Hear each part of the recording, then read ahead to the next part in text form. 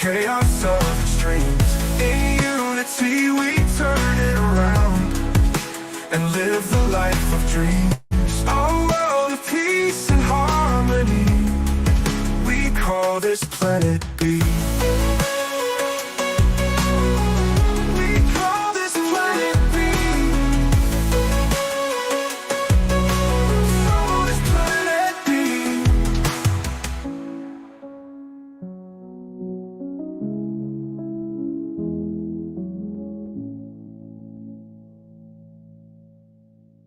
There is a place where all life thrives, where every creature is respected, compassionately saving lives, and no one is rejected. Our world of peace and harmony, we call this planet B. This place we know is upside down, a chaos of extremes. In unity we turn it around and live the life of dreams. A world of peace and harmony, we call this planet B.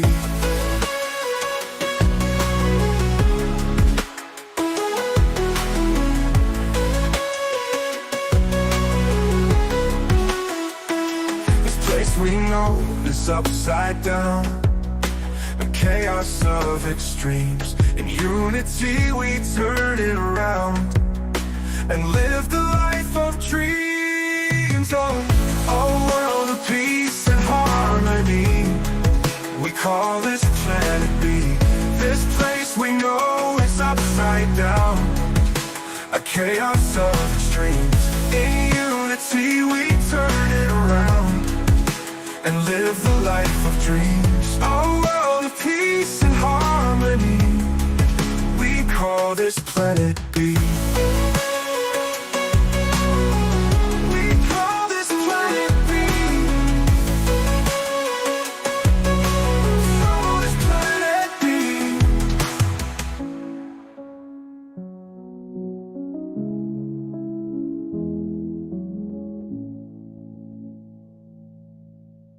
There is a place where all life thrives, where every creature is respected, compassionately saving lives, and no one is rejected. Our world of peace and harmony, we call this planet B. This place we know is upside down, a chaos of extremes. In unity we turn it around and live the life of dreams. A world of peace and harmony, we call this planet B.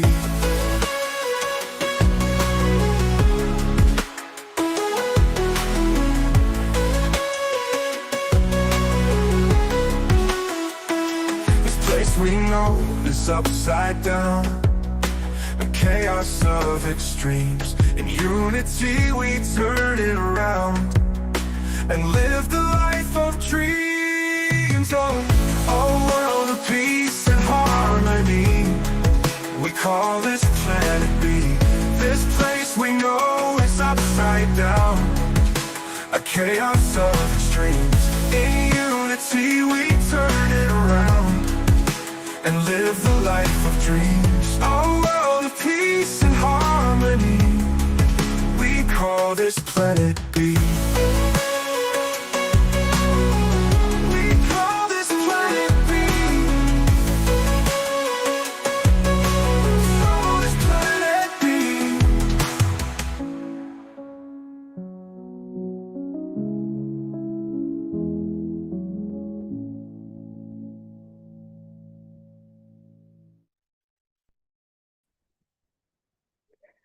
Welcome, everyone, to VCOP 22, the Vegan Convergence of the Peoples, Thriving on Planet B. I'm Mariquita Solis, and it's good to see you all again. If this is your first time joining, we especially welcome you. We had a beautiful day yesterday, and we have another inspiring one today. So we invite you to please write your comments or concerns in the chat and questions for the speaker. The questions for the speaker go into a designated chat. And we do this for your safety and we hope that you will enjoy your experience with us here today. And now I'd like to welcome our opening speaker, Tammy Hay of the Interfaith Vegan Coalition. Tammy. Thank you, Mariquita. Oh, what a beautiful, beautiful day we had yesterday. And there was so many jewels, so much thriving that we could take out of yesterday. And we're moving into our second day of this convergence. And I just really want to thank all of our speakers and all of our community that come together to share this time and really making a difference on showing us what's capable from one person moving into community.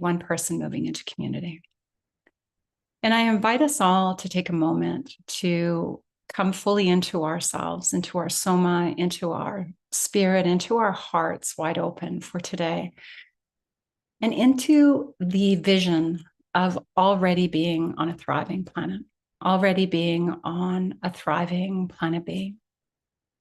And you may close your eyes for a moment while you come fully into your breath, maybe feeling your feet rooted deeply into the earth, through the floor.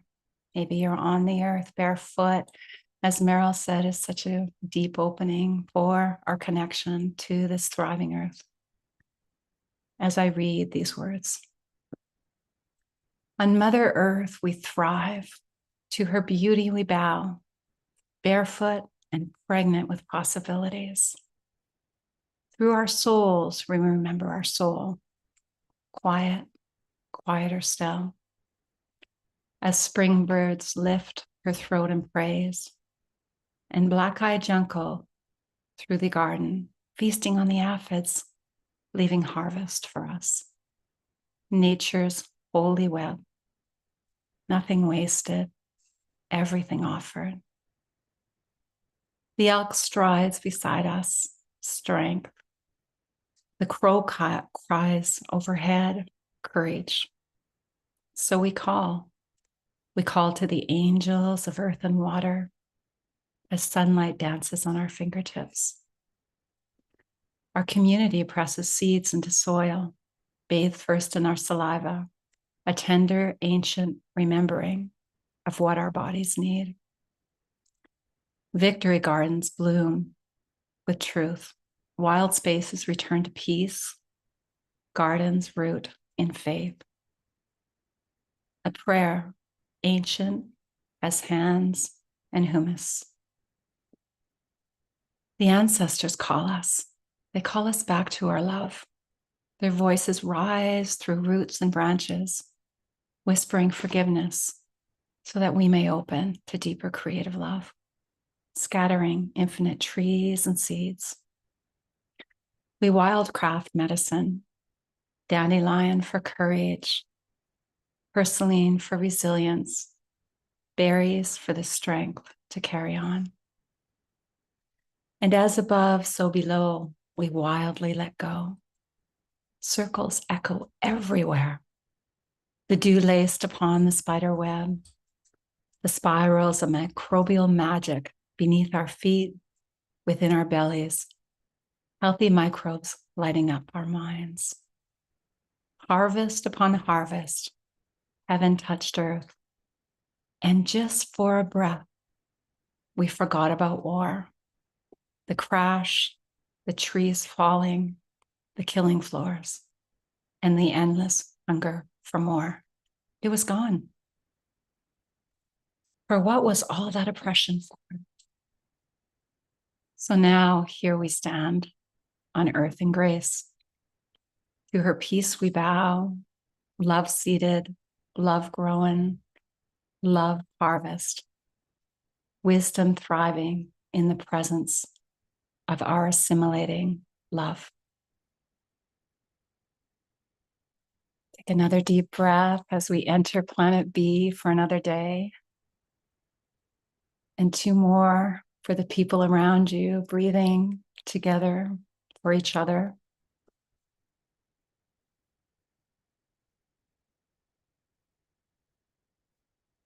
Thank you, everyone, for being here.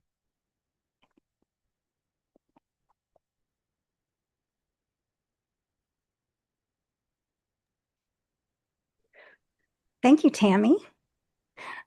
That was beautiful. What a beautiful way to start out the day, to really connect with our souls and to hear that guided wisdom. I know sometimes it can be hard, so I really appreciate your radiant light, Tammy. All right, everyone. Well, I want to welcome you to the 22nd Vegan Convergence of the People, Thriving on Planet B. I'm Mariquita Solis, your MC. So now we are joined by world-renowned nutritionist Visanto Molina, integrative healer Milani Jane, sacred nourish advocate Tammy Hay, and systems engineer turned climate solutionary Dr. Silas Rao in this powerful panel discussion that challenges outdated dietary models and invites a revolutionary shift in how we nourish ourselves and our planet. Plant-powered earth guts, rethinking nutrition on a thriving planet.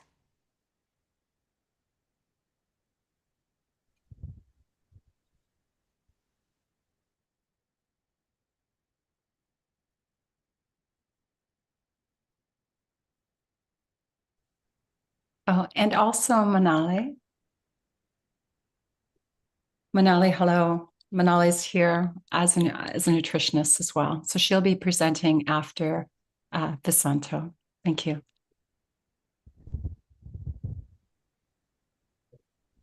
And welcome, everyone. Visanto, you should be able to share. If So not, I'm happy to. I can start now, should I? All right, Thank you. Thank you. just a minute. So I have some slides, so you'll mostly be seeing the slides, not me. And welcome, everyone. What a wonderful event this is. We'll see if I put share screen, it isn't doing anything yet. Let's see. Try it here.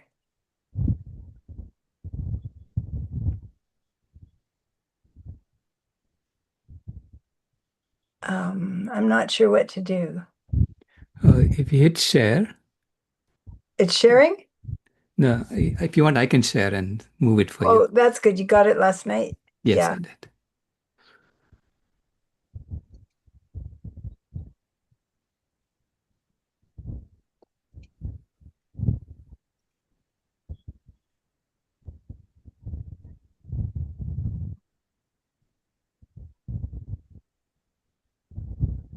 Oh, good.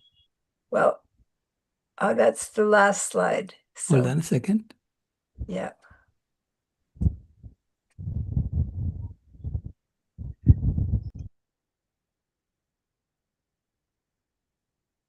Perfect.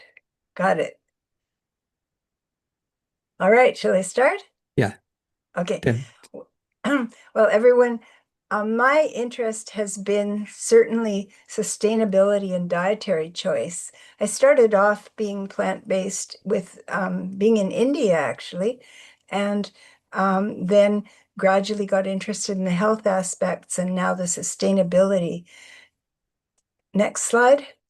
Should I just say next?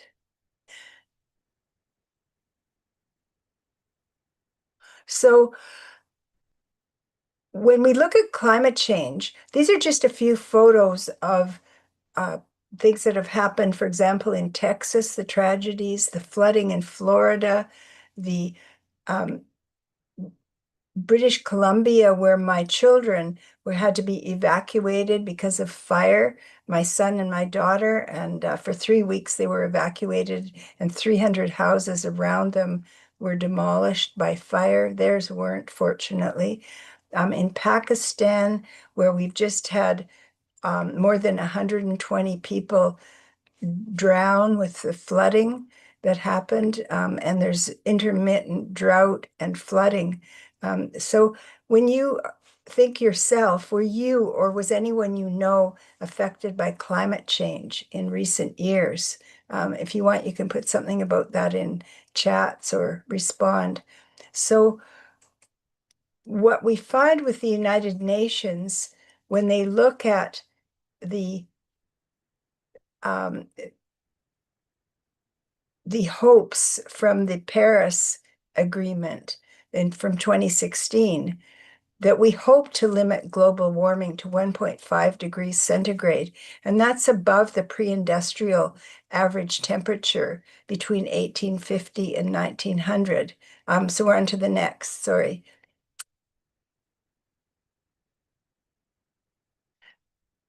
If we can manage to limit the global warming, then we hope to have well-being, low poverty,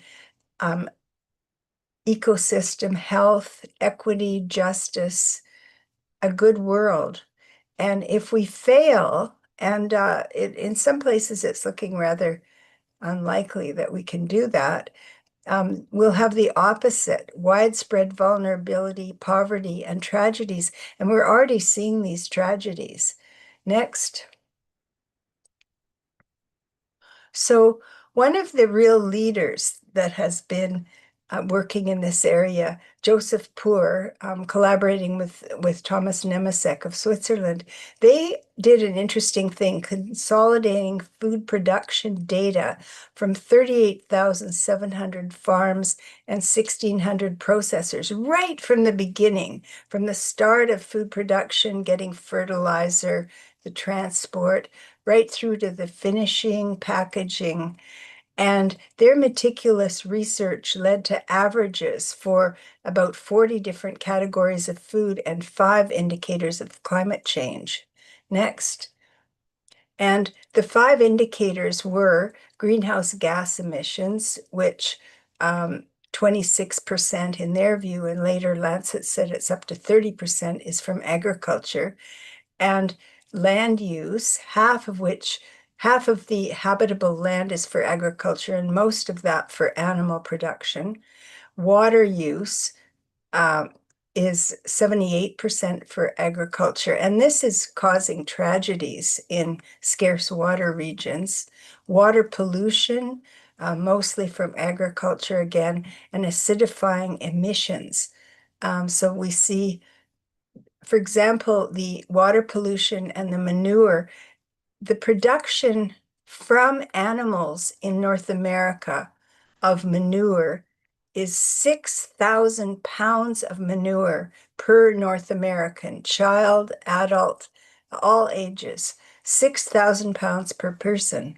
Next. So, first of all, when we look at the CO2 emissions, here's a slide just showing 1960 to 2020, and we see how the CO2 emissions are going, that they're higher than ever before. Next. So if we go to Joseph Poor and Nemesek's work and look at the greenhouse gas emissions per kilogram of food, we see, for example, comparing here from beef herd. So they've got these different categories of food, and the red lines are for animal flesh products. The yellow line is for other animal products like cheese, eggs, and milk. And the green are for plant foods. And when we compare the greenhouse gas emissions, this is per kilogram of food, comparing beef herd with tofu, we see that the beef greenhouse gas emissions are 31 times more than that from tofu and 55 times more than that from pulses. Legumes is another word for pulses, but they were British, so they used the word pulses. And poultry's triple tofu as well.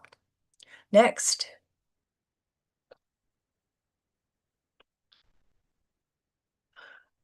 Sometimes the people working in the agriculture industry promote that grass-fed beef is more environmentally desirable because there's some sequestration of soil carbon. But the proceeds of National Academy of Science this March put out a paper showing that even under the optimal rangeland sequestration, the grass-fed beef is not less carbon intensive than the industrial beef production, and certainly way more than the plant alternatives. Next.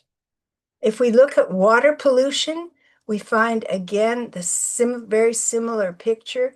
The beef herd is over 50 times as much water pollution as tofu, and poultry 8 times as much. You'll see there's also a dairy herd. So there's somewhere. Oh, dairy herd's at the top here for water pollution. So they separate beef herd and dairy herd. So even though milk is lower down, the dairy herd is causing significant amounts of water pollution. Next. Acidifying emissions. So we mentioned how much manure there was, and this is seeping into the land.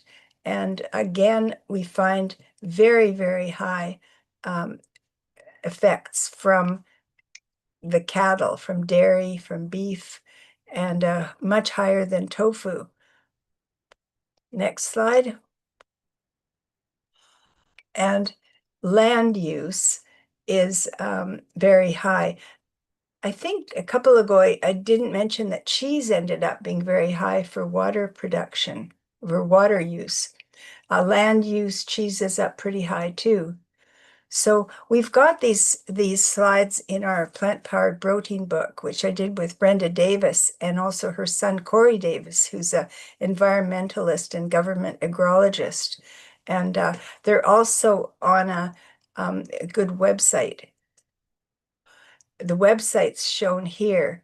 Oh, here we are with the water use. ourworldindata.org. They've interestingly put it so that you can change and look at the environmental impacts per 100 grams of protein. Here we're showing it per kilogram of food. And so anyway, there's different ways you can look at these, but the facts certainly come out time after time that the animal production on all these 5 measures of impact on climate change, they're all so much higher on the food. So next, scientists and international organizations are linking now, beginning to anyway, what we put on our forks, both with planetary health and human health. Next. So if we look at the different governments and what they're saying, they're certainly beginning to think about this. You'll notice one country's missing from this list so far, but the countries that have got this nutritional guidance, Brazil, Canada, China, Denmark, Estonia, Germany, Netherlands, Qatar, Taiwan, are all mentioning how important it is to shift our diets in the direction of plant foods.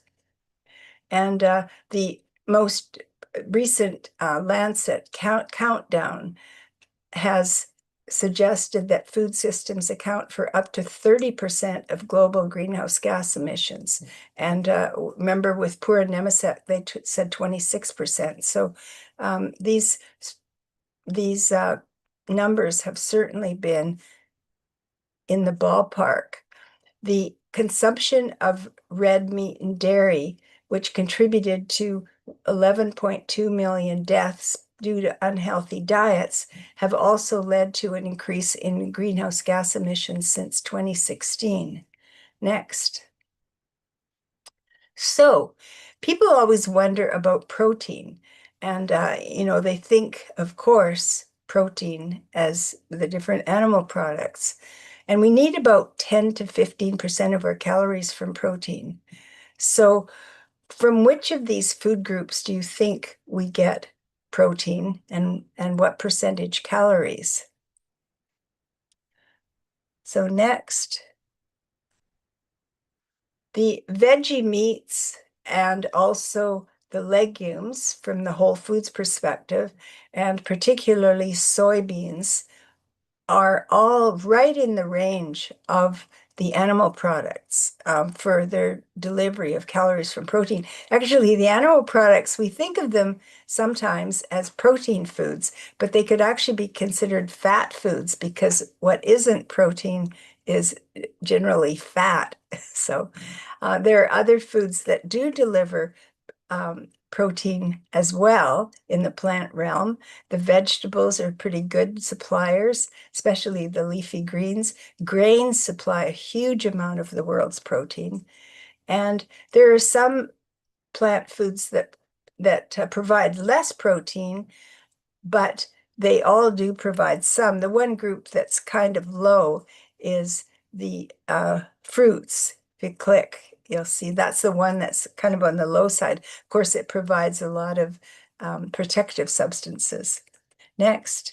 So a way to look at how to eat, like your whole pattern, this vegan plate shows a day's intake. And you can see that approximately half the page is vegetables and fruits, and there are legumes, about a quarter of the page, a segment of nuts and seeds. So we end up getting all the nutrients we need. And then grains can be optional. People who exercise a lot might be higher in this category. People who are lower, want to lose weight, could be lower in the grains. Then the other essentials for vegans, B12, D, iodine. And these are in our books, Becoming Vegan and Plant Powered, which is a text actually in 3 countries, and plantpoweredprotein.com. That one reached #1 on Amazon for sustainability. We were really pleased with how it's done. And the details about the food guide are all on the website link that's here. So next, the health benefits of legumes. So these are really important to promote a healthy gut microbiota, support digestive health, lower our LDL, stabilize blood glucose. They really help you feel satisfied and provide iron, zinc, and other nutrients. Next. So we find that the legumes have a number of features that are very health related. Lower body fat, they're common in the blue zones, and they were the one statistically significant indicator of longevity, the legume intake. This was one that when I was listening to that excellent presentation from Portugal yesterday, I thought of this, but this is an ad in Dietitians of Canada's weekly newsletter. It's been on for about 2 months every week, and it's just shocking to me that their dietitians national newsletter for dietitians is promoting pork here, which is a class 1 carcinogen when it's made into bacon, ham, sausage. It's just shocking to me.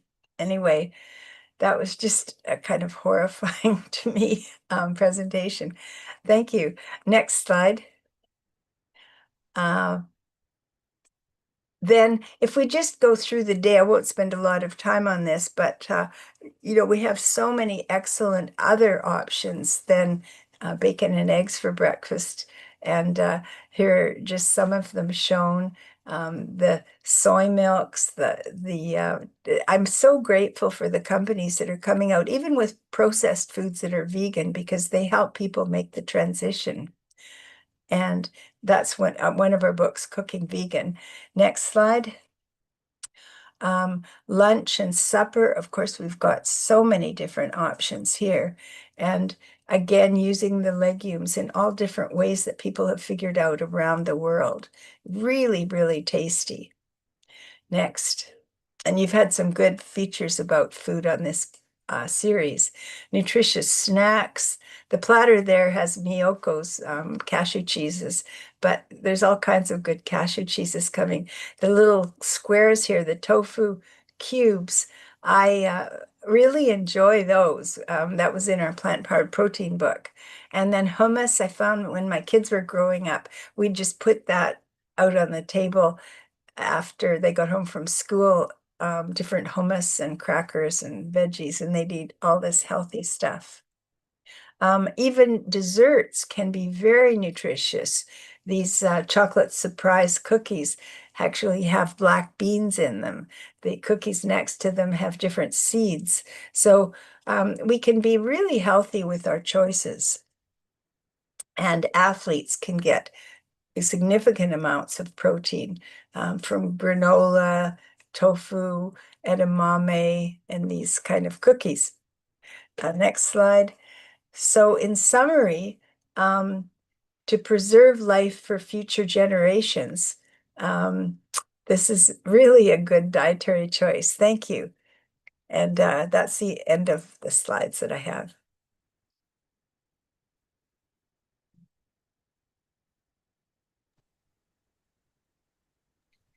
Thank you. Thank you so much, Vasanto. You come with such a rich wealth of knowledge and gifts for all of us. And thank you for your books. I'm sure they've changed many, many, many, many It lives. seems we've come to 1 million books in English this year. Wow. Yeah, I know it's happening. And I live in what I call Vancouver. Vancouver, yes. We have like 6 Chinese vegan restaurants and 70, just Chinese ones. There are just so many. It's really, so I'm quite encouraged when I go around and see how things are changing, even though there's a lot of things to discourage us. Thank you. Okay. Thank you. Next, we have Manali Jain from Goodness Haven. Thank you, Manali, for being here. You're in India right now, is that correct? Yes, I'm in India, and thank you so much, Tammy, for introducing me, and thank you, Dr. Shailesh Rao, Climate Healers, VCOP 22, the whole team, for doing this. I think we need to talk about this, and people need to know about this.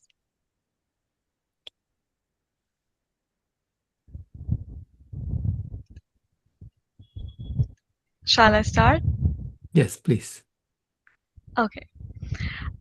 So yes, hello everyone. I am very excited for the people who get to attend this, and I'm very grateful as a panelist to give my insights about this topic.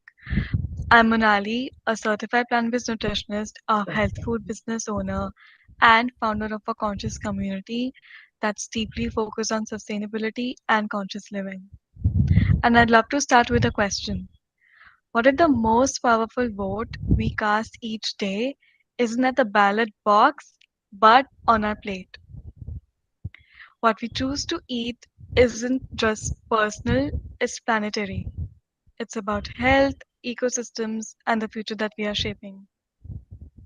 Like many, my journey started with my own health. I faced malnutrition, weak immunity, skin issues, gut issues, terrible relationship with food, and kept asking, why does the solution always come in pills and restrictions? That curiosity led me to research, to experiment with whole food plant-based foods, and to eventually certify as a nutritionist on it. What changed? My energy, my immunity, my skin, and my relationship with food. I wasn't just eating differently, I was living with intention. I realized that food isn't just fuel, it's information. It tells your cell what to do: heal or inflame, nourish or deplete. In my work today, I help people reclaim their health with food. I work with people who have high BP, high cholesterol, diabetes, hormonal issues, poor gut health, or who are simply feeling stuck. And almost every time, I've seen remarkable changes. Not through extreme dieting, but by shifting the foundation to plant-based whole foods. Here are a few of my cases. One of my clients, a 64-year-old lady, came to me with multiple health issues: thyroid, heart disease, gut issues, somatic trauma, poor muscles, and whatnot. With clean plant-based plan, no gluten, no sugar, no oil, and natural supplements, her health started to improve slowly but steadily. She now eats more mindfully, and after 4 months of consultation, I heard her genuinely laugh her heart out, which she thought would never happen. When the body gets the right information, it begins to repair itself. Another client of mine came to me in her early 30s, and she came in absolutely dejected. She had been diagnosed with prediabetes, high cholesterol, and couldn't believe it. She thought she was too young for this. Over a 3-month lifestyle consultation, we didn't just talk about food, we rebuilt her habits from foundation up. Her grocery list changed with more mindful cooking and personalized nutritional upgrades based on her lifestyle and mental state. And the result, she was able to reverse both conditions completely. And more importantly, her energy improved, her mental health improved, and she started performing better in her workouts. These stories are not rare anymore because what we feed the body today is what it recognizes as natural and nourishing. Healing is inevitable. Food is medicine, not a cliche. And the beauty of plant based eating is that it's abundant. You eat more, not less. You eat color, texture, variety. It's not a trend, it's a return to what our ancestors intuitively knew. But it doesn't stop at health. Once I started seeing my plate differently, I started seeing the world differently. Animal agriculture is one of the leading causes of deforestation, species extinction, and water pollution. But it's not just about carbon emissions, it's about compassion. The suffering we disconnect from on factory farms is unnatural. We are raised to love animals, not eat them. That contradiction breaks when you start living aligned with your values. And I realized my health, animal welfare, and the planet's healing were not separate, they were the same story. In fact, some of our oldest Indian traditions, like Jainism, Ayurveda, have always emphasized harmony with nature, non-violence, and food as medicine. We just need to remember that. That's why I didn't stop at theory. I co-founded a plant-based cloud kitchen in my hometown, Jaipur, to focus on clean, preservative-free dairy alternatives like milk, tofu, curd, and more. We supply to homes, businesses, and many more. I host health meets and nutritional workshops. We hold pop-ups at events where we serve 100% plant-based food, which are healing and exciting. I also run an online nutrition practice where I guide people towards sustainable, healthy living without making it overwhelming. Because I believe health shouldn't be a privilege, it should be an option on every street, in every home, and in every lunchbox. And that's the mission behind my work and my community, a space where people don't just learn but belong. We host theme-based potlucks centered on seasonal ingredients, festival wellness, or gut health, where members share homemade food and connect on various topics about sustainability. We collaborate with plant-based and plant-forward cafes, brands, and create events where people experience conscious food and holistic wellness in real life. We invite experts like yoga teachers, gym coaches, pranic healers to guide members in both body and energy healing because health isn't only about diet, it's about wholeness. 2 years ago, I also curated and hosted Jaipur's first ever vegan market, bringing together local and pan India plant based brands under one roof. It was a celebration of conscious consumptions, and it showed what's possible when we lead with intention. So, what can you do today if this feels new or overwhelming? Let me share 4 simple ways to begin. Start with one plant based meal a day, make it colorful, make it homemade, and make it wholesome. Switch your milk. It's a small change with a huge impact for your health and the planet. Read food labels. If it sounds like a chemical, it probably doesn't belong in your body. Ask, where did this food come from? Who made it? And how far did it travel to get to me? Healing doesn't begin in hospitals, it begins in your own kitchen, in small daily decisions. I'll leave you with this. When we heal ourselves, we heal the earth. When we eat compassionately, we live compassionately.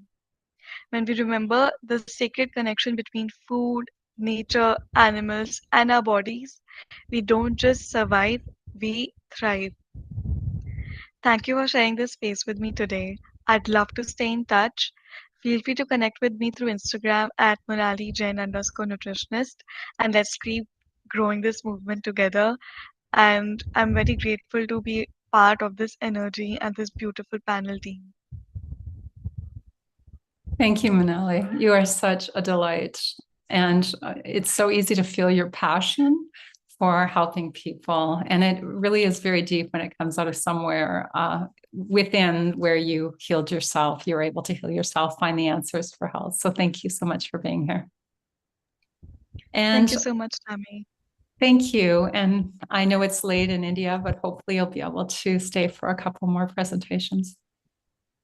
Thank you. Thank you, Sailesh, for, I'll just let you take care of loading my PowerPoint for me. So I'm Okay, sure. not going to get, thank you everyone again for being here and accessing our sacred nutrition.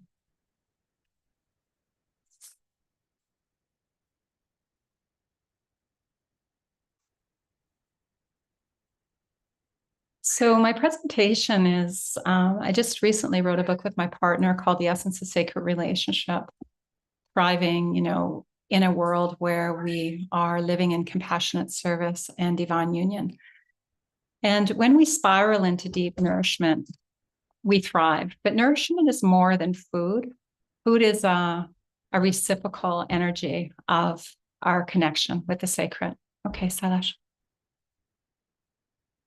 So the spiral way. Deep nourishment is not a destination. It's a spiral in return from the earth to our earth guts and beyond. Sometimes we can be really hard on ourselves and it doesn't feel very sacred. Sometimes we fall from grace. Sometimes we fall from what we already know to be true. And then we circle back in and we circle through the layers of embodying, which come on many different layers, emotion and remembrance. And at the center is the self. And Dr. Mystery talked a little bit about that yesterday, that deep self-love is really required for us to move beyond. And he said, not with ego, but with the essence, the informed essence of our sacred relationship with all thriving life. So as we do that, as we become more connected to that spiral and go back in, as spiral dynamics talks about, we go back in to clean up, not because we're falling from grace. And maybe we clean up a little bit deeper.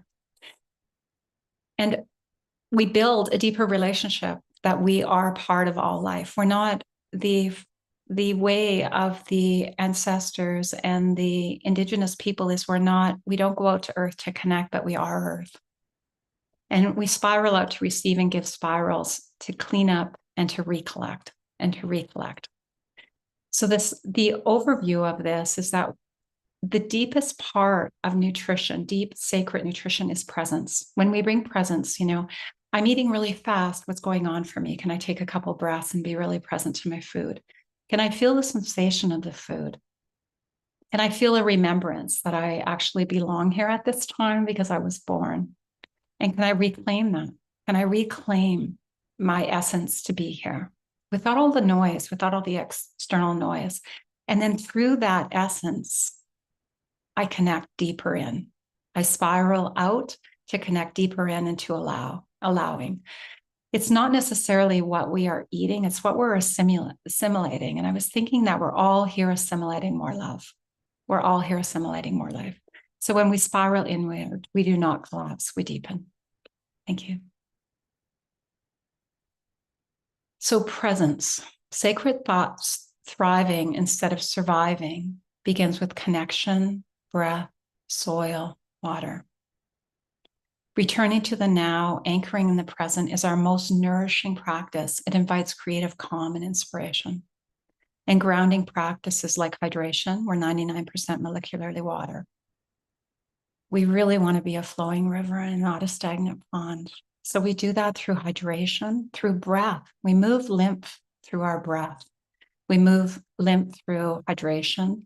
We move our blood. We move our essence. We move through every organ, and then we take that and we move it into stillness at times throughout our day so that we can touch in deeper and ask, am I deeply listening to myself right now?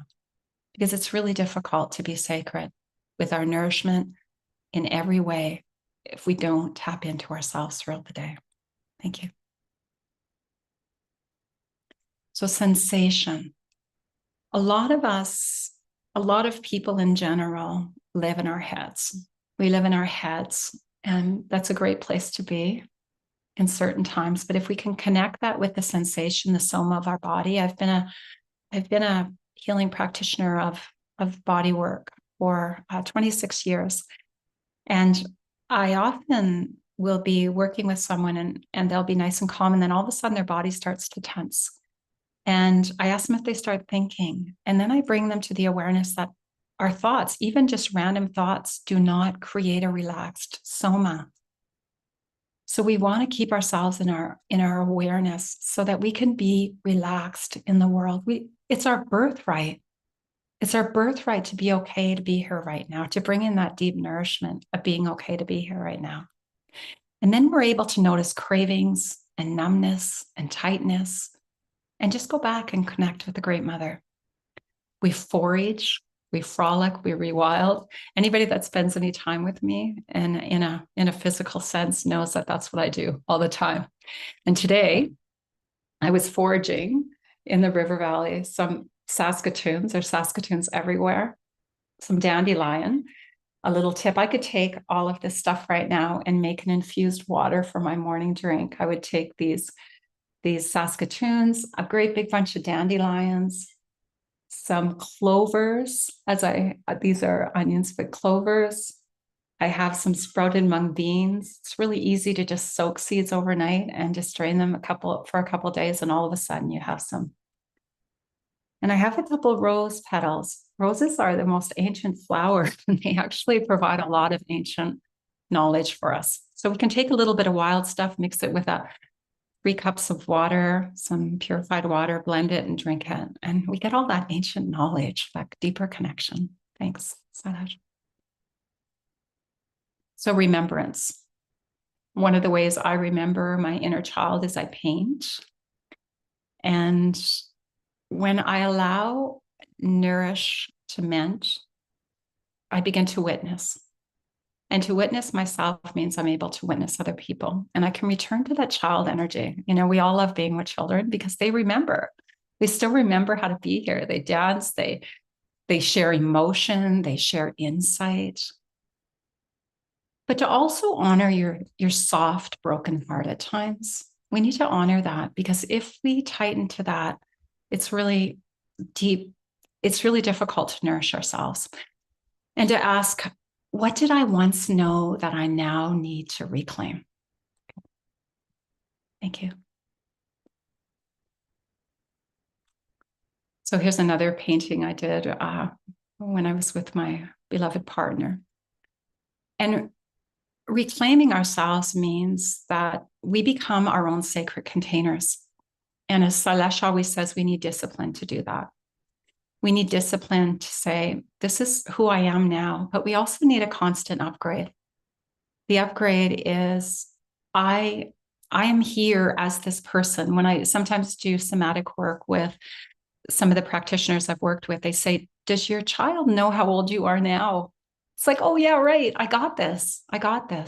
So, and ask, where have I abandoned myself, addicted myself? To me, they're the same. And simply return to that loving, tender nourishment. And on planet B, it's a place where we thrive. It's a place where we thrive because we're always regenerating. The body is the greatest self-healing machine on the planet. And I have a woman living with me right now, and she did a 7-day green juice fast. And she said, her pain that she's had for 7 years was reduced less than half in 7 days. So the body really wants us to reclaim it, to recare. Okay, thanks. This is my granddaughter. We were nourishing ourselves at a mountain lake. And we're fed through the web. We connect with the earth and our gardens and the elders. Sometimes we forget that we're part of the elder community and the ancients. They're all before us. Sometimes I'm wondering, is this from this lifetime that I'm over identifying with? Is it? It might be. And then to just let it go with our next breath. And the kinship as nourishment, to bring food to the people. We've seen that yesterday. How many people are bringing food to the people, to the children? Meryl was very passionate about her work. Samantha's bringing it. She never gave up. Her message is don't give up. Don't give up. Just keep moving ahead and don't believe that anything's impossible. So how am I in relationship to the whole? It's a beautiful question, because in order to be in a relationship with the whole, we reconnect constantly throughout the day. It's not a one-time thing. And then we can just breathe in a little deeper into that center. And this beautiful girl that's sitting on this log is my remembrance of my son who passed a few years ago and gifted me with this little girl. Thank you. And then love.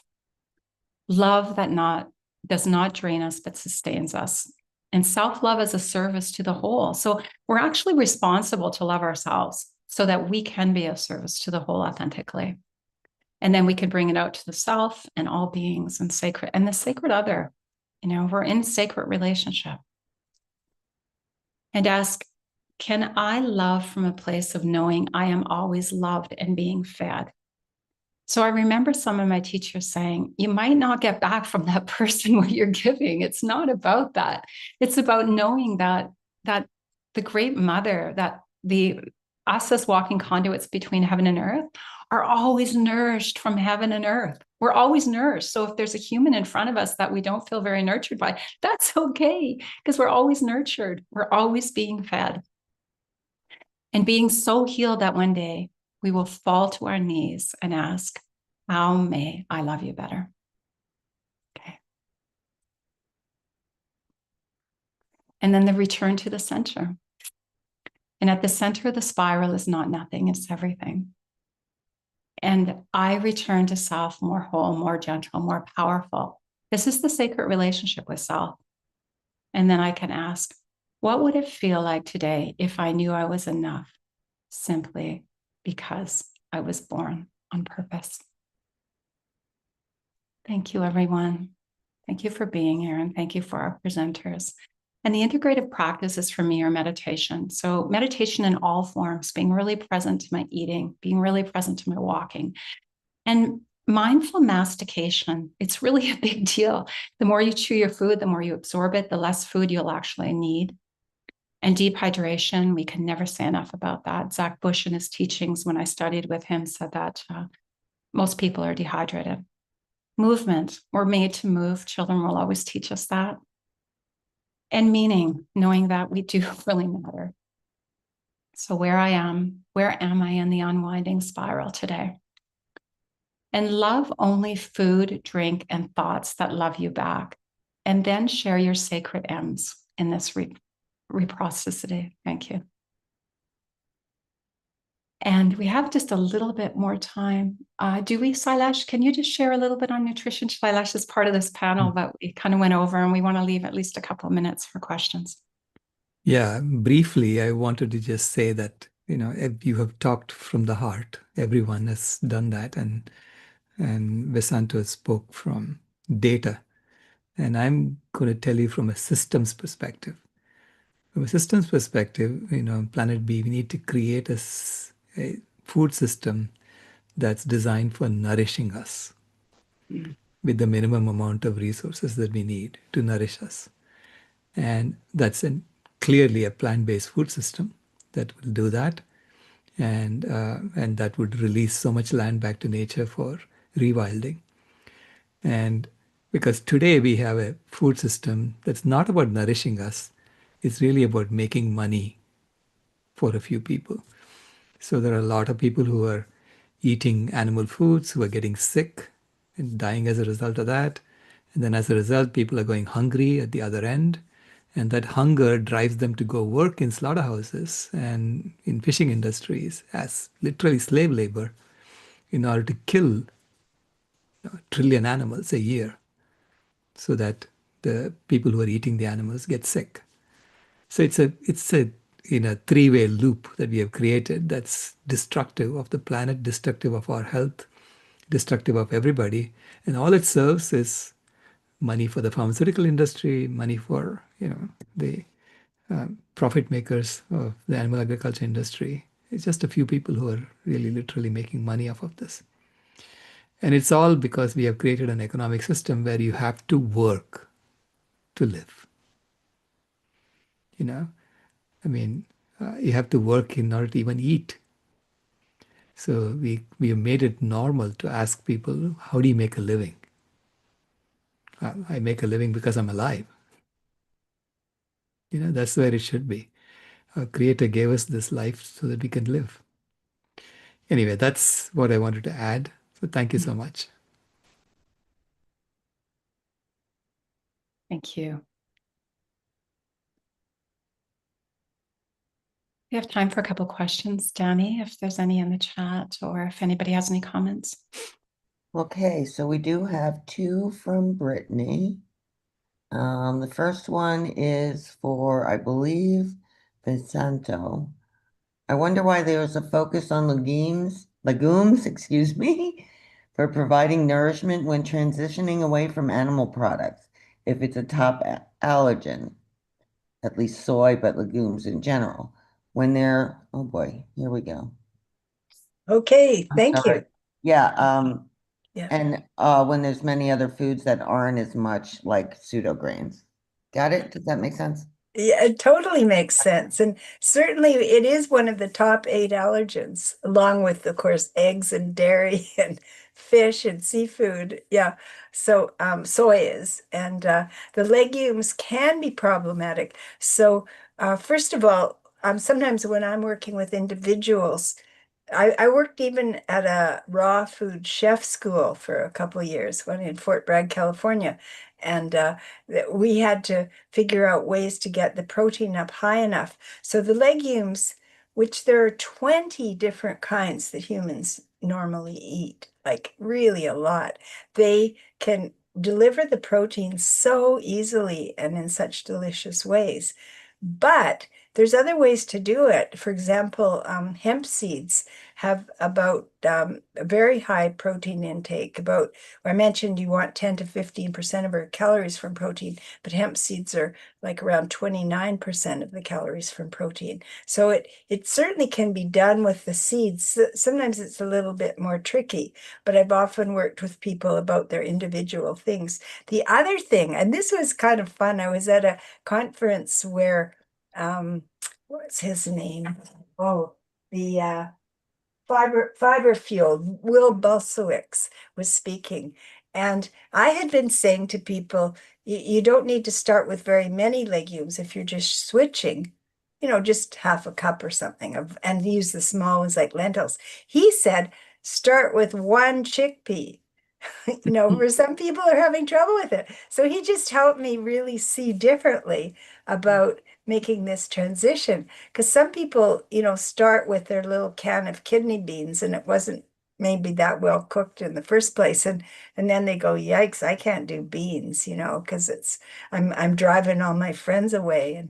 And so anyway, there are plenty of options, but it's good for people to know the wide range of legumes possible and also that they don't have to pick that because certainly it is an allergen and we can find plenty of other alternatives. So I hope that helps about legumes. Thank And you. Santo, also I find really soaking and sprouting them makes Yes. huge difference. Like it's like night and day for people, soaking and sprouting. And even if you cook them after, even if you're not eating them raw, they'd still digest way differently for most people. That's right. I found with the sprouting, like if you can do that with the small ones, the lentils, the mung beans, and so on. But to build up the protein to as high an amount as the recommended intakes was a bit tricky because your little bit of mung beans fills a whole jar pretty soon. But yeah, but it's definitely we find ways to do it. I think Manali, yeah, India was such a teacher for me about legumes. Yes, totally. I was definitely gonna say that sprouting and soaking it makes it more bioavailable for us to absorb better. And as you also said that, it's all about managing your plate. So every meal, the way you pair your protein, the way you pair whatever that your body needs more mindfully, you will be able to get everything you need and be healed from it. So you wouldn't have to count everything in because your body will tell you what you need. So yeah, it's very beautifully explained by you, Vasanto, for sure. Mhm. I see Dr. Mystery has his hand up.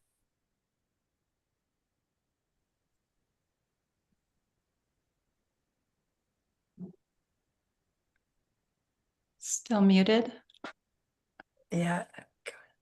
Question for Vasanto. It's always interesting to see impacts of different foods, environmental impacts of different foods. Yeah. I'm always intrigued to see how we split, and I don't know how we split in the analysis you gave, but dairy cattle, cheese, and milk. Yeah. So I'm just wondering, what is the starting material for milk, for instance? Is it just milk and the impact is only from pasteurization? Or what? Well, Because it yeah, was very cool.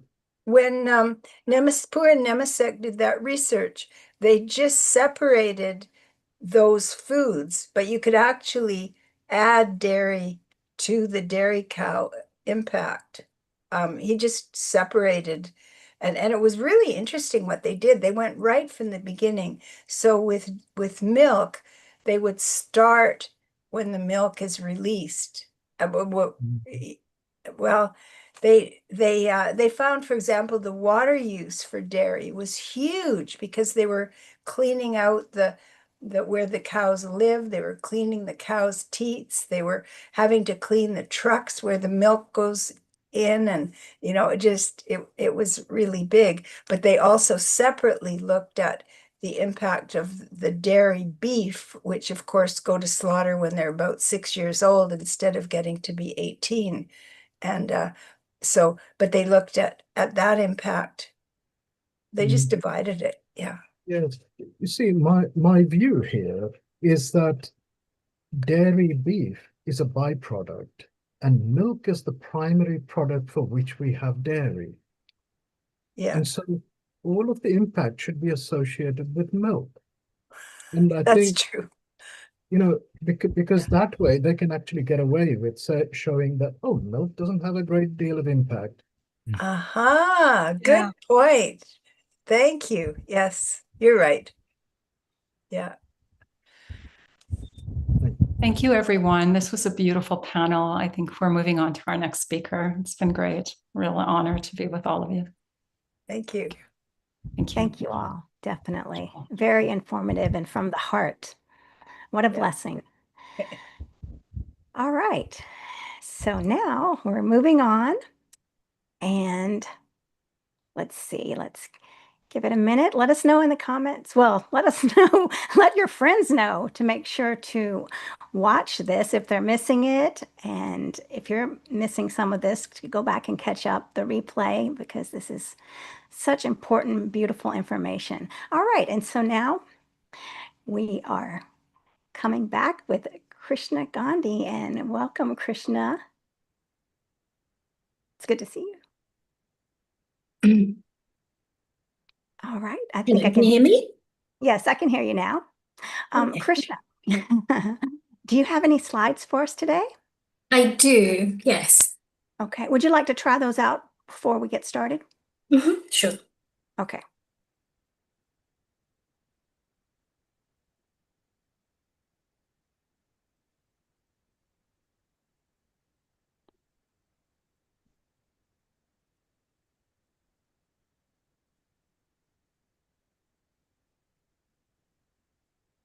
Right. Simonix? Yes, Simonix. Simonix.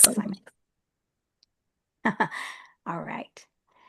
Are you ready to go? Sorry, I was going to wait for something. Is there, sorry, was there an intro somewhere? I'm going to introduce you. I just want to make sure you're good with your slides and ready Yes, to go. I am. Yeah. All good. Thank Okay. you. All right. Well, we can get The started. slides are not showing right. Are they not showing still? No, yes, I see it. I see it. We're seeing the whole screen. We're seeing the notes on, we're seeing the,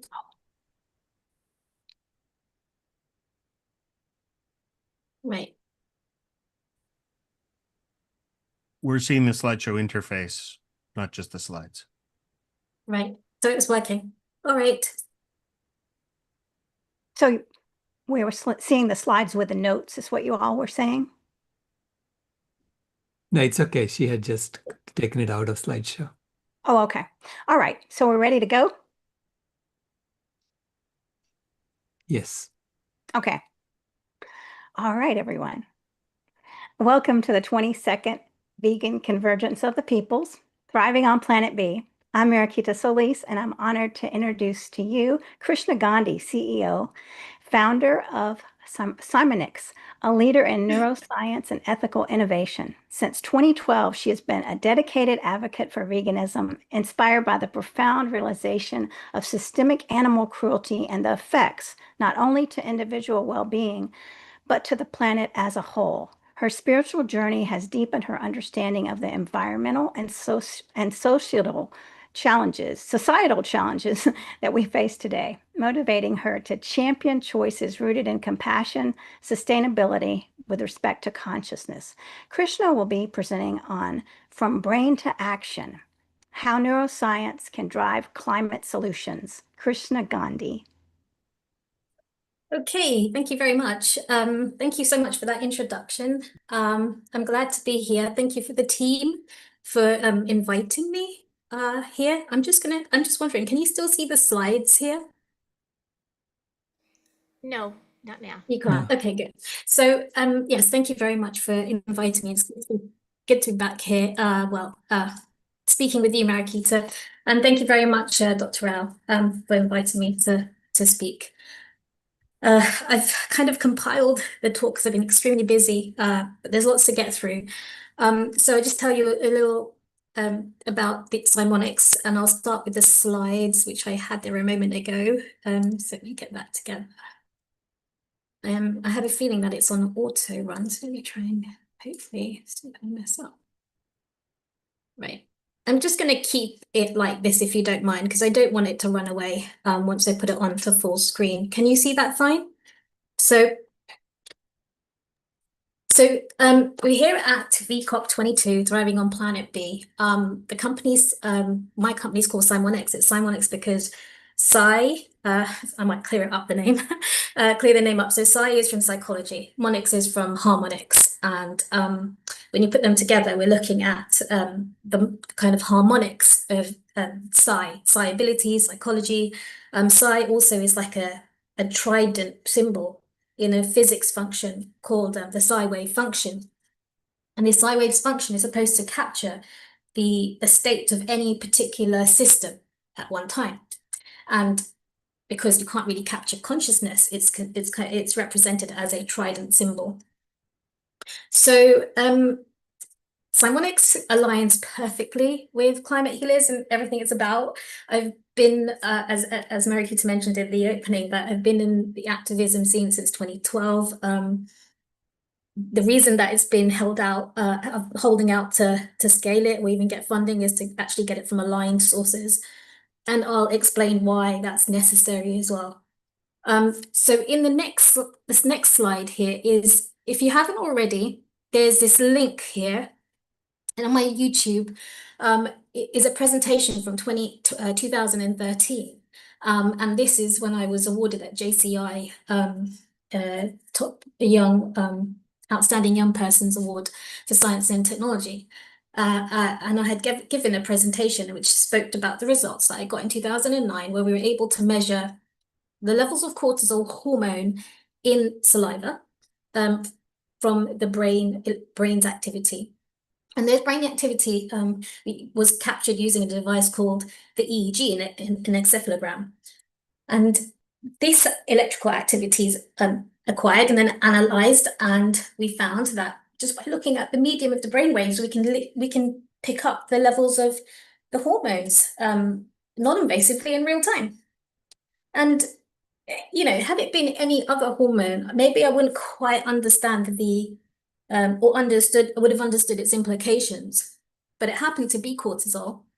And cortisol is the biomarker of stress. So if you stress, you'll release cortisol, but cortisol is also part of our regulatory system. So when we wake up, it spikes, because when we're sleeping, it's really low. And then we need that boost of energy to get up out of bed and start our day. So over the day, there's a very typical pattern where it will just spike up, and then as the day goes down, it'll go down. It will reduce until it's very, very low during sleep. And in between, it might spike up when we eat some food, or if we're doing some exercise, and if we're in threat. So if there's a threat to life, we'll perceive it as a threat and we'll get this spike, and we'll then behave in a way that will get us out of that danger. So cortisol is a really important hormone. As part of our regulatory system, it's also linked to production and the distribution of energy in our body, and the production of all the other hormones. So it can be linked to the disruption of other pathways and hormonal systems, and then therefore resulting in health issues. So I would say that abnormal levels of stress is a precursor to health issues. So of course, going back to why it was interesting for me is because it has this psychological component to cortisol, to like the physical thing. Like if I actually in this moment stress and I perceive something, I'm going to change and have a material impact on something, that's measurable. And that to me was really exciting, that we can measure something that was intangible, at least got a little bit closer to understanding this intangible space, which is referred to as the mind-brain explanatory gap philosophically. So yeah, the advantages of this innovation or finding is that it can improve our treatment pathways. It's non-invasive, so no pricks, all the things in between, the disposing, the plastics, the labs, the assays, the animal enzymes, the results. Also, it's faster and cheaper, so it saves on all of that. But it's also really, really important for me is that it can and should be used as an alternative way to do neuroscience. And this is why I'm outside the system, because I went to an interview and one of the leading universities for neuroscience, and they asked me about animal lab, and I thought, no, I can't do that. Animal rights activist. And they just looked at each other like, what are you doing here? So that was never kind of going to be the way for me in the system. And also the conferences, so all the papers are animal based testings and things like that. I could have got a PhD from a finding that I offered a professor that was based on animals, and I didn't get it from there. I got it from the research that I've been doing for all these years, and just proposed it, and it worked. But that's not the way I want to do neuroscience. And this method allows us to find cruelty-free research ways and really innovate the way we do neuroscience in a much more efficient, effective way. So I just spoke about why being able to see stress in the EEG and measure cortisol is so important, because it gives us that kind of empirical value for what it is that empirical value of this intangible state. Otherwise, it's subjective reporting, or somebody else is reporting for us. It's kind of guesswork, an approximation. But we've got something that we can pin down, like in terms of a number. And this meant that there's a gap, there's a choice, where my thoughts, the quality, the content, there's a choice there, and that has an impact on the material, physicalism, and this was, having a domino effect then on my biochemistry, my reactions, my actions, my interactions, then my life, and perhaps even the universe. So that was a little step into this mind explanatory gap, because we can now capture this physiological response of a psychological component as well as a normal regulatory function. And the next question after that was, where are the psychological circuits in the brain that result in the changes in the EEG, or that we can even capture in the EEG? And that was a question and a hypothesis I'm not going to directly answer today, but in this slide talk, but the implications and understanding that answer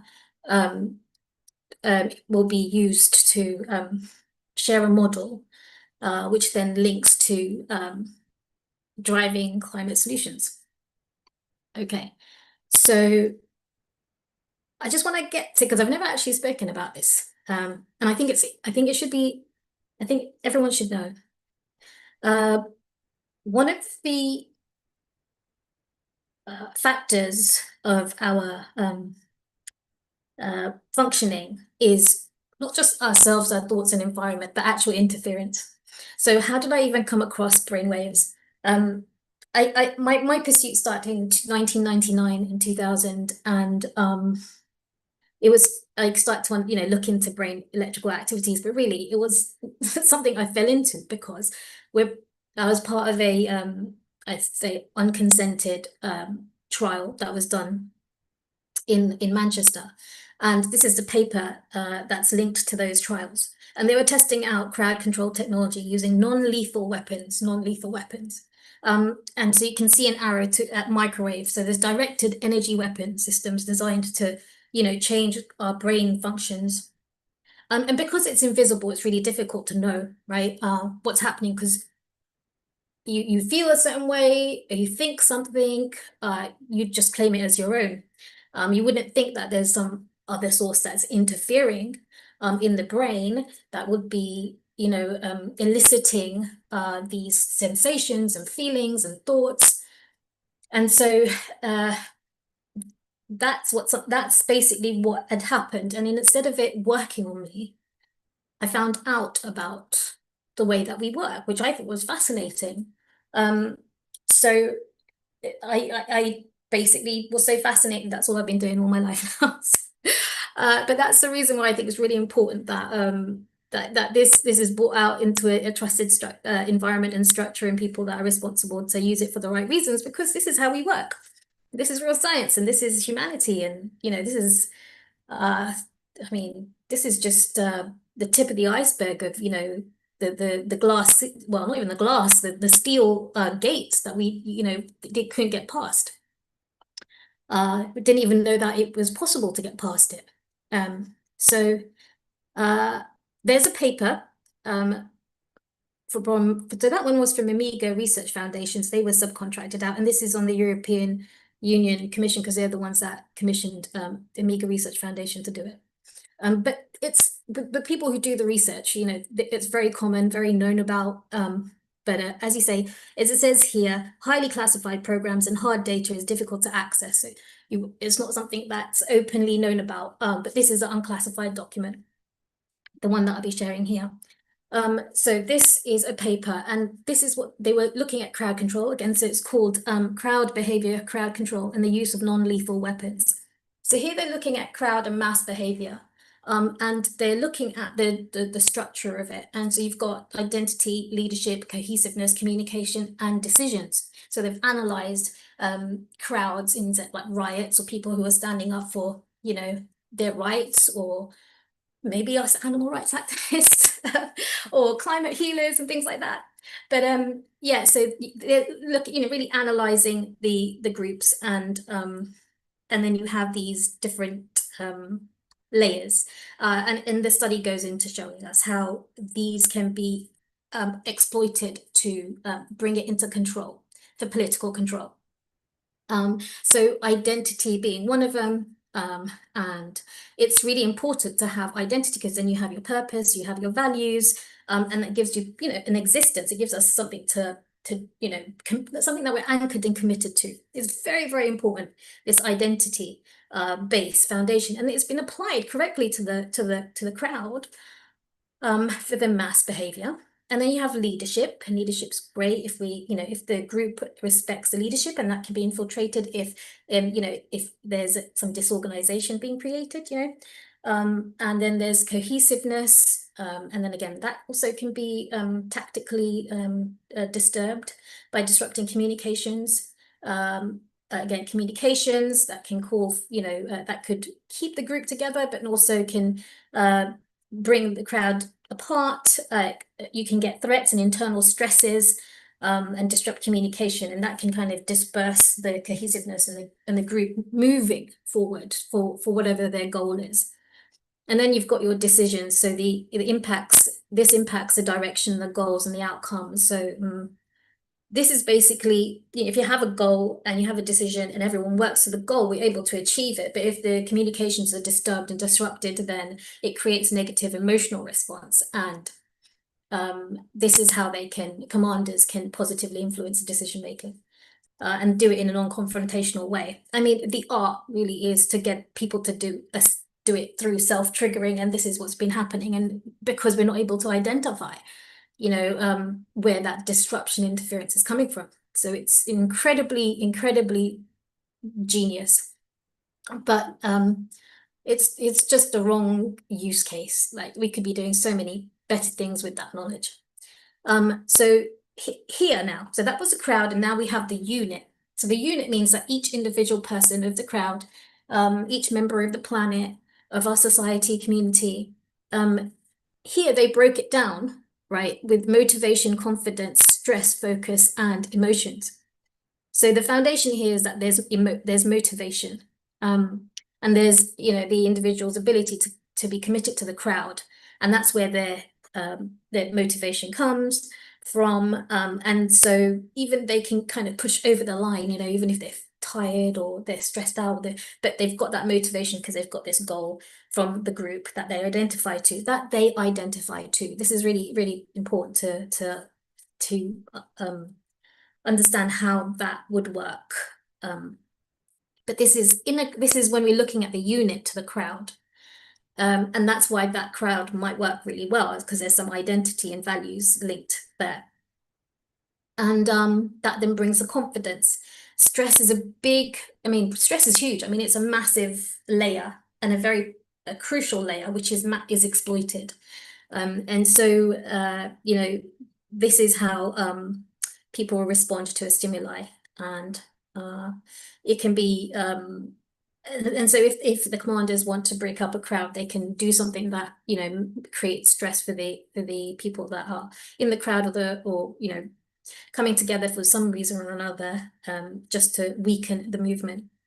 And then there's the ability to focus on those things, and so we can get that accomplished. I'm talking about it in terms of activism.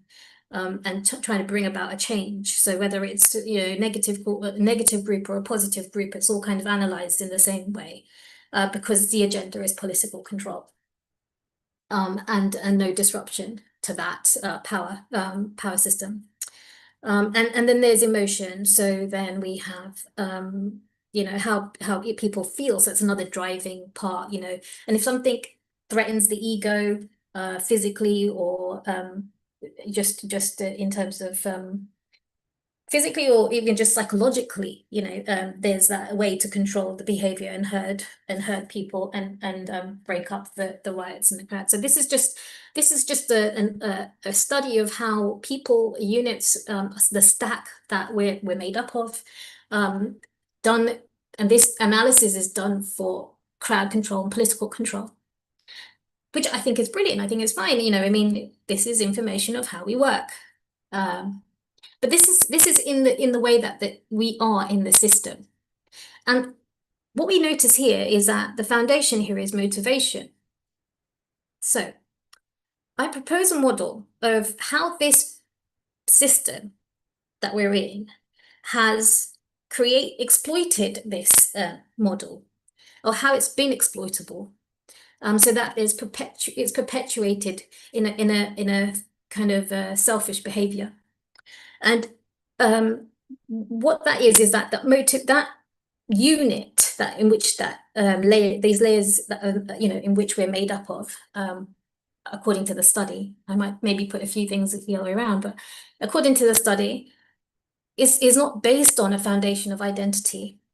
And this is a problem. So why the crowd was useful is because there was an identity in which they got their values and purpose, and they could drive that goal for as long as that identity remained.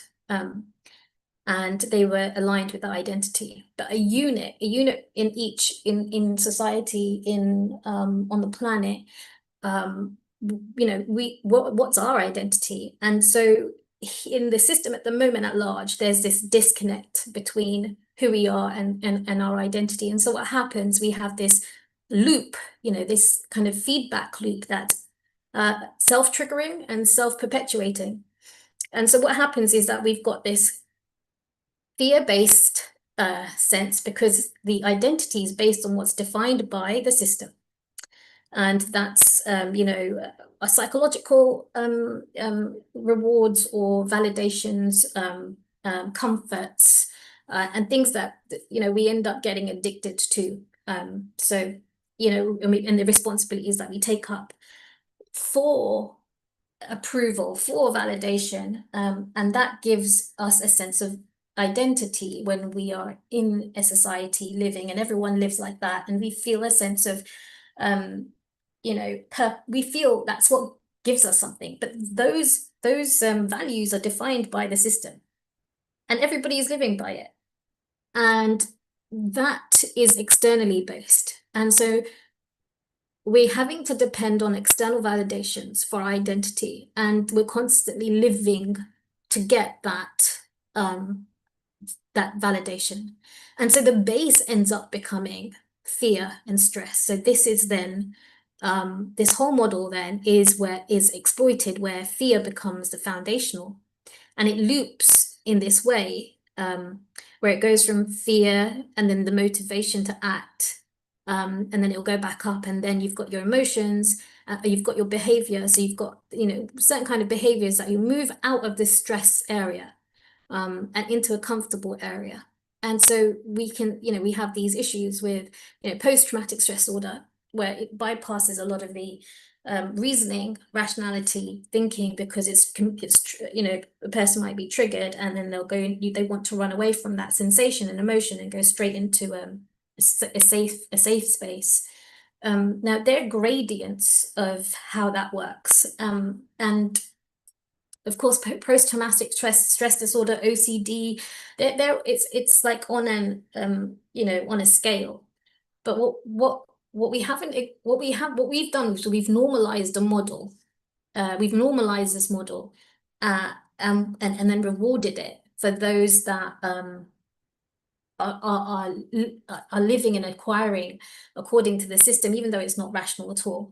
So that would be consuming more than above, consuming food through violence, consuming fashion through violence, consuming and hoarding. Now this is actually completely irrational. There's no rationality about it at all, but the system rewards it, and so therefore that this model is normalized, and hasn't really been understood as a mental health issue, which I think the normalization of that psychology is actually a mental health issue. Because this is a model that is being able to be herded and exploited without any real consent by the self, and a thorough rationality applied before committing to the action. Of course, habit is useful. Emotions are useful because they're shortcuts to any reaction or knowing something or responding. We need to be able to respond out of danger very quickly. They're useful, but there's other things that we haven't consented to from a young age. So people who do consume irrationally, what we know to be irrational, speaking to somebody who who was explaining to me about hunting, and I would be quick to judge that, and I was, but they explained that they had that's all they knew, that's what was normal to them, and that's how they were brought up, and they didn't think anything different. So the brain has been wired and constructed that way, and every what they believe is kind of is based on what they think is right, and that becomes habits in the way of working. Until there's a debate and confrontation, and then there's information that's then processed. But then again, the fear system comes in, the psychological system that comes in, and for ego survival, that's triggered as a false sense of threat, takes over and consumes the brain and doesn't allow any rationality, because it's a sense of threat, and that everyone's doing that at every kind of level. So some of us less than others, but to break out of the habits, even if I tell myself I don't want to eat food for 2 days, I've agreed it, I've consented it, and I'd still have a challenging time to tame myself. So that becomes an inner battle. And so a lot of this friction is not just external, but also internal. So that's a kind of systemic issue that we have, because we have an issue with identity in the system. And I think for a long time, even the mind has been ignored as being a real thing. It's, people, in neuroscience, it's just wasn't even considered a thing. People didn't want to talk about it, even in neuroscience. It's mainly just brain, and what the brain can do, and the hard material stuff. And that it's that the brain dictating the mind, and that this sense of reality is a product of the hardware, which is the brain. So that's the kind of, what I'd say, natural reason for this exploitation, this exploitory perpetuated psychology of each unit. But then there's also so here, this is where information goes in at the bottom. If you see this, you can see my cursor, and then it goes into the body, processed by the brain. Then we have this experience of reality through the mind interface. We can pick up the signals, we can see what's happening, and it would have a cascading effect onto the biochemistry. And then there's feedback systems that will come back again. So that will, impact the body again back into the mind, or the mind will feel different, have that experience in the mind of feeling different, and there'll be feedback mechanisms, and they'll change in the behavior on the body. So that's that model. But then we have this other way, which we're talking about, the non-lethal weapons, where that information is a direct brain interference. And this direct brain interference means it doesn't come through the normal way, which is through the senses and through the body into the brain, but through energy weapons. And so if we don't know ourselves, we won't be able to discern between what is our emotion, what are our thoughts. There would be no idea about it. And I think in that way, that's what's so genius, and therefore it's called self-triggering control. So just so that's known about, because I mean, this was in 1999, 2000 publication. And so when we want to think about the world, we might want to think about that kind of things going on maybe a potential scale level. So here we have these, since we have these normalized ways of behaving, which is, as I'm saying, I think a mental health issue. That's where the normalized mental health issues is kind of considered to be normal, but really still mental health, because there's no rationality or less rationality in there. We have behaviors that come about because there's the pacification, so stem again from this perpetual system of underlying fear. And so we've got consumerism and addiction and compulsive consumption, and it's driven by emotional voids, identity crisis, fuels unsustainable resources use and pollution. Then we have denial and avoidance, so psychological defense mechanisms that always kicks in for like the smallest things. We have this thing like the climate denial or apathy, and then therefore then prevent meaningful action on environmental threats. And then this disconnection from nature into the digital, which, you know, well, maybe, you know, that would add to the control of the controlling powers for that invisible interference. And that has led to a natural deficit disorder, nature deficit disorder, and weakening empathy for ecosystems. So we're just so disconnected, we don't even care. And we have like these collective traumas as well. So colonialism, war, displacement. And so they manifest in exploitative behaviors towards land and people. And of course, we have narcissism and power structures, so ego-driven leadership and systems that prioritize profit over well-being. And that really is probably one of the largest and deeper psychological imbalances of all of the, even the post-traumatic stress disorder.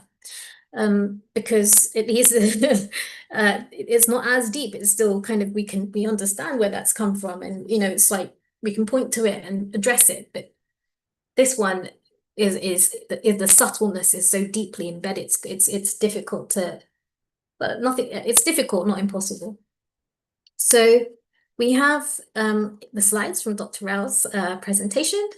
So this consumption, right? This kind of pacification, this consumption is leading to this planet where we're like eating up the planet. Right? This is crazy, 37% of the land management.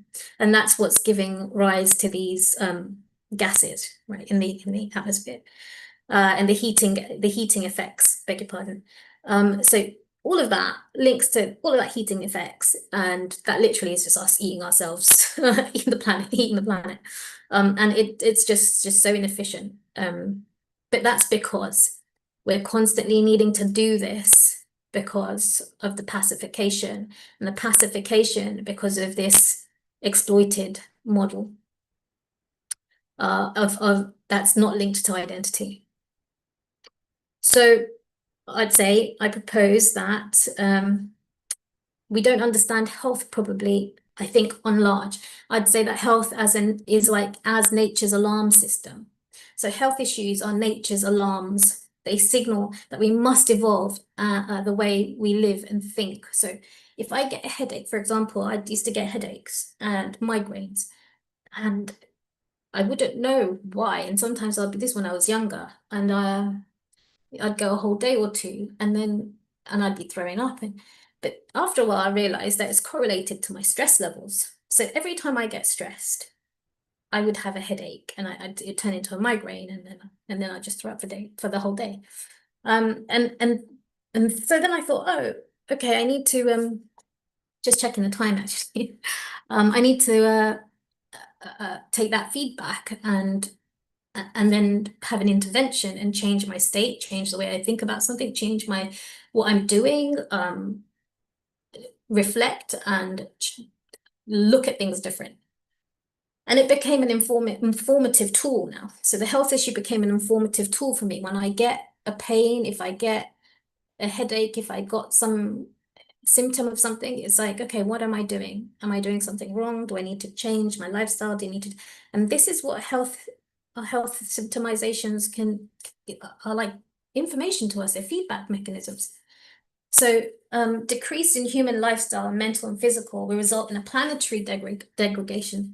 So climate ecosystems with the environmental feedback causing more health issues. This last effect is acknowledged by the UN as an existential crisis. So here, where we have the alarm from unit, collective to planetary, we've got these planetary alarms, which is great. but we've got these units, and the units with the health alarms are not being addressed properly. So we're not changing our psychology. We're not moving towards that. That's allowing us to evolve.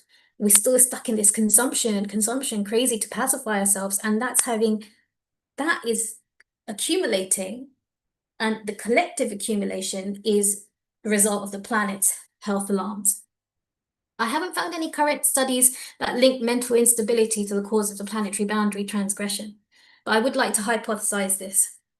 And so if we want to heal the planet, we must first understand it and heal the psyche that shaped it. Now, the the WHO and the IPCC have admitted that the environment has an impact on health. They've acknowledged that climate impacts mental health and physical health. And there's a whole lot of data for it. So increased hospitalization, admission, suicide rates. Young people are especially vulnerable. You've got sleep disruption, medication effects, and the heating and inequality. So this is in the London area. But I would suggest or propose that it's a feedback mechanism of the planet onto our health. So I would conclude that it is mental instability that's a driver of the planetary decline. And when they're picking up the studies to show environment impacting on mental health, it's going back round. It's going back round to us again, and that's the feedback rather than the actual cause. So we've got alarms going off on every level, and the planetary level alarm. If we don't, we have to wake up, right? We have to wake up, and we will. So when we look at a model that isn't compromised, then we have a mind brain driven with awareness. And this is where the identity comes in, because awareness is who we are. That's us, and that's our identity. And it's different from the body and the mind. And if we learn how to drive the mind and drive our body, so our vehicle that we're in, and drive it properly, then it's going to be a smooth ride. It's going to be a smooth ride. And so the information comes into us isn't attached to doesn't need to negate the ego, because the ego has its function in order to be able to navigate this space, but it can be reviewed by the awareness before there's a response. Whereas in the other model, in the model that's been exploited, there's hardly any response going on. It's more reactionary, and at subtle levels, there is a level of fear. We can go down to a level of fear of death, and that plays at some level, even for people that are in our community. And then that will come in at some point, but not for everything, which is the case at the moment, and that's where we have the planetary issue. So if we have our identity, we bring that triangle back, and we have this identity anchored to our awareness, then we won't have this exploitation, and we'll have, like, as I said, a smooth driving of the self, resulting in efficient, stable, expanding consciousness. So we'll then open into a whole different sense of existence, sense of being. I know we'd be able to explore the fullness of the human capacity. We're literally like, a super fast aircraft, but driving it like a bicycle. As far as we know, we're just taking it as far as a bicycle. We haven't got the full awareness or capacity of what we're about, what humanness is about, because we haven't even unraveled it yet. We know what the animals can do without clothes, and all the houses and the curtains and the chairs and shoes, sanitary pads. I'm just saying, but they managed to get from one point of the planet to the other point of the planet without a sat nav, and they can communicate at long distances, and so by which means, and that's because the means that allow them to do that is through their psyche, and they have been able to perceive subtle level information that we are denied of, because we are told it doesn't even exist, and it's frowned upon and tabooed. So we're stuck in very visually dominant sources of information. for in which determined everything that we know. So we have a tool called SciSense, and so it's a monitoring tool for hormones and especially cortisol. And I can see if I can try and show you. So SciSense is this tool that was developed after the research. Let me see if I got a moment. Oh.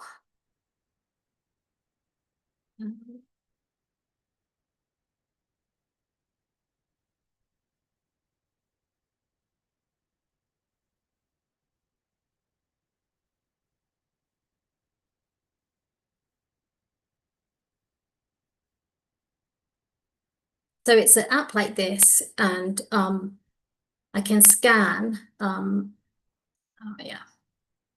I don't know if this is going to work well, but I'm going to try if I've got time. But I just thought I'll show you anyway, quickly, if it's going to work. Let's see. Okay, so here's I just put my name in. I should have just done this earlier. I'm just going to make it up for now. Okay.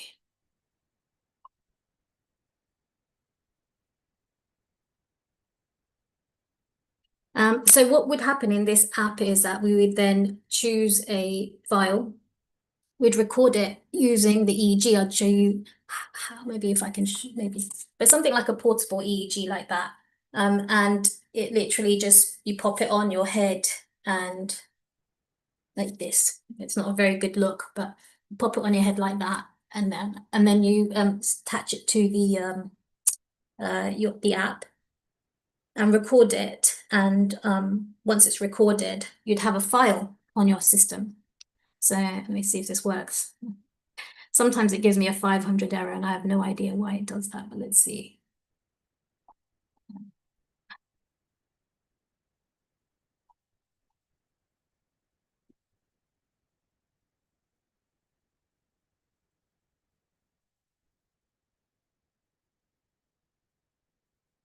So a file like that would come out once I recorded it for 2 minutes, and I'd be able to choose the hormone levels like that. So I just select it and I get my results. Let's see, it's okay, no problem. Yeah, so then you'll get back a value for the hormones like cortisol, testosterone, estrogen, you see. So it'll give you values like that, and then it'll have like a report. So I go to reports and I can see a report like that.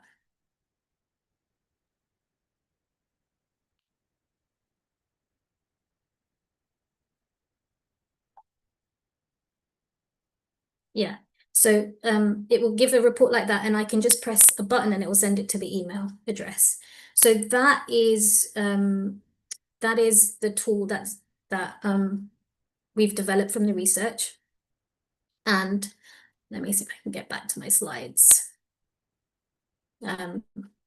Yes, so that allows us to help us monitor cortisol. And the good thing about it is that we could just do it really quickly, and the other hormones, so we can move to preventative medicine, but also it's cheap. We can move to, we don't need to depend on animal testing, and we've got an objective value for where we are, because sometimes we don't even know we're stressing because that's become normalized. We just function that way. And it keeps on happening. We keep functioning like that until like it symptomizes and we still don't realize the connection, and we take the medicine to patch it up, and we, on drugs until there's a side effect of that, and then take another drug, and we never get into the root of it. So with SciSense, the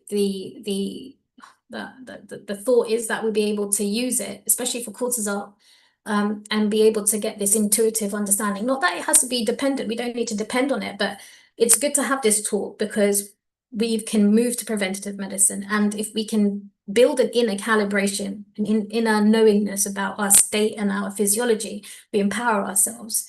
And once we have that feedback mechanism to tell us about our physiology with our state, we learn how to drive this body better, essentially. So once we can do that, we can, or once we can just have this awareness, we'd be able to give back the land, right? Regeneration, another slide from Dr. Rao's presentation.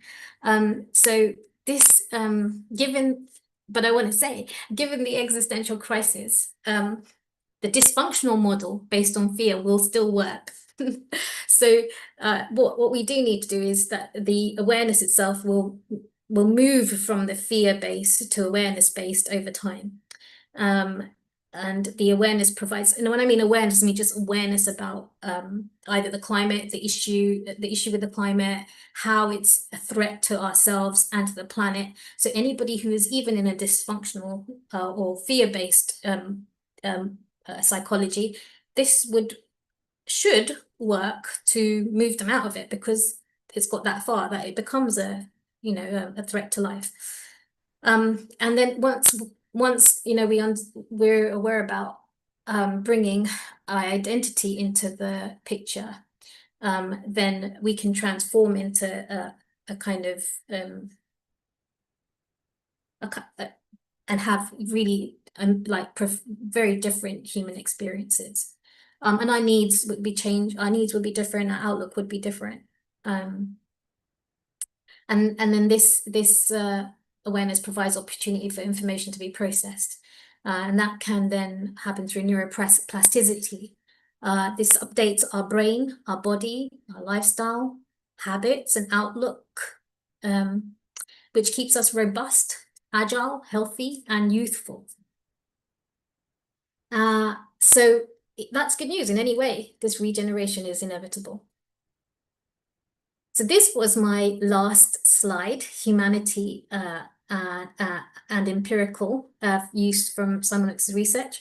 Cortisol, thoughts matter. If you heard that, that's where it's come from. Originally, it's come from this slide and this deck.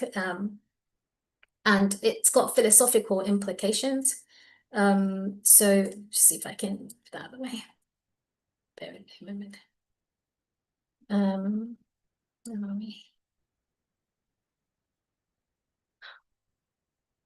So ultimately, I can't see my screen at the moment. There we are. So ultimately, we're studying consciousness in terms of neuroscience is not just for humanity, but it's for all species, and it's for all beings. But it provides us some empirical grounds as to stress the importance of our actions and our impacts on our planet and the rights of all beings. This was the slide and exactly what was said in the presentation in 2013. But I hope that it provides a technical neuroscience point of view to the scale of the problem from a unitary level. So thank you very much for your time and your attention. Yeah, if there's any questions, feel free to ask me in comments or get in touch on LinkedIn. Okay, thank you.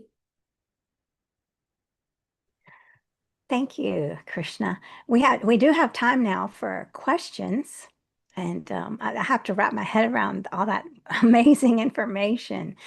So y'all, all right, I see that BJ has got her hand up. I just wanted to go over a little bit about the questions. If you want to come on video and ask your question, please raise your virtual hand, and then we will ask you to turn on your video first, and then we'll ask you to unmute. And if you don't want to be seen, which is fine, then you can write your questions in the chat, and the questions chat, and Danny will read them. All right, so let's go. How about BJ? Hello, thank you so very much. I found that very informative and a little bit scary. But I wanted to say also, I have a shirt of that because I happen to love that chart too. I don't know if you can see it.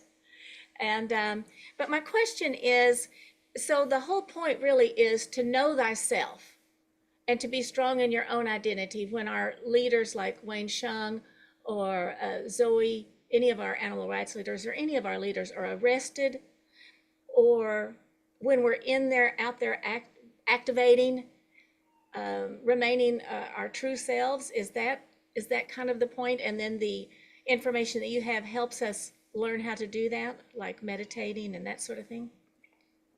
Is that? Yeah, I mean, I think I didn't share any information about how we can learn to do that. and get to action. I think more to the point was have that awareness that this is how we are, and then the intervention of how we go about and finding our identity is something that we need to do ourselves. So the awareness is the most important thing, and to put it through a rationale, whether, you know, if we know that information is coming to you, and if we experience a sense of aversion without it actually needing to be, then we need to review it and maybe not get attached to it first. So we need to, so that kind of information, that awareness of how we work should help bring us to a better understanding, at least move away from the action reaction without, not, I'm talking about for everybody, but also just for why we've got this issue on the planet. So, but meditation would work indeed.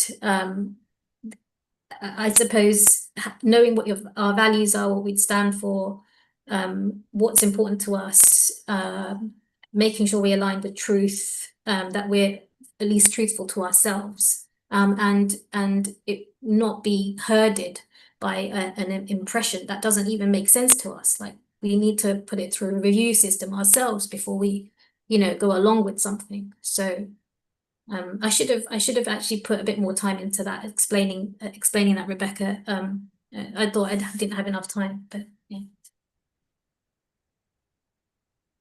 I think you're You're muted. muted. Well, thank you very much. It was a wonderful presentation. Thank you. All right. Mark, did you have a question?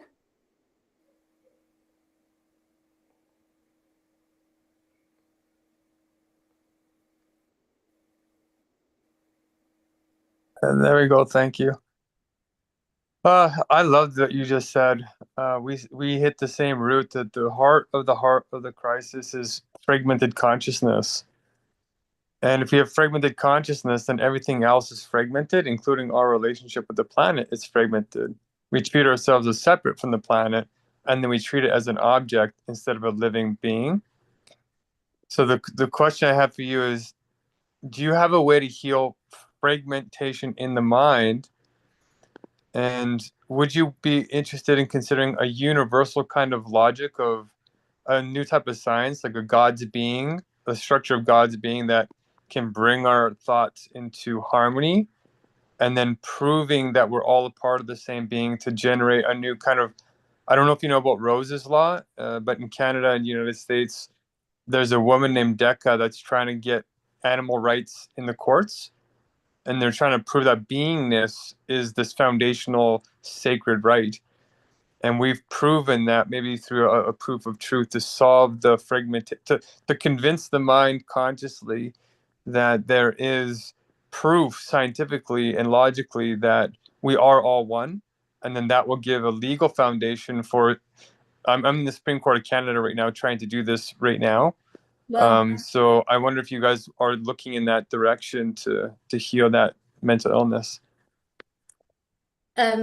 well, only with the tool, not in the legal sense. The tools are trying to get the science out there in an intuitive way, so that we don't have to have the effort to just talk about it. We have proof, because if you use a tool, it builds this inner calibration, and it's intuitive, because that's what we are. We're also intuitive. We'd just know, we'll figure it out, and then it'll open up lots of blocks that are not there. But yeah, fragmented consciousness is definitely a thing. There's also a lot of research with you know, like the Monroe Institute. There's loads of reincarnation research. There's loads of near to death research. There's tons of psi research that's available, that tells us and talks about things beyond, you know, what we can see, beyond this what we call experience of life. So if we start to that before we can even go there, we need to just start with these small steps, and get a real experience of the impacts of that. Okay. Thank you. And we only have a couple more minutes. So thank you, Mark. Ida, you're muted.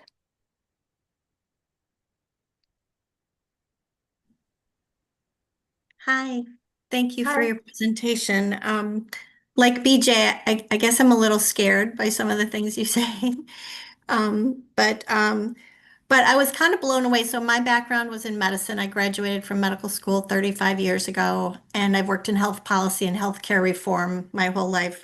I'm not in clinical medicine, and but I started having panic attacks after the big brutal billionaires buyout bill passed here a few weeks ago. And I had had them many, many years ago, but I'd gotten past them. And unfortunately, I was kind of late. I missed like the first 10 minutes of your presentation. But are you saying that I can measure my cortisol levels through an EEG and an app that's Yes. affordable, and I don't have to go talk to a doctor and convince them that they need to draw my blood and measure my cortisol, and I can do it on my own from home, and it's Yes. affordable? But depends on what affordable is. I mean, it's a relative amount.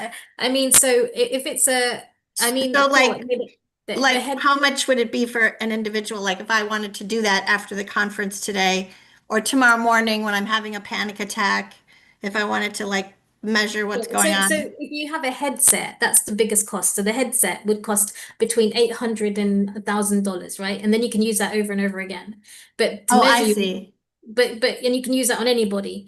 But so you don't have, it doesn't have to just be on you. But when you want to measure your cortisol levels, it's like $5, depends on the units. It's each time it's like depends on the subscription. So if you buy like 5 a month, it'll be like $5. If you buy like hundreds a month, then it'll be a cheaper unit price, if you know what I mean. I see. Well, that's phenomenal that you can provide that service. And then, like, I've never heard before that you can measure cortisol and testosterone. And what else? What were the other things that you can measure now through an EEG? Estrogen. And there's loads of things to come. I mean, those are the ones that done. There's T4, T3, ACTH. I mean, the thing is, So all the things that you measure now in laboratory medicine and that we draw blood for and we send to special labs. I don't know all until I do it, but hypothetically, or in terms of the feasibility, yes, because there's a meaningful infrastructure or neurofunctional architecture that would that is there, and that's why it works. It's meaningful. It's not just random. And can you just explain? So every chemical in the brain has a wavelength, and that's how you're getting the wavelength, the EEG? Well, let me put it more simply. The Yeah. underlying that's okay. The underlying signals that you've been that generating the Mhm. signals of the scalp of your at the surface of the scalp is a Yeah, summation of the neurons that are firing in the brain, and of course. those are regulated by the hormones and the neurotransmitters. Mhm. So that's what's controlling all of that signaling anyway. I see. Yeah. So it's Well, thank you're indirectly measuring Mhm. those other substances through the activity of the neurons. Thank you Yes. very, very much. This is brilliant work. I'd never been exposed to it. That's what I love about climate healers is that you learn things like completely off your field. I was at a Oh, well, plant-based potluck I after church. That's why I was late. And I thought, oh, well, maybe I don't need to go today because maybe I already know all this stuff. And then you came on, and this is just really brilliant. Thank you very much. Thank thank you. you. I mean, Yeah. the fact that you're all here, Mhm. that I have been holding out because we need responsible people to do this and share it with, so Well, yeah. this is beautiful. Thank you. This is, thank you for your questions. And I wish we could go on, but we have our next guest coming up. Mhm. And so we have a lot to think about. Thank you so much, Krishna. I really Sorry, appreciate Abraham, Ken, and Mark, maybe just email me and I can happy to answer. Thank you very much. Okay. Thank you. Yes. Bye. Bye. All right. Yes, Ken and Abraham, please email Krishna. All right. And we have our next guest here, Forrest. And let's see where Forrest is.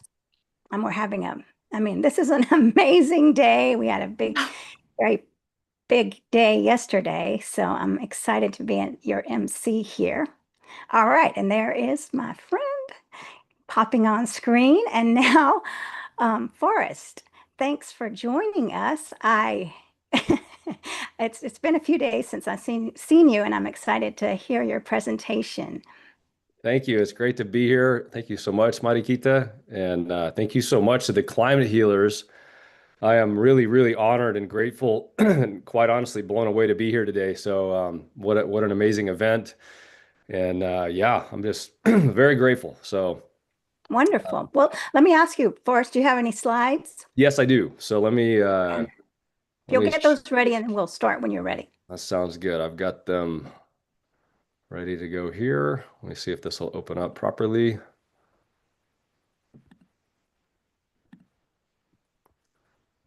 Let's see, it's sharing my whole page, I believe. Are you seeing? I've seen the whole page. Yes. Okay. So let me see. How do I? Oh, I think I need to go to this view.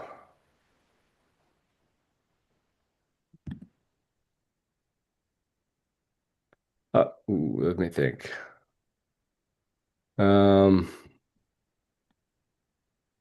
We did this the other day, right? Is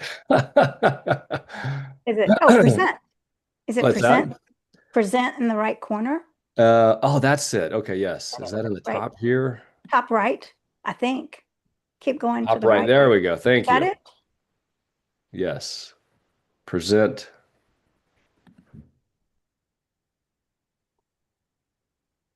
How's that look? I don't see anything changing. Is it How just, about- is it now me with just the slide, or is it still my whole page showing? I think you have to click there where your mouse is, where it says present. I did that. I'm seeing just the, excuse me, just the slide, but are you guys still seeing the whole page? Yes. Yes. Okay. Let me restart, maybe stop the share, and I'll go back to, let me do this real quick. I think maybe I need to hit present. You gotta love the tech. I know. Okay, let me hit present here again. Present full screen.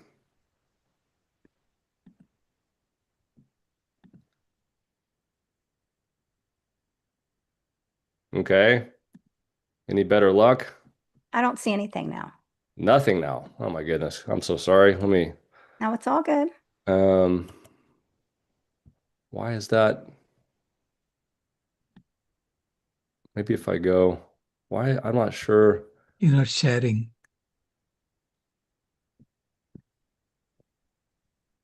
Oh, do I need to hit share and then present? Right. If you're doing full screen, you need to hit share and then present. Share.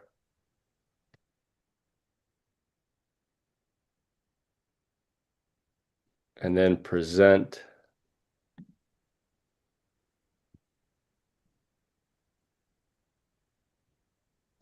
Okay, how's this now? I don't see you sharing. I don't see it. Does anyone else? No, we are not seeing you sharing. Okay, let me see here. So now let me get back. Okay, I think what I need to do Green is, button on the bottom of your screen where it yes, says. I need to go back to the Zoom thing now, I think. Mhm. I'm sorry, guy. I'm new at doing this kind of stuff. Say share, Oh. Okay.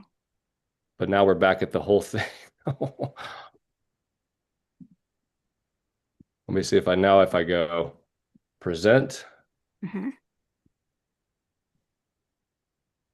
full screen. There it is. Perfect.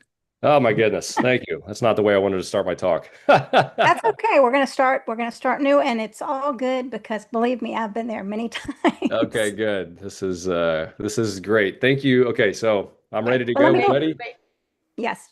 Okay. Whenever, no, let me introduce you. Okay, Give you sounds a great. proper That sounds good. introduction. Okay. All right, here we go. Welcome to the 22nd Vegan Convergence of the Peoples, Thriving on Planet B. I'm Marikita Solis, and I'm very pleased to introduce our next speaker, Forrest Tears. Forrest is a passionate advocate for the earth and all forms of sentient life. He has practiced many different traditions of Buddhism for the last 20 years and is currently studying the Dhammapada with a specific focus on the precept trainings. We are honored to have this impactful presentation, Environmental Impact of Animal Agriculture. Forrest Tierce. Thank you so much. Thank you so much. I really appreciate that. And sorry for the technical difficulties there.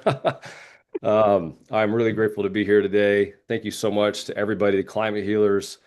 When I first was asked by Dharma Voices for Animals, is who I work for, if I wanted to apply for this, I said, I looked and I was like, the climate healers, these people know this stuff. Okay, I guess I'll apply, but I'm not sure. And so anyway, I'm excited to give this presentation to you guys today.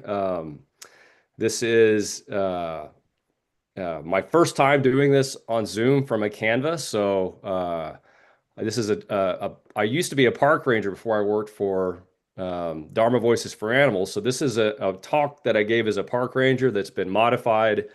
And I really hope that this story can impact some people. The topic is legacy, and I like to talk about legacy as the long-lasting implications of our actions. And the talk is about the environmental impact of animal agriculture. And as I said, I'm a former park ranger. Used to work for the National Park Service as an interpretive park ranger. And here we go. I worked in the Golden Gate National Recreation Area for some years out at a lighthouse. So up on near the Golden Gate Bridge, and I've got a couple pictures of my wife and I here as park rangers overlooking the bridge, and a couple of us with our doggies. I usually don't give these facts out, but when I'm giving the talk as a park ranger, but today it's a great place to do this. I've been vegan for 17 years. I'm a very passionate, enthusiastic animal activist and environmental activist, and I use my platform as a park ranger to carry this message. And I went to the higher ups at the Golden Gate National Recreation Area and I said, hey, I want to present a talk about the benefits of going plant-based. This is all from the United Nations. And they said, okay, I guess, as long as you don't say, go get a vegan burger at this vegan restaurant, you can give the talk. So I'm like, all right. So people would come out to the lighthouse expecting to hear about the whales and these things. I gave them a different version of the story and talked about what you're going to hear today. So I found Dharma Voices for Animals through a meditation group, and we have a monthly meditation meetup that everyone is invited to for animal activists and Buddhists and non-Buddhists and vegans and anyone curious about plant-based. It's a once a month. You could check that out. My title is Project Director for the United States, and I've been working with DVA just for like the last 5 months just about. And I wanted to tell a little bit about DVA and then get into the talk. So we are an international animal advocacy organization, the only Buddhist one. You would think that Buddhists would be really on board with this, but there's actually quite a bit of animal eating and meat eating in Buddhism in these centers. So our goal, our mission with DVA is to help raise awareness around the simplicity and beauty of the Buddhist teachings and the sustainability issues with animal farming and help raise people up to get on board with the plant-based lifestyle. So let's have a quick graph here. We have our president, Bhante. He's a Buddhist monk. And I'm U.S. project director. We're also very big projects in Thailand, Vietnam, and Sri Lanka. We work to help in some dog meat farming in Vietnam and Thailand. Just recently, we had some great success switching Buddhist centers who are feeding the monks animal-based products, switching these centers to plant-based meals. And one center going plant-based, we're talking thousands of meals over the course of a year. So this is a big work. DVA does amazing things. Dharma Voices for Animals is a great organization. I'll give you some more resources at the end about us. If you want to check us out, there's so much great stuff that DVA does. And I just real quickly, I was asked to come, and I am with a Buddhist organization. So I just wanted to give a couple quick little things that I love about Buddhism, just to share with everybody about why Buddhists care about this stuff. And the heart of Buddhism is really found in loving kindness and compassion. And a lot of that begins with the precepts, and the precepts are the very beginning, the things that the Buddha asked the lay disciples to do, people that are just living their life. These are the 5 precepts, and refraining from killing or causing to kill is the first precept.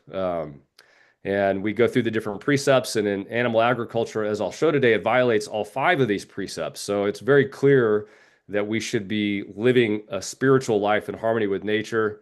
And for anyone that has never heard of Buddhism or has never practiced meditation, maybe there's a type of meditation called metta. And as an animal lover, as a vegan on a world that's geared towards the opposite so many times, the practice of metta is so beautiful.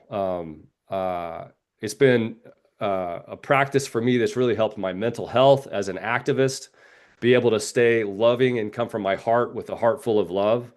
Metta is a beautiful meditation practice. You can look it up. There's thousands of videos online about it. And so, those of us here today, we're probably geared towards this, and it's great to be able to share the beauty of these simple teachings.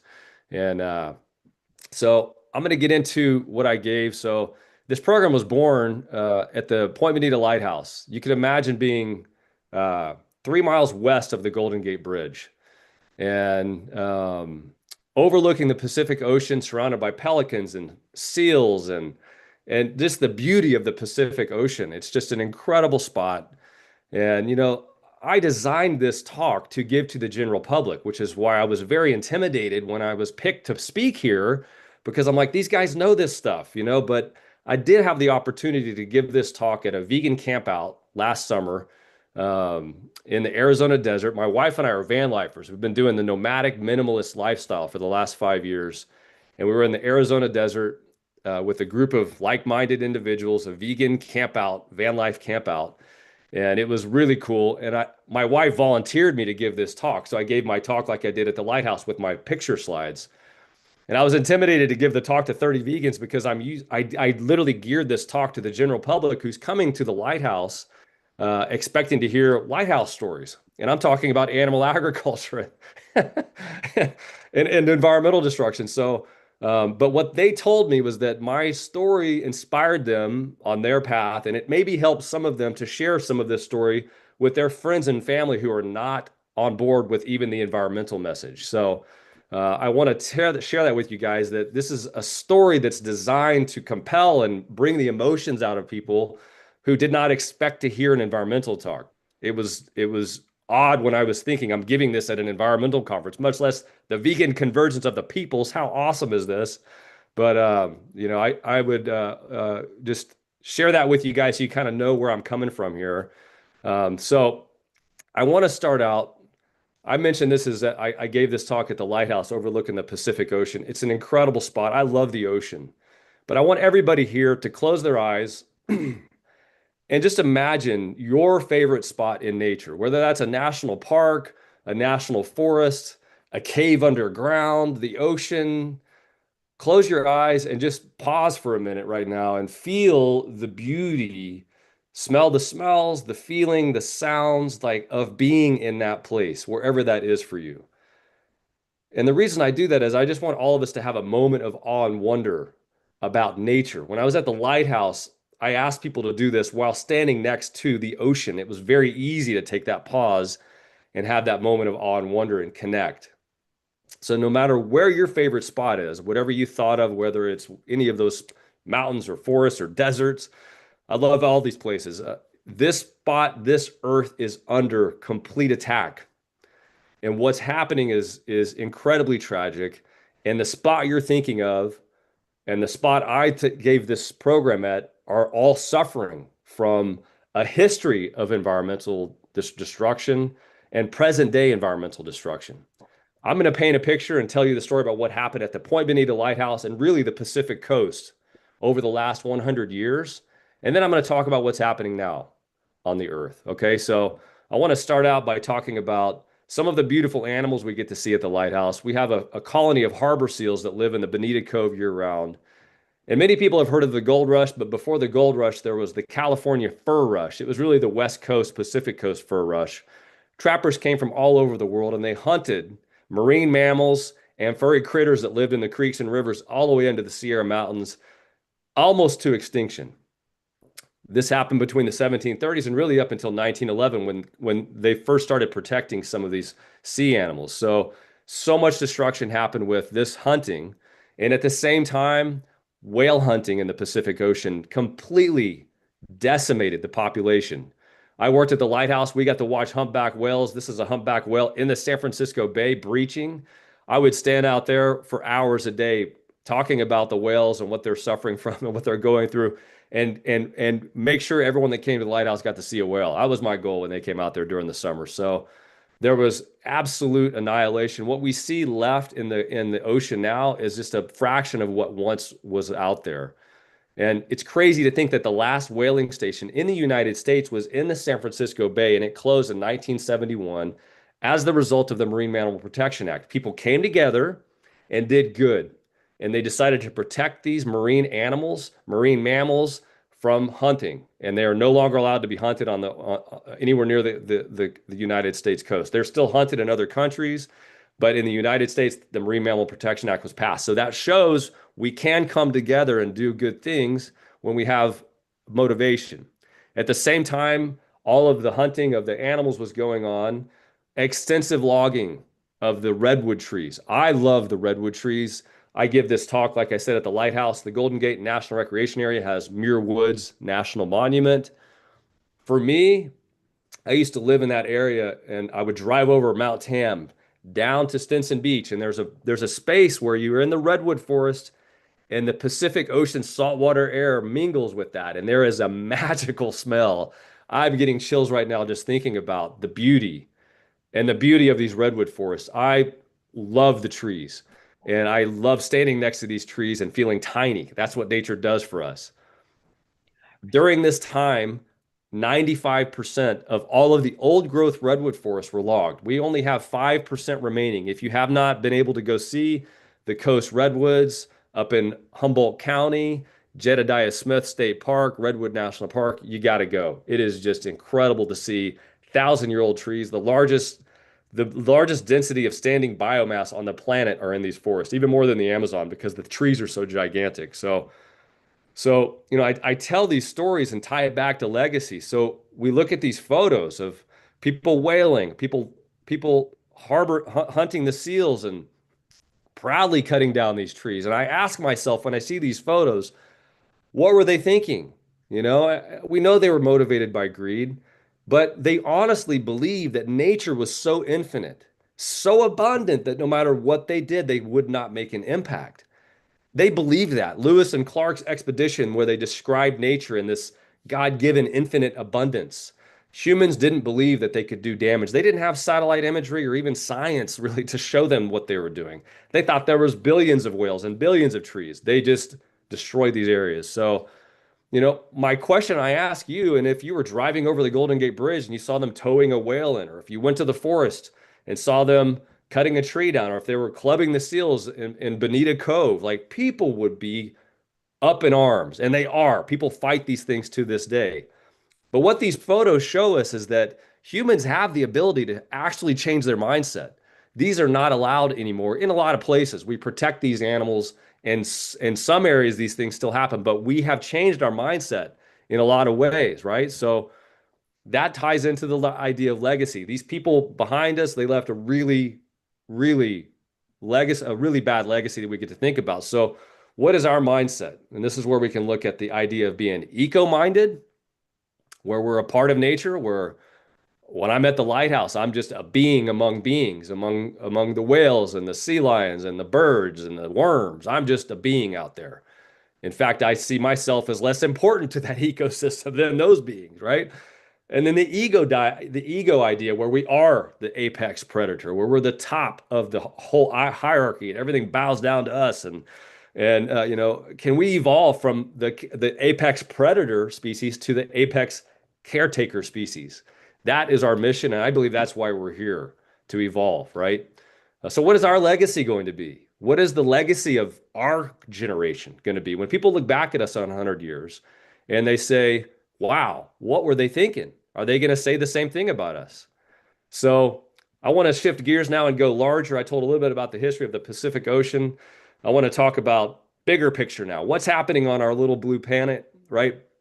I like to think, I heard someone describe Earth, it's just a little blue speck of dust in a giant cosmos. It's great to get this image and take a step back.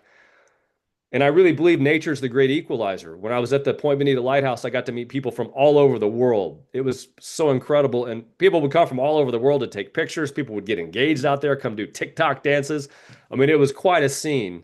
But people from all over the world would come there and be in awe and wonder. And it reminded me of when I had everyone here try to connect with nature. Nature is the great equalizer. No matter who you are or where you're from, almost everybody, not everybody, but a lot of people can feel that moment. That doesn't matter their political beliefs, ideologies. Standing next to a mountain, standing next to the ocean or a tree or the Grand Canyon gives you a moment of awe and wonder. So I really feel like nature can be the great equalizer, and we can come together on this if we focus properly, right? So, two important facts about what I'm going to present today. As I mentioned,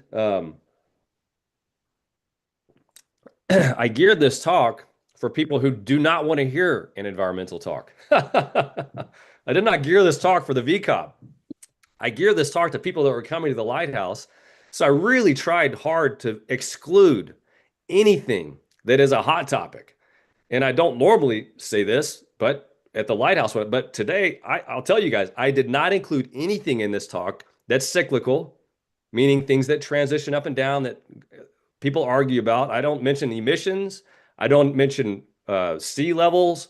I do not mention temperature. I do not mention climate change in this talk. And my experience giving this talk is, but even by leaving all of that out, there is still enough compelling information to get people who may not even listen to this. As a park ranger, I would stand somewhere, people could walk up and leave as they wanted. So I wanted to give a very compelling story without using any of those words that's going to cause some people just to walk away as soon as they hear that word. So everything in here is not cyclical. So the cyclical stuff is what has been debated and people want to argue about it. And the oil and gas industry has spent billions to show it's cyclical, right? So I did not include any of that. And everything is easily found. It's factual. It's not fringe theory. So it's very important that those ideas are understood before I progress. Okay, so now, before I get into any sort of eco talk or environmental talk, I always like to stop for 1 second and talk about the economy, right? As I mentioned, I'd be at the Lighthouse, and I want to tie everybody into this. So the economy is what really opposes many people to caring for the environment. However, most of you have probably heard about the limits to growth that came out in 1972. A group of MIT scientists, they found that infinite growth on a finite planet is an illusion. Big shocker, right? So 50 years later, KPMG came back and did a big review of all of this data. And this has been reviewed periodically, and they've found that we're on track. Everything's tracking. Unfortunately, it's tracking. 50 years later, KPMG, which is one of the big four accounting firms, gives it reputable. It was republished in the Yale Journal of Industrial Ecology. They have found that all the predictions made in the 70s are right on track. We actually have more fossil fuels than they thought we would. Unfortunately, we still have more and we're finding more. But all of the predictions of industrial collapse, agriculture collapse, food collapse, population collapse are perfectly tracking. And this is very stark, very grim information. We've got to make a change. And VCOP and Climate Healers is talking about it. We're passing thresholds in 2026 that we cannot come back from. This is urgent. This is not something we can dilly-dally and worry about. They said technology could possibly solve some of these problems, but it's not growing fast enough, and not enough people are adopting a more minimal lifestyle. So this is very important information to talk and share about. So, okay, so we're going to go into what's happening on the planet. 70% of the Earth is covered by water. 70% of our oxygen comes from the ocean. Phytoplankton and algae, they produce this oxygen for us, and the ocean is being completely polluted by plastics. You guys know about this plastic soup. What floats on top of the ocean is literally just the tip of the iceberg. As it photodegrades and it melts down into the water, it creates plastic smog that allows no life to live there. It's devoid, and it's creating these huge pockets of dead zones. So many people, I would talk about the recycling facts as well. When you get a bottle that says recyclable and you go put that in the blue can, what percentage of that is being recycled? And it might even be lower than this now. It's only 5%. And that does not include toothbrushes and bags and chips and the plastic thing or greens, spinach comes in. None of that is actually recyclable. And tons of this stuff is shipped to countries that can't do anything with it, and it gets dumped into the ocean or burned or buried. We've got to make a difference. My wife and I are on board with Zero Waste Outlet. There's a bunch of ways you can go plastic free and simple guides to do that. It makes a difference. Drinking from a non-plastic bottle. So we got to make a difference. These things, the earth is swimming in plastics and drowning in plastics. So I also wanted to go on and talk a little bit about what else is happening in the oceans. Animal farming is a major driver of ocean dead zones. Agricultural waste runs straight from the rivers and causes algae blooms. This is a picture of the Gulf of Mexico, major dead zones. Okay, so let's switch gears. We're going to talk about what's happening on the land.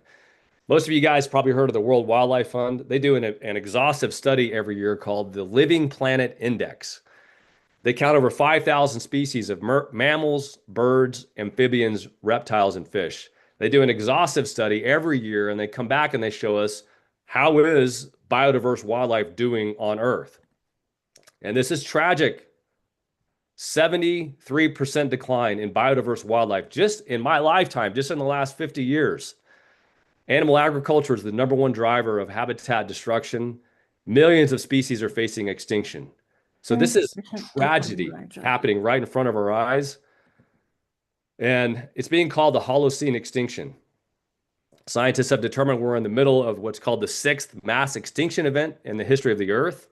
And the population explosion of humans is what's driving this event. So this is a chart from National Geographic that shows all of the cyclical events, right? So when people want to say these things are cyclical, a great comeback is saying, yes, there are cyclical events that have happened. They're called mass extinction events. And when ocean levels have risen and heat temperatures and ice caps and these things have been cyclical, they've been followed by mass extinction events. So saying these things are cyclical does not deny the fact that they are tied to mass extinction events. So, however, there are 2 unique features of the current mass extinction event. The first one being is that current rates of mass extinction are 1,000 times greater than what's seen in a quote unquote normal mass extinction.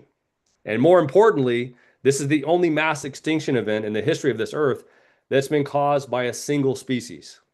That species is us, human beings. So when we look at the earth and we go back to the Living Planet Index, some of you guys have probably seen this. We look at the biodiverse wildlife of mammalian life. So when we look at all the mammals on earth, and we break them into 3 categories: livestock, meaning cows, pigs, sheep, goats, any mammals that we farm for food, and humans, and biodiverse wildlife. Biodiverse wildlife is only at 4% of all mammalian life on this planet. You go back 100, 200 years ago, these numbers were the complete opposite. Humans made up a small percentage, and wildlife filled the earth. So while we sit here living our life, we are literally destroying the entire natural world. So the rainforest is where we get another 30% of our oxygen.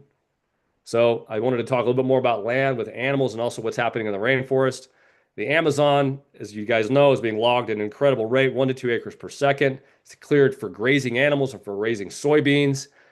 I think it's 96% of soy is fed to farm animals. Even fish eat soybeans now. It's not all the vegans eating soybeans. It's going to the animals. People often see this slide and say, okay, I'm going to stop eating beef. Beef is a problem. However, so many people are switching to chickens. It's incredible. So animal farming is shaping what lives and dies on the earth. 90 billion land animals are killed every year. And we have animal farming has almost doubled in the last 35 years, the number of people eating animal meat. But if you look at what's the predominant number, 90% of meat animals are chickens. On this planet, they are the least protected farm animal, and they suffer horribly. And they're breeding billions of them into existence. And the problem with all of this ties into many things, but the manure is one of them. Farm animals release almost twice as much manure as all humans annually. Chicken manure alone has permanently and completely altered the ecosystem of our Earth.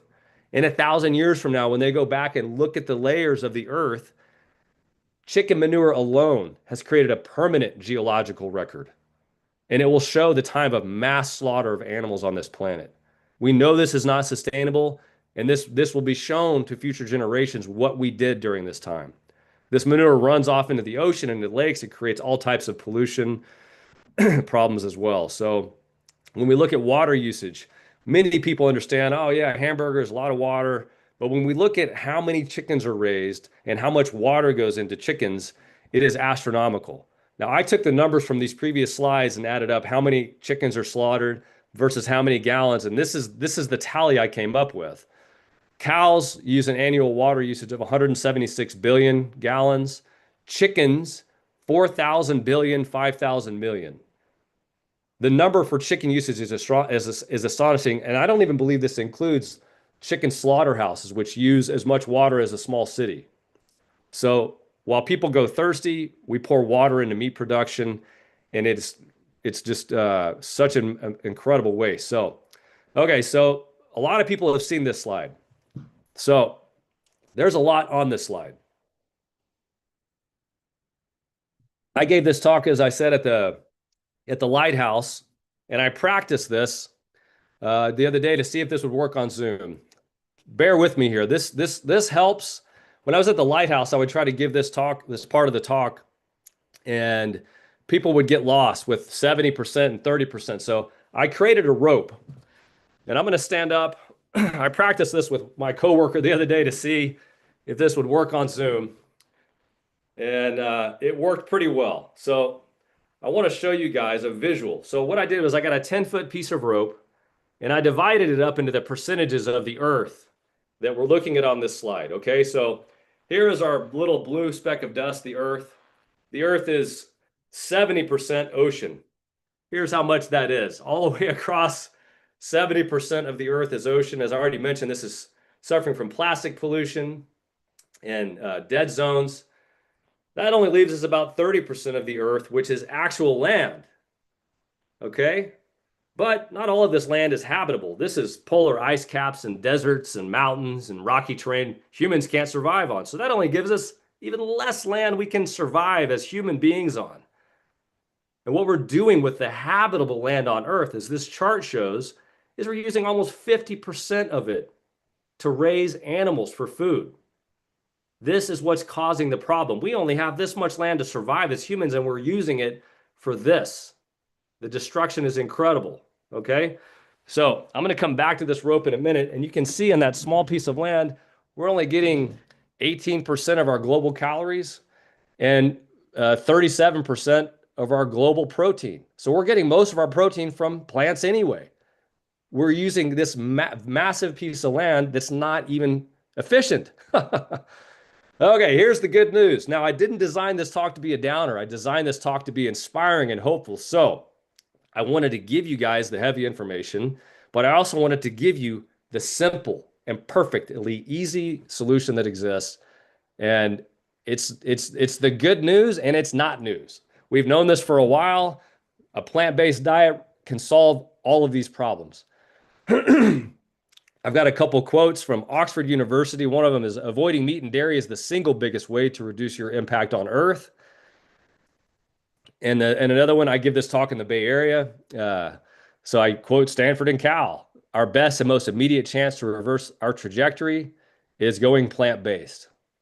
And why is that possible? Because it seems like a big thing, right? We're even looking at if we look at all of these universities, Oxford, Johns Hopkins, Cambridge, NYU, Harvard, the USDA, the US EPA saying these things. So why is this possible? Because you can feed 14 times as many people on a plant-based diet as on an animal-based diet. What that looks like is a 75% reduction in land use. So I'm going to go back to this rope one more time just to show you guys what this looks like with the rope. This visual is here. Okay, so as I mentioned, here's our Earth. We have 70% of the Earth is ocean. From this 70%, we kill 2 to 3 trillion marine animals per year for food. while the fishing industry receives global subsidies of $50 billion. Many studies have shown that with $40 billion, you could end world hunger. And we give $50 billion just to the fishing industries. Okay, we're going to go back to the land. As I mentioned, this is how much land there is on Earth. Not all of it's habitable, so we have about this much habitable land. We currently use 50% of the land on Earth. If everybody switched to a plant-based diet, you could feed the entire planet. A 75% reduction of land is this much land. To feed the entire planet, we currently grow enough crops to feed 10 billion people. But we feed them to the animals.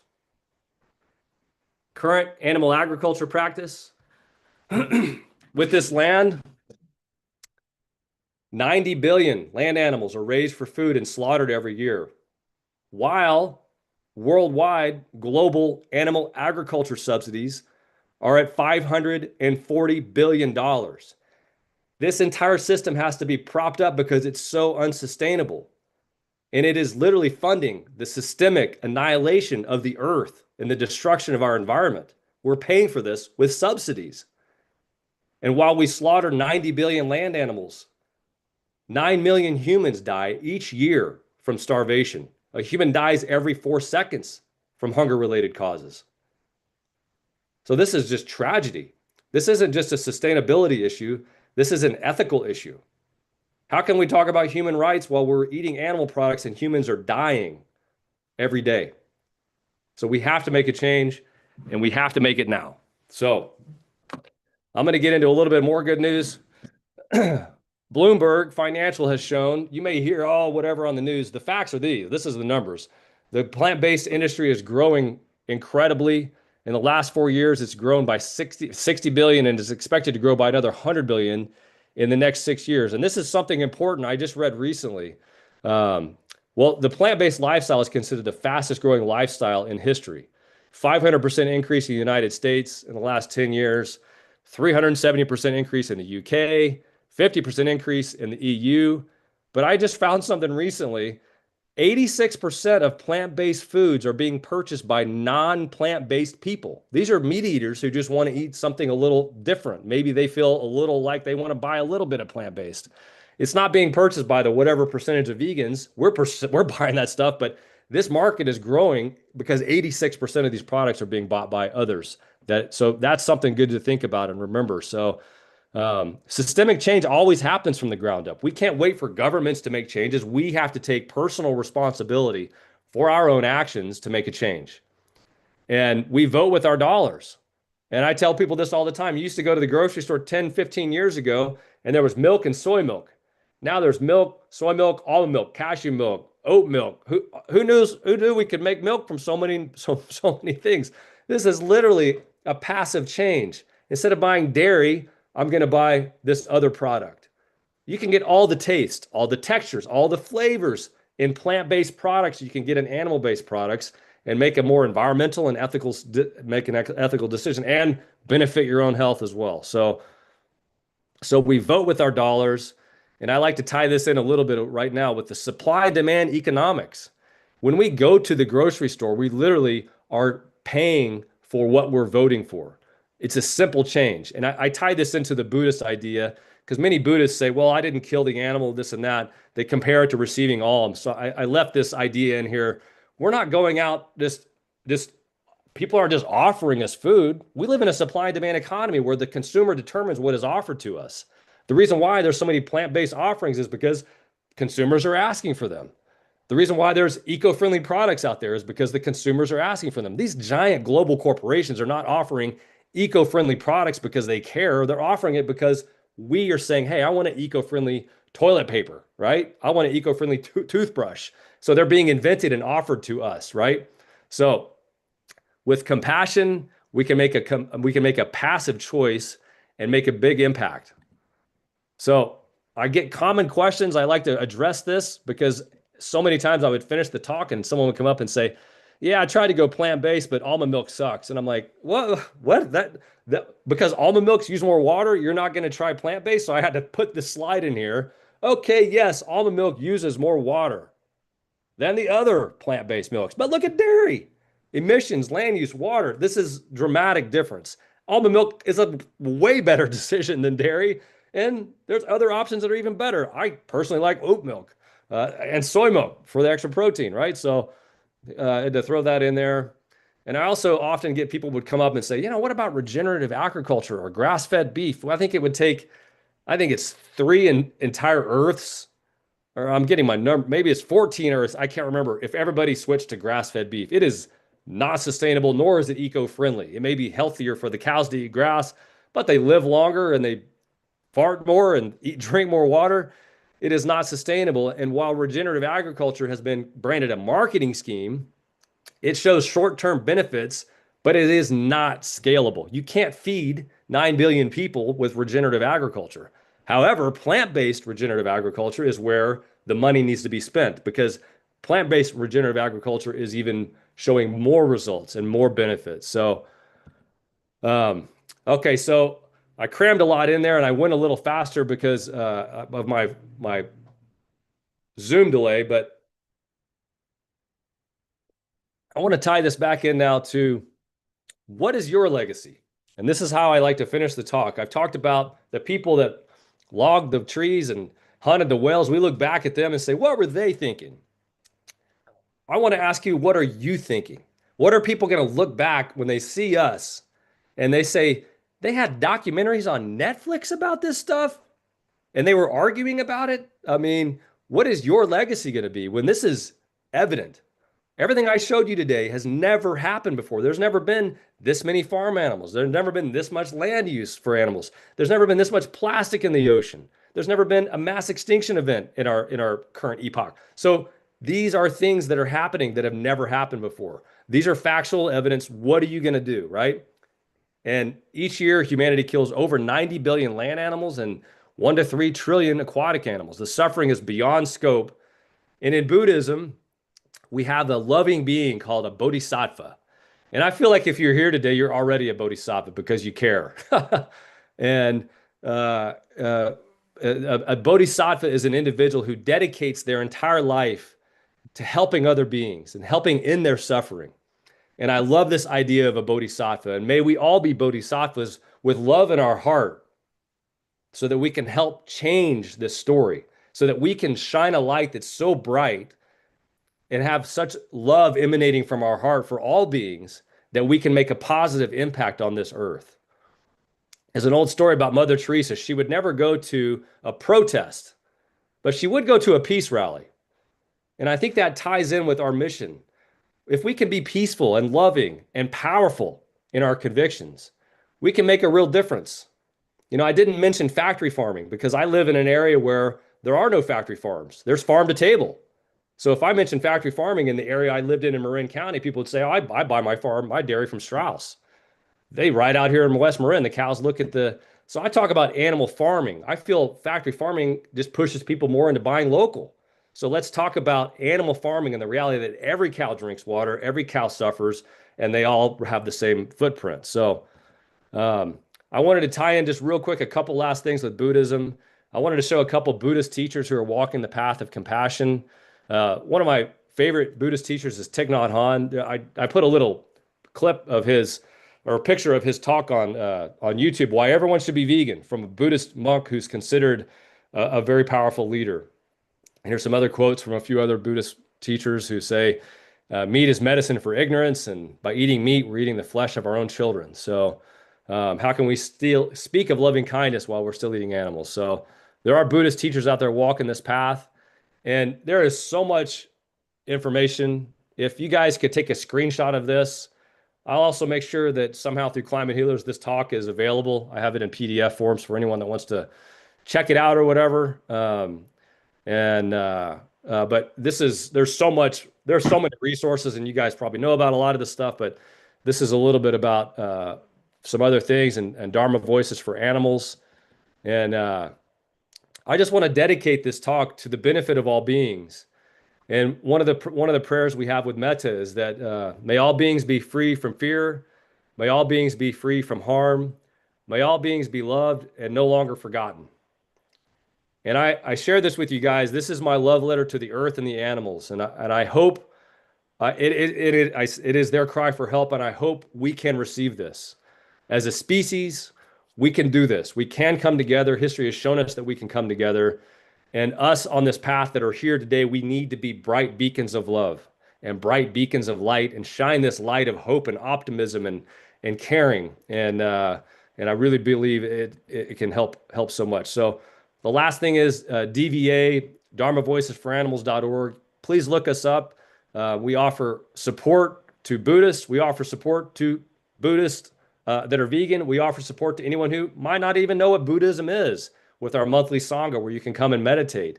We have amazing resources on our website, talks from different monks and ways to go plant-based. And we can help you as an individual out or a Dharma center that you may be interested in helping out. So thank you guys so much. Wow, I got that in record time, I think, and we still have a few minutes for anyone that wants to share a thought or ask a question or whatever. So I am so grateful. I was on yesterday, and I got so intimidated. I was listening to Dr. Rao and Jane Unchained and Keegan Kuhn and everybody today, and I'm like, these are people I know and look up to, and I was like, oh my God, little old me. And my wife gave me a pep talk this morning. She's like, you can do it. So I was very intimidated, but I'm so grateful. I really am very deeply grateful that I was able to be here today. And the last thing I'll say is I watched Dr. Rao's the greatest talk, environmental talk ever heard. That was posted to YouTube. And then the next day I got the invite and I'm like, oh. Great talk, Dr. Rao. Thank you guys so much for having me and letting me share this story. And yeah, thank you so much. Forrest, wait, let's see if we have any questions here. That was amazing, and I love your energy and your compassionate heart. So it all just weaves together. All right, so let me just remind the audience, we have two options for questions. If you want to come on video, and then please raise your virtual hand, and our tech team will ask you to turn on your video. And then we'll ask you to unmute. And if you don't want to be on video, please write your questions in the chat and Danny will read them. Danny has a couple of questions already. And let me see here. Did you want to shut down your slides first or stop sharing? Yeah. Please. Thank you so much. All right, let's get to the questions. Danny? Yes. We have several here, and the first one comes from Michael. Can you say more about the permanent geological record created by chicken manure? How is that the case? And is it only chicken manure or other types of manure that are part of the permanent record as well? Yes, it's all animals. I believe the number, I need to get whoever's asking this question, if you want to email me, my email is my first name, Forrest, at dharmavoicesforanimals.org. I found an article and it was called the time of the chicken or the era of the chicken. You might even be able to Google that and find it, but it was where I got all of this information from about the number of animals that are slaughtered are dramatic. But when you look at how many chickens are slaughtered and the amount of manure just from the chickens is what's causing that. It is all animals combined that's causing a permanent geological record.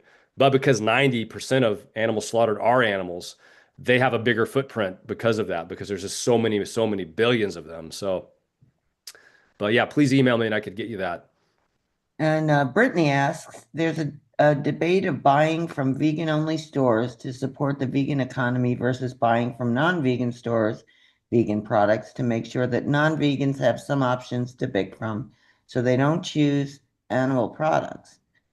What are your thoughts on which might be better and why?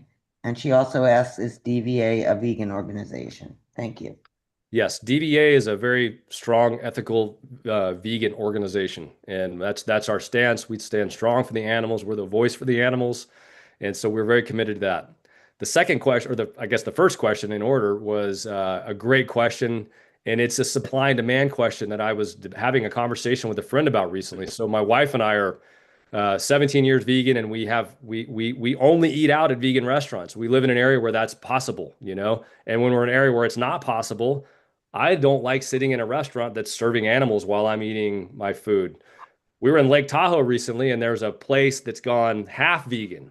So it's a vegan family member that started their side of the kitchen in a restaurant that everyone sits together, but half the kitchen is serving plant-based vegan food that has no cross-contamination with the other side. And we were like, do we go there? You know, like we want to support the vegan, and yes, that's supply and demand. But then I also don't want to sit next to people eating the smells of animals. I cannot do that. So I shop at grocery stores that serve that. You know, I go to a co-op and they have everything there, and I would love it if that was a vegan only store. But where I am, we do not have, even in California, in the San Francisco area, there's a vegetarian grocery store, but there's not a fully vegan grocery store. So that is a great question. And that's something I think everybody has to sit with. Like for years, I sat at Thanksgiving dinner with the family while they ate animals and found that they just wanted to attack me and make fun of me. And I finally decided, I took the Liberation Pledge, if you guys have heard of that, from Eric Bez, what's his name? Center for Effective Vegan Outreach, EVO. You can look him up. What's his name? Anyway, the Liberation Pledge is something a lot of vegans have taken to not partake in meals where animals are being eaten. And I wouldn't go to my neighbor's house if they're barbecuing dogs. So I won't go to my neighbor's house if they're barbecuing any other animal. So that's my personal belief. Other people feel going there and being a representation and taking a Beyond Burger and eating Beyond Burger and saying, hey, look at how good this burger is effective. If I could do that and not have it affect my mental health, I probably would. I've tried that at times, but I often get too activated when I smell the smells of animal flesh. It's traumatic for me because I've seen what happens. So that's a whole other, I love that conversation. So, but I'll stop there so we can get on to other stuff. Yeah. Okay. All right. Are we good to go for it with Deepak? Yes. All right. Deepak, please.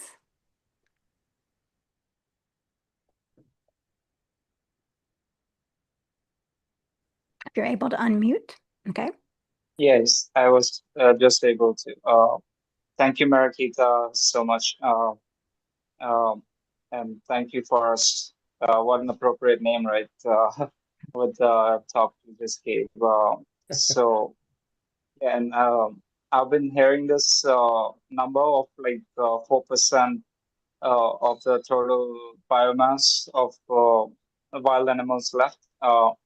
I think I heard this figure was like 6 years ago, maybe. So I don't want to keep talking about the bad stuff, but considering the current rate of extinction at 10,000 times, 1,000 times the natural rate of past extinctions.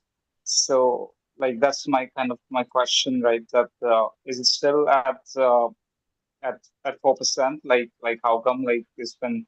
I think that report came at in 2017, if I'm not wrong, from WWF.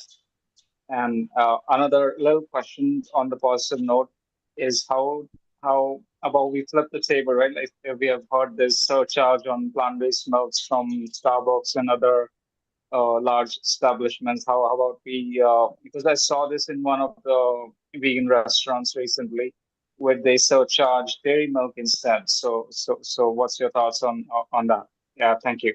Yeah, thank you. Great questions. I gave this talk at the Lighthouse, and I had a slide that showed a 69% reduction in biodiverse wildlife. And then when I just looked recently, the World Wildlife Fund's newest number is 73% reduction just in the last, I think it changed from 2018 to 2022. So I'm sure that number of 4% wildlife has gone down even more.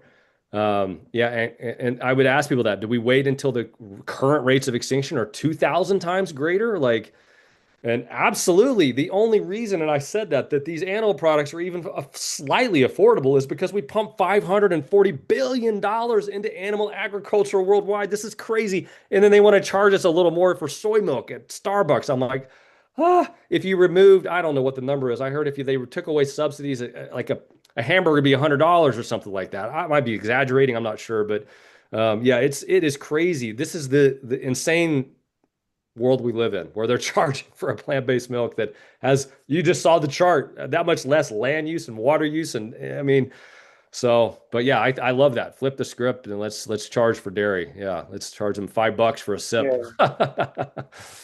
Yeah. Thank you. Or at least, remove the subsidies. At least that's true capitalism. Absolutely. So thank you so much for it. Thank you, Deepak. Thank you. Thank you. Tammy? Thank you. We've got a couple minutes, so yes, we just have some quick questions here. Thank you. You're muted.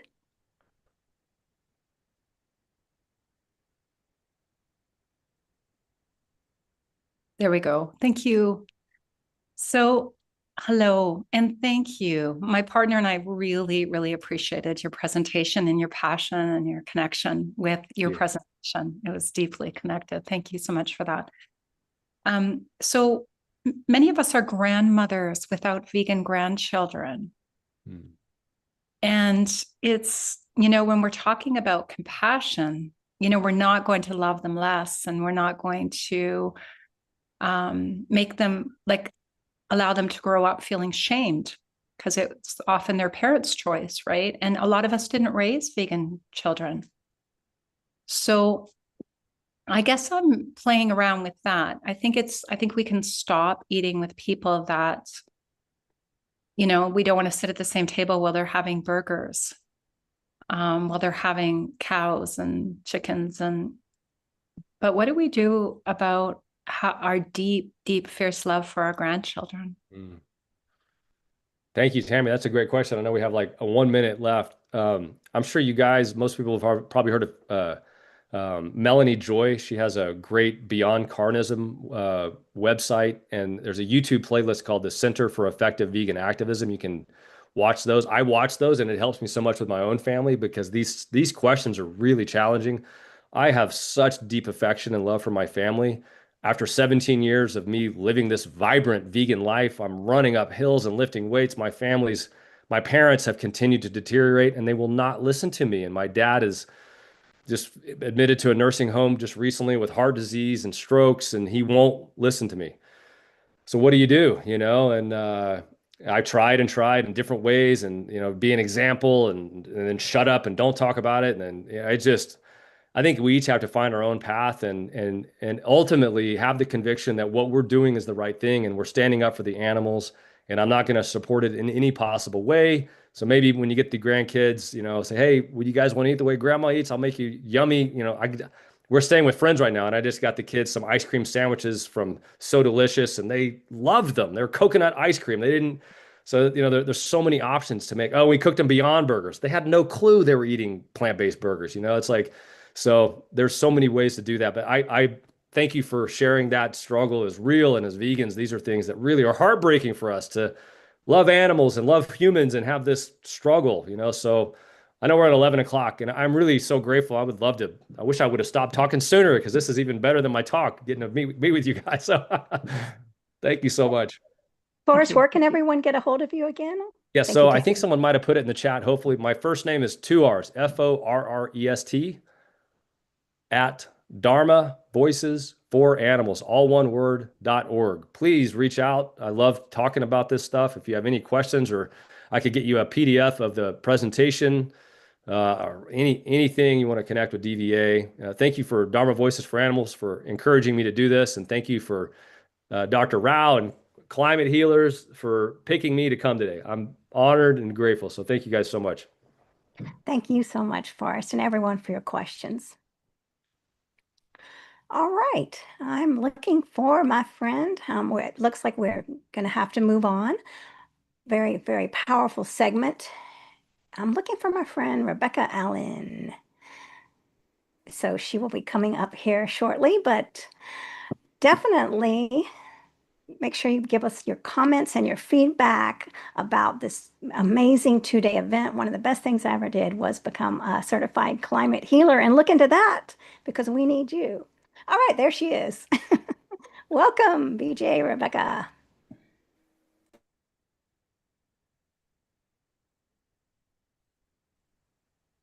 You're muted. Vicky, you're muted, Rebecca. Oh, okay. Thank you. Marikita, where are you? I wanted to say thank you so much for your being here and emceeing and sharing this MC with me. That was so lovely. I've been very moved by this, and now thank you, Marikita. Thank you. It's a blessing. Yeah, it's been wonderful. And now we are getting ready for our next one. So we'll bring up the next people. We'll bring up Lisa and Judy. There she is.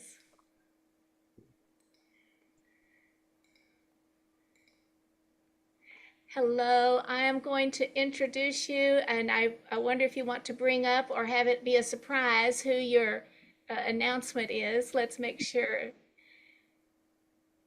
Are you able to speak, Lisa? Are you there? Yes, I am. Why don't we go ahead and bring up our special guests?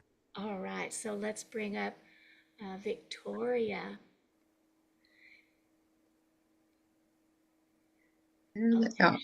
Oh, excellent, excellent. Okay, so I'm going to do a little introduction to Judy and you, Lisa, and then let you take it away. Does that sound good? Great, thanks. All right, wonderful. Well, welcome everyone to VCOP 22, the Vegan Convergence of the People. And the theme is Thriving on Planet B. I'm so pleased to introduce to you these wonderful people. Lisa Levinson directs In Defense of Animals, Sustainable Activism Campaign, offering emotional and spiritual resources for animal activists, and co-directs the Wild Animals Campaign, advocating for wild animals. She founded the Vegan Spirituality, exploring veganism as a spiritual practice, and co-founded the Interfaith Vegan Coalition, providing resources for faith-based vegan advocacy. We also have the wonderful Judy McCoy Carmen. MA is an author of Homo Ahimsa, Who We Really Are and How We're Going to Save the World, Peace to All Beings, Veggie Soup, and the Sick and Whole. Chicken Soul. Chicken Soul. Oh, goodness. Well, thank you so much, and I'm going to let you introduce our other speaker, and we're just so pleased to hear from you. And this is the Homo Ahimsa Awards. Thank you so much, Rebecca. I really appreciate you all hosting this wonderful award. We're so excited to be here for this.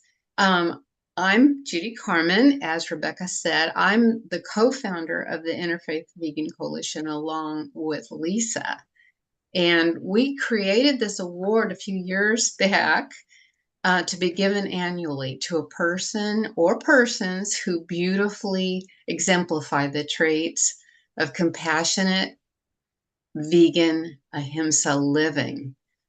If you're wondering what Homo Ahimsa means, and I know that that's still kind of a new term out there, I coined it in my book, Peace to All Beings, a few years back. And then I thought, I need to really explain it more. So I wrote Homo Ahimsa, who we really are and how we're going to save the world. And so there's a lot of information in that book. But basically, ahimsa is the Sanskrit word for non-harm. Might not even know what Buddhism is, with our monthly Sangha where you can come and meditate. Oh, can we mute that? Thank you, whoever did that. So ahimsa is the Sanskrit term for non-harm. It's also been described as the highest expression of selfless service. Awareness of the diversity of all life and divine unconditional love. Homo is, of course, Latin for human. So I love how East meets West in the term Homo Ahimsa. We've got Sanskrit and we've got Latin describing who we really are deep inside ourselves. So as I say in my recent book, bears and alligators did not do the damage to the earth that we're seeing. And Forrest certainly described a lot of that very well. And he also talked about needing bright beacons of love. I wrote that down because I love that. And that's what award winners of Homo Ahimsa are, bright beacons of love.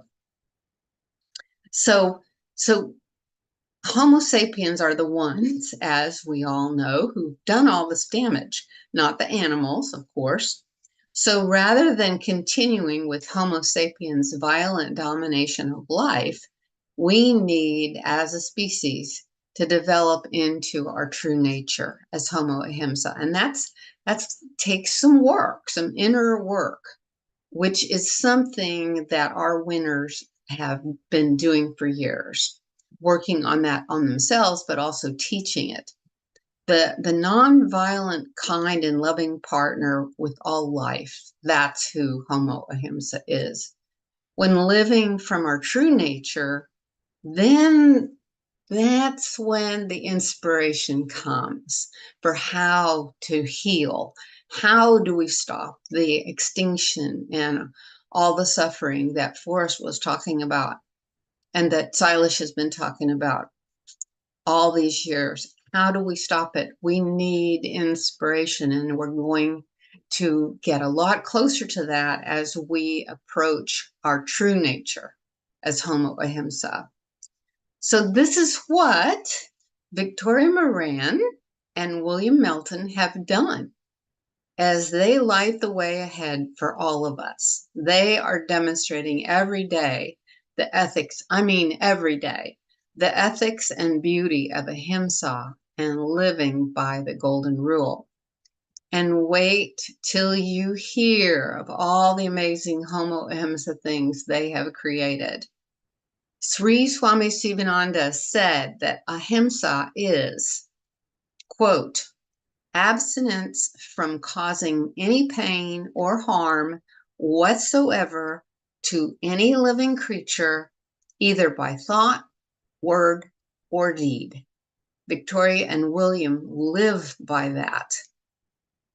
So now what I'm going to do is I'm going to talk a little bit about William. And so you all, if you don't know him, can get to know him a little bit. And then when I'm finished with that, Lisa is going to tell us all about Victoria and some of the things that she has done.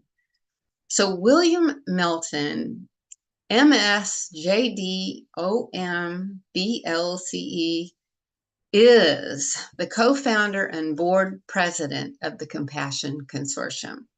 He's an ordained interfaith minister.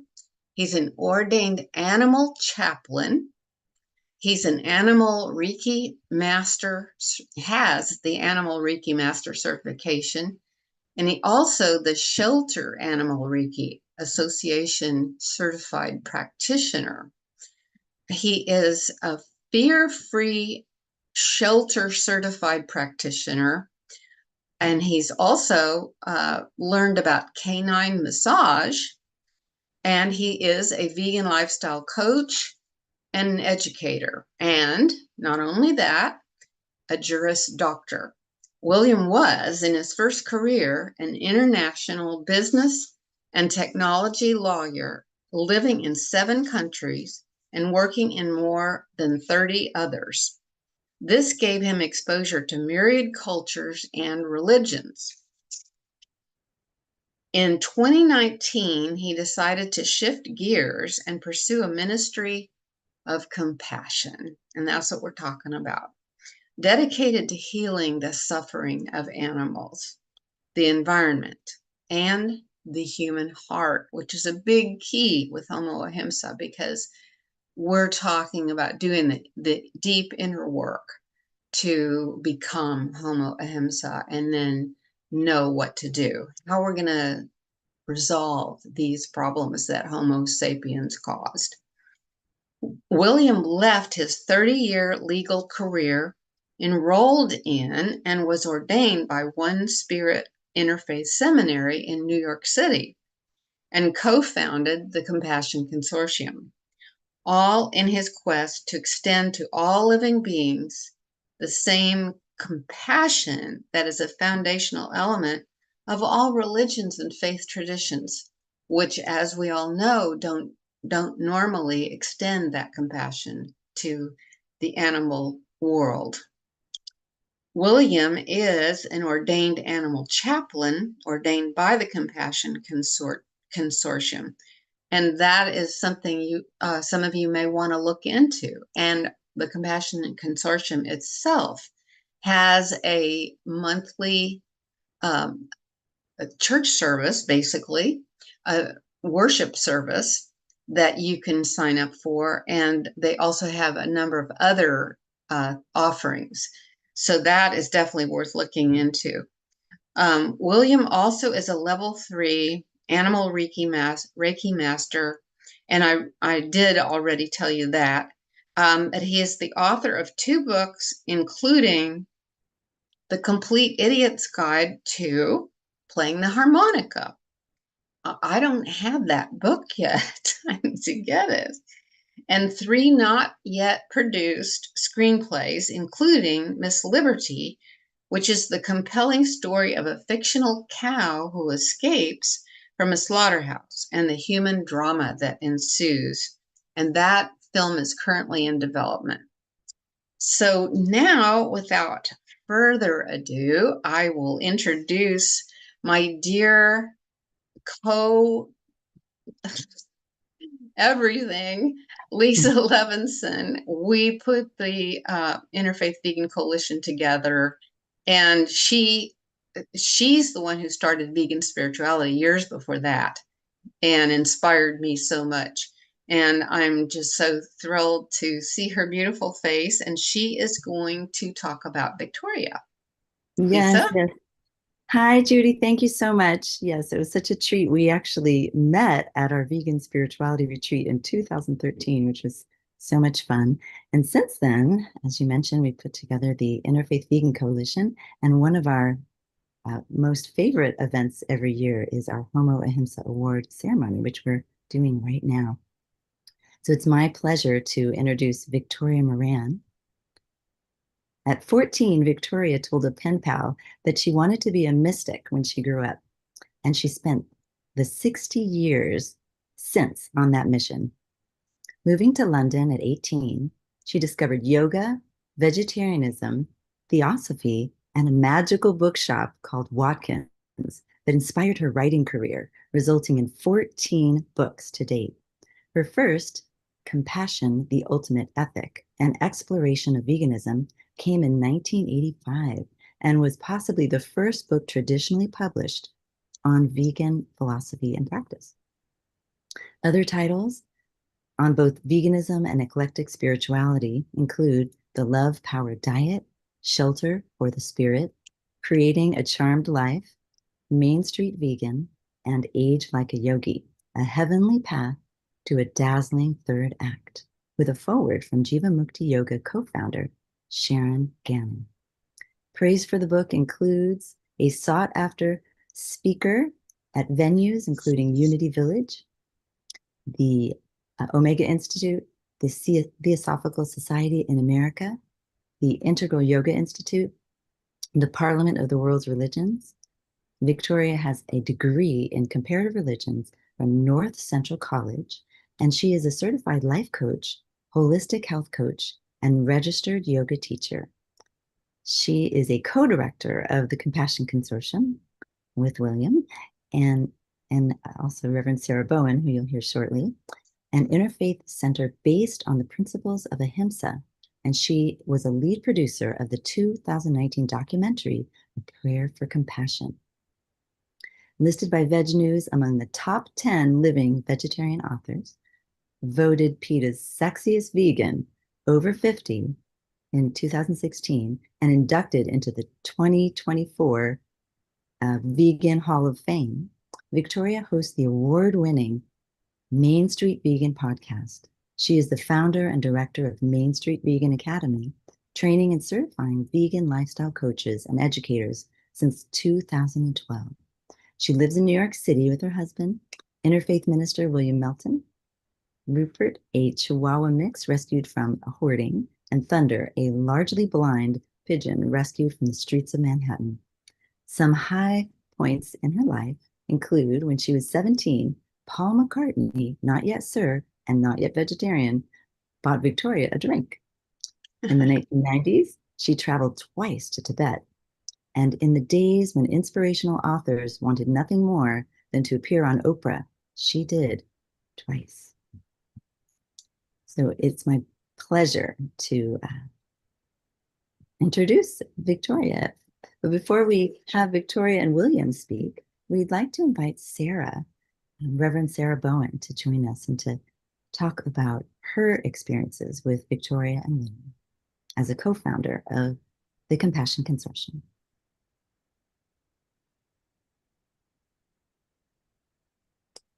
Let's see if we can add Sarah. Sarah, is your camera on? You know, she probably can't turn on her camera. Just a moment. Mm-hmm. Maybe she can turn on her camera. We'll bring her up. There she is. Yeah. Can't unmute. Ah, there we are. Yeah, I was stuck in that place where you're trying to press all the buttons and nothing is happening. So thank you for getting me out of that limbo, folks. I am so delighted to be here with you all on this day. And thank you, Judy and Lisa, for this beautiful kind of setup. So I'm Reverend Sarah Bowen, and I have this distinct honor of working alongside Reverend William Melton and Victoria Moran at the Compassion Consortium, which has been mentioned, which is a non-sectarian spiritual community doing interspecies activity and support. So it is my deep honor to celebrate with you with all of you, these folks who I consider two extraordinary individuals. They're not ordinary. They are extraordinary. They exemplify the spirit of homo ahimsa that Judy talked about through a couple of things that stood out for me. Visionary leadership, compassionate advocacy, and unwavering devotion to multi-species justice. I remember the moment I met William Melton, and I may embarrass him here for a moment, but isn't that what award ceremonies are for? We'll see. I remember precisely the moment I met William, and it was at the Interfaith Seminary where I teach. And what I remember about this moment was William's fortitude and his solidness. And I don't mean physically, I'm talking about his resolve. He sat through every talk that we had from a guest conversationalist who was talking about some sort of topic, some religion, was giving it to all the folks there in the seminary who were not animal focused, right? We're interested in becoming clergy. And he would thoughtfully listen, and I could almost see the gears going in his head, right? And we'd open for Q&A, and he was never the first to ask a question. He would wait for the right time. And then he would ask a very precisely worded question about animals, using a steady voice that you could tell had a lot of power packed underneath that question. And it was about to ripple on the surface. And I remember thinking at the time, wow, I wish I could do that. The way he asked questions of speakers was something to behold. Over the next 2 years, I would learn about the things that Judy just mentioned, his long career as an accomplished lawyer in 30 countries. And I'd also learn about his unwavering call to become an ordained interfaith clergy member, specifically to advocate for animals. And I'd learn about his philosophical perspectives as a Stoic agnostic. William intrigued me every step of the way.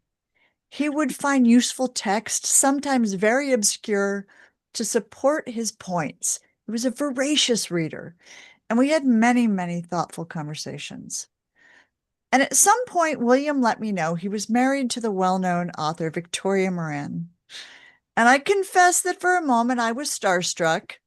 I had one of Victoria's books on my bookshelf. It was well worn with a ridiculous amount of post-it notes all over it and highlighted passages and questions to myself. The book was The Good Karma Diet, and it changed my life. Victoria's gentle way of speaking to all of the readers, which felt personal to me, about the harms being done to animals in our so-called food system, had a profound effect. She was non-judgmental. She moved slowly on the topic so I could absorb the information. She provided practical solutions that didn't seem insurmountable. Has anyone ever felt like what we have to deal with is insurmountable? I did, but Victoria gave me things in chunks that I could deal with. And it wasn't until I met William that I understood Victoria's brilliance after having read her book. Soon I learned about her impressive impact with the vegan and animal rights community, all of the things that Lisa just mentioned. I won't go through them again. And all of the forming of the Main Street Vegan Academy, that she had students of her own, creating an innovative vegan lifestyle coach certification. PETA's sexiest vegan over 50, I admit, caused me to say, I really would like to meet this woman. And she had been a producer on a film that I had seen. So I was now further intimidated about meeting Victoria. Would I be a good enough activist? Would I break down and confess that despite all of her excellent animal-friendly and human-friendly health guidance, I still drank Diet Coke every morning, and my family members were omnivores? In hindsight, I think this nervousness is something that many people experience when meeting someone they perceive as further on a journey that they're on. When you're 2 steps or 10 steps into a lifestyle change, it can be nerve-wracking to talk to someone who seems like they've made it further up that mountain, or maybe are at the top of that mountain. When the moment came to meet Victoria, I understood that all of my self-doubt was moot, because Victoria is the kindest and most gracious human I have ever met. I'll say that again. The most kindest and most gracious human I've ever met. And I'm not alone in this observation. In fact, her personal conviction that kindness should extend to animals has inspired thousands of people to rethink their habits and their beliefs and their choices. And William's vision of a spiritually based interspecies community soon became real. The Compassion Consortium now includes over 1,700 people in our community in just a couple of years. We've matured into a global space where people from all faith traditions and people who are unaffiliated too can find interspiritual support for activism, for grief, for healing, for growth. By mentoring activists and creating meditations with animals and rituals for animals, and offering chaplaincy training and book nights and film nights and all of the very busy things that we do, and weaving vegan principles into interfaith services, we help shift others from domination toward more relationships that are just with other beings. William and Victoria are also the creative brilliance behind the new film. Was anybody curious when the new film was just mentioned? Miss Liberty, A Taste of Freedom, is currently in pre-production. And they noted of this project, Miss Liberty is entertainment for families. It's not a juvenile movie. There are no talking animals. And the plot is sufficiently sophisticated to mesmerize adults. It could be, and will be, they project, a date movie. Or it could be for the divorced dad who has his children for the weekends and thinks, we could go to McDonald's in a movie, and then sees a movie about a cow that changes perhaps the way that he views that animal and that McDonald's burger he just had. They say this is not someone who would look for a vegan or animal rights flick, but they will see this one. And I firmly believe in that, but they will see this one. Miss Liberty has the potential to open so many minds and hearts, so many more than these two have already opened. It's another example of when William and Victoria get together, there's something going on that transcends what we see on the outside. So let me wrap by explaining that. We are a species who loves to accomplish. We've just told you all of the things that these two have accomplished. But sometimes we can forget what matters most, the essence of the people, when we strip away all they've done and all they may do in the future. Each of us has a beingness in our core, which attracts other people to want to spend time with us, not because of what we do or how accomplished we are, how well known we might be. I'm talking to all of you right now, folks. The world's spiritual traditions tell us we have a value beyond doingness. Our worth is not determined by status or wealth, but because we each carry a spark of aliveness. Some might call it a soul or sacred breath or a divine spark, but a spark of aliveness. We're each precious. Isn't that the thing we're trying to get people to realize about other species? that each animal has a value not for what they do or the product they can be turned into, but because they have an inherent value. Why is it so hard to remember this about ourselves? So today we remember it about Victoria and William. Victoria embodies kindness. William embodies fortitude. He is courageous in the face of fear and suffering and temptation and all of the mess in the world. As we were forming the Compassion Consortium, we encountered so many challenges, and at every step, William reminded us of why we were doing what we were doing. He continues to be courageous with all the things that life throws at him. And Victoria reminds us all along to proceed with kindness, that it's essential to act with compassion and empathy and a desire to help others without expecting something in return. Victoria Moran and Reverend William Melton are not just award recipients, folks. They are signposts pointing towards a world where our humanity is measured by compassion. Their lives remind us that compassion is not passive. It's not passive. It's active and embodied and purposeful. So please join me, in celebrating their examples. Enjoy them and celebrate their example, their courage, their leadership. May their journeys inspire each one of us to live as homo hemsa, people who seek to minimize the violence we see in the world. May their journeys inspire us to ponder the role of kindness and fortitude in our own journeys as well.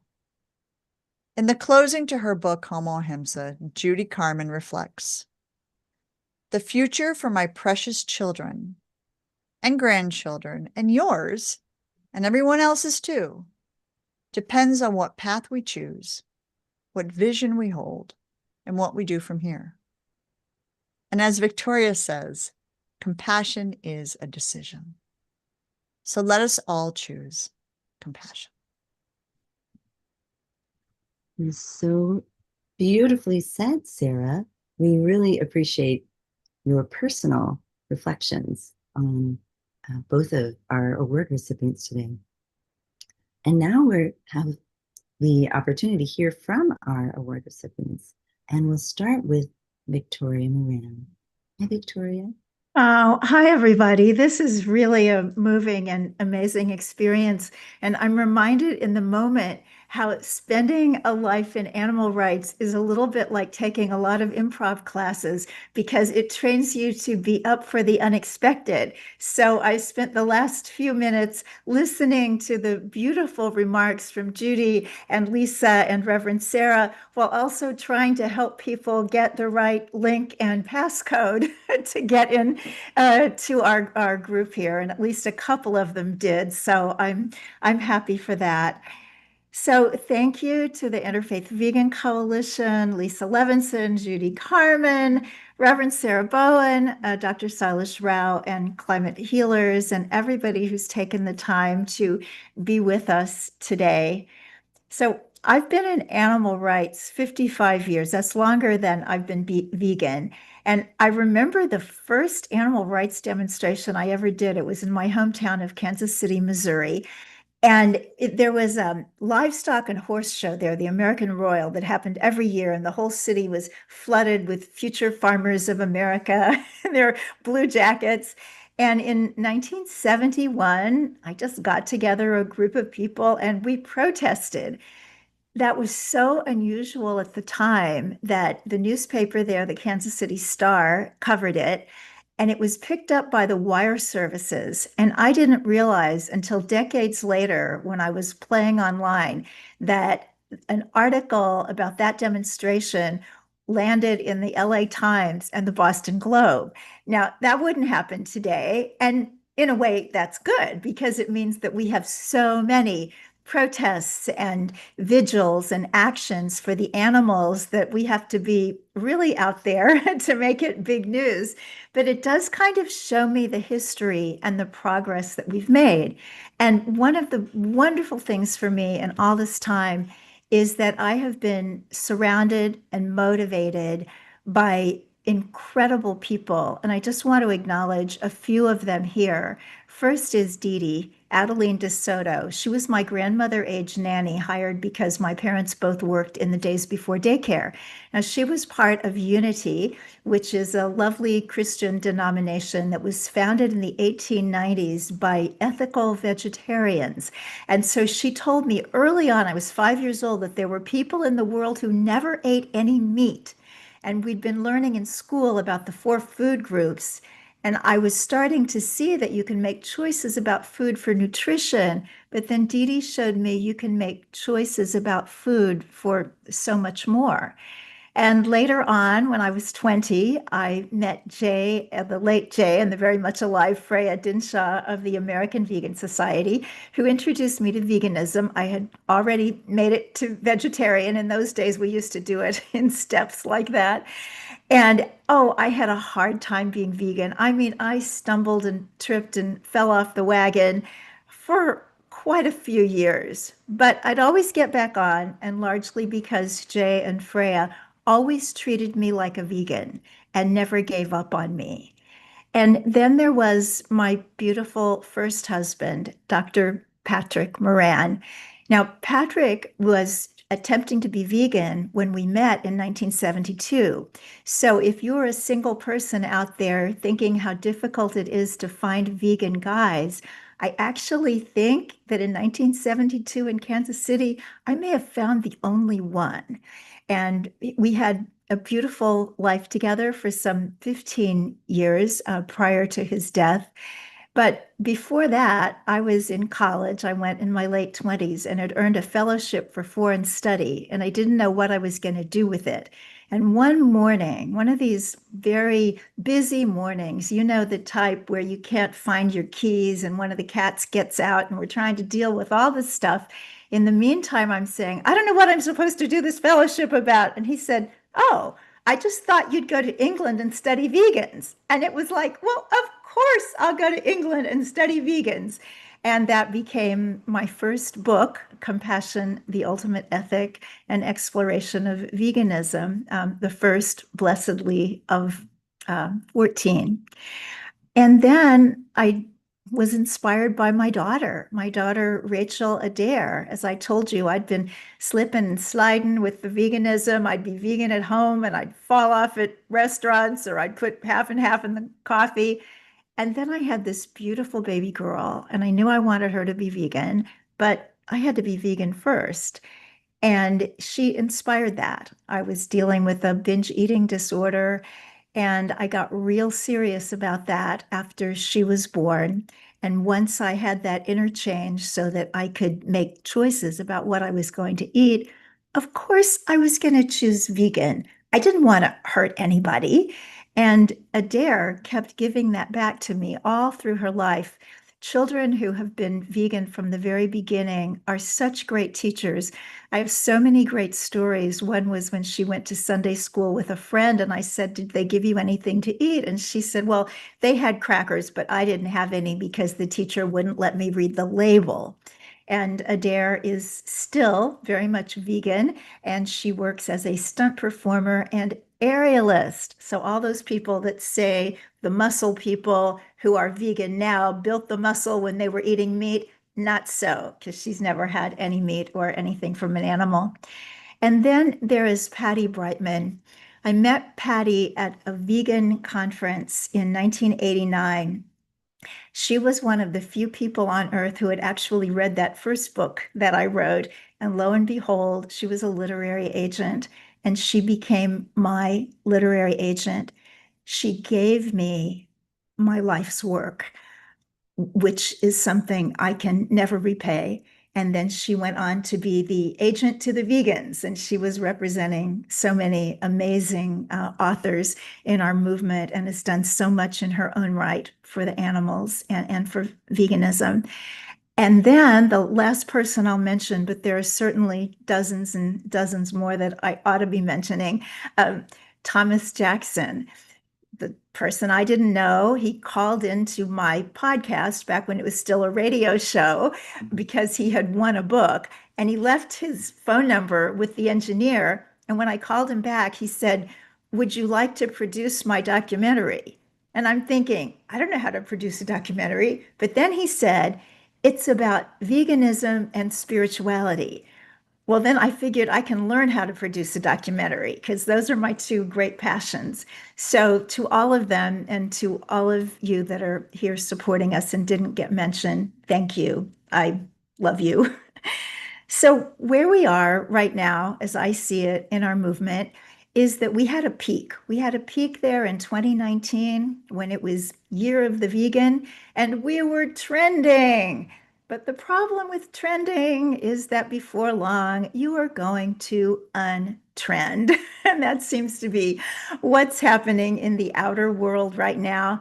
I think 6, 7 years ago, when you told people you were vegan, chances are they'd say something like, well, I'm not quite there, but I see that that's a really good thing to do. Or as one person said to me, well, my food isn't vegan, but all of my cosmetics and toiletries are vegan. It was like this was so much a club that people wanted to join that they'd figure out a way to get in the back door. It's a little bit difficult now because what's trending is backyard chickens and raw milk and super high protein, can't get enough.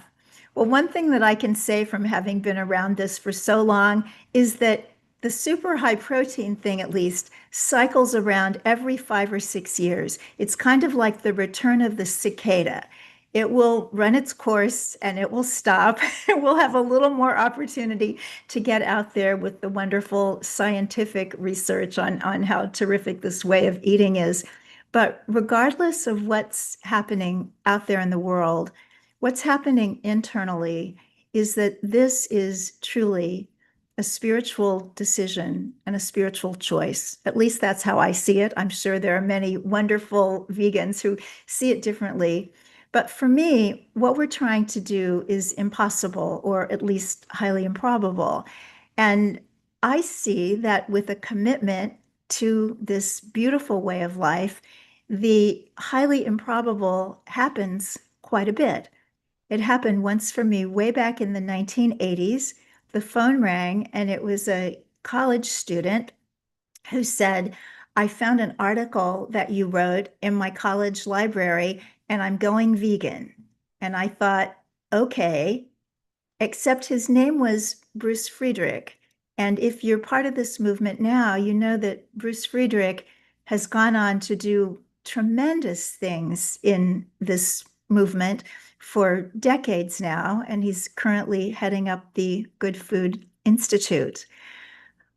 And then a little bit later, 2011, I had sold my book, Main Street Vegan, to a publisher. With nonfiction, you do it from a proposal. That's what they buy, and then they own it. They can name it, they can do whatever they want with it. My editor, they didn't like Main Street. They thought it sounded politically conservative and that it would be divisive. And I'm thinking, but doesn't everybody want to be Main Street? And then we had one of those vegan miracles. William and I were walking up Broadway, and there was somebody so famous, you could recognize him from the back. Michael Moore, the filmmaker. He'd liked one of my earlier books, so I said hello. We had a conversation, and it came out, my situation with my book title, and he said, let me talk to them because everybody does want to be Main Street. Well, there was this magical three-way call with an Academy Award winner, my agent, and me, and that resulted in my getting that title, Main Street Vegan, which has led to everything that I've done for the past 13 years. Highly improbable, impossible even, but not for God. And I believe that this is a godly mission. And right now, as you've heard, William and I are involved once again in the maybe not impossible, but highly improbable and very difficult situation of trying to make a feature film. Whenever you want to do something that takes $3 million and you don't have $3 million to spare, well, highly improbable, but not for God and not for this beautiful divine way of life that we are all trying to get out there more into the world. So as I turn this over to a very wonderful person, my husband, William Melton, I just want to say that because every being matters, my prayer is that we can all be the humans that the animals are waiting for. And here's a human like that, William Melton. That's me? That's you. Oh, okay. Well, okay. So, can you hear me? Yes. Okay. And this is when you'd like me to do this. Okay. So I'll be reading my remarks today. It's because I have aphasia, which affects the brain centers of my brain. And so it makes it very more eating for me to teach it more cuffily. So I'm trying to do that. So I'm just going to start and kind of write to you what I'm trying to tell you about this. And it's so I've always been a private person and am not used to receiving words. In fact, I've told Victoria that when our movie, Miss Liberty, is up for Academy Award, yay, we can accept that without me. So since coming to understand what happens to animals in farming, I've left some of the privacy of this behind. So like many of us, I had my early experience that had planted a seed of compassion. I was 12 and visited relatives who wanted to go hunting. And I went along and I thought a little bob-wired quail. And when I realized what I had done early, I felt awful. I promised myself that I would never kill any feature again. Of course, I didn't make the connection of what I ate from that. So as an adult, my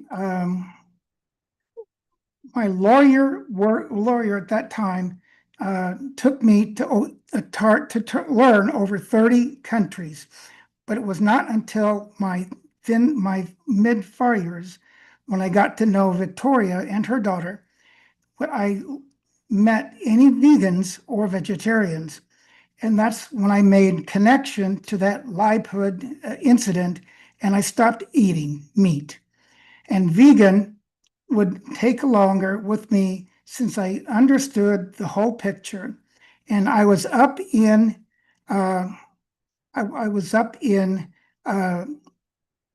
New York, separate New Stork, and I got the idea for this book, Miss Liberty, and I spent a month and learned how to take cows, and I lived at Farm Sanctuary at the Farm Sanctuary with Gene Cower, and basically they liked this book, and so that's where I became. And then later, as I was semi-retired, I decided to go back to school to study ethology. And it seemed to me that most of the religions of the world had failed about animals. And I enrolled in a 2-year interfaith ministerial program at One Spirit Seminary. And I was lucky enough to have my dean, Reverend Sarah, a vegan who had vegan one of my wife's books. So I was inspired to create the Compassion Consortium. And I did that with Victoria and Sarah. And early on, I was a very, very vocal person. And I, unfortunately, with aphasia, I was not very vocal at that time. So I often hear that animals have no words, and that's why we need to speak with them. These days, I don't have access to a lot of words myself. Because of my aphasia, I identify with the animals even more. Sometimes I feel that I can't do nearly as much for them as they deserve, but I do all I can, and I keep trying, and I always try to celebrate all of you who here for you, and you will not stop. So I'm extremely grateful for this award because it tells me that my work, as imperfect as it is given my limitations, it has value, and it has value even now. So thanks to the Interfaith Vegan Coalition and to the climate healers and to my wife who got this boy from a boy in Kansas to eat tofu and helped me to see that animals are worth something. And thank you. I got through that. Thank God, thank God, thank God. Okay, so that's it. Okay, thank you. Bravo. Oh, wow. That is absolutely amazing. Thanks to both of you for sharing a little bit about your journeys with us. We're so thrilled to have both of you here and to hear your words and what inspired you. It's so great. I would like to just take a little moment and share what the Homo Ahimsa Award certificate looks like that Victoria and William will be getting. So I'm going to share my screen really quickly, and then we'll tell you a little bit more about Homo Ahimsa Day and Homo Ahimsa Awareness Week. Let's see if I can find the right page.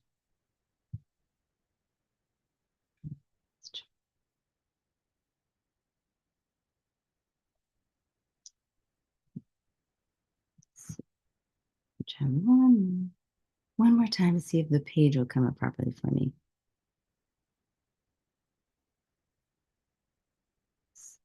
Okay. Nope.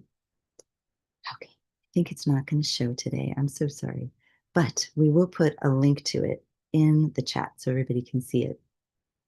I'm going to go ahead with a little bit more about the Homo Ahimsa Day.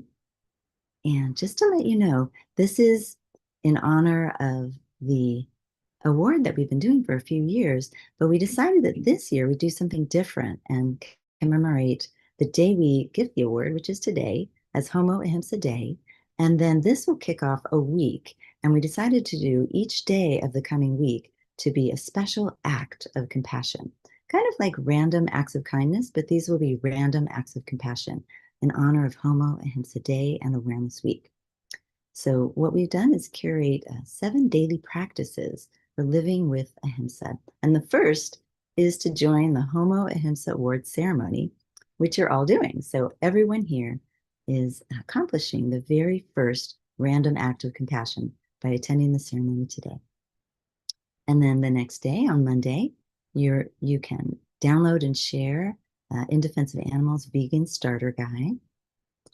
On Tuesday, you can eat a vegan meal, or if you're already vegan, take someone out who is not vegan and share a vegan meal with them.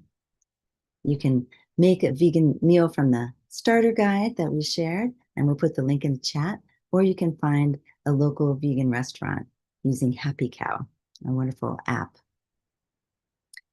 Then on Wednesday, you can watch A Prayer for Compassion, which is the film that Victoria produced and shared a little bit about how that started with you today. And on Thursday, you can read one of these amazing books on compassion for all beings. You can read Homo Ahimsa, which Reverend Sarah Bowen shared with us a couple moments ago. You can read her book, Sacred Send-Offs. You can read Victoria's, one of her 14 books, Main Street Vegan, or Age Like a Yogi. Then on Friday, you can read, and also on Thursday, a chapter is fine, just a chapter of the books, and then you can read the rest of it later. On Friday, we encourage everyone to participate in Respect for Fish Day, which is an initiative by In Defense of Animals to encourage people to consider fish as sentient beings. Then on Saturday, teach a child how a mother cow's milk is created for her baby.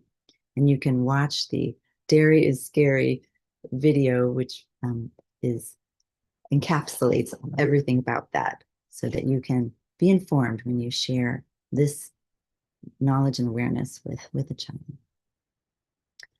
So that is what we're offering for Homo Awareness Week, and you can stay tuned to In Defense of Animals our social media. We're going to be putting together a little poster too, all about that. And then Victoria was kind enough to gather some wonderful quotes for us and also some images that we could that could accompany each action for each day. So just wanted to thank you, Victoria, for doing that. I don't know that we'll share it today, but if you'd like to, you're welcome to. If not, we will encourage people to visit In Defense of Animals social media to see that. And then from here, what we'd like to do is thank everybody for joining our ceremony today and see if any one of the people who have spoken have anything else they'd like to share with us. And if not, we can move on to one of our closings. Beyond asking everybody to do like a huge celebration thing wherever you are, folks, a woohoo or a hands up or whatever you do to celebrate. I know we can't see everyone, but just take a moment to celebrate these two. Yeah. Woohoo! Yay! I feel like we should have some sort of something that shoots, something that's earth friendly, but we don't. So there we go. See lots of Zoom. Yeah, there you go. Lots of Zoom things. Yeah. That was it for me, Lisa and Judy. Well, thank you so much, Reverend Sarah. We really appreciate you sharing that with us today. And then just seeing Judy, was there anything that you wanted to share? Well, thank you, Lisa, for talking about this being Homo Amsa Day. And so next year, it'll be the last Sunday of July, will be Homo Ahimsa Day again. And we'll have new recipients for the award presented that day. And then we'll have the 7 days following, a week of compassionate acts that'll be a part of Homo Ahimsa Week. So now I believe Sarah has a wonderful closing prayer for us. Is that right, Sarah? I am always willing to drop a prayer, everyone. And when we say the word prayer around here, folks, we use that in the most expansive possibility. So whether that is, I have prayed with atheists, I've prayed with Buddhists, I've prayed with any kind of tradition, right? So if the word prayer is one that's prickly for you, just think about this as mindfulness or a moment of getting centered or a moment of getting grounded or a moment of intention, whether you're going deep inside or you're going outward, whatever your thing is, we'll do your thing. But we'll start with the breath because that's what connects all of us and connects us to the animals, connects us to plant life, connects us to waters, to clouds. Just take a deep breath. And exhaling, grateful for the spark of aliveness that is in us right now. Taking another breath. Exhaling, grateful for the spark of aliveness that is within us right now. And in this silence, reach out or reach in to that which grounds you. I invite you to take a moment of gratitude for this time together right now, as well as this time together on these 2 days. A recommitment of our goals, our desires, our intentions. And just let that sink into your soul.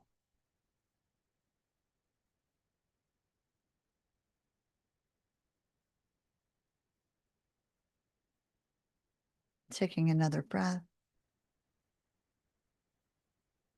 Exhaling, noticing the aliveness of everyone who's here together and everyone in your habitat. And breathing your eyes open.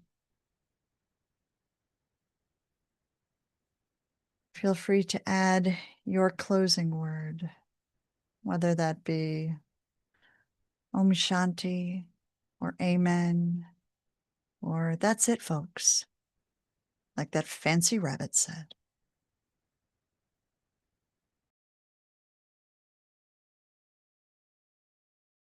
Thank you. That was lovely, Reverend Sarah. We so appreciate you giving us the closing today, and want to especially thank Victoria and William for your incredible work and your compassionate acts. And you are truly embody the nonviolent human that we're here to celebrate today. So we are so excited to see what comes of the film and other things in the future, and look forward to staying tuned to the Compassion Consortium, where we can see you in action on various occasions during the Sunday worship service and other times. So Judy and I are very, very grateful to you. And as we mentioned, this was a unanimous vote for our Homo Ahimsa Award. And we're just thrilled to celebrate both of you today. Thank you. Wow, that was so beautiful. And just the meditation I needed, and just the inspiration and gratitude for you both, for all of you, but for you winners. Yeah, John and Victoria. Oh, all of you, it was so lovely. Thank you.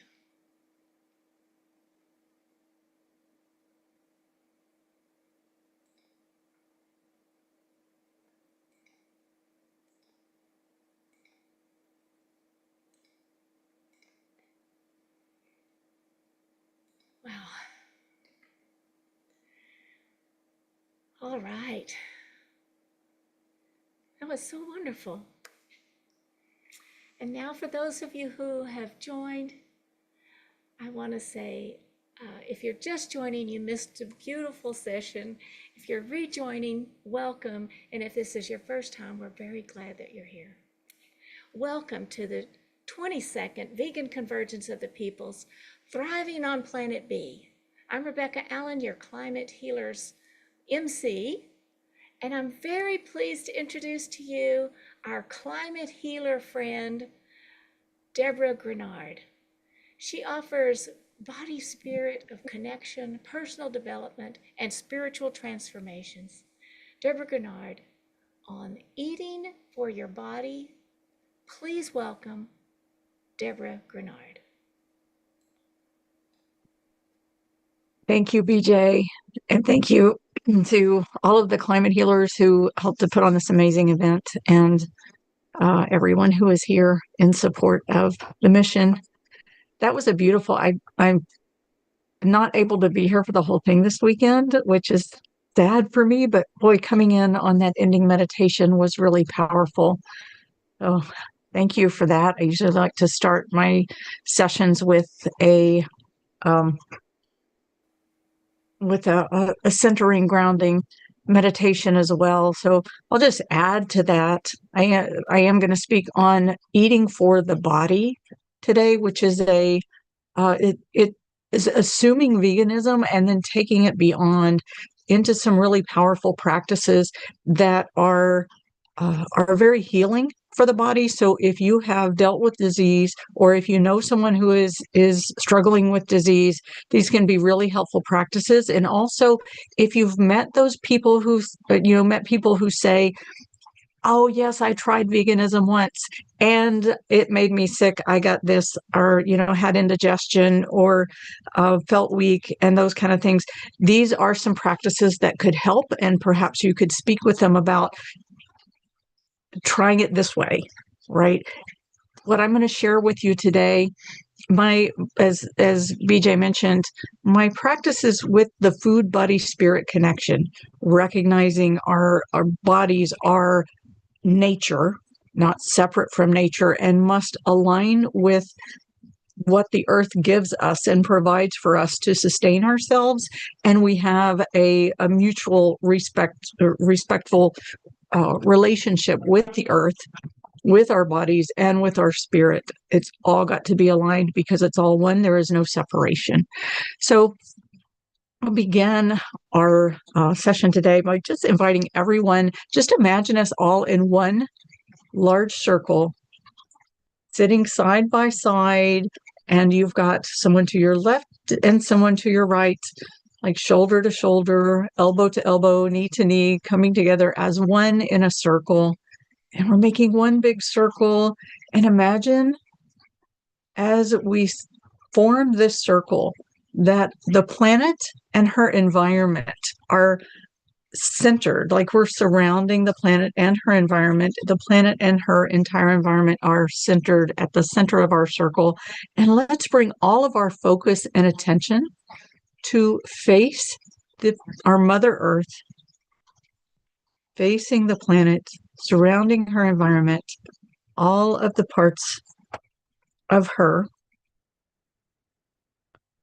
And just bring your eyes, your ears, your nose, your mouth, your breath to face toward the Mother Earth.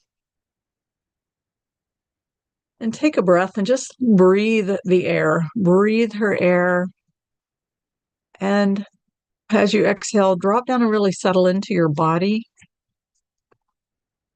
And then bring your throat center and your heart center to face toward the Mother Earth, and just feel that heart connection with the heart of your spirit, with the heart of her spirit, this connecting in, being present with her vibrations, her energies,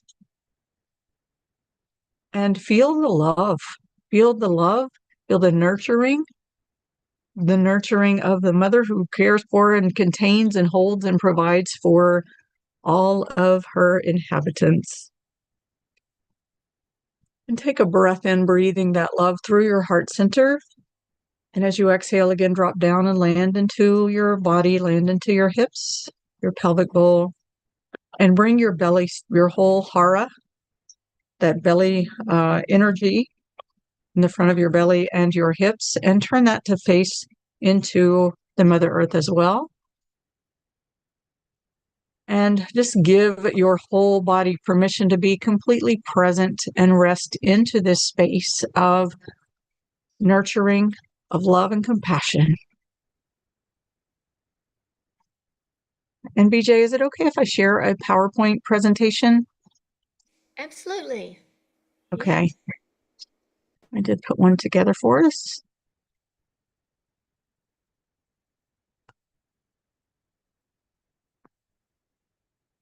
There we go. All right. So you should be seeing the full screen. So our presentation today is eating for the body. And we're going to talk about habits that support digestive function through all of the phases of digestion. And yes, this is a mind, body, spirit presentation. There is a quote from a Sufi mystic from long ago, Muhyiddin Ibn Arabi. It says, "We are in the earth, not on the earth. Our bodies are from the earth. We cannot exist in human form outside of the earth. We are an integral part of the earth's ecosystem." Right? We tend to think of ourselves as on this planet, and so much of our culture is about dominating, controlling nature, bending nature to our will, and making it work for us, rather than recognizing that we are not separate. We are in the earth. There is no separation, period. And I know I'm speaking to the choir here, but just a reminder, setting the tone. The human body is made of earth, water, air, and spirit, right? The body is from the earth. The spirit gives life force to the body. When the spirit leaves the body returns to the earth. The body is made of earth, water, and air. Therefore, it needs food, drink, and breath. And in today's presentation, we're going to talk about 3 phases of digestion, because we tend to think of eating. And of course, if we have problems with elimination, we certainly think about that. But we're going to talk about the 3 phases of digestion and tips to support us through each phase of the digestion. And really eating as a self-care for the soul, and balancing the physiological needs of the body with life and our emotional needs. Because if we didn't have all of the pressures of life, which I know is a very real thing, it's something we all have. We have the pressures of life. We have our demands that we have on us to get along in this world, as well as our emotions. So we're going to talk about all of that. And I want to just give you a little background, some sources for this information, because I think you probably don't know me and where I've been, but this will hopefully help. So in my personal healing journey, oh boy, it's been probably 30 years ago at least. I struggled with ulcerative colitis, hypoglycemia, and fibrocystic disease. I was given the typical, diagnosis. These are things you live with and you just, deal with it. I heard the people your age get these things. And, when I was in my early 20s and people your age in teens, some of it in the teens, some of it in the early 20s, people your age get these things. You just live with it. Eat a diet that has no fiber in it whatsoever, so you don't disrupt your ulcerated colon, and then take these steroids, and you'll adapt, right? Which honestly is a death sentence. So if you have heard that death sentence and you want more information about this specifically, contact me. So my own healing journey, I decided, okay, that to me just fortunately did not resonate. And I decided to find other ways. So I found books and I really embraced natural hygiene. And I think that was a huge key to healing my physical body, the practice of my natural hygiene. I became involved in spiritual teachings and found prophetic medicine. I incorporate some prophetic medicine principles with the natural hygiene. And I've been a long time student of Sufism, and I've studied spiritual healing and the spiritual studies. And so the healing practices and spiritual connection and meditation are a large part of the source of information, if you will. I also was a certified colon hydrotherapist and a cleansing coach, and I studied holistic nutrition. I came just short of getting my PhD. Unfortunately, I was in a relationship that decided to dissolve, and I ended up moving and didn't finish that PhD in holistic nutrition, but it's in my heart and in my body and my soul and in my life. So I want to say, first and foremost, food is meant to give us pleasure, because sharing food is an expression of love. It's a symbol of loving care, kindness, community building, and ritual. And there is a mutual give and receive cycle when we share food with each other that builds connection and community and trust. So I want to say that first and foremost, because sometimes we get into those places where, like, okay, wait a minute, I'm going to give you a bunch of rules today that might sound a little rigid, but we hold them in the context of we don't live in a vacuum. We don't live independently. We do interact with others, and there is room. There is lots of mercy built into our physical existence. And, we see that. What is sickness? Sickness is the body's attempt to compensate for something that has gone awry, right? And not always, right? But generally, our diets and our lifestyles contribute to the disharmony in the body. And the body, when the body gives us symptoms, it's a signal that something needs to be adjusted and brought back into alignment. But the body can, there's a lot to be said about the things that give us joy, that give us love, that give us loving and kind relationships and feed the spirit and feed the soul. So I want to put that into context. The following that I'm going to share with you are guidelines that support the physiology. And let me say one more thing about the importance of supporting the physiology, because 8 years ago, I returned to my childhood home to live with my father, who at the time was 94, and his partner had passed away, and he was living alone. He had congestive heart failure, and his doctor said, prepare for this is his last year of life. Get all your family together at Christmas. He, won't be around much longer, and there's not a lot more that we can do for him. And I will fast forward 8 years later. He's about to turn 103. And so many of his symptoms from the congestive heart failure have been reversed. And a lot of it is due to, now he's not going to go vegan, right? But I have put a lot of these things into practice, put him on an anti-inflammatory diet with just, he still has certain things. I will not let him touch dairy with a 10-foot pole, but he still does have some animal products in his diet. But he has almost no, if you know anything about about the congestive heart failure, it's really tough. There's an incredible amount of inflammation and mucus in the body and fluid retention. His legs were, just huge, and his ankles were huge to the point where his skin was splitting open, and he was getting what's called venostasis ulcers. He couldn't lie down because he was choking in his own fluids in his lungs. He was in really bad shape. And so this, as I said, it goes beyond veganism. It's really about living in harmony with what your body needs and in harmony with the earth. And it heals so many things. It's incredible. So that's a part of a passion for sharing this as well. If you have elderly people in your life, we don't have to just write them off because they're too old to heal. Okay, so I want to talk about the 3 phases of digestion. It's more than just eating and eliminating. We have the ingestion phase, the assimilation phase, and the elimination phase. And each one has its own needs, and we can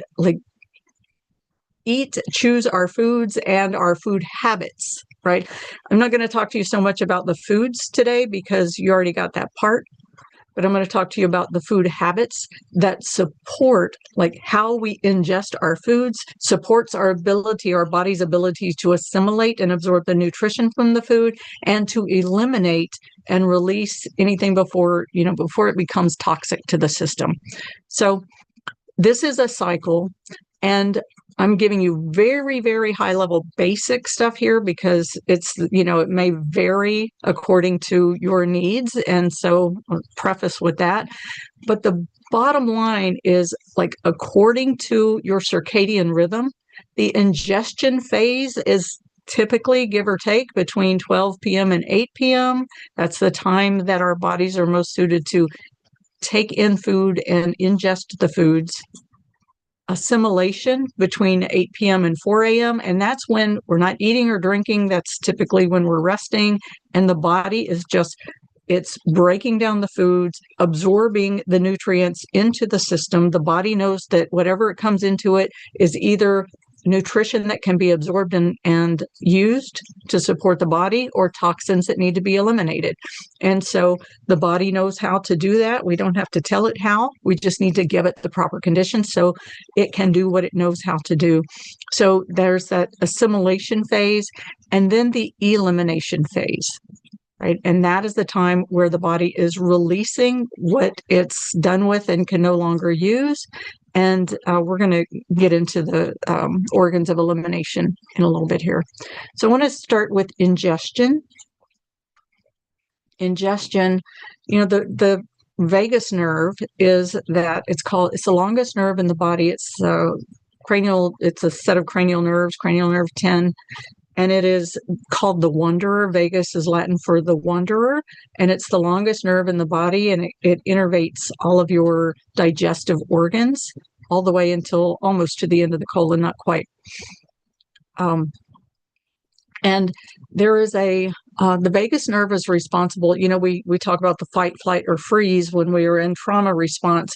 The vagus nerve is responsible for the opposite of that, which is the rest and digest. And so when we eat, when we're in fight, flight, or freeze, our our digestive system shuts down because it needs all of the energy in order to respond to trauma. So if we're in fight, flight, or freeze, our digestive system gets shut down. So we need to give ourselves breath, ease, and settling into our bodies, right? Our bodies speak to us about what they need, how they need it, and how much. And so often when we're in that fight, flight, freeze, we're just shoveling food down as fast as we can so we can get on to the next thing and not really connected with our bodies. And our digestive organs are not in a space to really receive the incredible gifts from the earth that we are here to give them. So that's an important thing to tune into. And we ended that last meditation with a prayer. And so setting an intention, being in gratitude, or beginning with a prayer is a beautiful way to set yourself into that rest and digest state so that your vagus nerve can get into its communication and tell all of your digestive organs, hey, we're getting ready to do something really beautiful, pleasurable, and enjoyable here. So this begins the cycle for your body to receive, which is very important because we have to be in that receptive mode in order to receive the nutrition from the earth that's here for our body. So I have this little food, what I call the food, body, spirit prayer that I like to begin my meals with. If I'm sitting down to have a meal, and if you can remember to do this with just about anything, of course, as Sarah said, prayer, intention, however you make this work for you and your belief systems. If your language doesn't jive with my language, then no pressure here. I'm not trying to convert or anything like that. I just want to give an example of something that hopefully you can take the spirit of it and the energy of it, and make it, put it into something that works for you. But this is an example of one that I use with food. Starts with gratitude. I give thanks for this food that comes from the sacred earth. And I ask for blessings on this food to make it holy, to like, just, you can call it cleanse the food and really build the positive energy to nourish the body, mind, heart, and spirit. Again, make that work for you.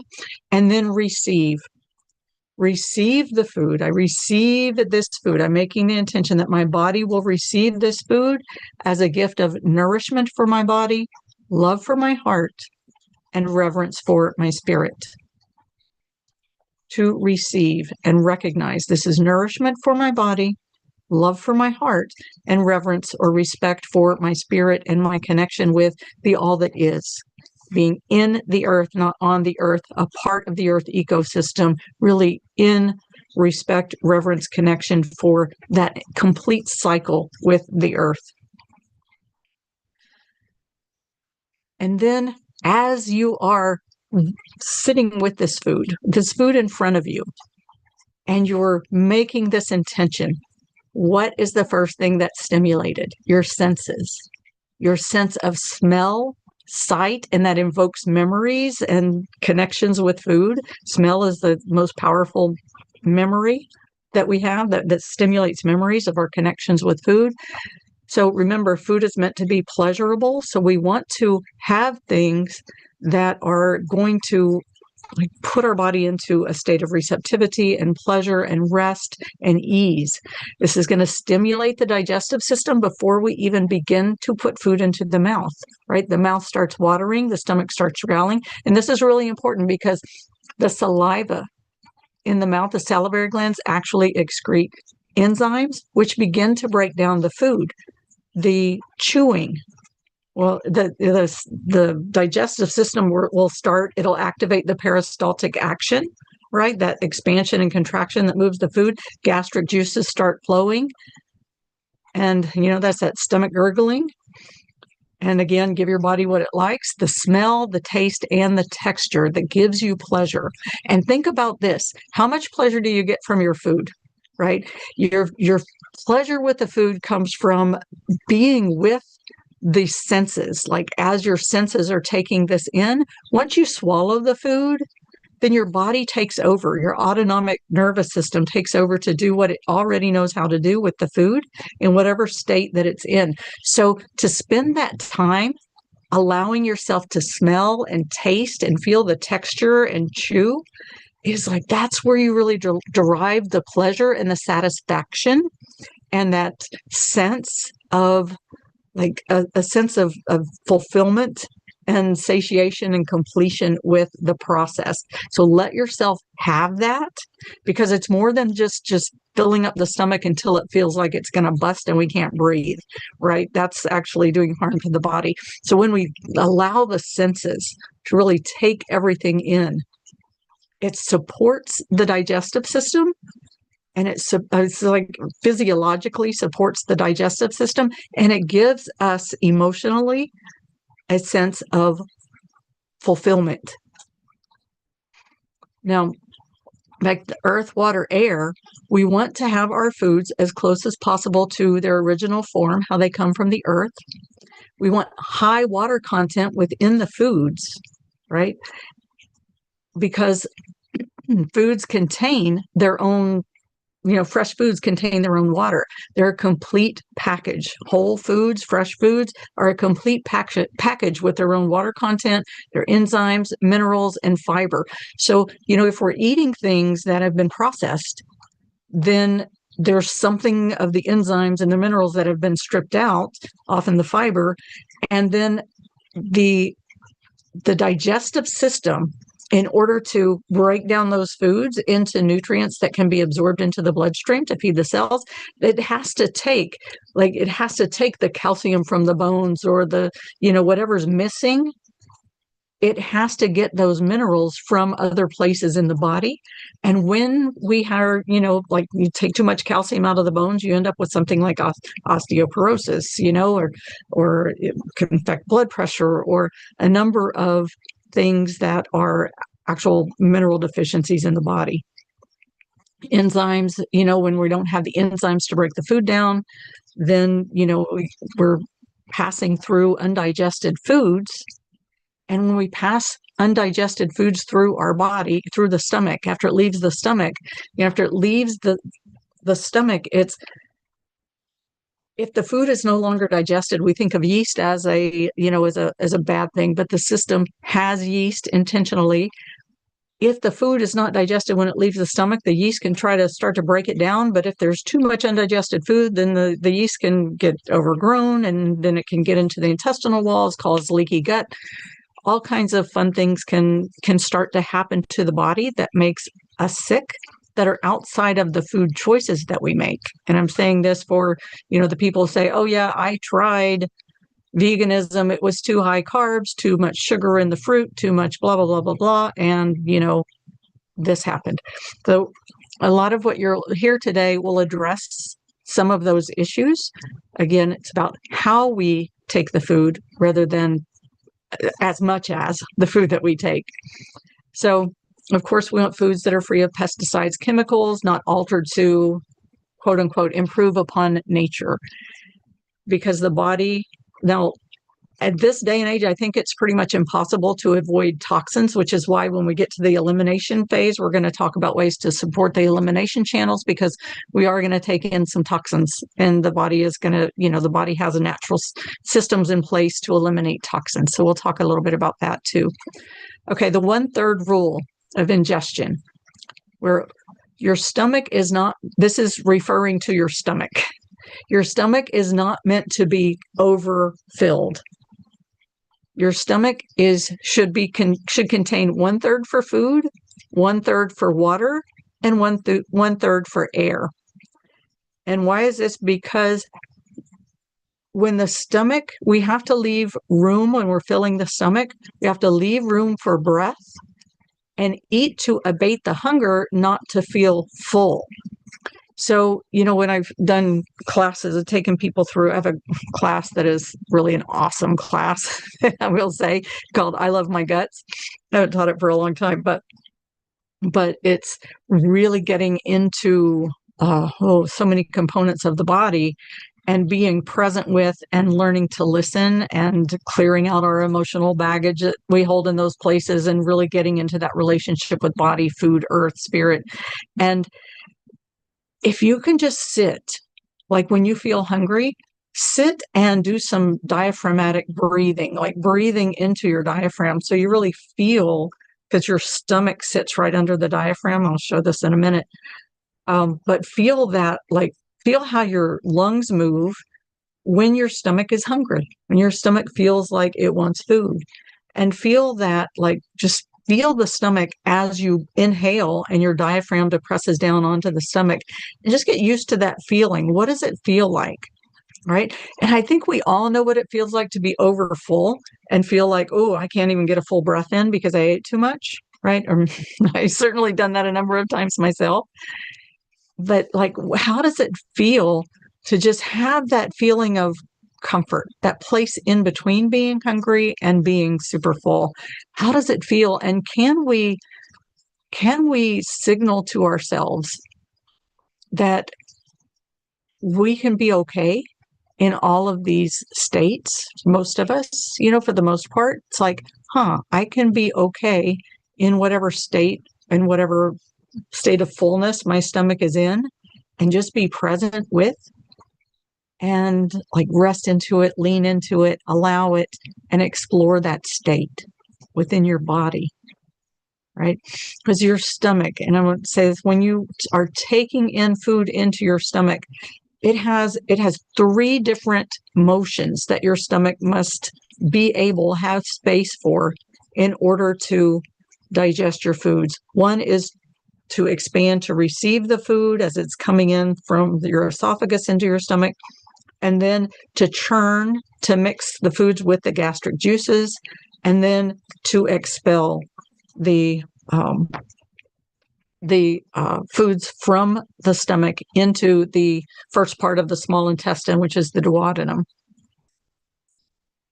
So I want to talk about drinking. So I mentioned 1/3 for food, 1/3 for water, and 1/3 for air.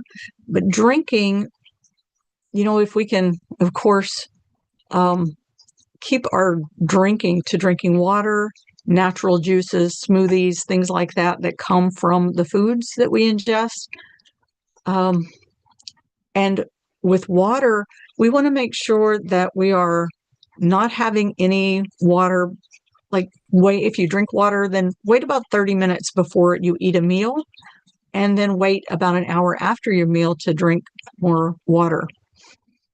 And this will prevent diluting the digestive enzymes in the gastric juices, so that your enzymes from your saliva, from your stomach, from your pancreas, from your duodenum, your enzymes, your minerals, your gastric juices can act upon the foods and properly break them down. You have different levels of pH balance in the different parts of your digestive system, and we don't want to alkalize everything. Right? When we talk about alkalizing, what we're really talking about is the blood, and the alkalization, the pH level of the blood is very different from the pH level of the digestive system. And that's one of the things that I think we get confused about when we start talking about alkalizing, and, I have an acidic stomach. Well, your stomach's supposed to be acidic, but the acid's got to be contained in the stomach, and it breaks down the food. And the body is so wise, it knows what to secrete in order to do what it needs to do with different things. So you may want to eat different things that don't cause the stomach to produce so much acid. Like your proteins and things like that are going to, of course, animal products are going to have the stomach producing very acidic acids to break down the foods in the stomach.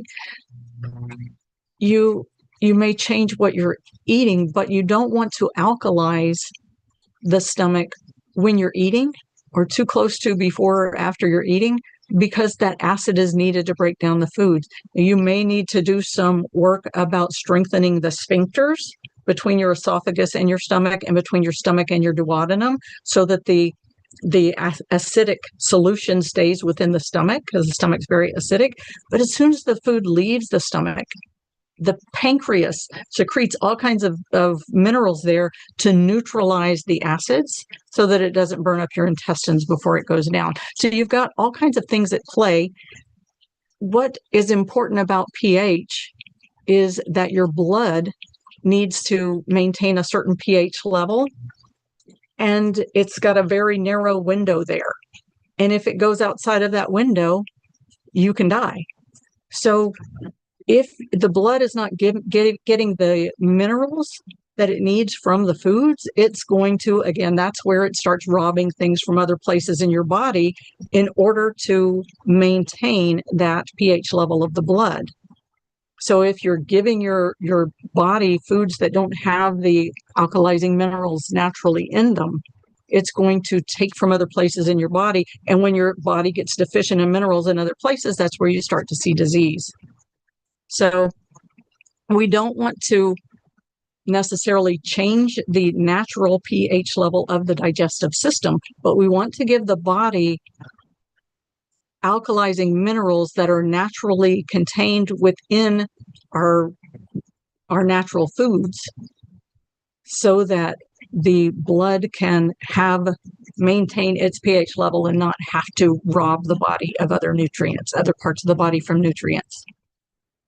And I hope that makes sense. I'll open for questions. If you have questions, feel free to write them down. And if they don't get answered here, then I'll take questions afterwards.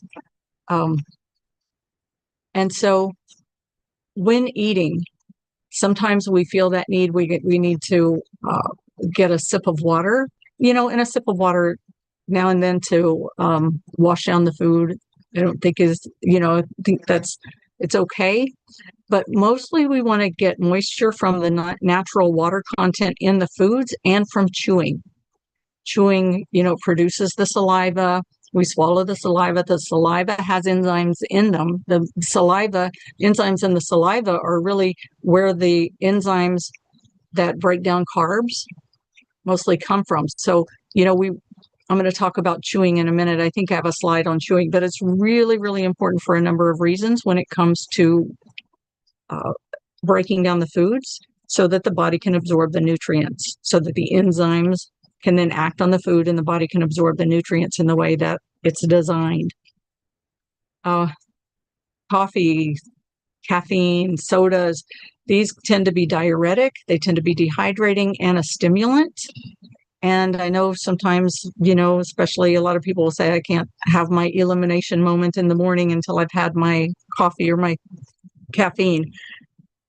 Again, eating in this way really naturally supports the elimination. So we can start to cut back on the stimulants and the diuretics. Hydration is so important to the body. Natural hydration, right? Not just from water, but from the natural water content in our foods. It's going to be the best health aid for the body. And alcohol also. A diuretic, it's dehydrating, it throws off your blood sugar because it is basically sugar that gets metabolized in the brain, and it destroys the intestinal flora. So we want to stay away from these things or limit them and stay with the natural foods as close as possible, again, as to the way they come from the earth. Now, again, with ingestion, there is what's called a 3-finger rule. And you see right there holding that little bitty baby plum with 3 fingers. This refers to the size of the bites. There is you see, if you hold your hand like that and you hold like your thumb and your first finger and your middle finger out, that gives you a size. And that is a proportioned size that is just right for picking up food and putting it in your mouth. It gives you just the right amount for satisfaction and pleasure so that you can really get a good taste and texture and feel of the food. You can move it around in your mouth and really get a good sensation, derive the pleasure and the satisfaction from the food. any less than that, it kind of leaves you wanting, and like you didn't really get your needs met there. And so it leaves you unsatisfied. And any more than that will crowd your organs, make it hard to swallow, make it, again, just you're not able to chew thoroughly, which is very important to the digestive process. And here's the slide on chewing. So the carbs, the enzymes to break down carbohydrates are in the saliva. So chewing is very important for breaking down the carbs. It also increases the surface area of the food. Whatever food you have, the enzymes have to coat the surface, right? The enzymes coat the surface of the food and they begin to break it down. If you do that, the chew, chew, swallow, and you're swallowing big pieces of food, the enzymes can't get all the way into the foods. The more you chew, the more surface area is created, the more the enzymes can act on the food and break the foods down into nutrients that your system can absorb. Your digestive system is porous and you're absorbing nutrients through your digestive system into your bloodstream that can then be transported throughout your body. So you want to increase the surface area of the foods. Again, if you have undigested foods, you're swallowing whole foods that you haven't chewed, and they go through the stomach. And say you've got some carbs, and the stomach's not really doing the breakdown of the carbs, or it's not able to completely break down the foods. The enzymes don't have enough surface area to break down and the foods into the parts that your body can absorb.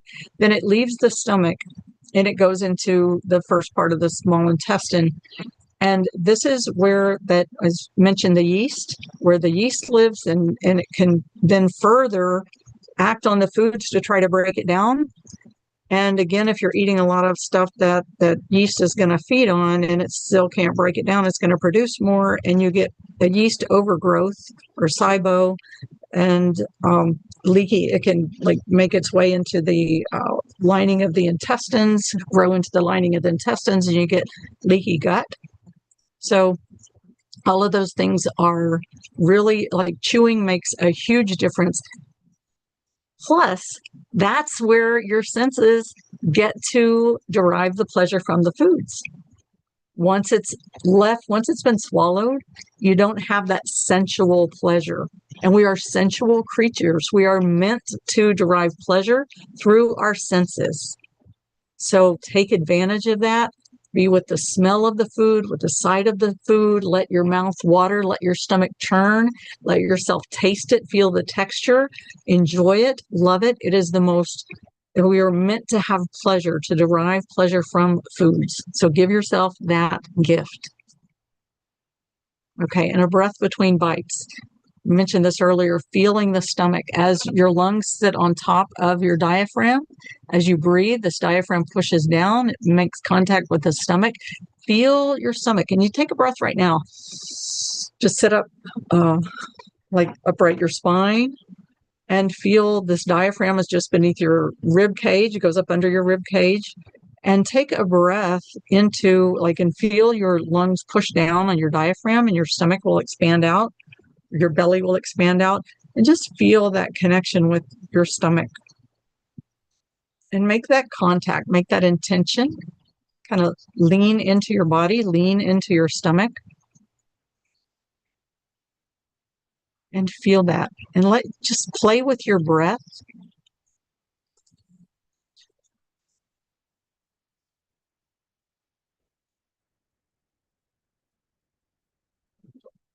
Oh my goodness. Excuse me just a second. Okay. I don't know if you saw that, but I just had a message pop up. But let's see. So feel your stomach. And this is important to take your time as you're chewing, take a breath between bites, feel your stomach.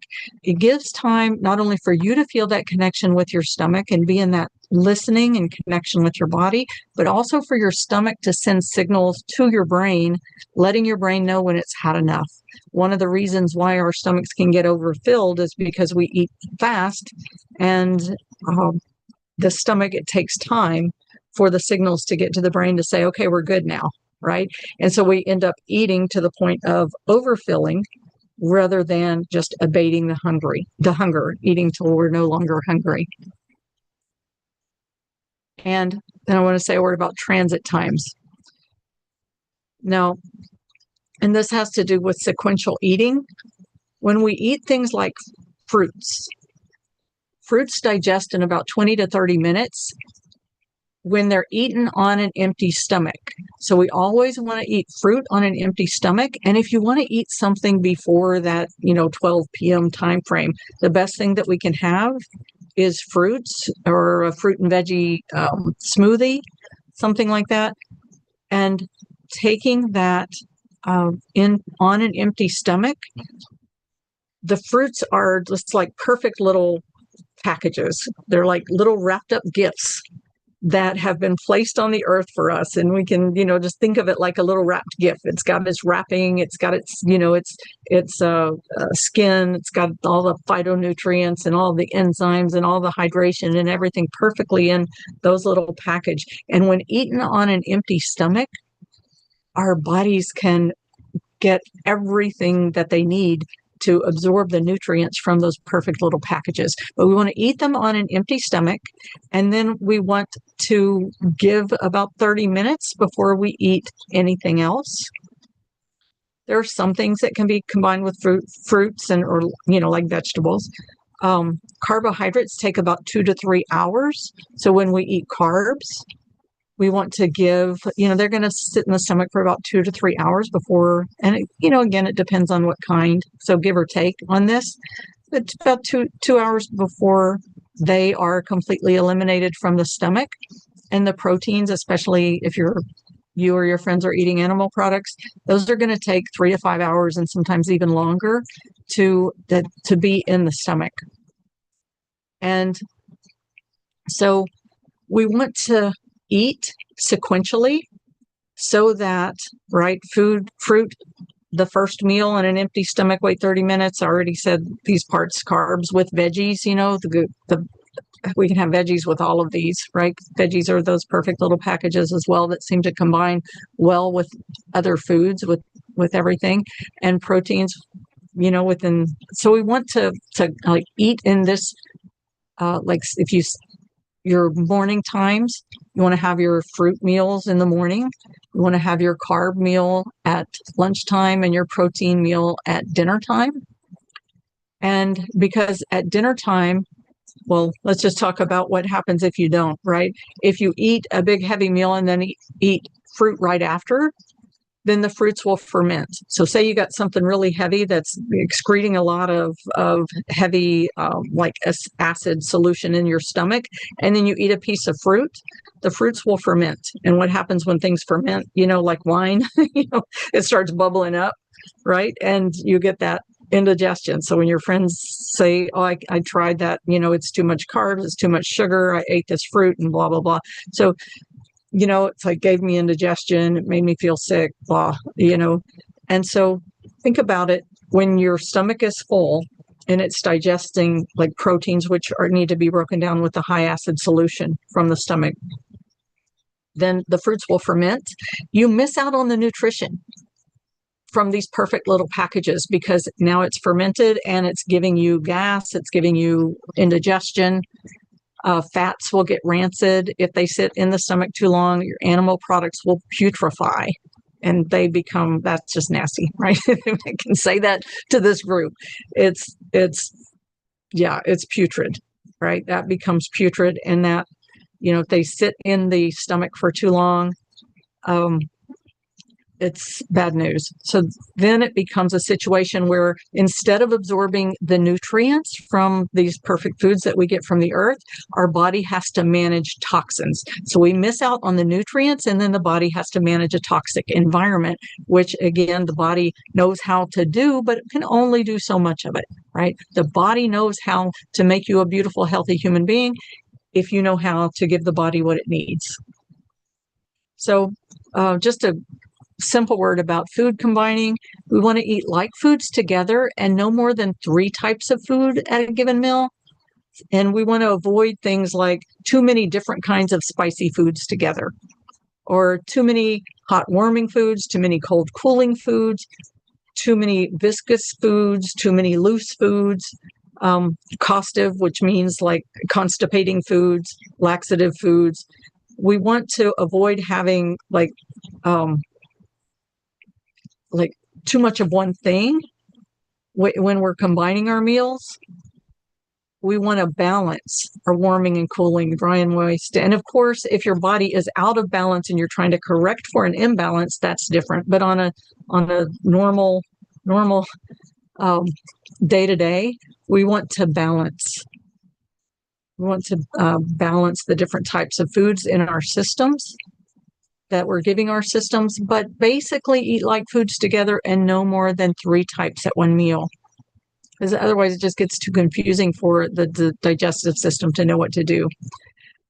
Now, posture. Posture is very important as well, because, we don't want to like lay on the sofa eating our foods while we're watching television. Okay, even though that's fun and comfortable sometimes and can feel nourishing, we want to be upright and give our digestive organs the proper alignment, right? So there's no constriction. I mean, it's like a long tube, right? We don't want to have constrictions in the hose as the food is going through. We want to be present and in reverence and respect with what's in front of us. That's that connection with the body, connection with the earth, connection with the gifts from the earth, being present with. I want to remain upright for at least 2 hours after eating, and ideally have a little walk after the evening meal, even if it's just 100 yards, but just to get some movement in the body. And, that's like helping with the movement of the body, with the lymphatic system, with the digestive system, supporting the body's functioning. And when you go to sleep at night, you can start out sleeping on your right side, because when you sleep on your right side, your stomach doesn't have to fight gravity to continue to empty. And so whatever's left over in your stomach can continue to empty out. So start out sleeping on your right side. And then, after you fall asleep, of course, you can move back and forth between left and right and support the functions of your body. But starting on your right side gives your stomach that ability to empty out without having to fight gravity, which is important to your assimilation, your body's ability to like move it through the small intestines where it is assimilated. And then elimination. I'm just looking at the time here, so I'm going to go through these somewhat quickly. You have 7 channels of elimination. You have internal filters, your liver, your kidneys, and your lymphatic system. All of these are very important to maintain health. And then to exit the body, you exit toxins, leave your body through your skin, through your pores, through your lungs, your breath, through your urinary tract, and through your bowels. So with just a couple of things, I just have a few things here, and of course there's more.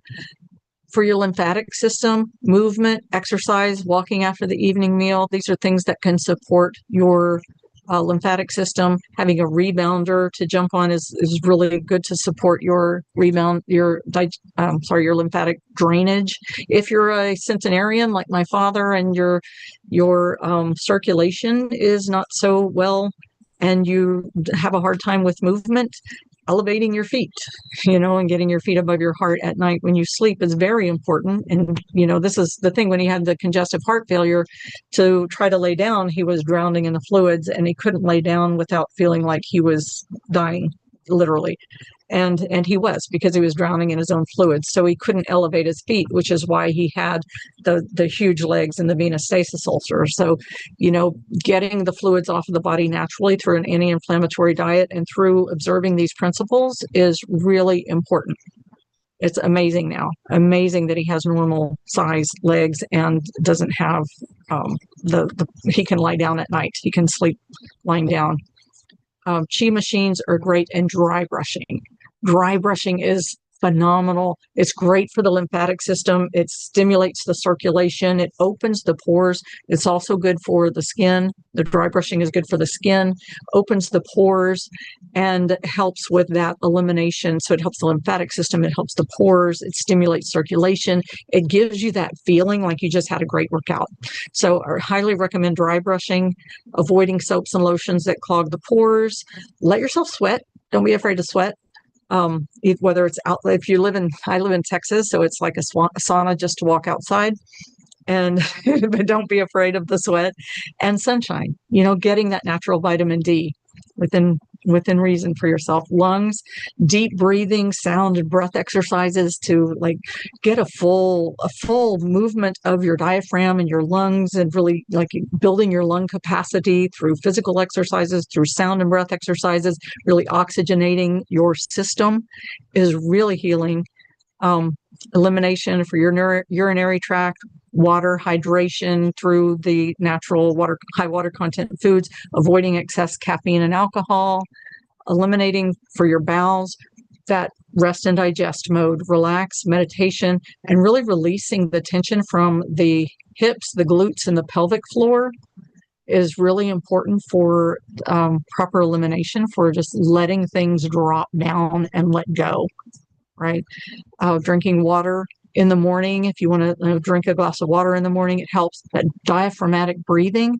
And there's a practice where you can lie on your stomach and like put your arms up like Superman, like you're lying like Superman with your arms out in front of you.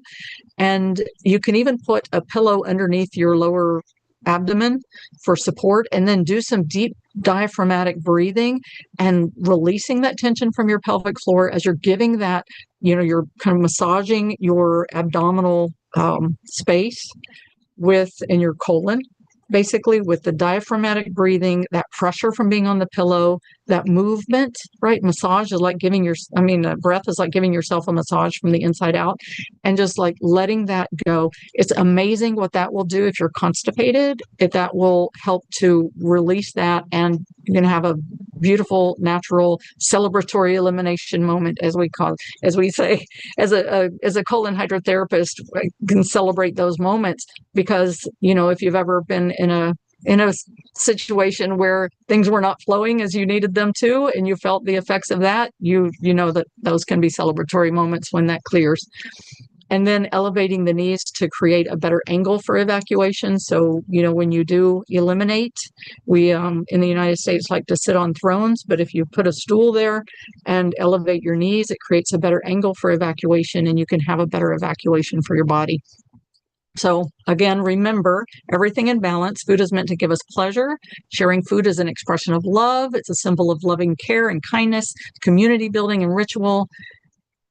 It's that mutual give and receive cycle. When you give someone something, you want them to receive it, and to receive the love that loving care that you put into it. When someone offers us food, I say this because sometimes we might be in that situation of like, oh gosh, wait a minute, this isn't going to support my digestion right now. If your body is fairly, healthy, the love and the exchange that you receive from like building that connection and that trust and that community with someone, so long as it doesn't, like totally go against your beliefs. If somebody offers you a steak, I don't recommend taking it, but, but just if you're saying, oh, gee, I don't think I can take this. Of course, listen to your body, honor your body, but also honor the connections and the love in your life too, because it is also very, very important.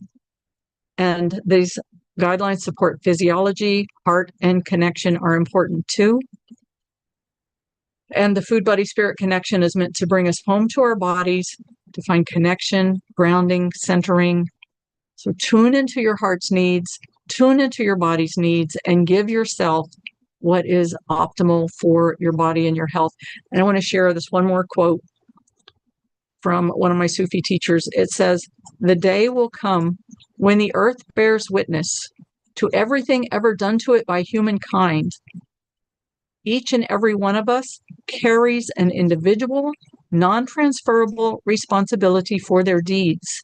May our deeds and words bring light to this world and to its creatures. And that is from Rosina Fauzia Arawi. So I'll leave us with that, as remembering we are not on the earth, we are in the earth, we are a part of the earth ecosystem. We do not exist in this physical form, in human form, without earth, breath, earth, water, and air. So we are very much a part of this earth. All right. And with that, I thank you very, very much. And I'll stop now. Love and appreciation for the body, connecting with food and earth with gratitude and reverence. All right. I think I got in right under the wire. I know that was fast, and I apologize if I was dumping too much information there too quickly, but I thank you for being here and for listening, and I hope you receive something that can help you and your loved ones. Thank you so much. And I do think we may have a question from either someone in the chat, or maybe Susan will raise her hand. If you have a question, we have 2 minutes. And so raise your hand, Susan, if you have a question. Or Danny, do we have anybody in the chat? Any questions in the chat? I don't have any questions from the chat. Okay, no questions from the chat. All right, and I apologize if you were trying to write questions in the chat. We had that accidentally off earlier, so I think we're good now. Okay, one question just arrived in the chat. Okay. And we want to know if Nancy, if you would raise your hand and come on screen. Yeah, we only have a minute, so if Nancy... Okay, here's the question. What do you think about fasting to overcome compulsive overeating? Yeah, very good question. And could you repeat that, because it was hard to hear? What do you think about fasting to overcome compulsive overeating? Yeah. Does that make sense? Yes, it totally makes sense. I'm a huge fan of fasting for health reasons. I honestly, I think it can be hit or miss on the emotional eating, depending on the source of like where your compulsion comes from the root cause of it. And so, I think, I don't know that there's a one size fits all for that. I've worked with a lot of people who have trauma. And, I myself, when I healed ulcerative colitis, fibrocystic disease, hypoglycemia, I did fasting, juicing, cleansing, and I was on a mission. Then, get into a different situation, and where then, I started to eat some of the addictive foods again, and, sugar and processed foods, and then the compulsions came back. So, fasting it just kind of depends on what your roots are.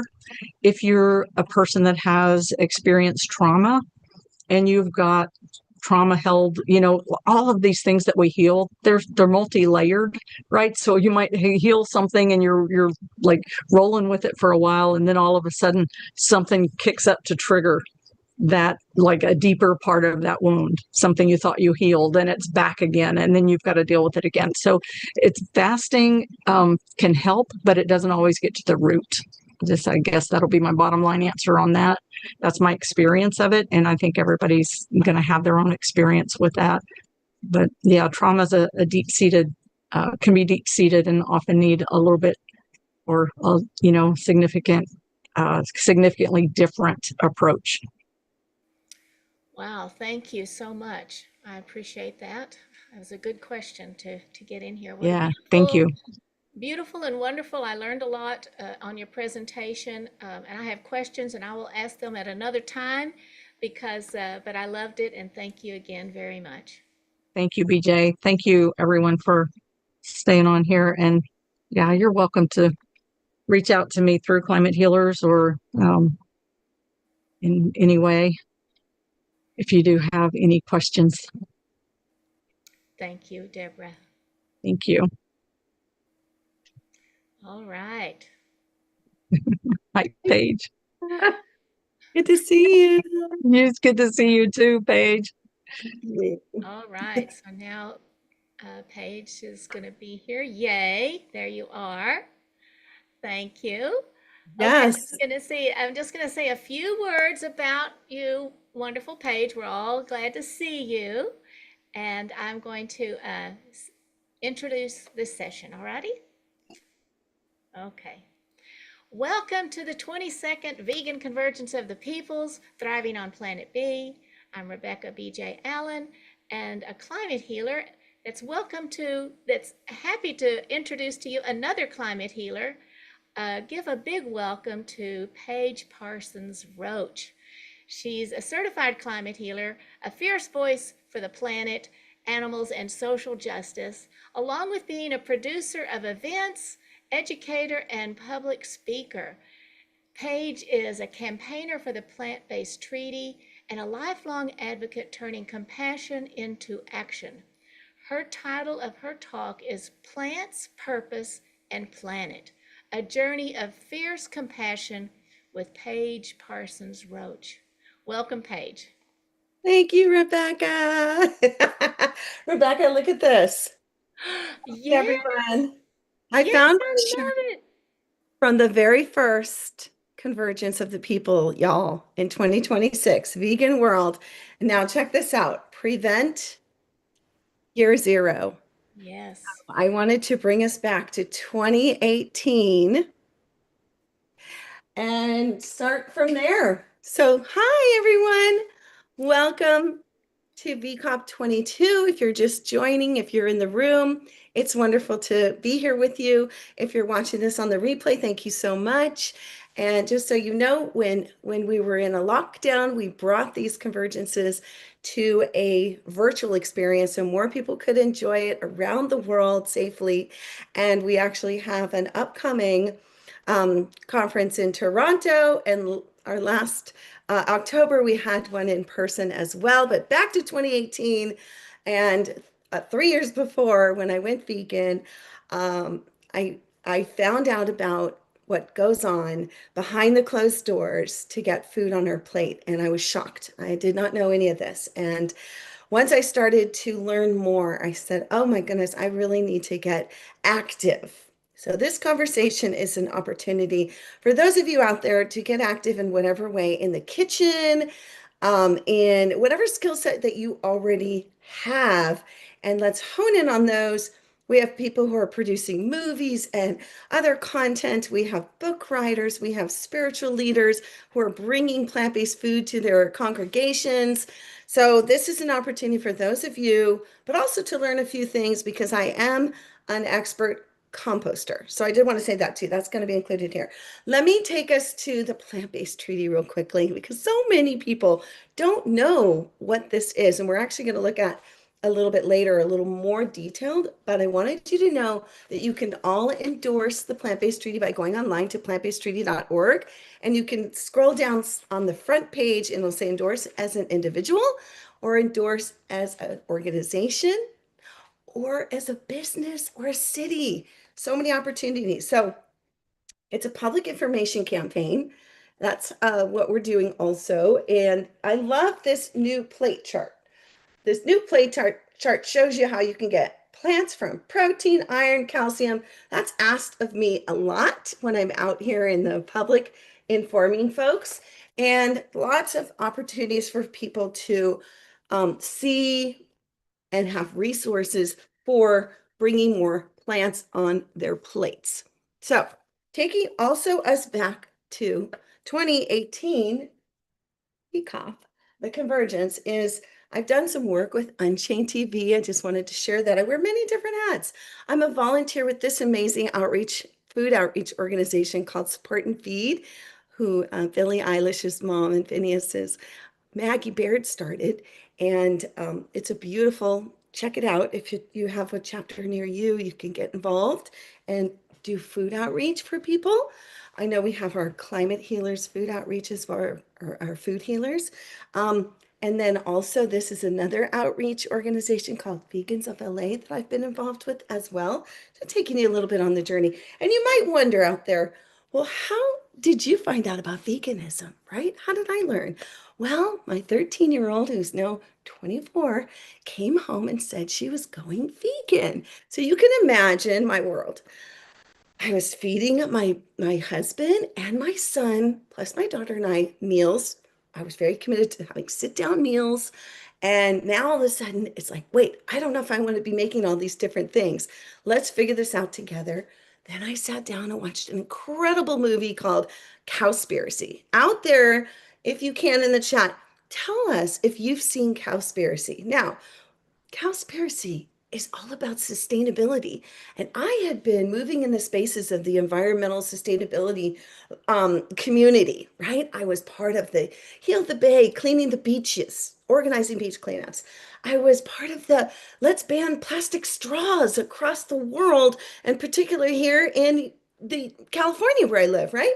I was also part of the Ban the Plastic Bags. So with all that information about how to help animals, I was still going and having sushi.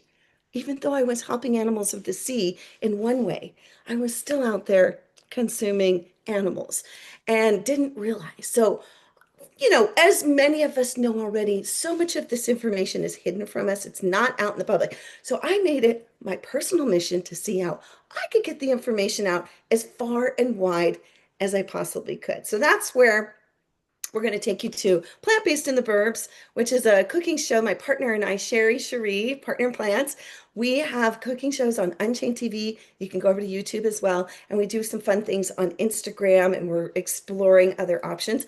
But we bring on different people on our Instagram live show who are doing great things so that people can see. And if they resonate with the message, maybe they'll go and look a little further. So I'm about getting the message out as far and wide, right? Okay. That brings me to composting. You're like, what does composting have to do with veganism? Well, it's helping the planet. And to me, it's an inroad. I'm always looking for ways to bring up how do people get more plants on their plate, right? So I'm in conversations with people who are in the composting world, and I'm bringing forth information about veganism and plant-based lifestyle. Okay, so watch this. Those of you, maybe you're already composting. What that means, basically for the regular household, anyone can do this, is taking your food scraps out of the landfill, out of the trash, and putting it into a system that could make nutritious soil a resource. Okay, simply put. So, for instance, we don't actually add our pits to our personal compost in the back because they're very challenging to break down. But in the state of California, it's a law that we do need to take our food scraps out of the trash. So this is just one example, but you could fill this up. And I'm not going to tell you where to go with it. You can DM me, but you can look around locally in your area and see where you could put your food scraps. Maybe you already have a system set up. Maybe you have a place in your backyard that you could bury. Maybe you could put this into a plastic bag and freeze it and then take it over to a sanctuary or a place where you could compost, put it into a larger system. So I'm going to let you figure that out, but taking the food scraps out of the trash, why do we need to do that? You've heard of methane, right? You've heard of stinky trash, stinky gas. Guess what? That's what happens when you put your food scraps into the trash, which we've all gotten kind of accustomed to, right? And the trash is going to be taken away somewhere, magical fairyland, and be taken care of. Well, no. The methane is the smelly gas that comes off. So my trash don't stink. I don't know about you, but you can also get a fancy little compost situation. And let me tell you, I know many of you already know this, but coffee grounds going in there, banana peels, tea bags, not the wrappers. You know, all kinds of food scrap, meaning the tops of your carrots and things like that. Okay. How many of you are growing anything at home? Maybe you don't have space. Okay. Maybe you don't have a green thumb. Maybe you could put something in your windowsill like basil. How about one of these plants? Now it's going on 2 years. It's doing great. Oh my goodness. What about taking the bottoms of your green onions and putting it in a jar? See how it's already starting to root? And then now I'm growing green onions. Now I could put this in a pot and grow more, but I kind of like it simplified in my windowsill. Okay, now check this out. Here's another one. Cilantro I'm growing. I took some of the cilantro, I put it in a jar, and here you go. Okay, so that's one way I'm being sustainable. Let's figure out ways you can be more sustainable as well. Now, I'm trying for the first time sprouting some sunflowers. Now, I teach children how to grow a few things and to compost, right? So we're sprouting the sunflower seeds that are then going to be put into the big barrels to grow sunflowers. So this is already starting to happen. I started to munch on them though, because I love, my favorite sprouts are sunflowers. If you want to learn about sprouting, go for it. There are tons of people who are giving lots of lessons on how to sprout. I'm not your girl, but you can find it. You can find it. Okay, let's talk about what happens when you go into your produce drawer in your refrigerator, okay? Those of you, or cooler box, whatever you want to call it, and something's looking a little wilted or sad, okay? Or you go to your fruit plate. All right, so let's talk about that. Oh my gosh, I have a little on there, okay? Instead of putting this even in compost, I'm going to cut her in half, see if I can repurpose and use that lemon, the half of it, as a resource, either putting it in water. I clean my sink with the lemon, get a nice scent, lemony scent, right? So instead of just wasting it, see how you can actually work with something, okay? I got some mangoes here. These are going to be fine. I may not eat that just as is because it's getting a little wrinkly, but what I'm going to do is cut it up and freeze it and put it in a smoothie later. This one's looking good, but some people would throw this away. They would say, that's too wrinkly. No, thank you. Delicious and juicy on the inside. If it has a funky flavor, definitely put it in your food scrap bin. But okay, let's talk about something like this. You'd be like, oh my gosh, I'm going to stay so far away from that. Well, maybe this one, but I'm going to explore and see if there isn't some of that tomato I can work with, right? Now, I might not put it on my salad, but I'll put it in my tomato sauce, right? Maybe it's a little squishy. That's okay. We got to stop thinking that food is bad and rotten and see how we can work with it. That's what I say. Now, I see some of you hearting me out here. The same thing with this wrinkly one. I mean, this would not be sold at the store. And by the way, 80 billion, 80 billion pounds of food is wasted every single year in America alone. That's a stat. That's a lot of waste, 80 billion pounds. So if we can figure out how to work with things, now that goes into the landfill. Here's what I'm saying though. We can perhaps repurpose and not necessarily compost. What can we do with what we've got? This one, again, would not be sold on the shelf. It's got a little wrinkly to it, right? And I'm going to tell you about this cutie. I was doing some work with Support and Feed, some food outreach, and we were not giving these away. But I pulled it out and thought, what could I do with this? This was going to go into the compost. And I grabbed it and I thought, I'm going to work with this. I'm going to freeze with onions, so then they're ready to go when I'm ready to cook them up and make it like a yummy stir fry. Okay, now, spinach tends to be some of the worst little offenders for getting wrinkly and green and weird. So instead of throwing out the entire bag, which this only took me about 5 minutes, I went through, because the bag was looking wilty and gross, like toxic, and I found this, plus I found more that I put into my delicious green smoothie. And I'm going to give a shout out to the green smoothie. This smoothie was developed by Dr. Brooke Goldner. I don't know if you know who she is. Maybe you do. Goodbye Lupus. Check her out. And the Plant-Based Treaty got on board with her protocol. Anita Kreinz, who created the Animal Safe movement, and the Plant-Based Treaty as a campaign out of the Animal Safe movement. She went on the green smoothie, felt better than ever. And so we encouraged people to be on the challenge for 90 days. And I'm still going, or 30 days, I'm still going. And I think it started in January, if I'm not mistaken. I lost track. But, oh no, it was April. It was April. But I love this. Let me tell you what's inside, okay? And you can also look this up. I put spinach, you put greens, water, greens. I also put kale in here. And then some pineapple, some mango, a banana, chia seeds. That's it. And I've got a healthy, delicious, nutritious. Please look up Dr. Brooke Goldner to find out more information. We also have info for her on the plantbasedtreaty.org website, okay, which we're going to look into. So let me just take a little sip. It's hyper nutritious. Okay, now we're talking about what we're growing. So we're growing some tomatoes. I wanted to show you. How cute are those? They're kind of the easiest to grow. Now these cucumbers got a little, what do you call it on the outside? Like a little bit slimy. So I'm going to work with these and see what I can do. I might have to put them straight into the compost, sadly.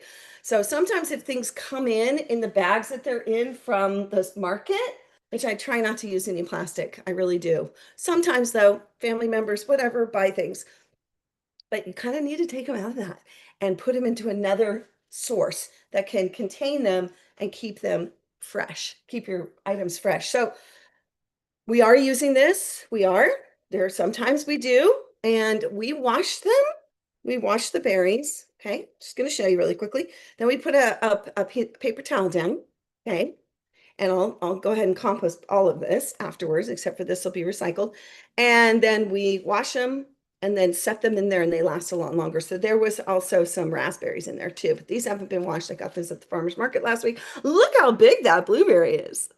Oh my gosh, that is farmer's market quality, right? Straight from a farm. Look at that. Can you see that? You can't get those at the general market. I really don't think you can. All right. Let's take a look at our timing. If you have questions, you're going to put them into the chat. And oh, yeah. So we're going to talk about how to store things and you know, how to go about that. All right. So, woo, come on over. All right. So we have these are great storage bags. I love them. I also will sometimes put a brown paper towel in there because again, I can compost the brown. The white is dyed, so you want to go with the browns on the napkins and the paper towels. Those are the ones you can compost. You can't compost the white. Okay, so I'll use one of these and put it in. All right. I also have, which you can get online somewhere, or maybe you have a little shop near you. And this is like a reusable Ziploc bag. So this is fantastic for traveling, going on an airplane, having some snacks. It's great. Several of those. And then this is really great. Non-beeswax bees wrap. It's a vegan plant-based food wrap that you put on the outside of a bowl or something. I also have these cute little covers that are very like 1960s that somebody got for me. That's like you just put on and then you can, you know, travel with it and go to potlucks and things like that with these cute little covers. So there's that instead of saran wrap or even foil, right? Let's get creative. Okay, now I'm sure you have one of these, but just in case you don't, y'all, please get a reusable straw. Stop using, stop sucking, and you know, get a reusable straw. You can do it. And then carry with you some reusables. They don't have to be bamboo. You can, however your system is, get a system going so that when you leave the house, you're sustainable because you say so. Why not? It's better for the planet. It's better for you. It's better for the animals. Because look, that plastic is going into the sea. It's going onto the beaches, and the birds are grabbing these plastic pieces and they're eating them, and it's digesting. It's coming into their system. It's not digesting. And, you know, let's take care of our planet, our beautiful Mother Earth. We only have one. So, Mother Earth, and we're creating a planet B, right? All right, so carry that with you. Bring that with you, please. And what else do I want to share with you over here? Oh, yeah. So sometimes you buy something and it comes in a jar, and maybe you want to get something bulk. So I got my bulk chia seeds. I also have lentils in jars too. And I have my bulk hemp seeds. And I'm saving the jars and I can reuse them, and I keep these in my refrigerator, right? So reuse your jars. That's so obvious, right? The other thing I do is I carry one of these. I have one in my car because inevitably I'm going to go to an event or I'm going to go someplace and they're going to serve me water. Maybe there's water or a drink. I have my own. And the other thing is I can just bring it home and wash it rather than them having to worry about it. But a lot of times, I mean, I'm surprised people are still using plastics. They really are. And oh, another note, which I don't always remember, but please bring your own set of quote unquote Tupperware, right? You can get the glass Tupperware so that if you have leftovers, you're putting them in them and bringing it home. I know people who have cooler bags in their car at all times that they can put things in. So that's really next level. All right. And then finally over here, I want to say that if you can find some kind of sustainable flower. These are sustainable flowers I bought from the farmers market, supporting the farmers. And they told me that they like repurpose and redo and compost and do all kinds of things. I usually don't buy flowers because I feel like, aren't we kind of putting those onto the, I don't know, but there's also the idea of planting more natives, which is important because the natives we have a ton of monarch butterflies right now flying around. And that's because a lot of people consciously planted native plants here in California. So we're seeing life come back. We're seeing nature being nurtured into existence again. The things that we've kicked out, we get to own back, bring back in, invite back in, allow for, move out of the way for, right? That's what we're doing here. We're creating a new planet that we can all thrive on, not one that we're extrapolating and taking and dominating, right? We're creating an environment where things can thrive and joy can be reproduced, right? So that's what we're about here with this Climate Healers Convergence. Okay, I'm going to share my screen now. Let me know if there's anything that I need to do differently, but I'm pretty sure I can share. So just one moment while I go to share screen. Let's see. I might need some support from you, Rebecca. Let's see. I'm here. Is there a button where I share? The bottom green. Okay, I think I did it. Did that work? No, Oh, not wait, yet. here we go. Boom. How's that? It is there and it looks great. Okay, so I'm going to take you into the plant-based treaty portal, the plantbasedtreaty.org, where you can go and really explore. So a couple of things. First of all, I want to invite you in because there's so much here, but also we are inviting people to participate with us. We are inviting people to get active with us. Whatever city, state, village, we have campaigners around the world. Okay? Uganda, Edinburgh, Scotland, France, Italy. Um, Let me just take you down through this portal, okay? Over 244 others have signed the plant-based treaty. So I'm going to go through what happens once you sign, okay? So essentially, you can endorse as an individual, an organization, a business, and a city. What? Okay, now when we go down here, look at the numbers are just moving. I love that. 43 cities around the world have endorsed the plant-based treaty. 244,000 and counting individual endorsements, 1,685, nearly 2,000 organizations, and almost 2,700 businesses. Now, what does this mean? Let's go through this. Let me just do one thing. Boom. So, what is the plant-based treaty? We are urging individuals, groups, and businesses and cities to endorse this call to action to put pressure on national governments to negotiate an international plant-based treaty as a companion to the Paris Agreement, okay? Modeled after the fossil fuel agreement. This treaty would put food systems at the heart of combating the climate crisis, aiming to halt the widespread degradation of critical ecosystems caused by animal agriculture, to promote a shift to more healthy, sustainable, plant-based diets, and to actively reverse damage done to planetary functions, ecosystems, services, and biodiversity, right? Core principles: redirect, relinquish, restore. I'm going to let you go through all of this. There's the green smoothie and the challenge. So we talked about the greens, the flaxseed or chia seeds, water, banana, mango, pineapple. Just takes 5 minutes.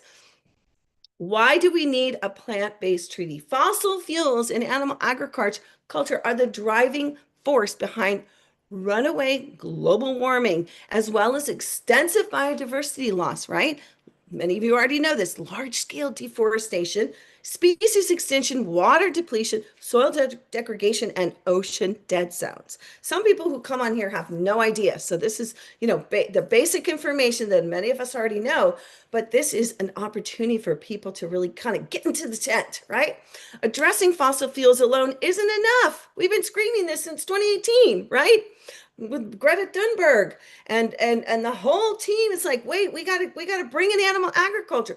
Dr. Rao's white paper, right? I mean, let's go. So Jane's movie, Countdown to Year Zero. You know what I'm talking about. This is where the plant-based treaty comes in. The three main greenhouse gases, carbon dioxide, methane, and nitrous oxygen, are devastating high levels and rapidly accelerating. Okay, so you can go through all of this. I'm going to take you back up to the top because I want you to see how you can get engaged in this conversation. Now, we pitch ourselves. I go into city councils and meet with council members and others and talk about how we invite them to endorse our treaty. Okay, that's one thing we do. And we say, you as a city have greenhouse gas goals. You have goals, sustainability goals. Let's talk about your greenhouse gas emissions goals, how you're committed to lowering them, because in this, and let's just say I'm gonna stand that every city is on board with needing, especially here in the United States, but recognizing and realizing that we got to do something. Okay. Now, not everybody's taking action or willing. And that's why we have all these, COP this and all these structured conversations to talk about, how they're going to be making changes. Well, we got to make the change. We got to get in there, and we also need to inspire the change. Okay. I mean, it's a possibility, right? I'm inviting you in. Now, let's say you're like, what does that even mean? You can click here. You can come on to what is called a welcome call. Welcome you in to learn more. Okay, sign here. Let's say you're in a city that there is a chapter already active, like in Los Angeles. I'm in the San Fernando Valley, so I'm activating out here. I also go into Los Angeles and we do a lot of work with restaurant partners and organizations, and we're being invited to be on panels about sustainability. We're at the table with people, and this is happening around the world. Plant-based treaty was at the Bonn conference recently, at the United Nations, has been there alongside Silesh at these COPs years ago, right? And we're continuing to arrive there, show up, and ask for meetings with people to talk about this, to put the food system into and animal agriculture into the conversation forefront, and explain and share and encourage and inspire. So when you endorse the treaty and you encourage others to endorse the treaty, it's a buy-in, a bottom-up pressure campaign for governments to make these changes. That's the idea here. And things are changing, I will tell you that. So the other thing is, I want to just mention a couple of our campaigns, okay? We have a campaign called the Hundreds Cafes campaign. Now, I'm just going to touch on these, but in the welcome call, we go a little bit more into it. Imagine walking down the street and seeing plant-based stickers in storefronts everywhere you go that has plant-based options, okay? So what we do, I don't know if you, I'll show you later, but we have window clings that we can give for folks to go in and talk to people. This is part of the campaign. So there's the Hundreds Cafes campaign, where we either encourage the restaurant to drop their surcharge on plant-based milks, add plant-based milks, right?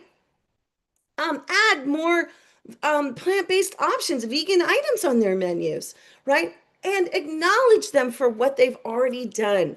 Because many restaurants here in the United States, I'm speaking where I live, do have plant-based options on their menu. Some restaurants, not vegan restaurants, actually call it a vegan item. They actually use the word vegan.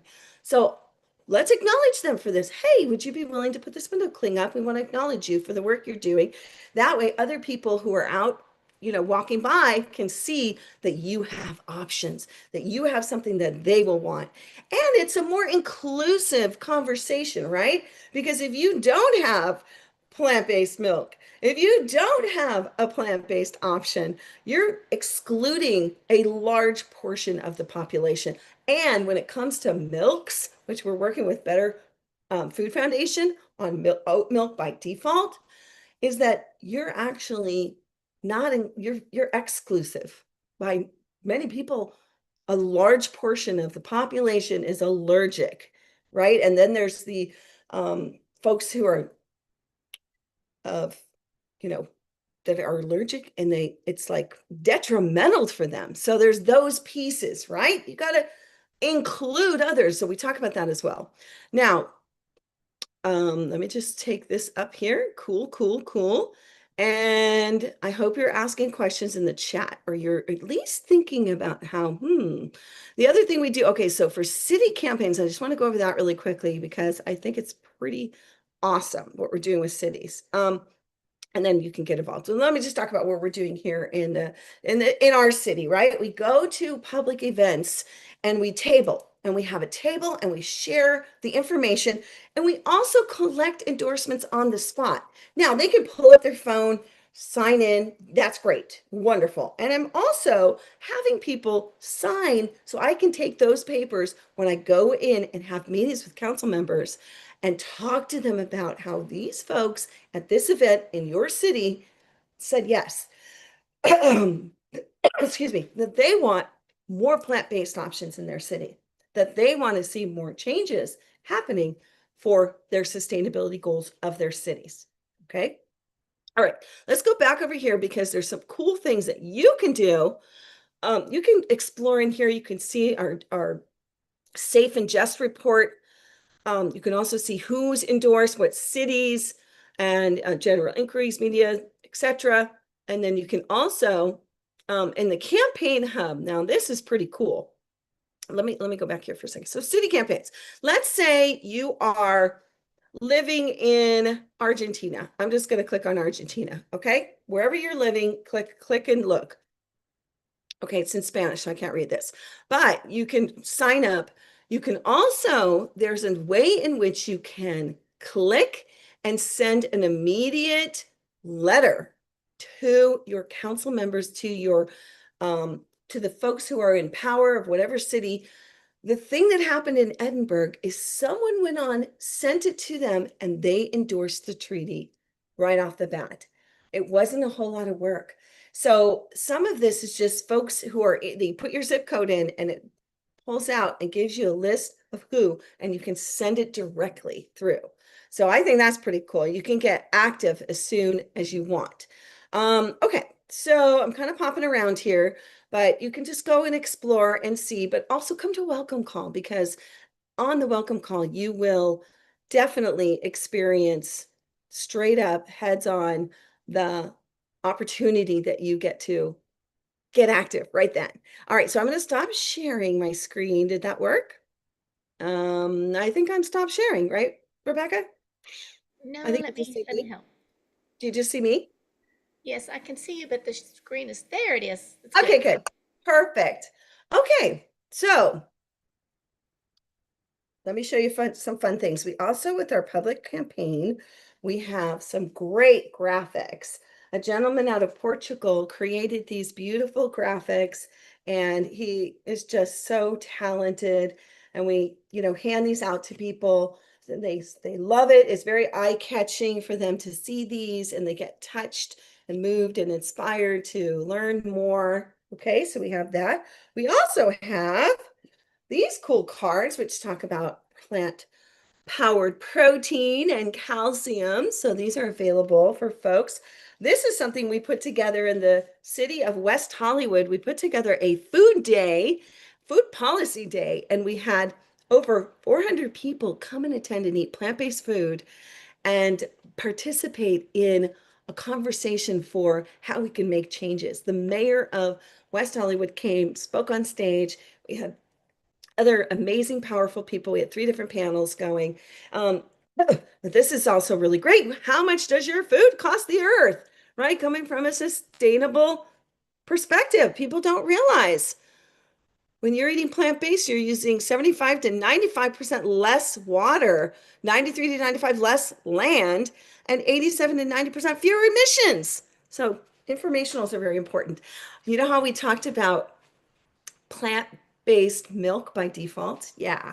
So we're working with the Better Food Foundation. We created this for the Hollywood Climate Summit, or they did. And I'm trying to get the best. Yep, there we go.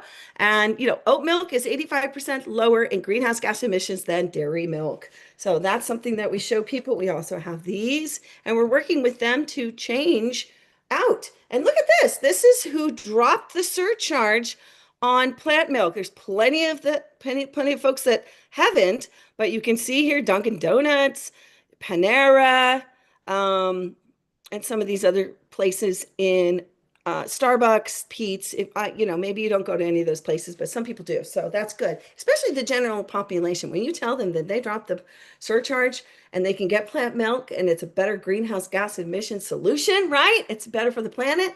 You can encourage people to get those plant milks instead of getting cow's milk, right? All right, so we showed these. Oh, I want to show you the window clings because these go up in our windows. We have vegan options. We endorse the plant-based treaty. We have plant-based milks available, and we also have, plant-based options, and there's others as well.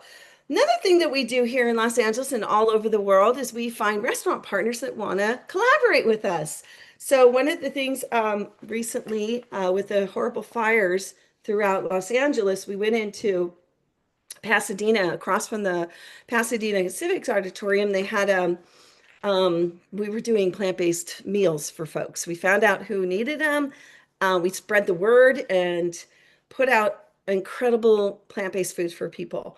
And we got some partners helping with that. So this is a great restaurant out there. They have an incredible guide. It's like pages and pages, really cool. And they featured plant-based treaty right there.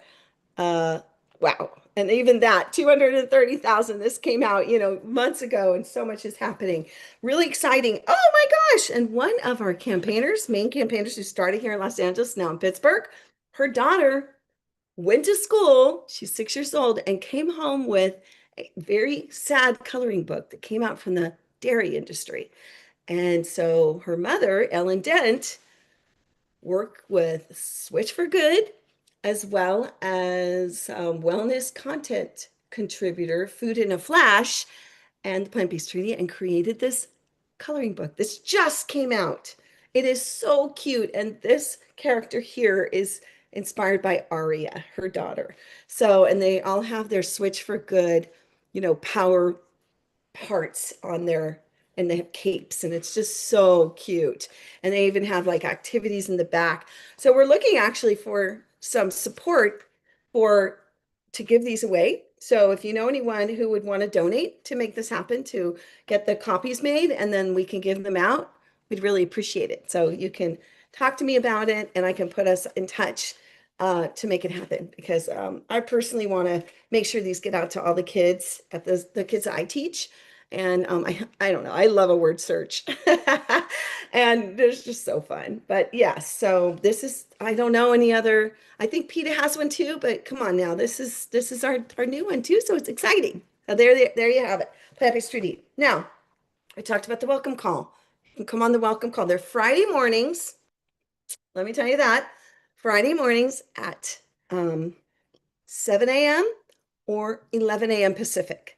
Okay, so for those of you in other parts of the country, you can join at your time zone. Those are the time zones and times that are available. Okay, so 7 a.m. and 11 Pacific. So like I said, we have this out. You can QR code it. I don't know if you can QR code that right now, but then we also have the signed sheets. Look at this. We have so many locally that have signed. We go to college campuses. We go to the local cities and have concerts in the park. We're going to farmers markets now. And we're essentially saying, hey, we'd like to give out public information. We're a public information campaign. So that's one of the aspects by which we are activating. Oh my gosh. Wow. Isn't this exciting? All right. Well, we have 20 more minutes. I could talk your ears off. I know I could, but just in case you have any questions, I do want to leave time for that. So I'm going to hand it over to you, Rebecca. And we can talk about how any of the questions in the chat or anything else for you and me. Cool. All right. Well, thank you. I really want to get that coloring book. I sometimes come across people that need it, and I was thinking about our church and other places like that, maybe taking it to some other vegans who are more in touch with children, and I think that's a wonderful idea. And did I hear that right, that it's about mostly dairy? This is not about dairy. Oh. It's the dairy, it's the antithesis. It's a basic, come fly with me up and away, and I'll show you how to start my day. Talks about plant milk. It doesn't talk anything about dairy. Oh, It's like the flip. It's just talking about how to power up with plants. Yep, it's plants help my brain feel its best focused and sharp on every test. So oh, okay. it's because right now in the United States, they are giving away the dairy industry goes in, they even have days about dairy. I think Liz Gary's talked about this because I think she was doing that before. She was an educator. So this is the antithesis. This is a coloring book that just talks about being powered by plants. Nothing in here about going vegan. It's like, oh, look at this. Look at all the rainbow of fruits and vegetables, right? And then look at, oh, I'm super powered by almond milk, right? Tofu. How cute is this? Right, right. And it's wonderful to color. I mean, plants have come in so many colors. It's going to be a very colorful book. Yes, exactly. Yeah, that's great. Now I see Alyssa has her hand raised. Okay, this is wonderful. If you have a question, please raise your hand and or put your question on in the chat for the speakers. All right. Hi, Alyssa. Hi. Hi. Thank you so much for that wonderful talk. Did you say that that book was produced by somebody or written by somebody in Pittsburgh, or was I mishearing you? You got that right. I don't know if you've met Ellen Dent. Who is it? Her name is Ellen Dent. Ellen Dent. She's a campaigner. D-E-N-T. Okay. D-E-N-T. Let me tell you, she's a campaigner for Plant-Based Treaty, one of the originals, but she also heads up what's called Animal Alliance Network. So if you go onto Animal Alliance Network. Okay. Yes. I don't have my notepad, but I'm going to do that. Okay, that's cool. Yeah, because I'm in that area. I'm right around there. Oh, I love that. Okay, well, yeah, she lives there. She does a lot of activations. If you see a plant-based treaty table at the Veg Fest and so forth, that'll most likely be Ellen heading that up. I think I've met her and her daughter. Aria. I don't recognize her name. And then I'll contact you at a separate time because there's a project going on in southwestern PA, the redevelopment of a mall in a suburb of Pittsburgh. And I want to get plant-based in there and on the consciousness of this $500 million project. I'm not going to mention what giant corporation is involved right now, but we kept them out of the community 20 years ago, but they're here now and we're going to work with them and we're going to have plant-based at the center of it. So I will reach out to you and a couple of others that are here. Okay, love that. Thank you. Thanks a lot. Thank you. Yeah, nice to meet you. Nice to meet you too. Cool, I love it. Pittsburgh in the house. That's wonderful. Yeah, that's great. I wanted someone from our team to look up that QR code and put it in the chat because I'm not sure it came across on the video. Oh, on the screen. Okay. Yeah. Oh, there. Welcome Now, if you hold it still, I bet that works. Okay, thank you. Plus, you can look it up. It's easy to find on. It's got a great website, and it's easy to find that way. So yeah, you can go to plantbasedtreaty.org and then go to volunteer. I think that's where it is, or get involved and then volunteer. And you're basically just signing up to be a volunteer, but you're not committing yet. You can come to as many welcome calls, ask as many questions as you like. There's no commitment. You just jump in when you're ready and when you're inspired and you go, okay, I think I can do that part.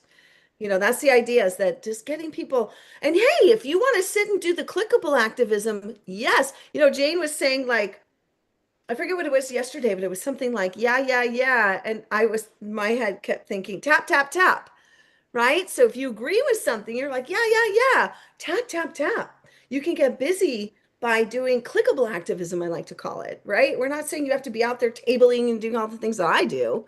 I'm in a phase right now where this is what I'm doing, but it may not last forever. I doubt it will. And it's what works here in Los Angeles for me to drive an hour and go places and make things happen, or 15 minutes. So, hi, Danny. Hi, sweetheart.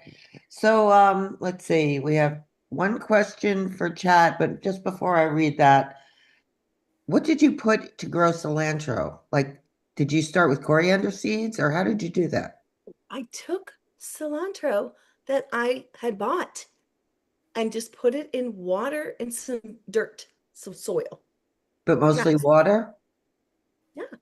Okay. It started to root up. Yeah, that's great. Right? Look at this. And now it's still popping.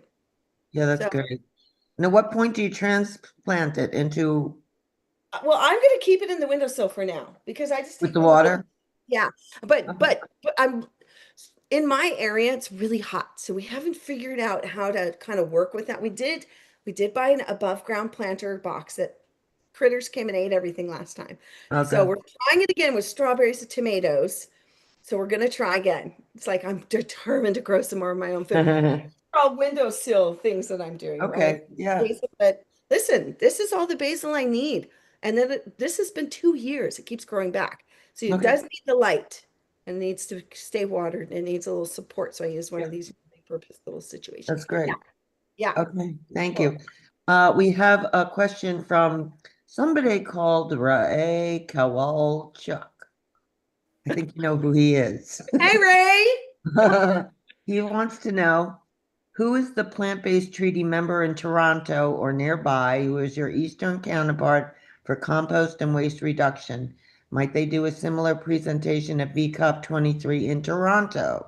Ooh, let's find that person. I can ask Adrian, Adrian George, who's on our communications team, marketing communications team, if she knows someone. I don't know, actually. That's really interesting to think about. But I love that because I do believe having it in person is a really good way to bring about the vibe, you know? Because let's see, I mean, it's one thing to like, you know, I like to have more active participation. I'm just more of an artist that way, and I appreciate everything that we have seen so far. Oh my gosh, all the work that's gone into this VCOP. Thank you all so much. I've been getting so much value, and I can't wait to go into that Trello board and listen to all the other things and watch the other things, y'all. So just so you know, it doesn't end here, right? There's a couple things about this. It does not end here. Our VCOP does not end here. We can go into Movement Mondays and be live with all of us. It's so much fun on a call, on a Zoom. You can have your screen on, your screen off. You can be taking a bath, taking a shower, and just listening. I'm always doing all kinds of fun stuff while these calls are going on because my life is happening, right? And yours is too. But you come in and be with us because look, I've met so many beautiful people. I did not know these people. I knew Rebecca only. Now I know Danny, I know people from around the world. I know people from Peru, like my friend Allison. Yes, and Hugh Allison. yeah. Yeah. Welcome, Allison. Hey, Paige, Rebecca, Danny. I wanted to put a plug in. You clicked on Argentina a few minutes ago, and Peru was one of the options. Mexico was one of the options. Of course, they're all in Spanish, but I wanted people to know that the plant-based treaty is real, and they've worked with a lot of different efforts. They are very cooperative with all of the different vegans, whatever their projects are. They're on the forefront, working with universities down here. It's a very active community, the plant-based community, in at least those three areas, Peru, Mexico, and Argentina. I don't know why Brazil wasn't there in Latin America. I'm not sure. I thought they were very active also in Brazil. Of course, they speak Portuguese there. But anyway, if anyone knows a vegan in Latin America, especially Peru, Mexico, or Argentina, encourage them to get involved with Plant-Based Treaty in South America. They're wonderful people. They're very warm and very passionate and very active. So we want to grow that. We want to build that. Yes, I love that. And the thing that I've learned that is so special when I'm on these, once you come to a welcome call, you're welcome to the 8 o'clock every Friday global call. And when I hear, I cry every single Friday when we have our calls. It's every other week because I hear people in they're speaking in English, but they're speaking it's their second language, and they're sharing the movement that they've made around the world. I feel like it's like a climate healers moment, and you feel like you're not alone. You are with other people who are doing this work in real time, real changes, real time changes, things happening where the endorsements are happening. But we also, because Los Angeles endorsed the treaty back in 2021 when it was started, or 22, and we realized they did not take any actionables. They were the first city. And so now we talk to the cities about actionables like labeling of things, plant-based by default at their events, um, dropping surcharge, encouraging the city to drop the surcharge, having the staff maybe do a veganuary or a vegan month, plant-based month, those kinds of things. So we talk to them about their proposals for things and motions. So it doesn't just become like a proclamation situation, like, okay, we did this, we're done. No, we want to work with your city to help. And many of you are already doing this. So that's the other thing that I found what's so lovely and amazing about Plant-Based Treaty is it becomes a hub for all these other projects. People are still doing all their other projects, but you can bring this in and give as much time or as little time as you're able. Maybe I'm thinking about doing either a music event or there's a huge event being prepared in Portugal. I believe it's Portugal that's being prepared right now, a music event. And I'm thinking about doing something like a Veg Festi type music event type thing out in my area. Wow. So I'm about an hour and a half from like the hub of Los Angeles, the LAXE and near there. So I'm on the tail end. There's 88 cities just in this county of Los Angeles alone. So, okay. I want to Well, give. I can speak for Plant-Based Treaty Peru, that everywhere I go, everything I do that has anything to do with veganism, Plant-Based Treaty is always there. So, yeah. Really cool. Yes. Hearing that. I love that. All right, so we're going to bring up Nancy, and I want to say, go Toronto. We need to, while people are there, yes, make that strong. You bet. Absolutely. Excellent. All right, so we're bringing up Nancy, who has a question. Hi, Nancy.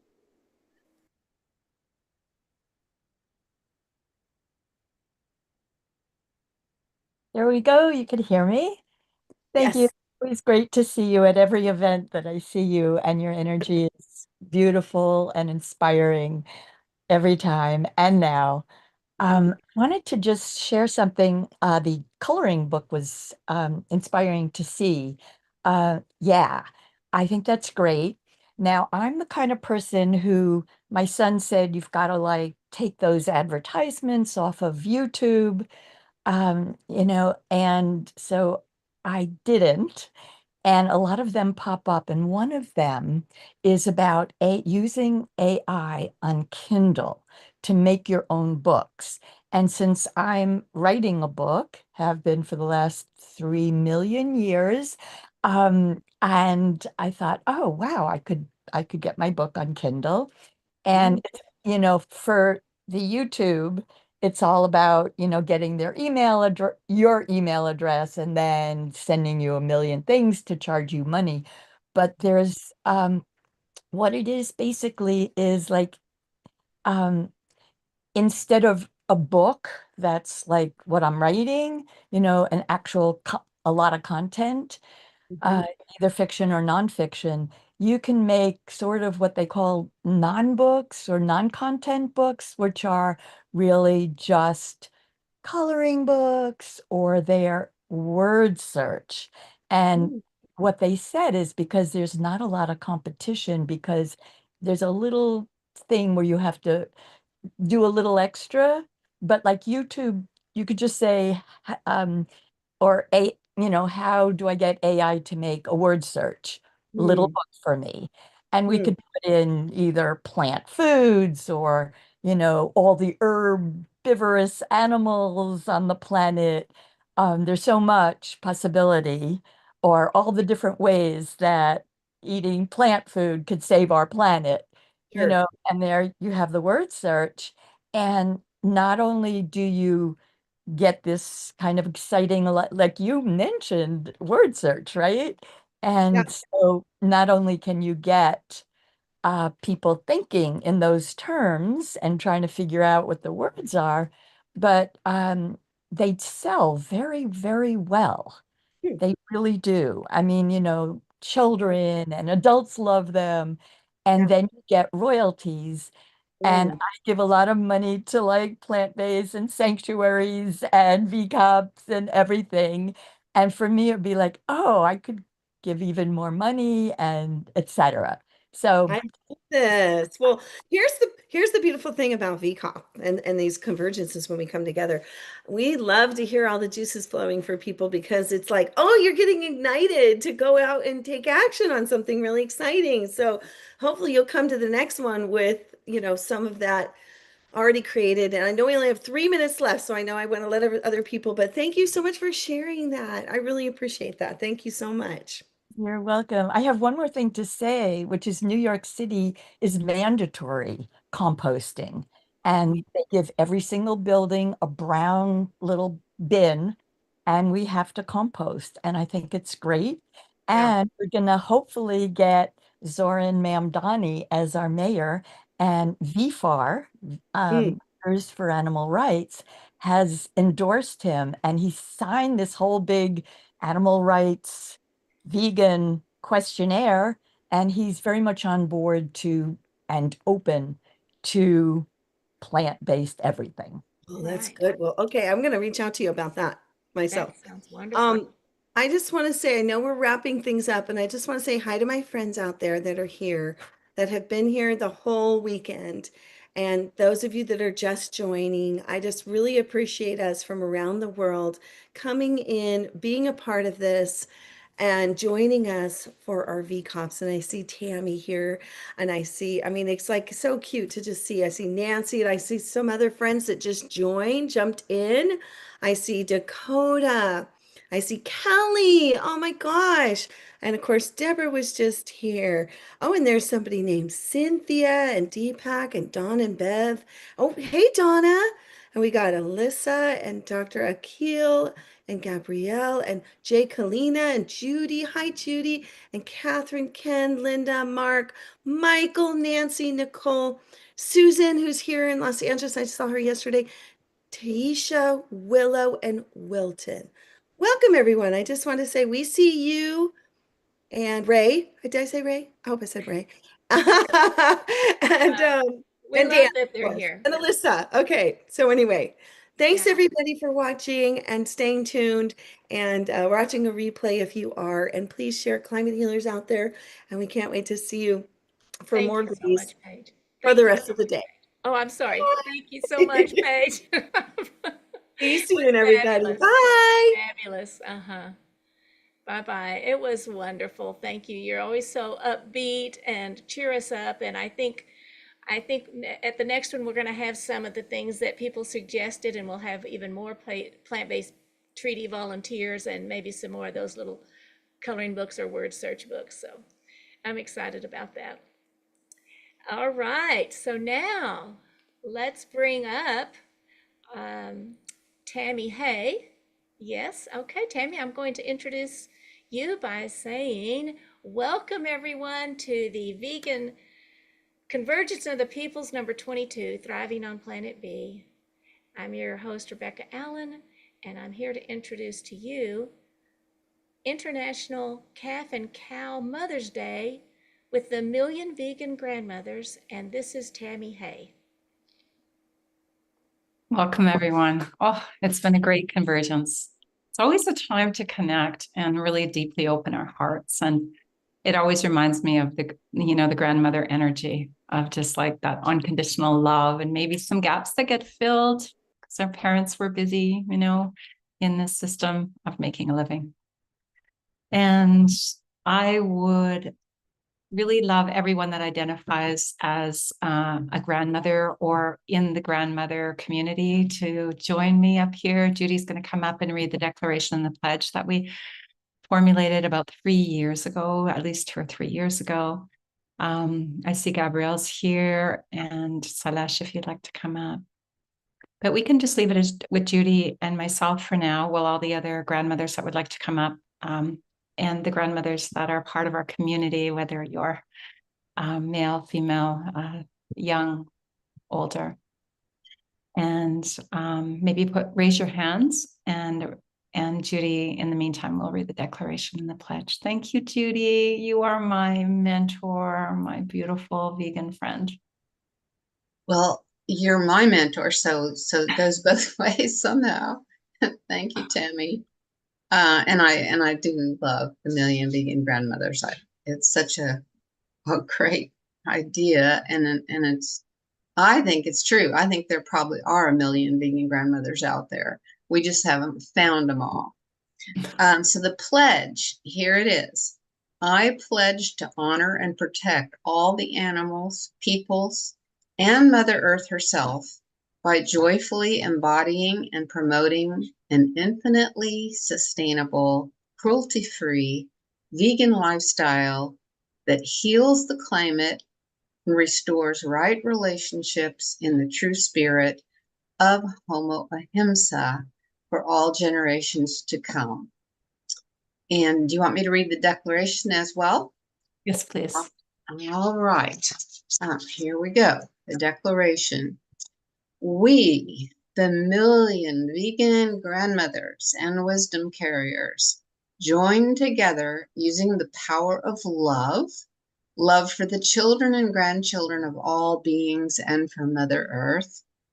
Welcome our all people, regardless of gender, age, and official grandmother status, who align with the values of veganism and this declaration.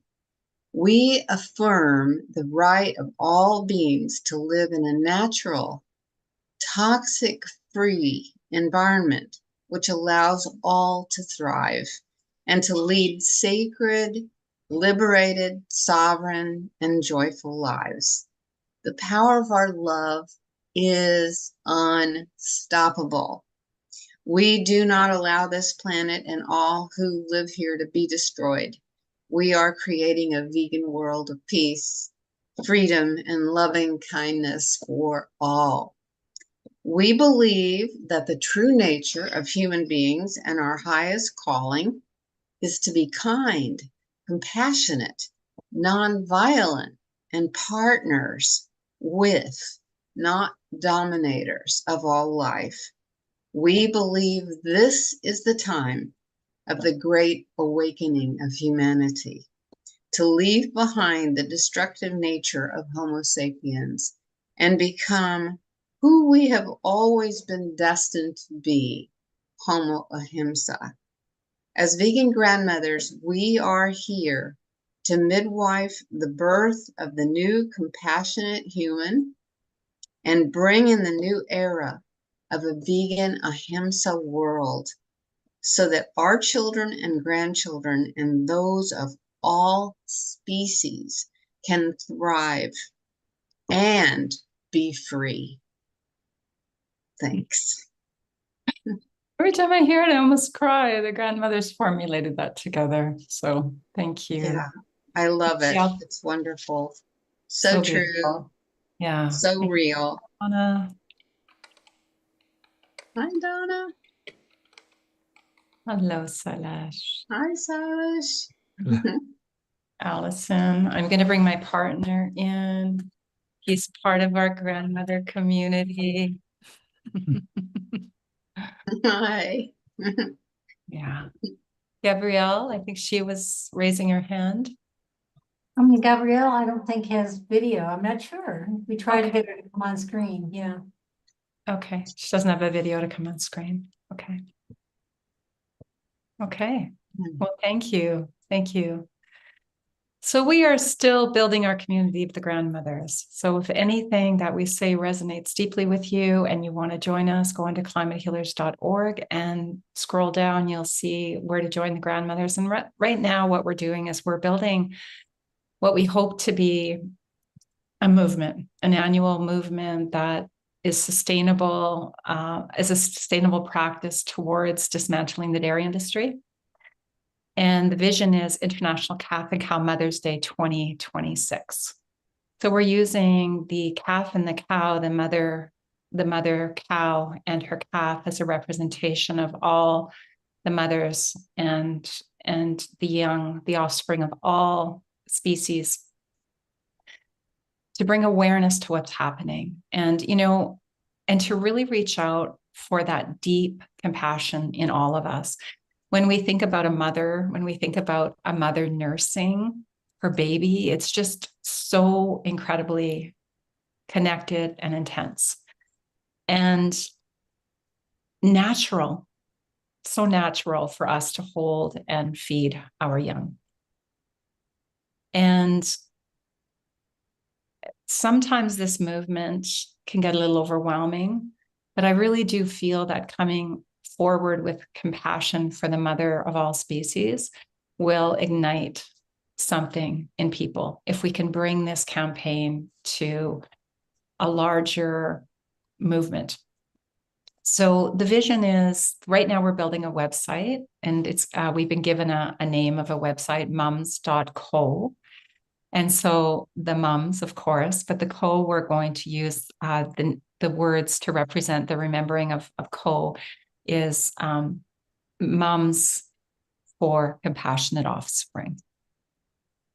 Compassion for offspring, compassion for offspring. And that pretty much says it all.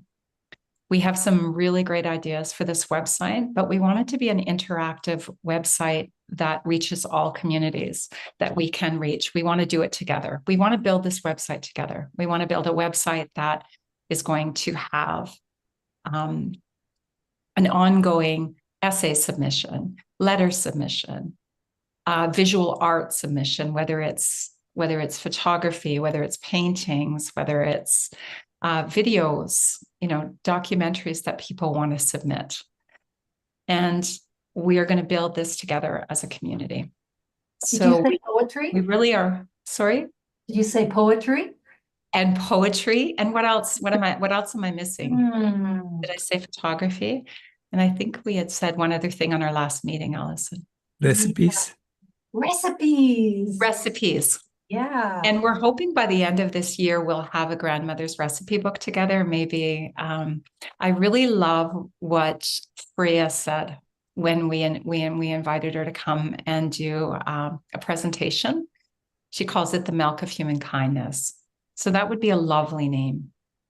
So the grandmother's recipe book, the Milk of Human Kindness. And we would have all these dairy-free or these rich, creamy recipes that are comfort food, that we've loved, with the milk of human kindness. So I'd love some feedback on that title. If anybody has any idea how to tweak that title. And we want to start building recipes. Everyone's going to have lots of recipes for dairy-free and milk alternative food, whether it's on I know Silesh makes his own oat milk. I was there visiting him in Phoenix one time, and he made me oat milk for my coffee. And I was trying to find a recipe for something that was similar to Cheese Whiz that I used to have as a child on celery, because I love Cheese Whiz on celery. So I'm calling it Cheese Whiz.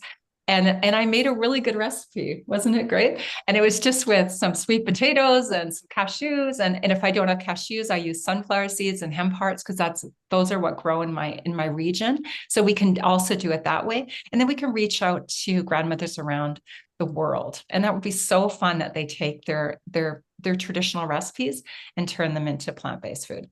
My goal for this, our goal for this, is to have all our recipes accumulated by the end of this year. And then we can have it formatted before International Calf and Cow Day. And then people, as part of coming to whatever event we have, we on a little card, they can have a downloadable link for our PDF. And we can just give it to them as part of the gift giving of this movement. And maybe some of the demos that we're doing at the different venues will have some of the recipes. We'll be making and providing some of the recipes. Like, here's a downloadable link. You have to try this. And one of our other grandmothers, Liz, she almost finished a pamphlet, and I don't think she ended up finishing it. She wanted to get it into schools. On one side, it showed how cow's milk is made, and then on the other side, it showed how soy milk was made. And it was quite informative. And I would love to be able to have that done at the same time. So we're looking for ideas today. I'd love all the grandmothers to share. Maybe we'll just kind of go around. And then I'd love to have it opened up for ideas, because we are hoping to have the website done within about a month, definitely before the next Convergence, so that we can have not art contests, but we were thinking something to the degree of art submissions, and the award, the gift could be the kids get so many trees to plant, or they get some food to donate to a vegan food bank, or maybe they're given a gift certificate for a plant-based restaurant, a vegan restaurant in their area. But we can start to fundraise and build that way too. It can be really, really fun. So I want this to be really fun and really reaching out for compassion. So did you want to share anything, Paul, while we're on? I don't really have anything to add at the moment, but I will if something hits me. I've been doing the newsletters that I've sent out over the last little while in regards to Catholic Cow Day. Paul's done such a great job editing my work. So it makes such a difference. And so thank you for that. Okay. Okay. Just jump right in if you would like to share. I could share something that's really fun and exciting that's happening here in Peru. I've been working with the Climate Healers Food Healers Group for, wow, a year and a half, I guess, now. And we prepare meals with the women in the different community kitchens and the barrios around the city.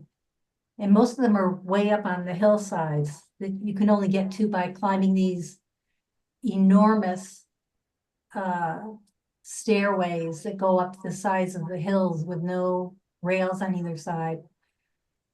And the women that prepare the meals are learning how to prepare vegan meals. So we're teaching them how to change from the traditional recipe and to make those vegan. And one of the groups this week coming up will be bringing all the women, 10 of them, 10 of the women in these community kitchens in this one area, will be bringing them into a vegan buffet in Lima. They'll all be coming in and they'll have a buffet, and it includes a buffet of desserts. And their work is being celebrated this month, starting this week in the London Museum of Science. So they've sent in one of their long cooking spoons that they use to stir the food in these huge pots. They've sent that to London to be part of the exhibit.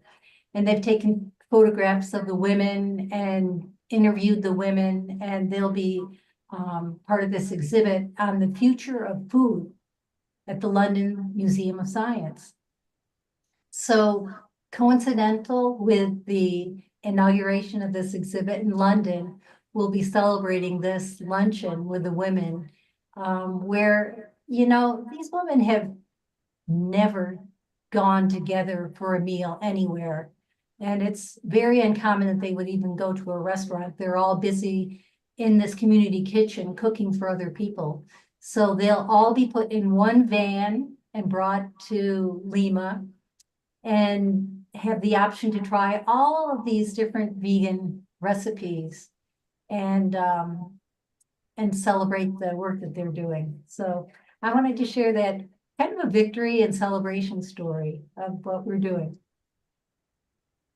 Thank you, Allison. And you were talking about this movement in Lima or in Peru, how, you know, mothers are held in such high regards, and grandmothers, and yeah, bringing that awareness to the mothers of all species can have such an impact there, because that is so foundational, where sometimes maybe it's broken down a little bit in some of our Western world. Yeah, I've said this before.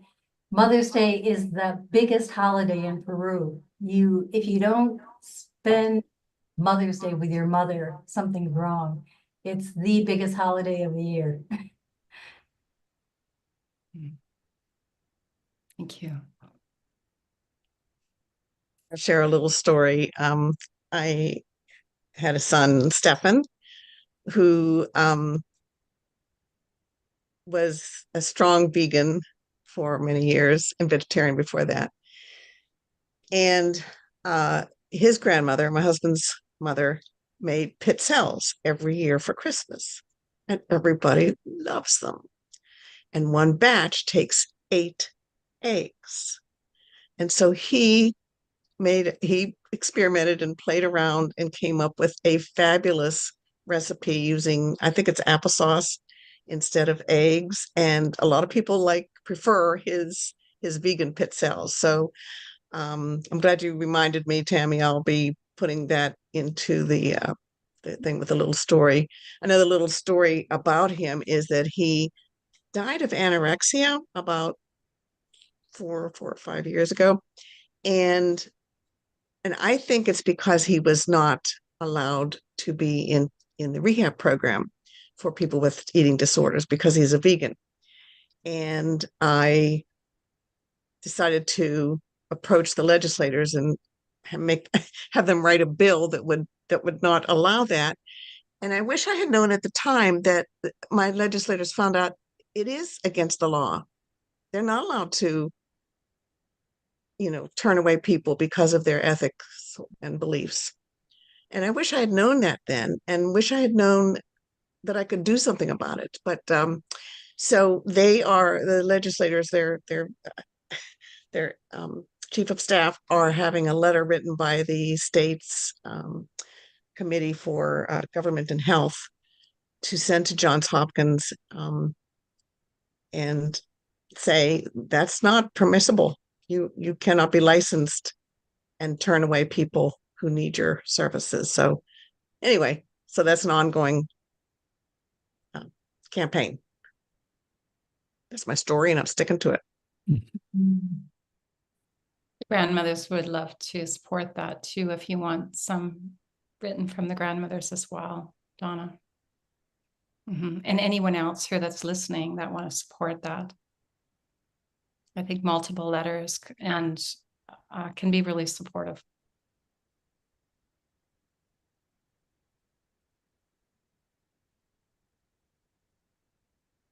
So I wanted to share some of the details of creating the website. So there is a form we have created. I'll show you that momentarily. So this is a Google form for getting submissions of art, letters, poems, photos, short videos, or recipes to be featured in the global gallery.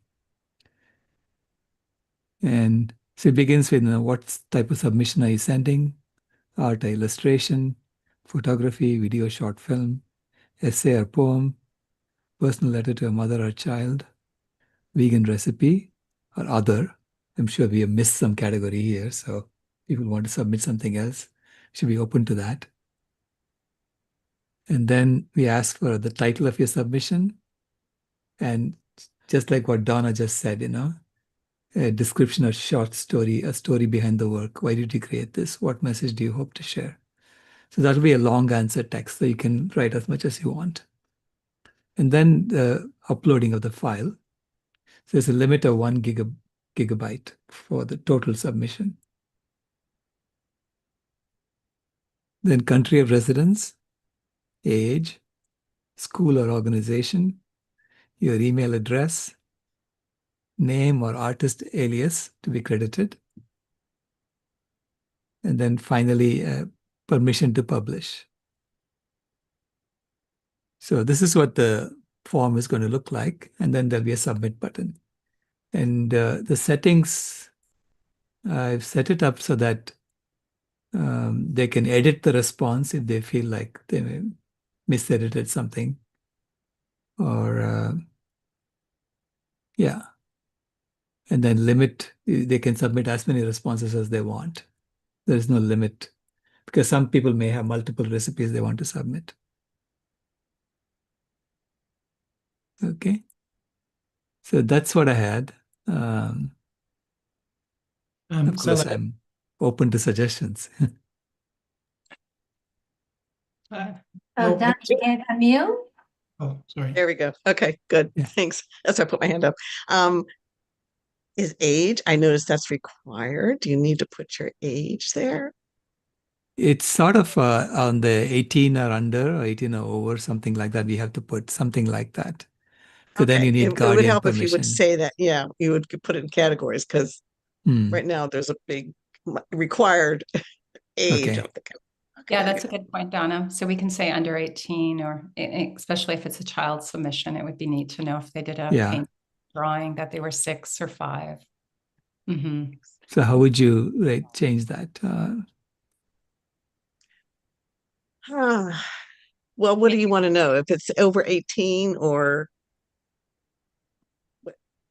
what would be useful to you? But why, Minor or we could think about why we want to know the age and then come up with categories, and probably we could do that. maybe it's minor or adult, something like that. Yeah, there or you we go. can say Child or adult. Child or adult, yeah. And then maybe and they have an option of saying how old they are as a child. They might want to let us know how old they are. Children love to let you know how old they are. Or I don't know if this might be discriminatory about being a grandparent, or that would be, no, let's not go there. I was just wondering, Sailesh, if we could maybe include, along with organization, school, we have a category for just individual, just because some people might be accessing the site. They may not belong to an organization. They may not be in school anymore. And so we wouldn't want them to feel somehow excluded. How do you mean? Sorry? How would you word that? Just a separate category for just, you could call it something flattering, like, committed individual, or, you're not necessarily part of an organization. Right. So that you feel like, oh, well, I'm not in school and I'm not part of an organization. I guess I can't contribute to this site. It'd be nice to just have that category for people who aren't affiliated in any way. Yeah, let me check what we have now. We have school or organization as a short answer text. What you could do is just make it not required. Yeah. Same thing with the age, not require it. And then we can just submit it and say. Yeah. Age also, I could just, make it age and not required. Also, Silas, what if it was something we'd already submitted somewhere else, or had been published somewhere else? Would that be all right? So long as they have permission, right? So it's like the permission to publish. Otherwise, it doesn't matter if they've submitted it to something else. Or if they wanted to publish with you with Million Vegan Grandmothers, but then share it somewhere else as well, would be okay? Yeah, absolutely. Okay. I guess the thing we just have to be careful about is if someone uses someone else's art or work and, uploads it, presenting it as their own. I don't know if we can actually verify all that, but the assumption is that they have the permission to submit. To share my submission. Should we include that as well? I have permission to submit this. Yeah. It kind of puts the onus on them. And, yeah.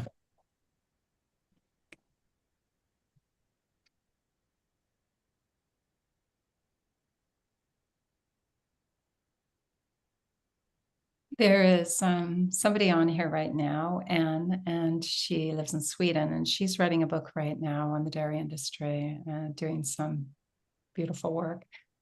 And so one of the asks are, other than hopefully what we can brainstorm, and maybe we can, like the Homo Ahimsa Award and week, maybe part of the Homo Ahimsa week, maybe there's one thing in each category that we can bring forth for this. So maybe the submission might be, maybe we can connect it in, definitely letting one child know, how dairy is made, how the calf makes dairy for the calf, how the cow makes dairy for the calf. Might be a really easy way to fit it in and be part of this. Might be a creative project that comes out of that. But I know for myself and my history, and most of us having a pretty full plate all the time. If we don't write it down as a committed creative action, it's really hard to get it done. So my ask is that we find maybe one way to support this website, and whether it's reaching out to a school or an organization or a church and ask them if they want to submit some art on a calf and cow and the bonding of a calf and cow or anything. Yeah. Silas, can you put the form on the screen again so people can, Okay. at least I'd like to see it again. Gabrielle, did you have something to add? Oh, just a little, yeah. Please. After Silas puts up the form. Okay. There we go. International Calf and Cow Mother's Day submission form. Okay. Celebrate the sacred bond between mother cows and their calves as a symbol of the bond between mothers and children of all species. Submit your original work, art, letters, poems, photos, short videos, or recipes to be featured in the global gallery. Okay.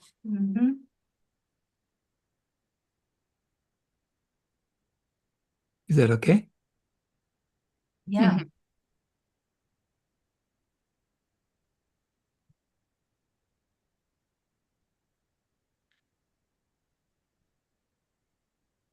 Be nice to have the little symbol of the grandmothers at the top someplace to inspire. Yeah. I'm happy to put that up.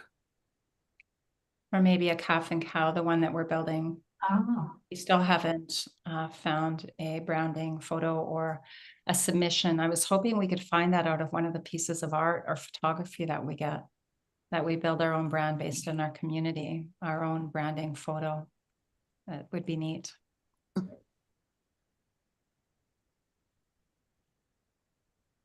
We have you had sent me one that had a mother cow and a calf. It was beautiful. And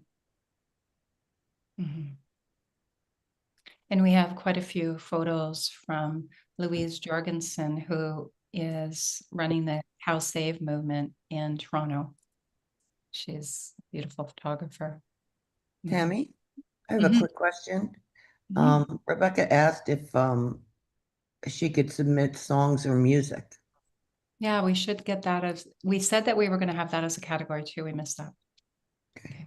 Really? One more, music? Yeah, music or a song.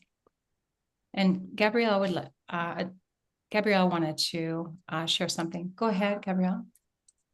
Oh, just briefly, I haven't been in the Climate Healers rooms lately because I have been advised by a dear friend and spiritual advisor to get off of Zoom and into the world.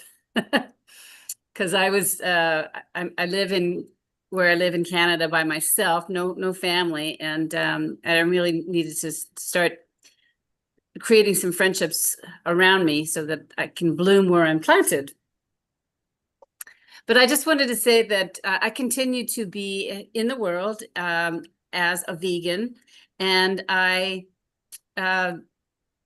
speak with anyone that gives me the opportunity. Any little opening to talk about veganism, I do it. Unfortunately, most of the people that I do come into contact with, or I'd say at least half, are my age or older, and I don't mind saying that I'm 72. But most of them do not want anything to do with changing to veganism. They just don't. And so I just, I say a little prayer for them, and I just hope that maybe that one day they will, that I've at least planted the seed, because like with so many things in this world, we have to kind of get used to these ideas and hear them from a number of sources, not just one, and and I am not a prophet in my own home. I'm telling you, I've been a vegan now since I watched Dr. Rao's, one of the films that he produced called What the Health. And I went vegan overnight and joined the Climate Healers. But I have been an example of a vegan to my family ever since then. And all I can say is that they're making a little bit of progress. They consider themselves to be plant forward, not, they have no intention of going vegan, but they are eating more plant forward. Even the meat eaters, the ones that never touched vegetables, are now eating a few, so it's a little bit of progress. And I have all these wonderful recipes that I would like to share for the book. Today I made this wonderful Thai curry tofu, and it was so good that I think I'm going to have it again and again, probably tonight and tomorrow. And yeah, so I'll be happy to share some of those things. And I just, yeah, this does sound like fun. It really does sound like fun. So I hope that we get a lot of participation with this. I like what you said, Gabrielle, about talking to people your age. I fall into that category. I think it makes a difference when somebody like us, older, does talk to older people, because they're shocked. No, it's supposed to be the kids that are going vegan, not us. Exactly. So I think it makes an impact. I really do. So good for you for getting that out. But I wanted to mention something else. Art-wise, PETA just came out with a little book about the cow sanctuary is what it's called, that Helga runs in on the East Coast somewhere. New Jersey? Yes, it is in New Jersey. And I've actually been there a couple of times, it's just amazing. But the little book tells Helga's story about the cows whose mothers died, and she didn't want them to go to slaughter. But she was a kid, she wasn't sure how to make it happen, but she raised the money to save those cows. And she's run the cow sanctuary ever since. And so she also has raised money by making these stuffed animal cows. And so PETA has now, you can buy the book with the stuffed animal cow, which I know Helga's not making all of those. But anyway, there ought to be something there that we could link to on the website, that because it's all about cows, and her love for the cows is extraordinary. And not just cows. She has lots of other animals too there. We actually had a rental car, and the pigs were eating the bumper, so we had to get away from the pigs really fast. But anyway, she's got all different kinds of animals, and has a hard time saying no. She's just got such a loving heart. And so that's the other thing, is anybody who buys the book and the little cow, some of the proceeds go to Helga, to the cow sanctuary. So there's got to be a place for that on this website, I would think. Yeah. I think that's really important to have a place for donations if people want to donate to different things as well. I think that's great, and that we can support other sanctuaries as well. Thank you. Yeah. And that that reminds me a little bit about what we were saying that we wanted to create around that. But I see that Elsa has her hand up, and if everyone is okay, do you think we could make it interactive so we can get some really amazing feedback and ideas at this point? Everyone okay with that? Yeah. Okay. Yes, they can all, do you want us to put it in gallery view, or no? Keep it spotlighted? That'd be great. Thank you. So I just wanted to express a few things. One is that I don't know why this background is here, but I do like San Francisco. The other is that in my screen, at least on my phone, I'm not able to chat. It's not open. But I'm glad to see Tammy Hay and Silas Rao and Judy Carmen in the same screen right now, because Judy told me I should meet Tammy, and Silas did this Pinky tour. I don't know what year it was in Pittsburgh. We did it virtually, I believe, but yeah. So I'm just really honored. But my ideas are this. Um, in terms of recipes, I published a book last year, which isn't obviously a vegan book, but it has 5 chapters out of 17 about stepping into healthy veganism. In the whole nutrition section of my book, I would be happy for any of those recipes to be published. One of them is very similar to what I think it was what you said earlier. Somebody said it about the sweet potatoes and cashews making like cheese, like a macaroni and cheese thing with that. So that's one of the recipes. But anyway, that could be the one or some other one or two. Or there's only about 15 recipes. There's recipes for how to sprout on the countertop, and for my favorite green juice recipe. And then the other thing is that I've had this idea before, but I didn't know how to implement it. The images that are in my book, there's many animals. They're black and white, and they could be made into a coloring book. There's only 9 or 10 images in the whole book, because that's what my publisher said I paid for, and I wasn't putting any more. And they're in black and white, and they're pretty detailed. So if a child, I don't think children are even taught handwriting anymore. So, and I'm an eye doctor. I've always specialized in natural eyesight improvement. It would be good for people that I work with too. It would be good for everybody for fine motor control. And anyway, yeah, so those are 2 ideas. And I'm not officially a biological grandmother yet because our 2 daughters are not quite there, but I'm considering myself an elder. So I'm going to look you all up and step in when I get the chance later today or tomorrow. So thank you. Those are my contributions right now.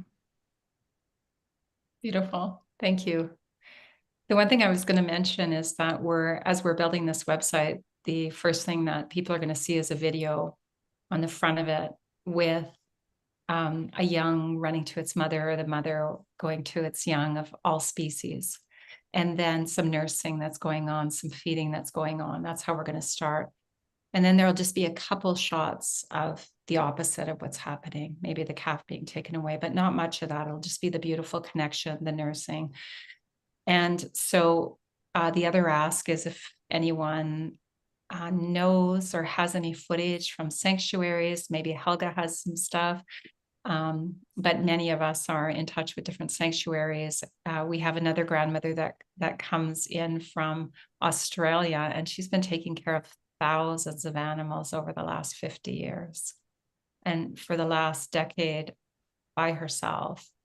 So she's going to send in some photos and footage. So we really want to see if we can get this website built in the next couple of months. So if anyone wants to submit that directly to Silas or myself, if you don't have our email address, we can put that in. But it's just grandmothers at climatehealers.org, grandmothers at climatehealers.org.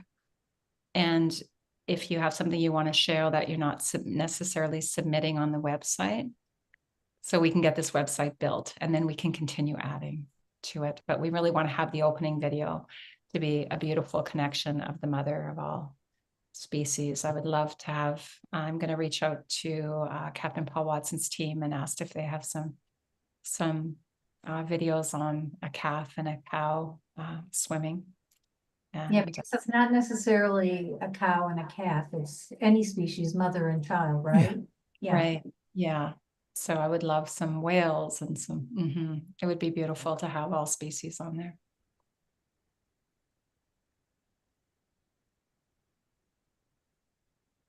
Anyone else like to come up and share some ideas or any contributions, what they're working on right now?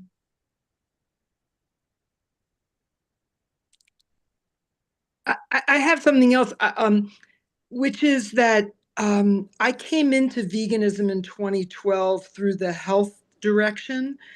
And so at first I didn't really resonate with the animal part of it. I didn't understand it. I didn't resonate with it. But what's coming through me right now is um, not just the animals, but the human animal, and showing images of mothers nursing their children. I've studied with and teach the work of Bonnie Bainbridge Cohen, who was an occupational therapist, but then became something. She developed body mind centering. I don't know if any of you are familiar with her. She's 83 now. She's amazing. Somebody just put a heart up. Maybe Deborah knows who she is.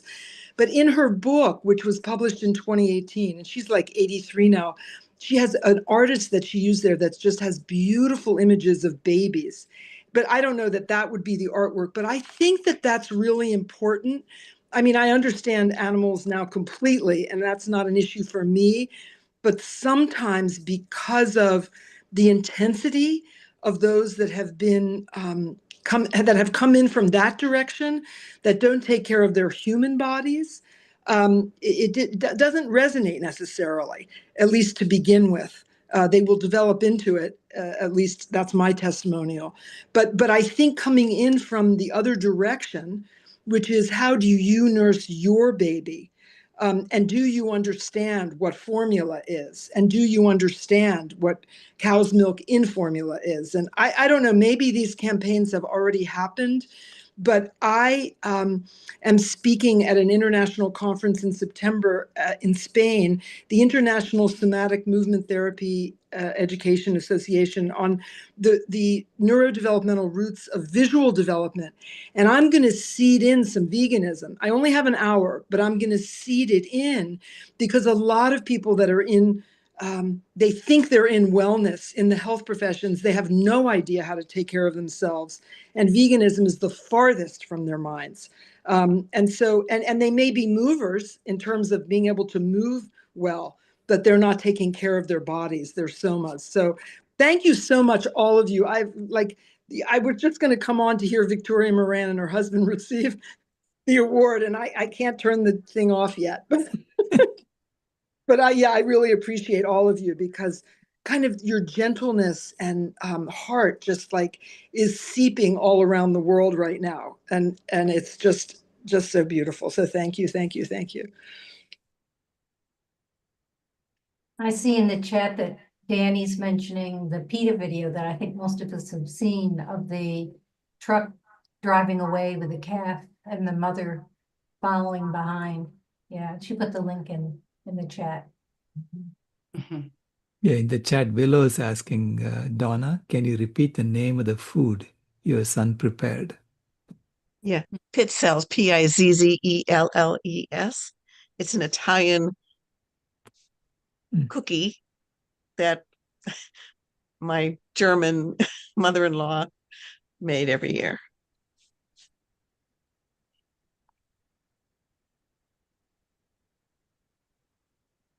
You know, there's a wonderful story that I've got in one of my books about a cow that stands in front of these water trucks. This is in like Vietnam or someplace like that. And the water is being rationed. And this cow stands in front of the trucks and will not move no matter what they do. I mean, they really hurt her to try to get her to move. And finally, this one driver says, I don't care if we come up short on the water. I'm going to give her some water. So he takes a quart or something of water and puts it there for her. What does she do? She doesn't drink it. She goes and gets her baby and has her baby drink it. And then off they go. It's a really precious story. And I think I can just paste and copy it into your websites. I mean, your thing that you're developing, the where I can submit that. Right. because it's a wonderful story. Yeah, It's beautiful. That's I know. Yeah, it makes me our cry to think about it. our Google Doc, our work. Yeah, all of ours. Yeah.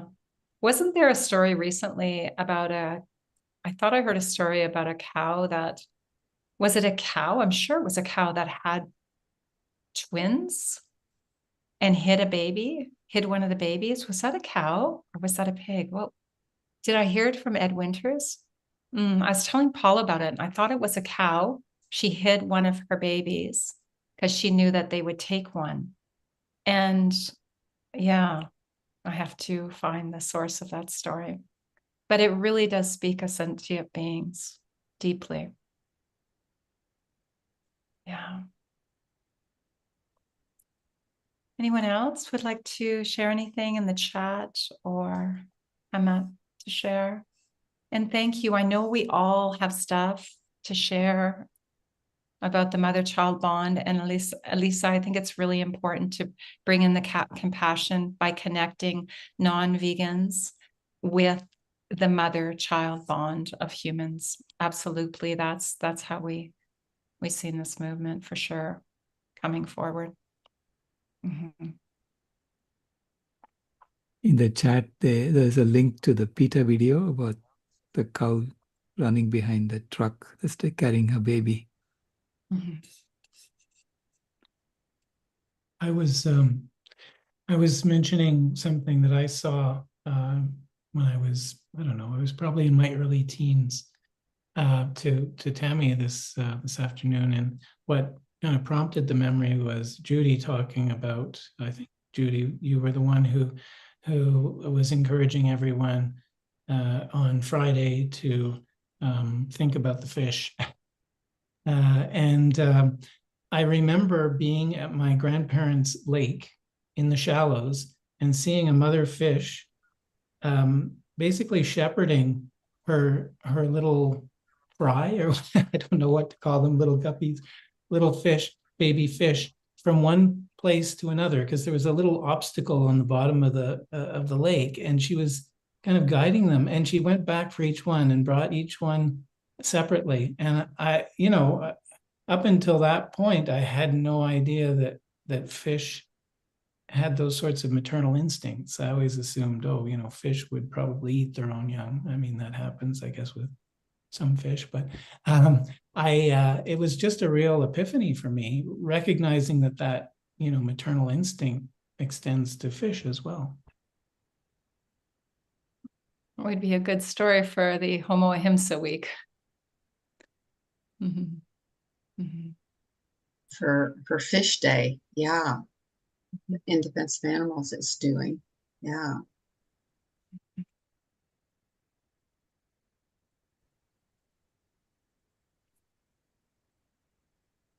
And please reach out to other people, whether it's just, I don't mean just, but any children in your life, any families. We don't have to keep this as a vegan submission. Just be like, oh, we love our mother so much, and we share, I mean, it might be a really good way to bring people in to talk about the compassion of the mother offspring bond of all species. Go ahead, Ray.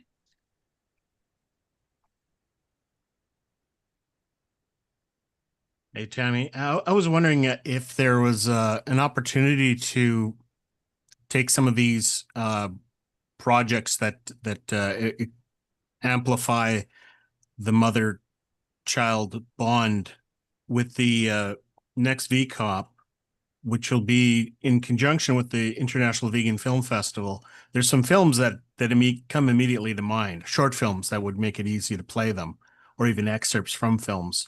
And some of them are by Switch for Good. Are they a partner? Have they been reached for Yeah, we'll be involvement in reaching this? out to them, with, all the people who are already co-sponsors, we will be reaching out to them.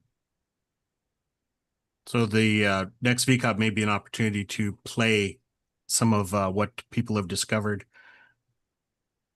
Yeah. Are you Absolutely. offering to do a short film for us, putting together some of the art and the poetry? That would be another beautiful way to submit a poem, is to read it. And there could be poems as we show some art, you know, that the individuals are reading, or an essay, or the photography. Yeah. Yeah.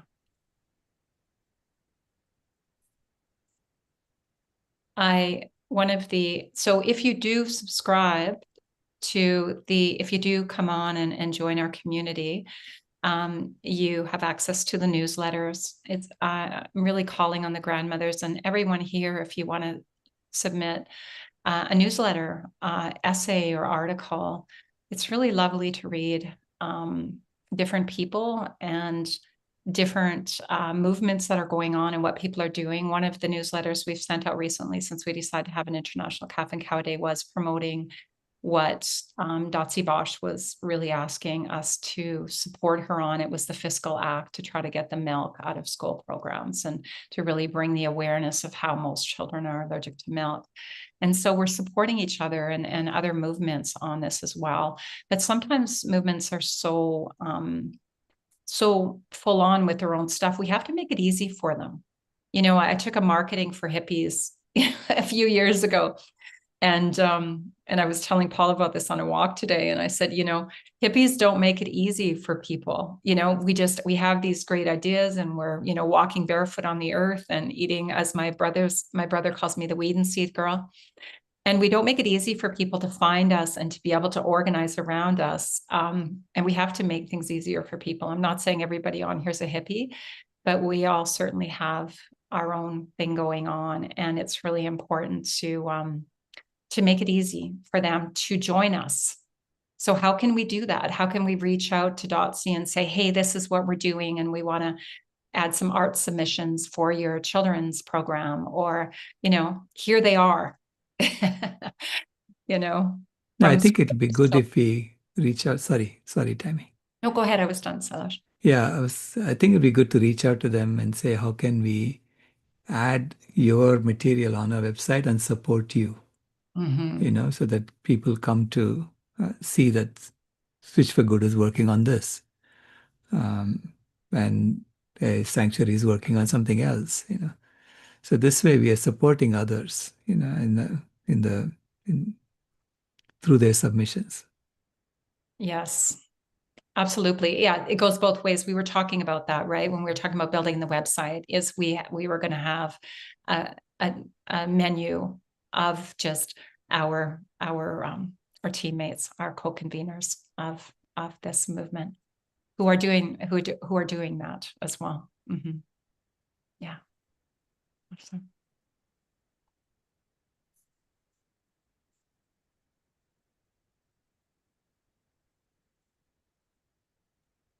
I'm hoping we'll have submissions from India. Be beautiful. Yeah. So the ask is if everyone here could reach out to one person, and just even one person or 3 people, 1 to 3 people, after you get off this meeting sometime in the next Homo Ahimsa week.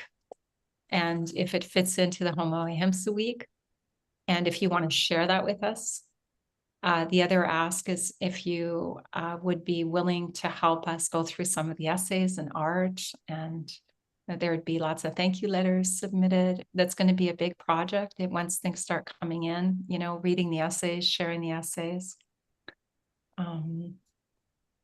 Yeah, thank you very much. I would like to, if it's okay, we're almost out of time here. There's no other questions or comments in the chat, Sailesh?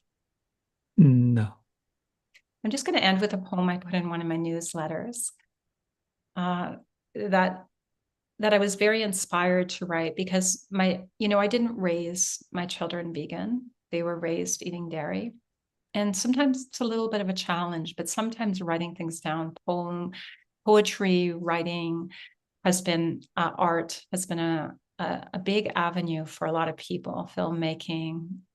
The arts have been a really healing way for us to express all kinds of things. And so here I go. a reflection on maternal bonds, human consumption, and the path of remembering and creative action. She wandered through her memories, baby suckling on her breast, her most tender memory of this life until her grandchildren were born. She knew less then about other baby animals and all the newborns that could never suckle because her children ate cheese and coffee had cream. And oh, yes, that constant children's pleas for summer ice cream. She just did not know. Yet once she did, she could not unknow.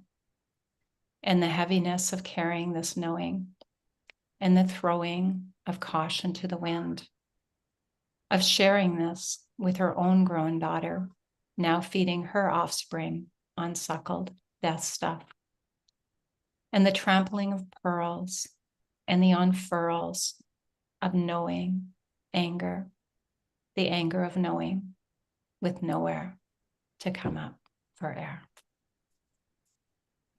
Thank you, everyone, for this beautiful interactive time. And we're all coming up for air in between our knowings. And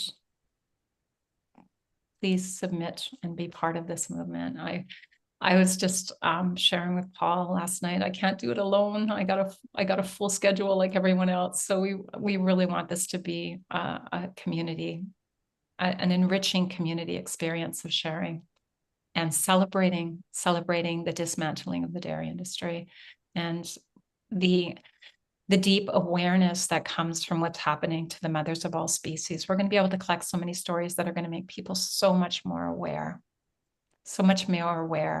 You know, I was just recently, and I'll end with this, our friend, our new climate healer friend, Dr. Anya Heister. She's a biologist, and she was sharing on the last Convergence that they allow so many bears to be killed in the spring in Montana, and a lot of them are mother bears that are kind of unaware. They're just really hungry, and they're coming out to feed their cubs, and they have a quota of so many they're allowed to kill in the spring in Montana. And you know, who knows that the cubs are starving in the den because we allow this still. So this is the awareness we want to bring to the world so we can stop it, because once we know, we can't unknow. Yeah. Thank you. Thank you, Tammy. The poem was beautiful. Thank you for bringing us together for this. Thank you, everyone, for being here. Thank you, everyone. Beautiful, beautiful. Beautiful. We'll be taking you off the screen. Feeling the love. Moving the spotlights.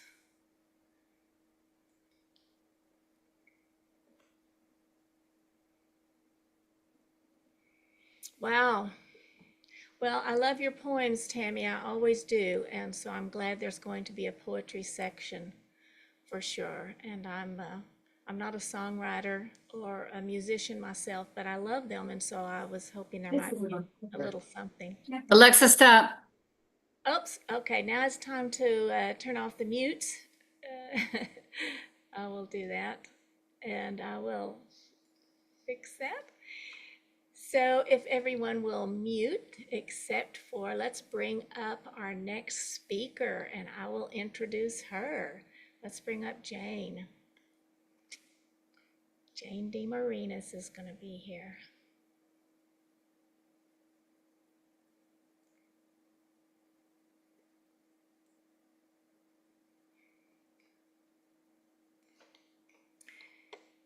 So Jane, you are a co-host, and so all it takes is for someone to spotlight you, and then you'll be able to unmute and do what you need to do.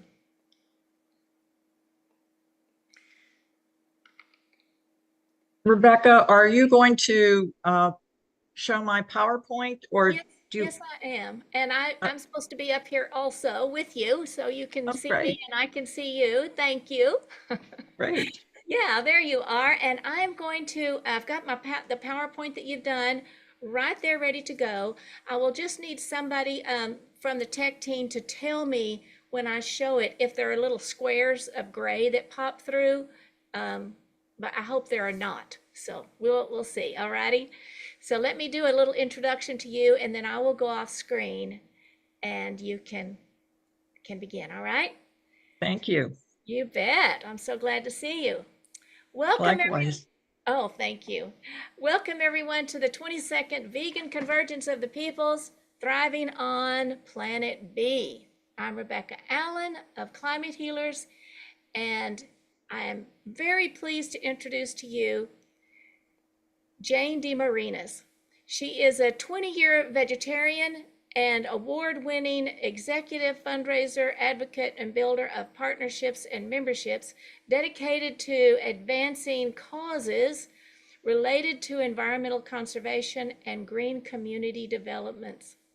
And let's see, the title of hers is Cooking for the Climate, Climate Armageddon, and she may have some adjustments to change to that, but I'm just glad to welcome Jane DeMarinis. Thank you, Jane. Thank you so much, BJ. And I thank Salish and Climate Healers and all of you for giving me this opportunity to share some of the things that I've learned over the years about being a vegan, and I am a vegan. And Rebecca's right. I was a vegetarian for about 18 years and then became a vegan about 4 years after that. So 24 years in this space.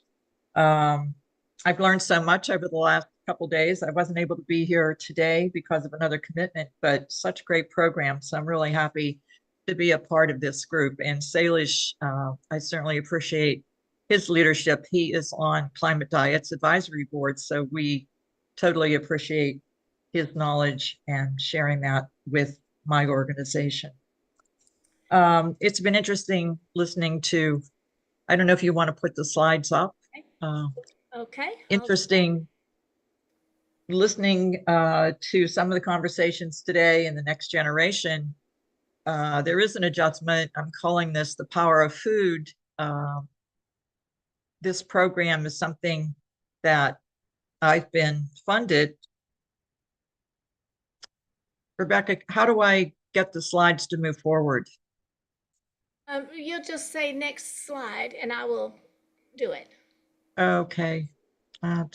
Sorry to have to bother you for that. So next slide. Okay. The Power of Food is a program that I've been funded by Montgomery County, Maryland, to use in the public schools of Montgomery County where I live to teach about the connection between climate and diet. So I was thrilled to get a grant from them, and I thought I would share how I teach it to those students in Montgomery County. I've only been doing it for about 4 months now, so it's still new. And next slide. So one of our motto is eat smart to save the planet. And when I talk to the students, and we're teaching it in middle school and high school and even one elementary school, I think it's important to kind of see where they're coming from. And I ask the students, well, how are you making your decisions about what you eat? Is it just listening to your parents, or do you have some impact? Do you know about the effect of your diet on the climate? And what about your own school? Are they teaching you anything about what you eat and the impact on the climate? I'm sure you have health classes that get into nutrition, but do they talk about the climate? And mostly the answers there are no. We do sometimes have a vegan, and that's always a thrill. And we ask them about what are they eating in their cafeteria, and do they have plant-based options? And sometimes they do. So happy about that they can, if they choose to be a vegan or plant-based or want more or move in that direction, that they do have an opportunity to do that. I'm not sure they're getting plant-based milk, but I think there's been some move in that direction to try and do that. So next slide. One of the ways I think it's instructive to teach is to kind of let them see where they are and use the questions to just create awareness at the same time that we see where they are and where their knowledge is. So we use short quizzes, like 7 questions, and we offer prizes for those who get 100% correct. So we have 3. One is called Meet IQ, and then we have 2 that are about the environment, world environment. And we asked questions that stimulate, we think, both finding out how much they do know, and then teaching them some things that they don't know because they find out the correct answers or they have a wrong answer. So if we take the correct, at each venue, we take the correct winners from 100% correct quizzes, put those in a lottery and give away 2 $25 gift certificates to the students that are winners. So there's an incentive to do that. So they definitely like that. So next slide.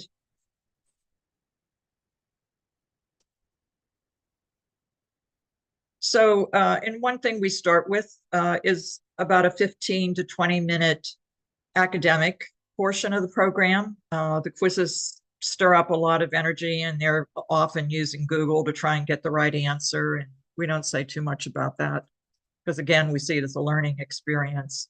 But after we get them settled down, we go into a bit of an academic program. And we say, okay, well, what's happening out there? And these are things you all know, but I'll go over a few of these. We just had the hottest year on record in 2024. 41 additional days of dangerous heat worldwide. I think Lisbon had a temperature of 116 degrees this summer.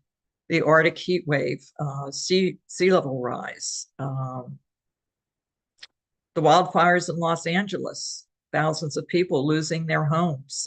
Those forests and trees were like tinder because of the lack of rain. And it happened in Canada too. Overturning the ocean current. That water's getting so hot in the ocean, it's weakening the climate, which can lead to further changes in the weather patterns. Next slide. So some of these are things that they don't know. A lot of them they do. And then we talk about greenhouse gases and what's been happening. Carbon dioxide, methane, and nitrous oxide concentrations are now more abundant in the Earth's atmosphere than any time in the last 800,000 years. So that definitely gets their attention. They certainly know there's climate change, but maybe they didn't think it was 800,000 years in the making.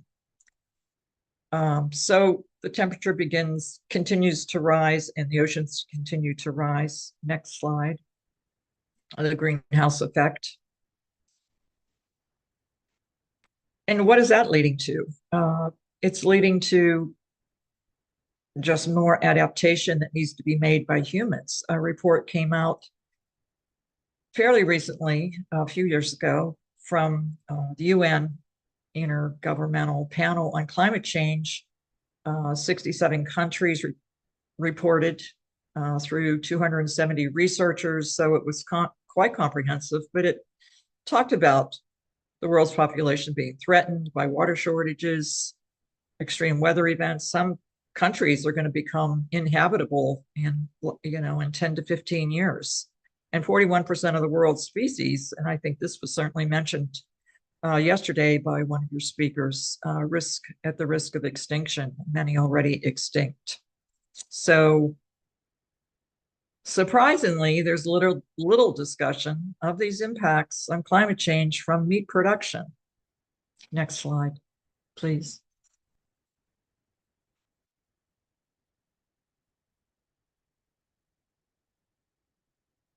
Something's not showing up here. So this was a piece of art that, oh, here we go. This is actually in the Guggenheim Museum in New York City, and my husband and I were visiting there, and this shows the temperature changes as a video. If I can get it to Rebecca, at the bottom is an arrow. It's not showing up on my screen. At the very bottom, there should be an arrow that makes it active. I don't see that on my screen. I'm so sorry. Well, so what happens is this gets filled up to the outer rim, basically showing how temperature keeps changing and changing and growing and growing. And since 1850, it's gone forward. So I'm sorry this isn't working, but it's a dynamic little video which shows the temperature rise. And it was interesting to have it in an art museum. So it was nice to see art and science getting connected. So let's just go to the next slide. This is another thing that I think it's helpful to tell students is just to talk about the number of cows and other animals that are being slaughtered every day of the week. 900,000 cows every day, 1.4 million goats, 1.7 million sheep, on and on and on, hundreds of millions of fish every day of the week. This definitely gets students' attention to see the real impact and to let them know that they're eating meat. This is what's happening. These animals are being slaughtered. Next slide.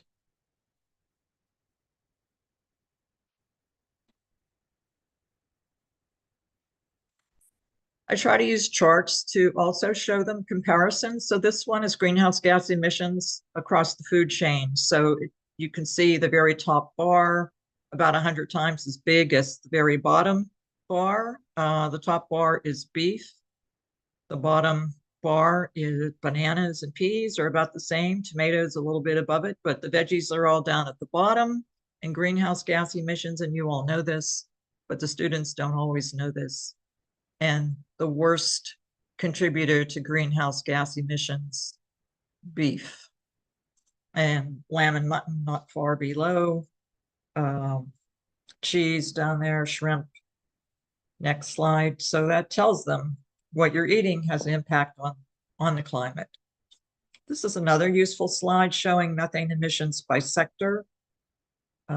This is from Climate Watch. I think World of Data also provides this information, but showing animal agriculture as the biggest emitter of methane. Next slide.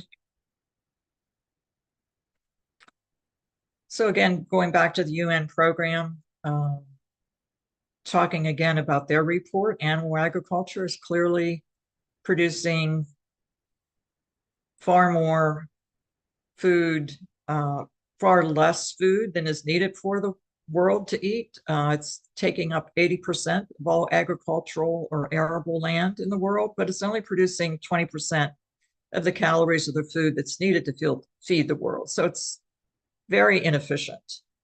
One climate scientist that spoke, I think, at the last VCOP, Gerald Bishop, he's saying that 53% of all greenhouse gas emissions come from animal agriculture, the food for livestock, transportation, food they eat, and they themselves are producing methane from their digestive tract and also from the waste products. So two ways. I know Salish also has data showing how damaging it is, but more and more people are recognizing in the scientific world that what the UN has been saying is 14 to 18% is unrealistic. The number is much, much greater from animal agriculture. So I try to bring that up and tell the truth to the students that this is what's happening. Next slide. Albert Einstein was talking about this quite a long time ago. He said, nothing will benefit human health and increase the chances for survival of life on Earth as much as the evolution toward a more plant-based diet. And we know he was a smart man, so I think we're all listening to him, but I hope we can get others to listen too. Next slide. So another reason to be vegan, and a lot of us may be vegan for health reasons. My family actually did become vegan. My daughters, two of my daughters are vegan, 2 out of 3. And we became vegan when my oldest daughter sent us a book and talked to us about being vegan. And we read the book, The China Study, and we became vegan. But there were health issues in our family that also made it so much more important to not eat meat. And what's going on now with so many people being sick from eating meat, becoming obese from eating clogged arteries from the saturated fat from meat. And it's still, I don't think, well understood or offered or advocated from the medical community. When someone in my family had blocked arteries, there wasn't a doctor that talked to us about how they became clogged. It was my daughter and the research in the book that told us how that happened. And this generation of teens needs to find this out too. So this program helps to let them know. It's definitely an impact on your body from eating meat, and the saturated fat is not good for you. And that starts to form as young as teenagers. This slide says in 40s and 50s, but that fat is building up even in their teens. 33.1 million sample was used in this study that showed that 11 million people died annually from too many calories and the wrong nutrients. And the obesity rate is now reaching half of the global population. Next slide.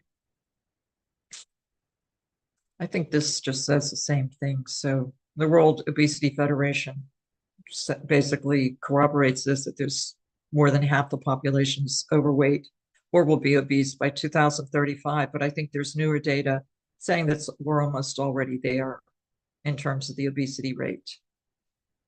Next slide. So the oceans are also being overfished, and 1,550 of the nearly 18,000 different marine animals are currently at risk of extinction. And the heat caused from greenhouse gas emissions from animal agriculture is contributing to that. Next slide. So we're using, in addition to just talking, trying to, if we can, fit in some for the students and also for other advocacy and other groups that we speak to or just share our information with. We love Salish's work with Cowspiracy as a producer and Seaspiracy. Those are fantastic videos that certainly tell the story. Our newsletter, Food is Climate, we put out monthly, and then we put out some shorter newsletters in between. We use social media to show cooking videos that are plant-based cooking videos. And we also put up weekly plant-based recipes on social media as well. We put out press releases when we see studies that are significant in this area that talk about any of these changes that reinforce the need for eating plant-based over meat, or where there are studies showing the negative impacts of meat eating as well. And we try to seek policy change. I don't know that it'll happen right now in this administration, but in the past, we submitted comment letters to USDA on such things as their food guidelines and that kind of thing, where you can you have the opportunity to send in your point of view. We have a podcast called Climate and Cuisine, and we love to have guests. So, and we've had some of you, love to have more of you on our shows. So we'll be reaching out to you and reach out to us too. I mentioned our weekly recipes, Erin Jane's Kitchen. My daughter Erin does a plant-based cooking show in Tampa for Bloom TV. And she's terrific at doing videos. So we were hoping she would be here today and show one of her cooking kind of seminars, but she had parent duty and her daughter is moving to high school, so she had some things to do with her. But we've done some webinars and we do festivals in the park. Salish was at one of these fairly recently, or maybe it was about 6 months ago in Bethesda. So we were very happy to see him as a speaker. We've done some things in DC charter schools. We had 2 interns and they wanted to speak to their Green Club, and I gave them a PowerPoint that they could use. And so they were the teachers on this topic. And both of those students were leaning vegan. I don't think they're vegan, but they're leaning vegan. So they did talk about being plant-based. And so we try to talk to community groups and professional groups when we can to get that message out every which way. Next slide. This is just a sample of our newsletter, Food is Climate. It has an interesting headline, though, I think, that Burger King in Germany is selling plant-based meals cheaper than meat meals. So people on a budget, and I think we already knew this, people that say plant-based meals are more expensive than meat, it's never been true. We all know the cost of beans and the cost of lentils is far less than meat. But here's a Burger King, a plant-based burger, selling that less than meat. So that's a really terrific sign. And certainly Europe has a higher number of vegans than in the United States. So they're ahead of us, maybe because they have less land for grazing than the United States does, but it's certainly a good sign. Next slide. And this is a sample of our weekly recipe. One thing that we do show is how much greenhouse gas emissions are saved by eating on a vegan diet. And on this particular recipe, we see this one shows you save 3 kilograms of carbon emissions by making vegan pasta primavera. So it's right there. People can see, yeah, my diet does impact the climate, saving all of this carbon by eating veggies, and it's better for us too. Next slide. So we also use some of these charts that have been around. I didn't create them, and I think this one actually is from the UK, but showing the carbon footprint from different types of diets, and vegans are the best, the lowest carbon footprint, followed by vegetarians, and then no beef is third.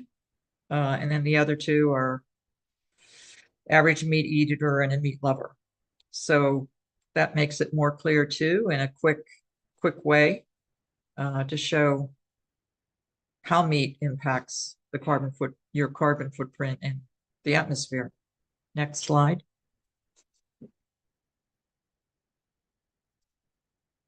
So one of the ways that in terms of teaching the students and also with other people, we ask if they'll sign a pledge asking them not to eat meat 1 day a week. And we tell them what the impact is. It's like if the whole country just gave up meat 1 day a week, it takes 9 million tons of carbon out of the atmosphere per day. So this is similar, comparing it to cars. It's like replacing 8 to 10 million vehicles with electric vehicles. So it's a huge impact. And that's another way to get them to sort of pay attention, because everyone thinks an electric vehicle is the answer to greenhouse gas emissions and fixing the climate, but of course it's not. Next slide. When I talk to the students, we try to make sure that, it's positive and hopeful. that it's not all despair. We do have an option, and we can do something besides have an electric vehicle. We can help our own health and the health of the planet by moving to a more plant-based diet. And we tell them you can see, it's good for your health, it's good for your waistline, it's good for your heart health. And we also give them a little bit of a bribe. I mentioned we have the Meat Down Pledge. If they sign our pledge, we give them a vegan chocolate peanut butter vegan energy bar. These are private label produced out of Georgia.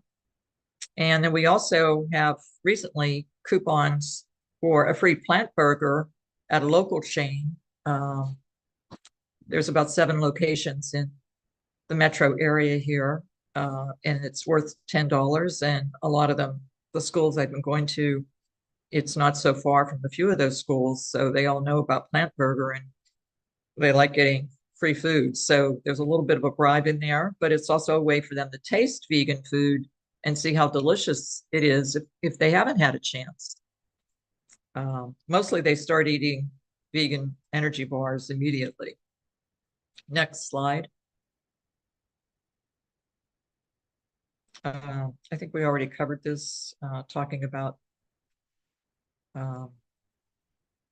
yeah, so these are some of our partners, and we appreciate all the work of these groups. Farm Animal Rights Movement does a lot of great work. Physicians Committee for Responsible Medicine, Veg Society of DC is teaching people every day places to go to get vegan food. Montgomery County Food Council has also been a partner at times. eFit Foods is my daughter's company, and she sells a vegan product. And Climate Healers, you guys do wonderful work. So thank you for letting me be a part of this. And that concludes my presentation. Wow, that was wonderful. Jane, I am just so pleased that you are going into the schools, and that's what a question I wanted to ask you. Are you more going into the schools doing Zoom or both? Or tell me how that goes. And then we have a question from the audience. So we've been doing it mostly at their STEM events, STEM and STEAM. They're adding art to it. So now it's becoming STEAM events. And so often they're on a Saturday or an evening, but they are at the school. And which is really good because the parents come and the parents can sign the Meat Down Pledge, which many of them do. And they get free, they get a free energy bar as well. And I think they learn something at the same time. So yeah, we're doing it straight in the schools. That's great. That's great. Now I did stop the share, didn't I? The screen share. Okay. So we have Paige and then we have Donna. And I want to tell you that art, if y'all bring up Paige, I want to tell you I love that art image, even though it didn't go into a video. I can see how powerful that would be. So thank you. Hi, Paige. Thank you. Mm-hmm. Hi, Jane. I had no Hi, idea. Paige. I did not make that connection. My husband's from that area, and I have tons of nieces and nephews, and their kids are all up in there. So that I have a definitely vested interest in all of this. So that's fascinating. And also with plant-based treating, we're doing some work at schools as well. So I love that. And so my question is, when you give the $25 cash, or I think you say cash, to people, right? Have you ever thought about having that actually be just a gift certificate? So it goes back into the economy. That is what we do. We just send it. We just send them a gift certificate by email. Oh, I love that. It's funny because we think we need to buy something else, but if we buy, I mean, I know I've run up against that. I'm like, what can I get them that's vegan? A vegan gift certificate to something, so like that. I love that. And then, so I didn't realize that you and your daughter are doing cooking segments. Where would we find those? She does them. I've done a couple, mostly when I'm just in the kitchen. I'm always cooking vegan food. So sometimes I'll say to my husband, just videotape me a little bit here and I'll do one, but she's great at it and she's doing them for Bloom TV. Now, I don't know if they go beyond. Bloom TV is a network in addition to being a local station. I'm not sure if they go on the network or if they just show them locally, because she is a local entrepreneur and she's lived there. She went to college in Tampa, so she's just been there for a long time. Jane, could you put in your where people can sign up for the climate diet, and that way they may be able to see where some of those recipes are in the chat. Oh, okay, sure. We're glad to add everybody in. I'll put it in the chat. Thank you so and much. also how people can find for your podcast, how people can reach out to you on that as well. Thank you so much. They're on the website, and I just put the website up. Beautiful. The Thank link. you so much. Yeah, it's all on the website. Okay, our next speaker is here, but she's been generous enough to let us answer a couple of questions. So, Donna, if somebody will let her unmute and. Thank you so much. Then we have I'm Sanaya. Jane, this is beautiful. The program, it gives me so much hope. Thank you. I want to share that if the motivation is intrinsic, it can actually lessen the intrinsic. Did I say intrinsic? If the motivation is extrinsic, it'll make them more active, but then it can actually destroy their intrinsic motivation. So I was trying to think of how you might motivate them besides bribes. And perhaps, one thing that motivates intrinsically is the sense of accomplishment. So if you gave them the task, of filling out the quiz, getting as much as they can, they get a sense of accomplishment. But it might be also interesting to have them tell them that the most of the pronouncements of what is causing climate change does not give credit to animal agriculture. Challenge them to find out some dissenting views and what science it's based on.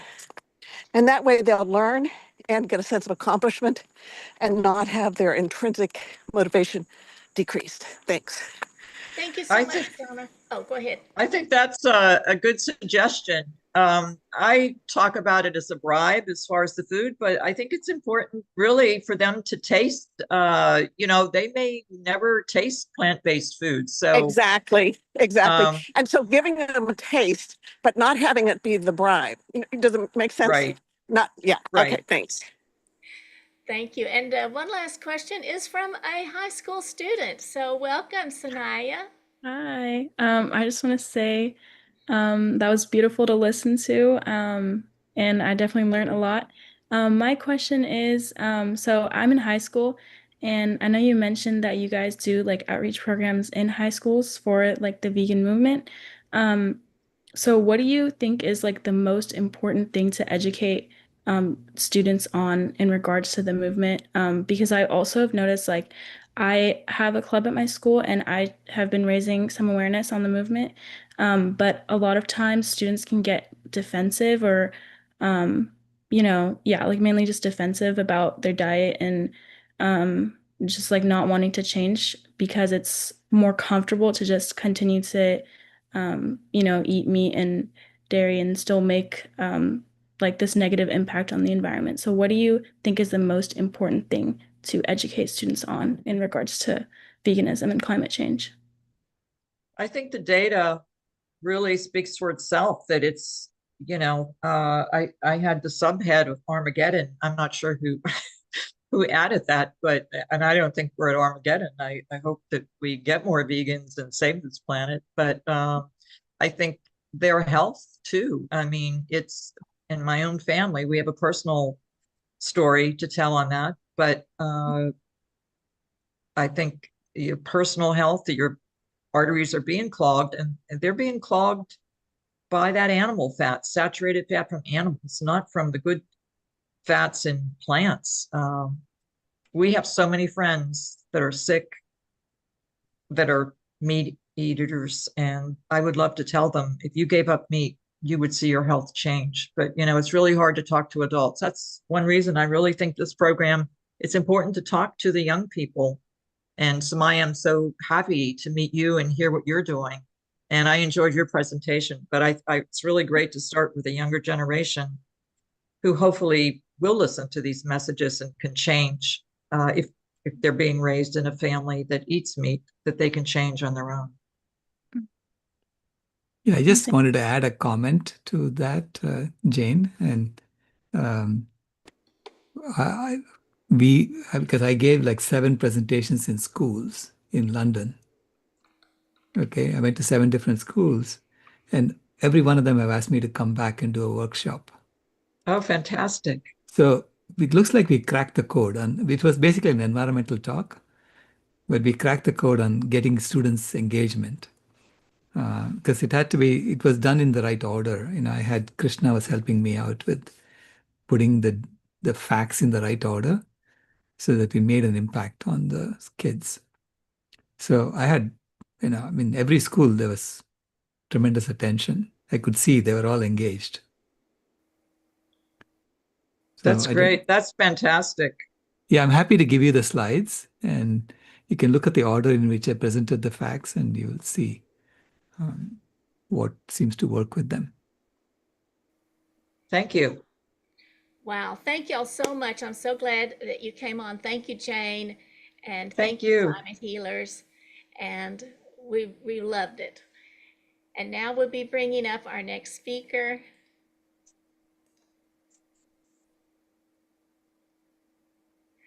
All right. There's Mariquita, another climate healer and loving person. All right. Thank you for your time this morning, this afternoon, this evening. Welcome to the 22nd Vegan Convergence of the Peoples, Thriving on Planet B. I'm Rebecca Allen, and so happy to introduce to you our climate healer, Mariquita Solis. She's a multifaceted force for peace, dedicated to fostering connections with nature and empowering others on their journey of self-discovery. She's a certified climate healer, unchanged heart coach, uncaged, not unchanged, uncaged heart coach. She guides individuals at Unity North and leads the animal mystery with unwavering compassion. She volunteers at local rescues and is in live stream host for allcreatures.org, a weekly show. Mariquita is a wealth of knowledge, holding certifications in plant-based nutrition from Cornell and a Reiki healing. Her title is To Heal the World, Understanding Personality and Empathy for Global Healing. Welcome, Mariquita Solis. Thanks, BJ. It's wonderful to be here, to be back. All right, y'all. Thanks for joining me here.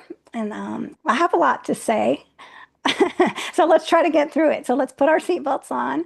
All right. And now I think everyone will be able to understand what I'm talking about here, because as vegans, we want to really be good, effective activists. And sometimes we're out there trying to pour our heart and soul into a message and really having it fall on deaf ears, and we don't know what's going on. Why are we hitting a wall?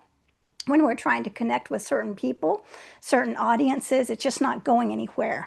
And that can be very frustrating. I'm sure we've all been there. And we all want to share this important message. The Mother Earth needs our help. The animals need our help. So it can be very frustrating.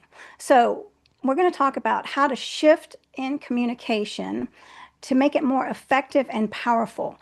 And so the key to truly impactful communication isn't just what you say or how passionately you say it. Because I could get up here and just like scream, blah, blah, blah, blah, and it might just blow up, right? So it's fundamentally about who you're speaking to. It's very important that we understand our audience, right? That we take the time to see who we're speaking to.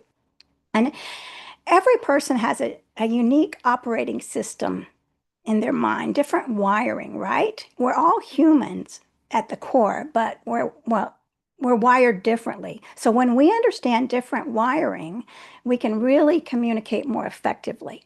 So let me give you an example. So my brother and I are wired very differently. I'm very enthusiastic and I show my emotions. My brother's, he has a lot of emotions. They're very contained at the surface level. And so I spent the night at his house the other night and I took a shower, I used the towel there. And the next thing I know, I see my brother coming up to me with a scowl on his face and he said, "Did you use my towel?" And I just laughed because for me that's humorous. And I said, yeah, I guess so. I don't care, you know, who cares?" And he said, "I care." And there was not, he didn't crack a smile, nothing. Right? And so we're very wired very differently. He's very practical. That's his towel, right? That's not my towel. I should have known to go get a towel at a different place, but I didn't. And for me, it's humorous because that's just the way that I am wired, a little bit more lighthearted. And now there's nothing wrong with him or me. We're just wired differently. And sometimes I think, is this my brother? Right? Another example is when we were on a Zoom call. I was on a Zoom call with climate healers. And so I said, I'm sitting here with my brother eating lunch and he's vegan. And he was sitting right next to me. Hopefully he's not watching. So all the climate healers were cheering, yay! And my brother, his face didn't crack a smile or anything. He sat there very stoically. And it was very funny. I thought, did he hear that? Did he see it? But no, that's just the way he is. He has deep emotions. However, they're underneath, right? They're not at surface level. So that doesn't mean anything bad about him. He's not bad. I'm not bad. It's just our different wiring systems. So I express my emotions. You can see everything, right? But not everyone can. And that doesn't mean they're not feeling. It doesn't mean that they don't have deep emotions. So it's very important that we understand how we're wired and understand these different operating systems, right? Because each person comes with that pre-installed unique mental operating system. And you can think of it as different types of vehicles. Like one is very powerful and it serves a vital purpose, but they all thrive on different types of fuels, respond to different commands, right? There might be some luxury vehicles, there might be some speed buggy. Now that I think that was from the 70s, right? This little car racer, you know, the fast cars. So it's just different types of cars, right? They need different types of fuel. So people are the same way. They respond to different forms of communication. And the cars also navigate the road. You know, some are able to handle those curves very well, some are not. So that's okay. You buy the car you want, right? So when we understand how people are wired and we can stop creating these walls and shutting down communication and we can start building bridges. Okay, so let's talk about 4 archetypes that you can look at. Now, the first one is the analytical archetype, and you might know someone like this, the logical, data-driven, fact-focused type. So these are the minds that thrive on facts, hard data, on logical coherence. They want to see the blueprint. They want to see the evidence, the step-by-step process. So in activism, they're the ones who need the scientific reports on climate change, the detailed statistics on animal agriculture's environmental impact, or the logical plan for policy change. They'll ask why and how does this actually work, right? So an example is Spock from Star Trek. He's the epitome of logic. He relies on data and makes decisions based on rational analysis, often prioritizing efficiency and objective truth. All right, so that is the first one was analytical archetype, the logical, data-driven, fact-focused type, Mr. Spock. Now, archetype 2, the heartfelt harmonizer, the empathetic, community-oriented, value-driven type. So this one is deeply attuned to empathy, to connection, and to shared values.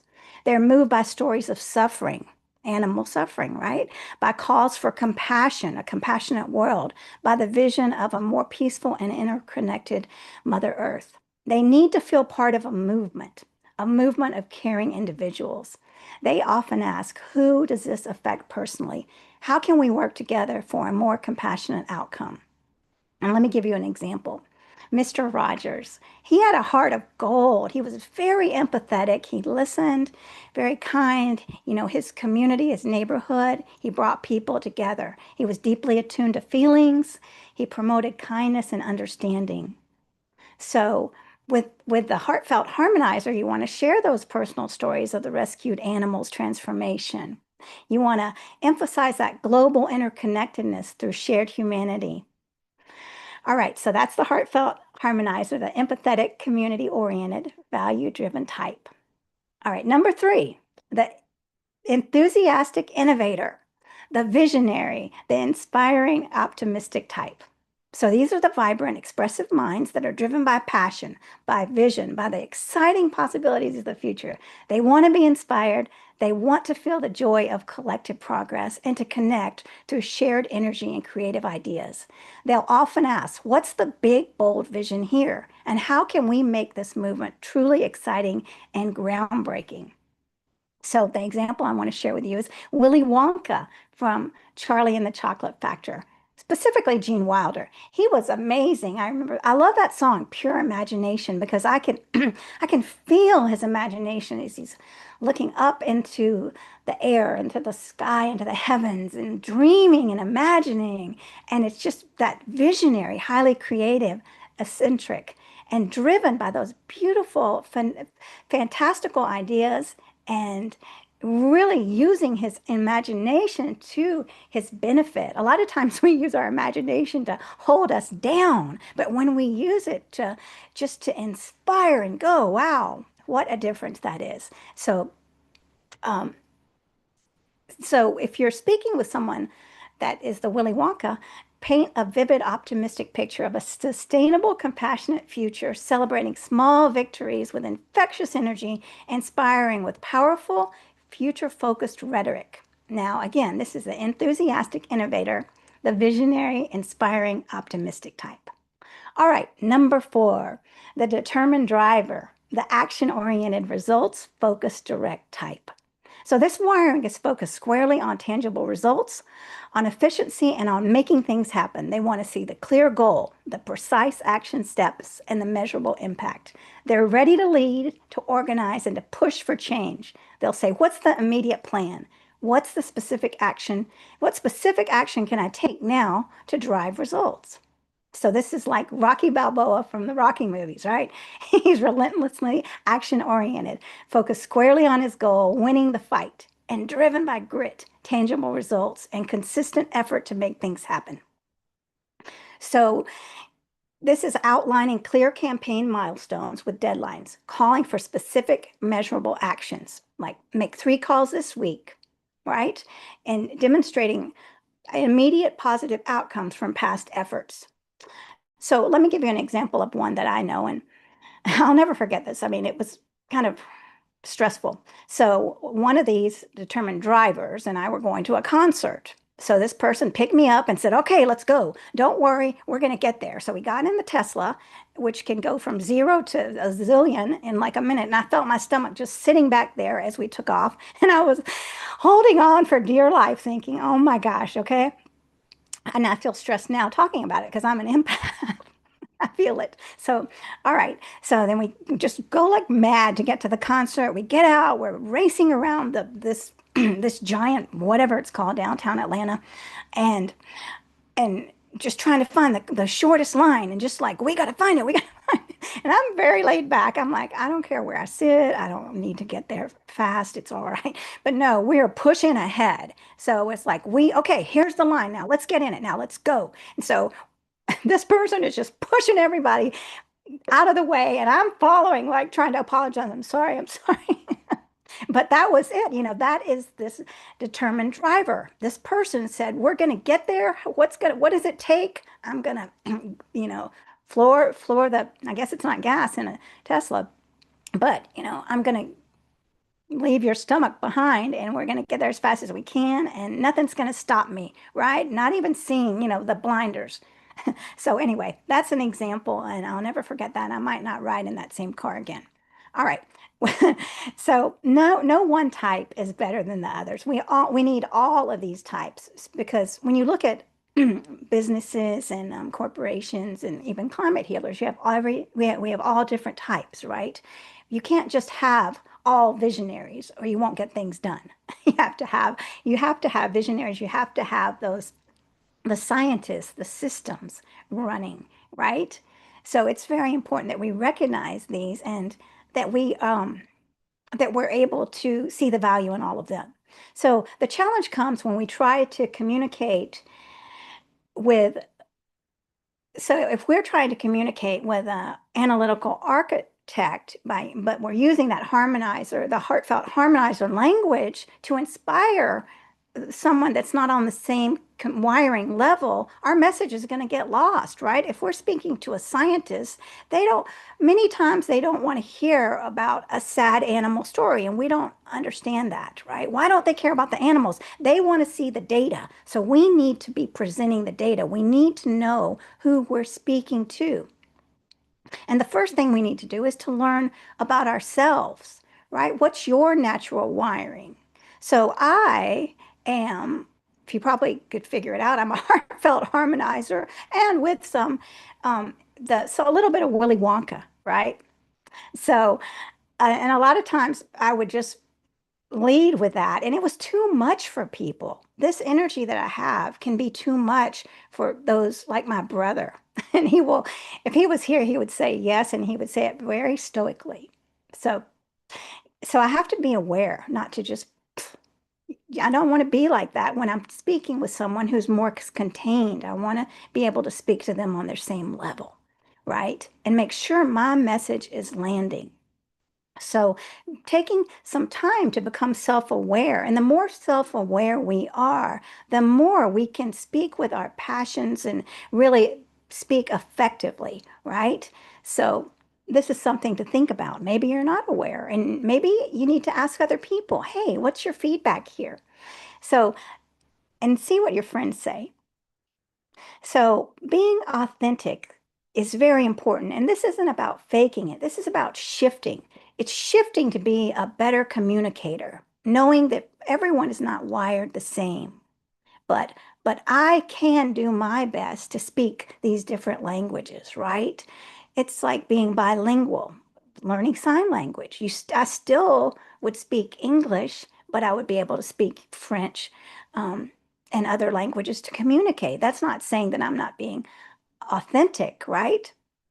So this is about self-mastery, knowing yourself and learning and growth and doing the best you can to grow so that you can be a good communicator, right? Because we want this important message to land every time. So let me see here. I'm trying to hurry through I don't want to go over.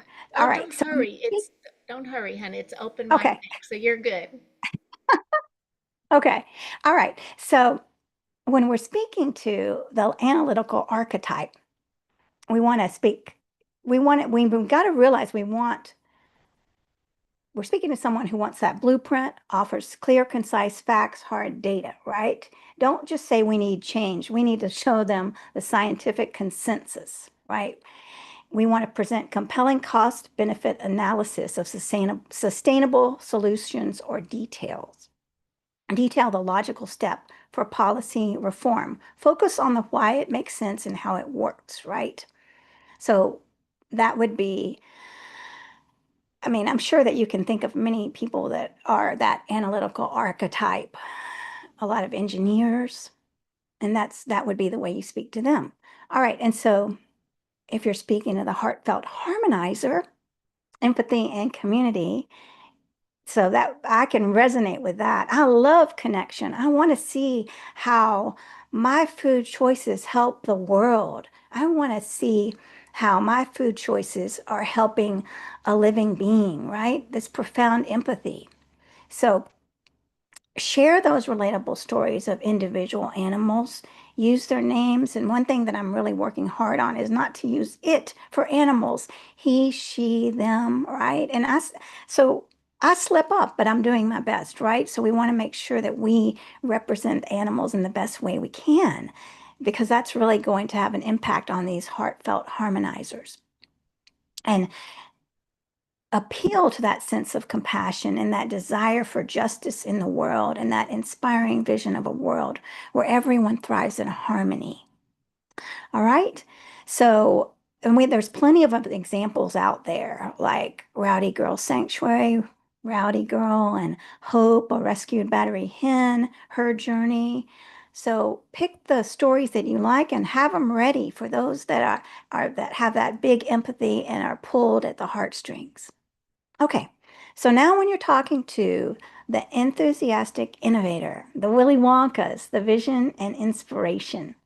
So you want to paint a vibrant, compelling picture of the future you're fighting for. Celebrate every small victory with infectious optimism and excitement. Inspire them with the possibilities of this beautiful future, with a peaceful world where everyone benefits, with the clean air, clean resources. So show them how their unique ideas and creative energy can contribute to this truly groundbreaking movement. You can say, visualize with me a world where renewable energy powers every home, where our oceans teem with life and healthy plant-based food is accessible and celebrated by all. This isn't a dream. This is the vibrant future that we are building together right now. All right, now if you're speaking to the determined driver, you want to speak again to someone who wants action. You want to be direct, concise, and focused on outcomes.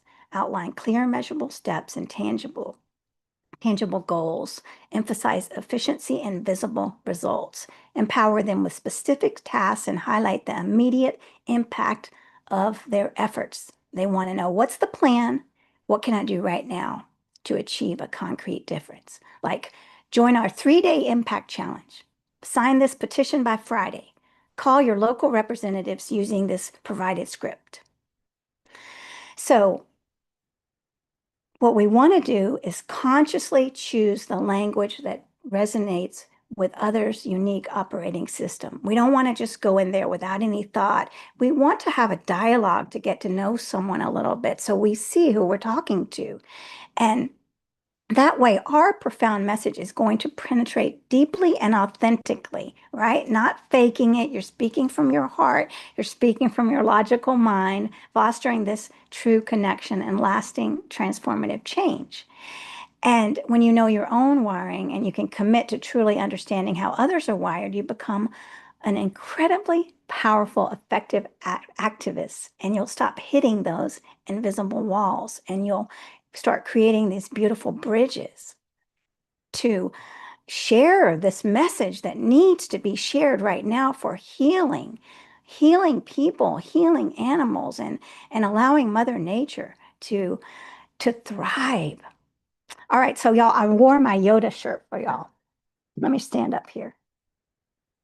It's Yoda, train you must. And Yoda, I love him.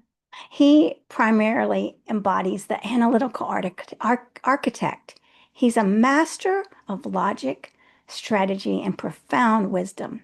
But he also has a core of the heartfelt harmonizer because he has beautiful, compassionate guidance. And he's also an enthusiastic innovator and in his unique teaching style. So blend these together. Be a Yoda, right? Be who you need to be, but always be authentic to yourself. When you learn about yourself and you speak with yourself with self-compassion, empathy, just like with others, we really can change this world through empathy, through kindness, through connection. Connection by understanding who you're talking to, understanding who you are first, and how you can grow these different parts of yourself. So I do have a Mr. Spock here. I always have him sitting here, so I'll get him out right here. I don't know if you can see him, but maybe you can, kind of. I think he came up for a second. So Spock always reminds me that I had to develop that logical side of myself because throughout the years, I was so emotional that I just let my emotions take over. And that's not a balance. And we're talking about a balance here. Bring in this balance of Spock, bring in this balance of Willy Wonka, of Mr. Rogers, right? Be able to pull them out when you need them. But most importantly, have compassion for yourself and great empathy and celebrate yourself as Willy Wonka would do. So thanks for joining me. This has been fun. I love talking about these things. Wow, thank you, Marikita. That was really fun to hear. And I first was thinking about myself and which one am I, and then I realized, wait, just think about the other people that you're going to be talking to and where are they? And so that's wonderful. Do you have time to answer a couple of questions if there are any? Sure, I have time. Yeah. All right. I'm going to try to figure out who you are. Okay. Well, I guess my first question is, and I think you implied it, is to listen to the person. So sometimes I may think I'm ready to talk to that person, but maybe if I listen first, then that, and if I can remember those four images that you brought up, would you go over those four images again? Willy Well, Wonka, yeah. Willy Wonka, Mr. Spock, Mr. Rogers, and Rocky Balboa. Oh yeah, okay. Okay. Thank you. Maybe if I recall those images, then that will help me to remember, of course, that people may be in a different place at different times also. Do you find that? Yeah, that is very true. People shift and you can change your personality Mm-hmm. and your wiring if you're intentional about it, right? I mean, I know some friends that are wanting to be more assertive and more driven, right? So yeah, and it's just, I mean, I used to think that people like my brother there was something wrong with them, like they didn't have any emotions. But that's not true at all. It's just that he doesn't show his emotions. They're there. I mean, he will show them when he really feels emphatic about something, but he maintains, at that level. And now I'm able to easily pick out people like that. I think, oh, I see now. It's not that they don't have emotions. It's that I need to get with them on that level. They're just contained, which is beautiful. And that's very grounding for me to be around someone that's showing that energy because, I can be like, Gotcha. Thank you so much. Are there any questions in the chat, Danny? And are there any raised hands? Nothing from the chat at this time. Okay. Thank you. Well, that was marvelous, and we really appreciate it, Danny. Marikita. Love you both. yeah, it was fun. I'm happy to do this. And thanks Yes. for everybody that's watching. Oh, yeah. We love that. Okay. Thank you. We're going to go into, thank you so much. We're going to go into our open mic. And here it goes with a little introduction. It's time for VCOP 2022's Thriving on Planet B. Come on up here, Salish Rao. You're going to lead in our open mic as we discuss the things that are on our mind and what's in our hearts, and maybe something else. Thank you. Yeah, Marikita has given me a goal to strive for, which is to become the climate Yoda. Yes. Thank you, Marikita. You already are. I am? Oh, thank you, Danny. That's what I was thinking that too. Okay, so y'all come on screen, turn your cameras on. I've made it so you can turn your cameras on and raise your hand if you want to come on up, and we can put a bunch of us up here and Dr. Rao will call on you. Now I have to speak the other way, like Yoda. But raise your hands if you want to come on. So I see your hand, then we know to add you. All right. With CH Tech Q&A. Yeah. There you are. I'm working now. I shouldn't be doing my open mic. Go for it. I'm Ray Kowalczyk. I'm the executive director of the International Vegan Film Festival. I've also been a climate healer and an organizer of this event for many years. So I'm excited to bring these two things together in November on World Vegan Day, which we're trying to expand into World Vegan Day weekend. And a few things about the International Vegan Film Festival. It's the Vegan Film Festival. What is this?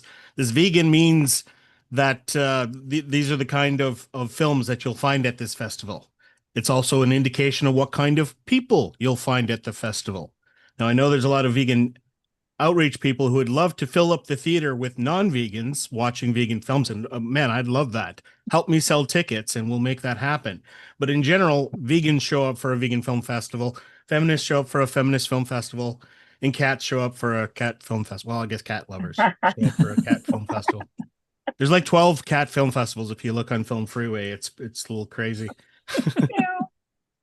But vegans also an indication that this festival is for the vegan movement. So if you're part of the vegan movement, this is your festival. You're part of it. It's a volunteer-run festival, so it'd be great to have everybody involved in any capacity that they want to give their skills and time.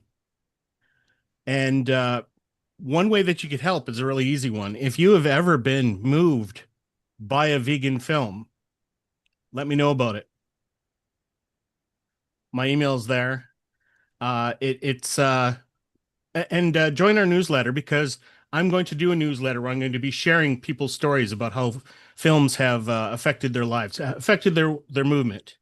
I've told the story many times that I was probably on my way to being vegan because Kelly was already vegan, and the resistance, dissolved when I saw Cowspiracy. I didn't go vegan on the spot, and I think there's a handy metaphor here.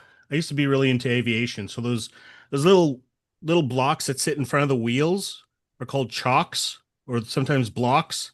I've also heard them called hawks, but there's usually two of them that hold a plane back from moving.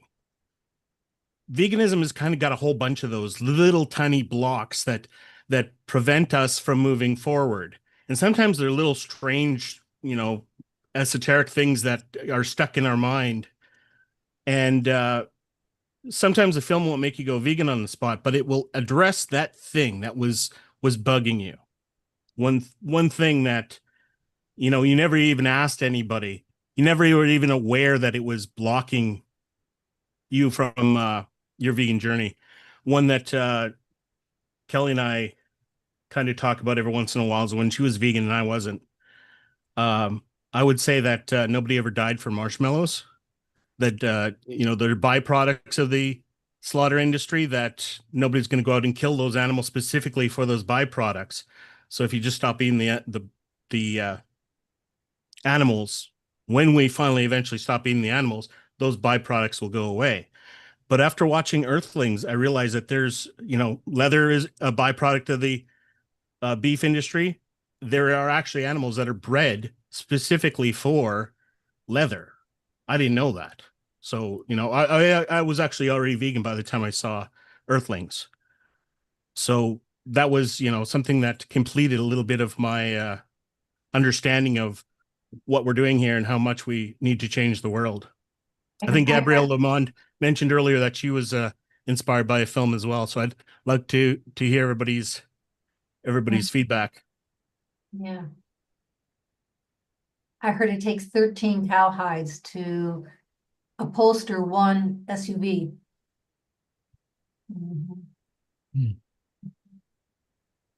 Yeah, I wanted to address actually what Gabriel was talking about and what you just alluded to, Ray. It is the Vegan Film Festival. It's for us vegans. And it may seem like, why are you just showing it to vegans? Why only vegans are going to come? Why not make it a plant-based film festival? Then others may come too. But I think that veganism to me is where we need to be eventually. All of us need to be there. We have to stop this slaughter of animals, right? Otherwise, we are going to be in big trouble on this planet. So you need to be there, and it requires us to sort of, you call it pulling the blocks off the wheels. I call it the equivalent of pulling a Band-Aid off, a wound. It's painful. You have to do it. And I mean, going vegan, you do have to acknowledge that I was doing something wrong before or whatever, and come to terms with that personally, right? And everyone has to do this at some point. I see this as, you have to, some people are able to do it in one shot, pull it off one day and that's it, I'm done. Some people, it takes time. I take a little bit off, and so for them, it's easier to go through the plant-based route or whatever. So I see every aspect of our movement is necessary for what needs to happen. And eventually they'll come on. They'll come along. Everyone will come along because, as Jared Bishop likes to say, we may be slow, but we're not stupid.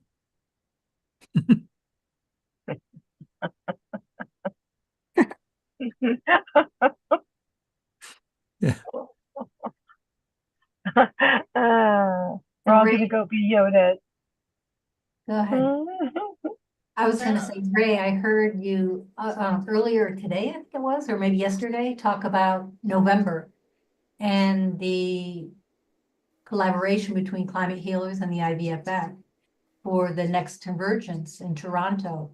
But I think, those were just fleeting moments. If you could summarize or at least say again, what's cooking for November, which is actually November 1st, which is World Vegan Day, on top of everything else. Can you do that for us? Yeah, we were looking at, I think the film festival website still says November 22nd, but when we realized that November 1st was on a Saturday, we got to make this at least this year, have it on World Vegan Day. And then we thought, well, let's make it World Vegan Day weekend. And we can do that next year. November 1st is on the weekend next year, but it will always be the weekend closest to November 1st. And it's always going to be the day after Halloween. So why not throw a Halloween party into that as well? So come to Toronto on October 31st, and we'll get the party started with some scary vegan movies. Or at least scary vegan food at a party. And that'll be the hybrid vegan co-op, or Vegan Convergence of the Peoples number 23 in Toronto. Yeah. Mm-hmm. A rare live in-person conference, and the first time in Canada and first time in Toronto. And it's going to be a partnership with Plant-Based Treaty. We're headquartered in Toronto, and we're excited to partner. I'm also on the board of directors for the Wishbone Animal Rights Lab. And I think this will be World Vegan Day weekend will be a project of Animal Rights Lab, and try to get everybody involved every year, and hopefully get people from everywhere, make Toronto the destination for World Vegan Day. And if you want to volunteer, come to Movement Mondays and get to know us and talk to us. And Movement Monday you can find on the website under calendar. It says for you is one of the tabs, and then go down to calendar and you can see the meetings that we're in and join us. Sorry, Dr. Rao. Now, I was just going to add a little bit to what Ray was saying. I just heard from Anne Dinshaw, because November 2nd is her dad's birthday. And so she's willing to come to Toronto for VCOP 23 to celebrate that. So anyway. And that'll be a great opportunity. I mean, it'll be a party, but it'll also be a conference where we have talks like we are doing today, and then a film festival. We also do a great job of introducing films to people through the VCOP, as we did with CARN, the Unsustainable Footprint. And the film festival itself usually shows short films. So this is an opportunity to also show some long films that usually don't get shown in the festival, and invite the directors to participate with us. And I've checked with the filmmakers that have made the submissions, and a lot of them are really excited about coming to Toronto. Good. Yeah, good. One last thing I want to say about vegan films is that until the Vegan Film Festival, this is the very first one, and it's the biggest vegan film festival in 2018. there've been vegan films before that, but until there's a festival, there wasn't really any need to formalize it as a genre. And I feel that's my responsibility now that we know what vegan films are, but we need to build that as a genre, not only just each crop that comes out every new year, but all the films that fit into this genre. And we get to define what that means. What is a vegan film? I kind of joke around. Sometimes it's the Broccoli Film Festival. Sometimes it's the Pig Film Festival.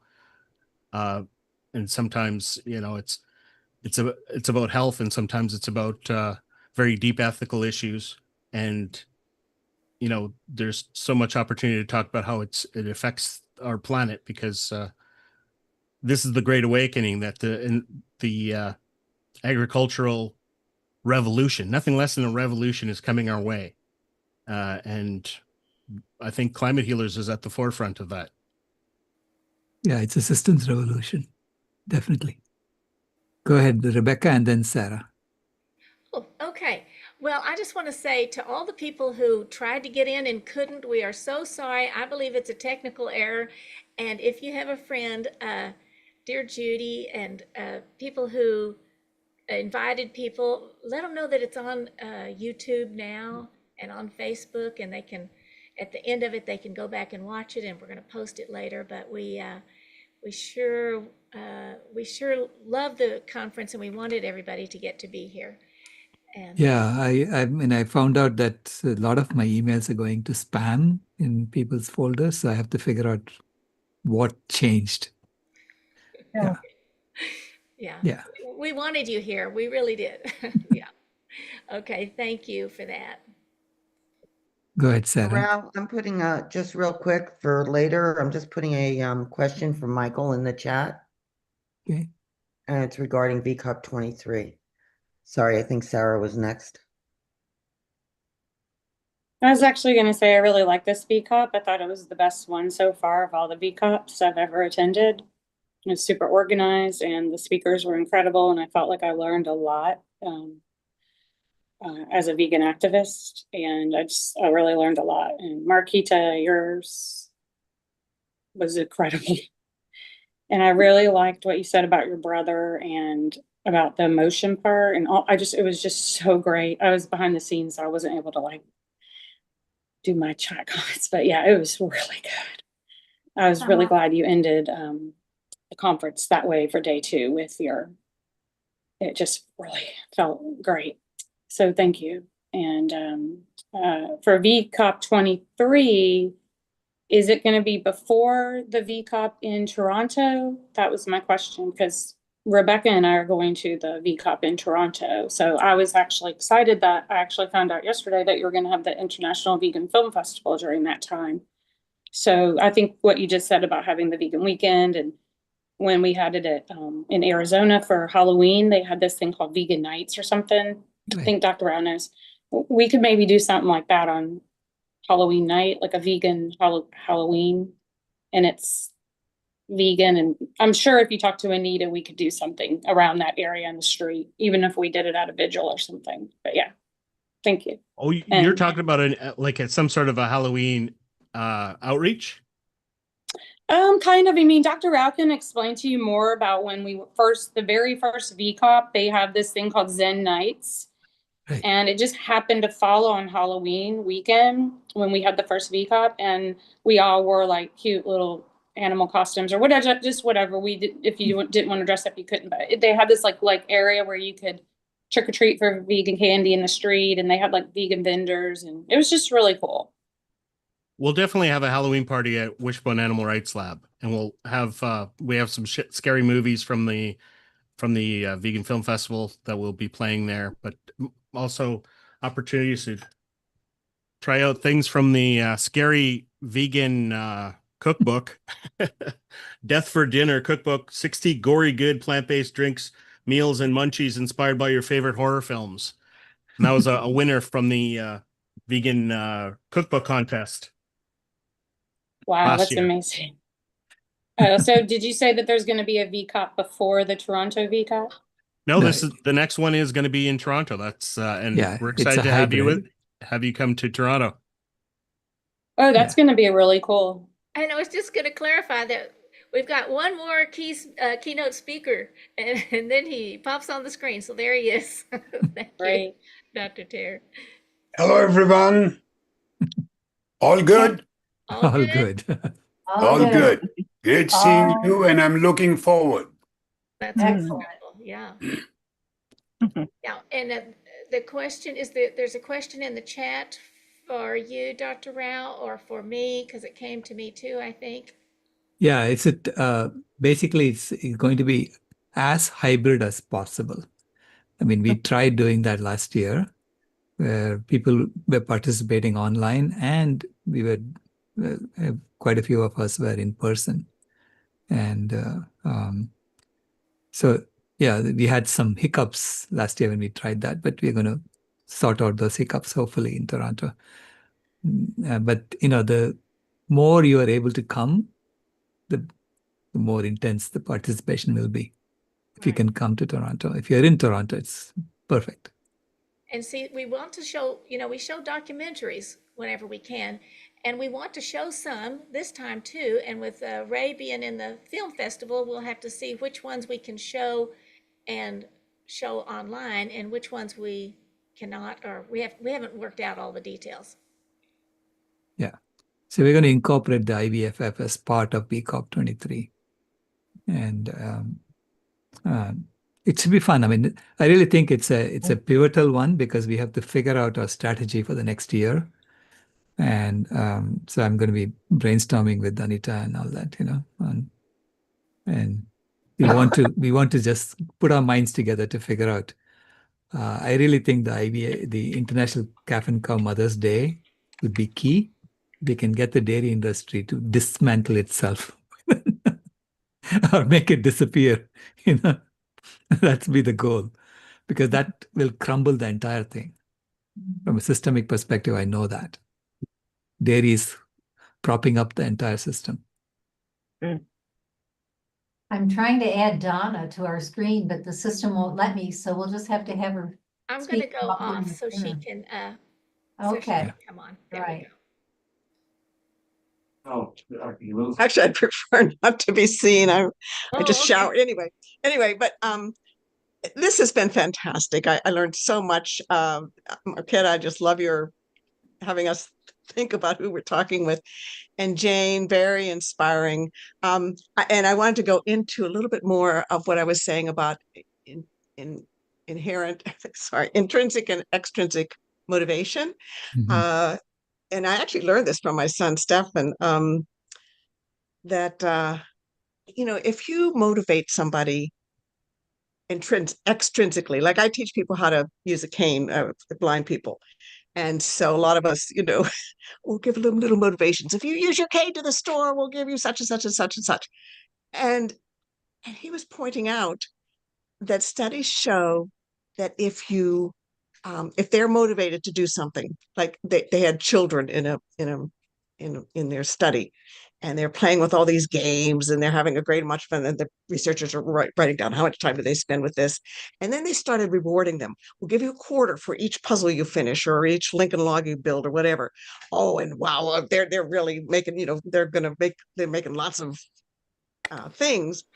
And then they withheld the intrinsic, and they didn't touch those games anymore.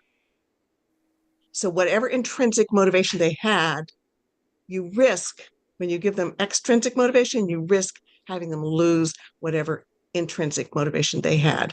So I was trying to think of how, I guess I was, you were giving, having them fill out a quiz and having them, giving prizes for the ones that get the most. And I was trying to think of what might be instead. And it might be just a recognition. I guess that's extrinsic also. But go ahead. Were you going to say something? Yeah, I was going to say, I thought you made that really, really clear, because children do want to feel that inside feeling of accomplishment. Yes. Yeah. Yeah. Okay. Thanks. Yeah. Thanks.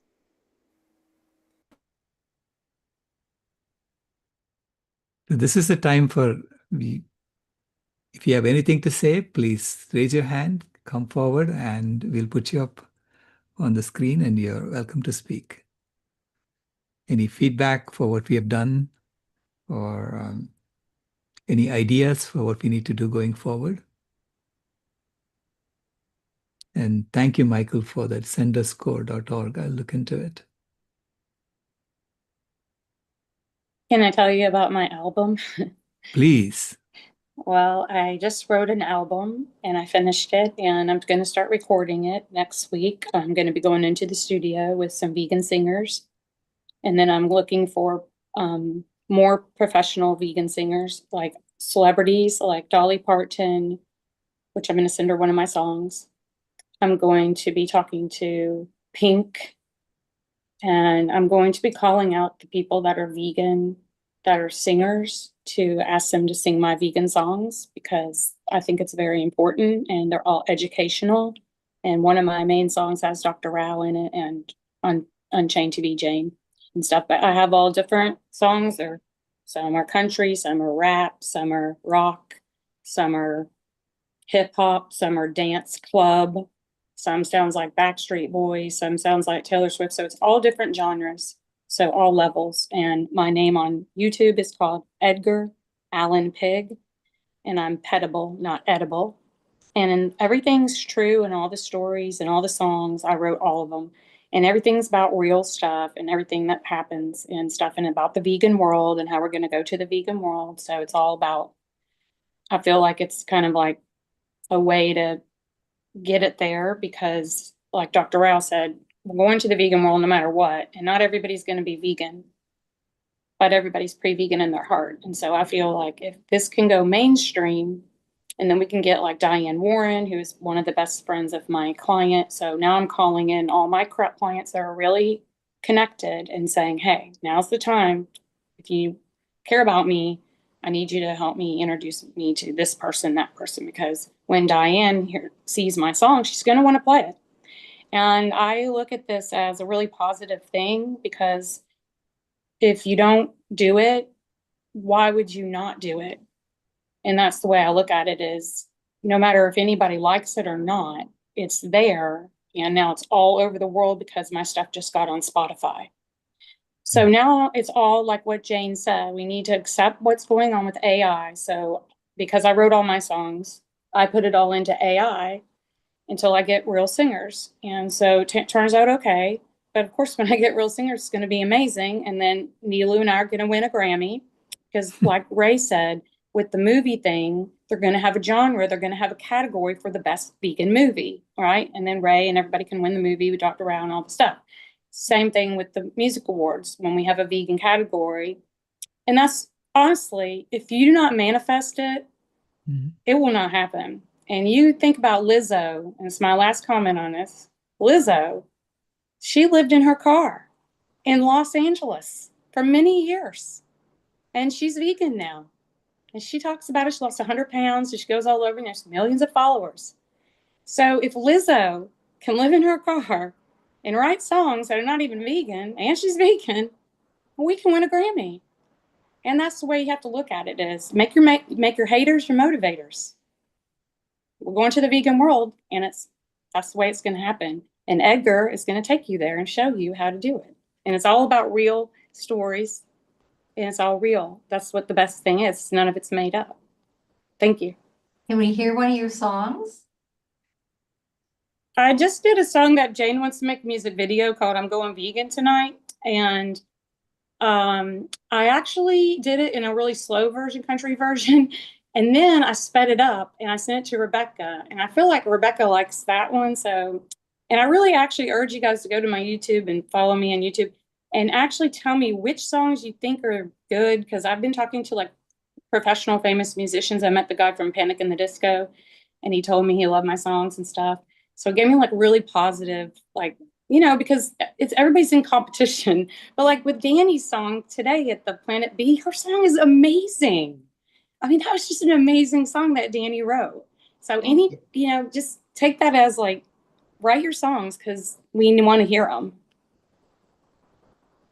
Okay, so I have your Beach Pets LA. Is it on that website? Is that what you sent me to play the song? I can play it from Edgar Allan Pig on YouTube. Yeah, you could play it. I sent you an email from Surf Beagle to you, Rebecca, but it's in the chat. I mean, it's in our VCOP tech chat. Like I gave it, like whoever has it in there has it, could play it. Yeah. Because it doesn't really sound good through computer. It sounds a lot better through speakers, just so you know. Yeah, I don't see it here, so. I mean, I could always post it if you want, but it's on. I thought it sounded great when you played it the other day. Yeah, thank you. Okay, do you have it there, Salish? Yeah. I mean, I have it on YouTube. Oh, good. Yeah, maybe could Yeah, show then my you can do YouTube. sound and everything. And hi, Willow. Hopefully you have the faster version, because there is one of I'm Going Vegan Tonight where I'm like hugging a cow at Rowdy Girl Sanctuary. I'm hugging Rowdy Girl. That's not really that great. I mean, it's good, but I think the faster version is better. Do you want me to play the YouTube and speed it up? No, I'm saying there is a song on YouTube, on my YouTube channel, that says I'm Going Vegan Tonight, and it says faster version, if that makes sense to you. Okay. Yeah, it's actually in my playlist. If you go to my playlist on YouTube, it says fast version of country song, I'm Going Vegan Tonight. I wish I could play it. I mean, I guess I could share my screen, but that might be too much. Is it under? Play that one. If you'd rather play that one, Sarah. Was the one you shared with me the faster version? Yeah. Mm-hmm. Okay, Yeah. I'll play it. Yeah, you have it. Okay.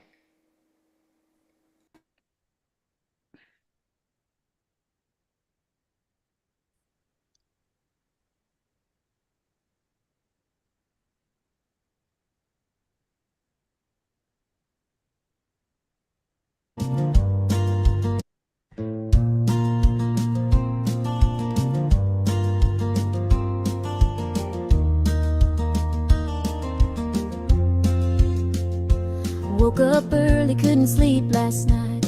Clouds peeking through the morning sunlight with crazy dreams. Something ain't right, so I got out of bed and turned on the light. I keep hearing these voices talking to me. Was I having some kind of an epiphany? A life-changing message trying to get me. What's it all for? What can I see? I went outside to clear my head, then I remembered it was something that my friend Judy said.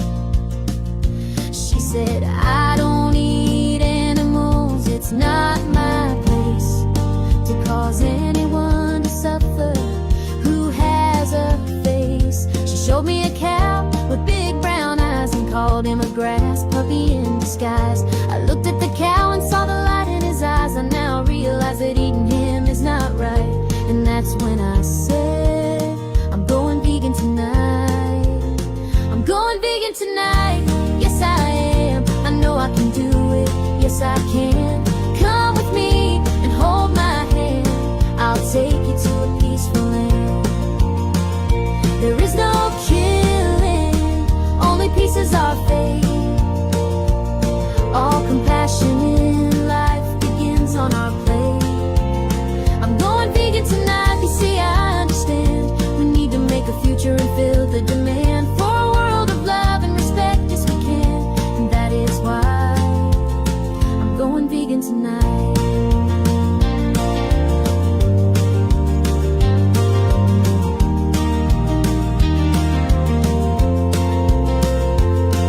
We all want to be loved without a command, to eat fruits and veggies and take a stand.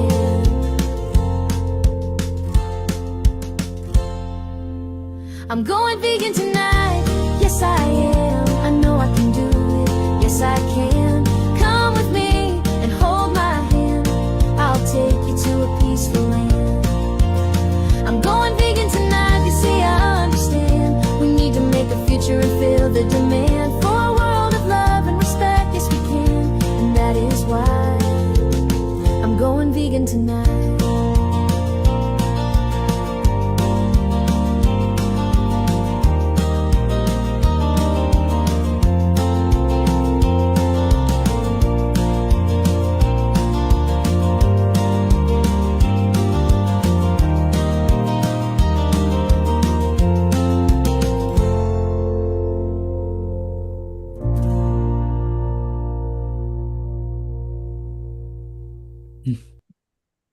Very nice. Thank you.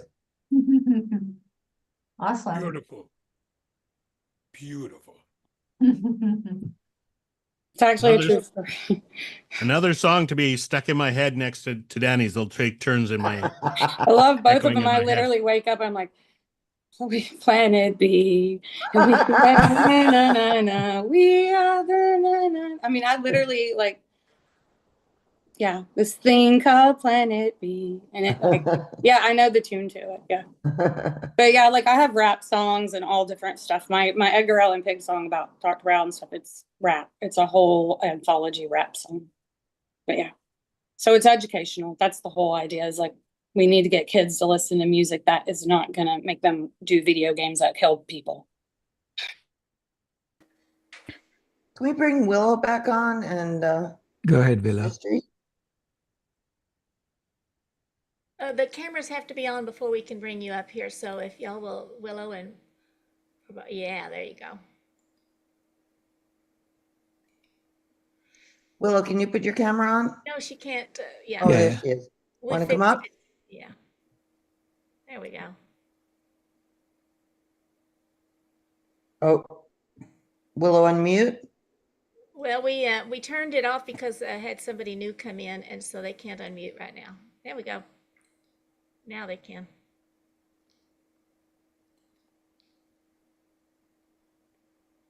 Will I go? Yeah, we can. Yeah. Waiting I to hear thought from the Willow. Willow, we still can't hear you, Willow. oh really? No, you can hear you, Dr. Prabodh, but Willow, we cannot hear her even with the unmuted. Can you hear me? Oh, now you can. Yes, go for it. Sarah, good to see you. I remember last year that I came across the one song you wrote called Brown Eyes, the cow that looks up in the sky. What's the title of your poem? Sarah, you're muted. It could be called Grass Fed. Grass Fed, yeah. So I just turned that into a song. It's like this weird clubby song. It's really crazy. I didn't know it was going to come out like that. But like I said, my friend Nilu, she's a professional singer and she's got a professional song studio. So she's going to start helping me. Well, that's wonderful to hear. I had asked if maybe I could find a singer for your poem, and you were so gracious to, say yeah. And now I see you today, and you're on the road for a large production. I think music really touches people's heart, and to me, obviously, it does. I can't even sometimes read the poem because I feel so emotional. But Danny and I went to the National Rights Memorial, and I met this musician who has a beautiful voice, and he shared 2 vegan songs for us. And to me, it made the day, Uh, and I asked him if he would put it to music, and I sent it to him, but he did not reply.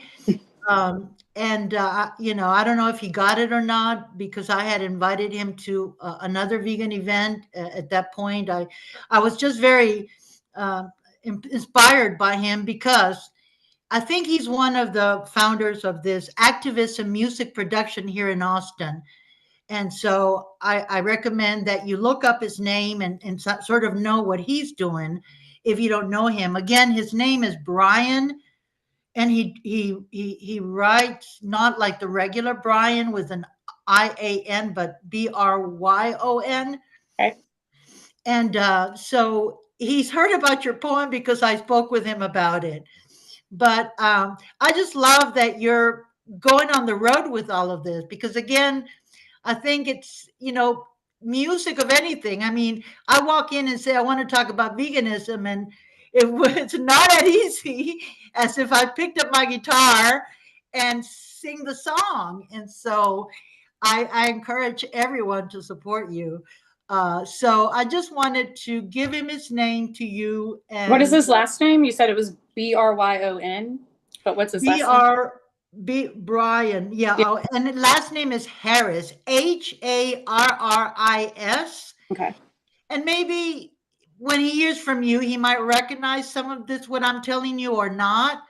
But he's one of the few producers here for Austin. People come to Austin from far away to record. And of course, it's a town of music. So, but it just seems that he's the only one. And so for him to know you and for you to know what he's doing here would be great. Yeah, I would invite him to be in the music. We have a vegan music guild that's on WhatsApp, and it's all these vegan musicians. You wouldn't believe how many songs there are out there by vegan musicians, and they're incredible. Our friend Michael, who Dr. Rao knows, Michael Prickle, he is the vegan music piano Mike. He's amazing. And I was doing activism with him last summer in Vienna, and he can play piano. He was singing all his vegan songs to everybody in Vienna because we're both out there and we're like, hey, you know what? We're vegan. We're going to be singing vegan music. Too bad. You got to listen. So that was amazing because there's like this piano that you can play in the middle of this place in Vienna. So there are so many good vegan musicians. But thing is that what I found is that, like I said, I wrote my songs in 2020, almost all of them. And it took me like so long to ask people like, hey, would you like to sing my song? They never get back to me. When I sing my song, I send it to them. Oh, it's beautiful. It's too sad. I can't sing this song. It's too sad. But finally, I just went to some famous people and I wrote to them. And I wrote to Sia. She's vegan.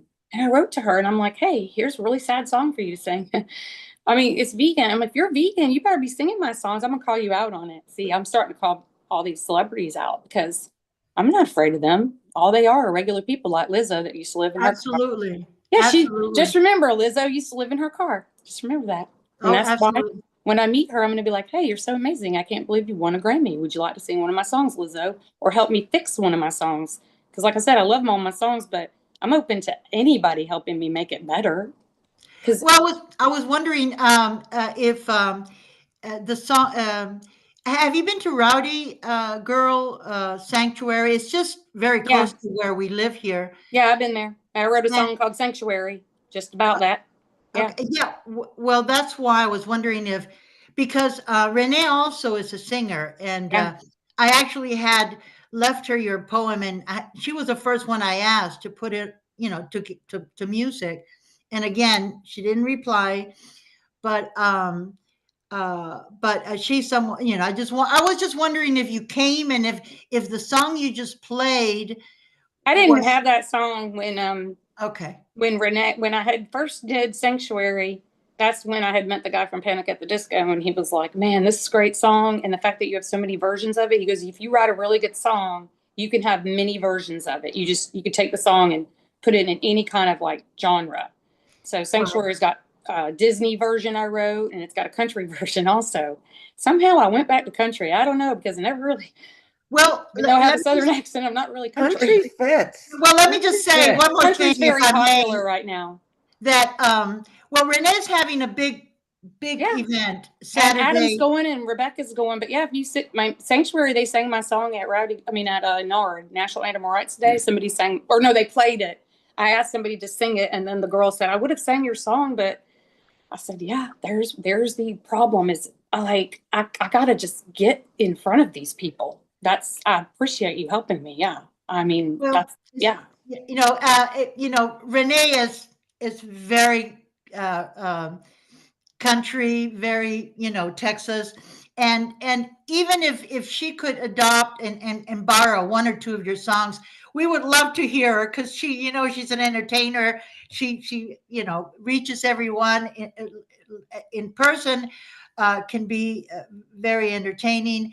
And we're hoping, have you asked her to sing your song? Because I hope so. And I guess I'll text her, because I did just donate $300 to Rowdy Girl, so maybe she would be.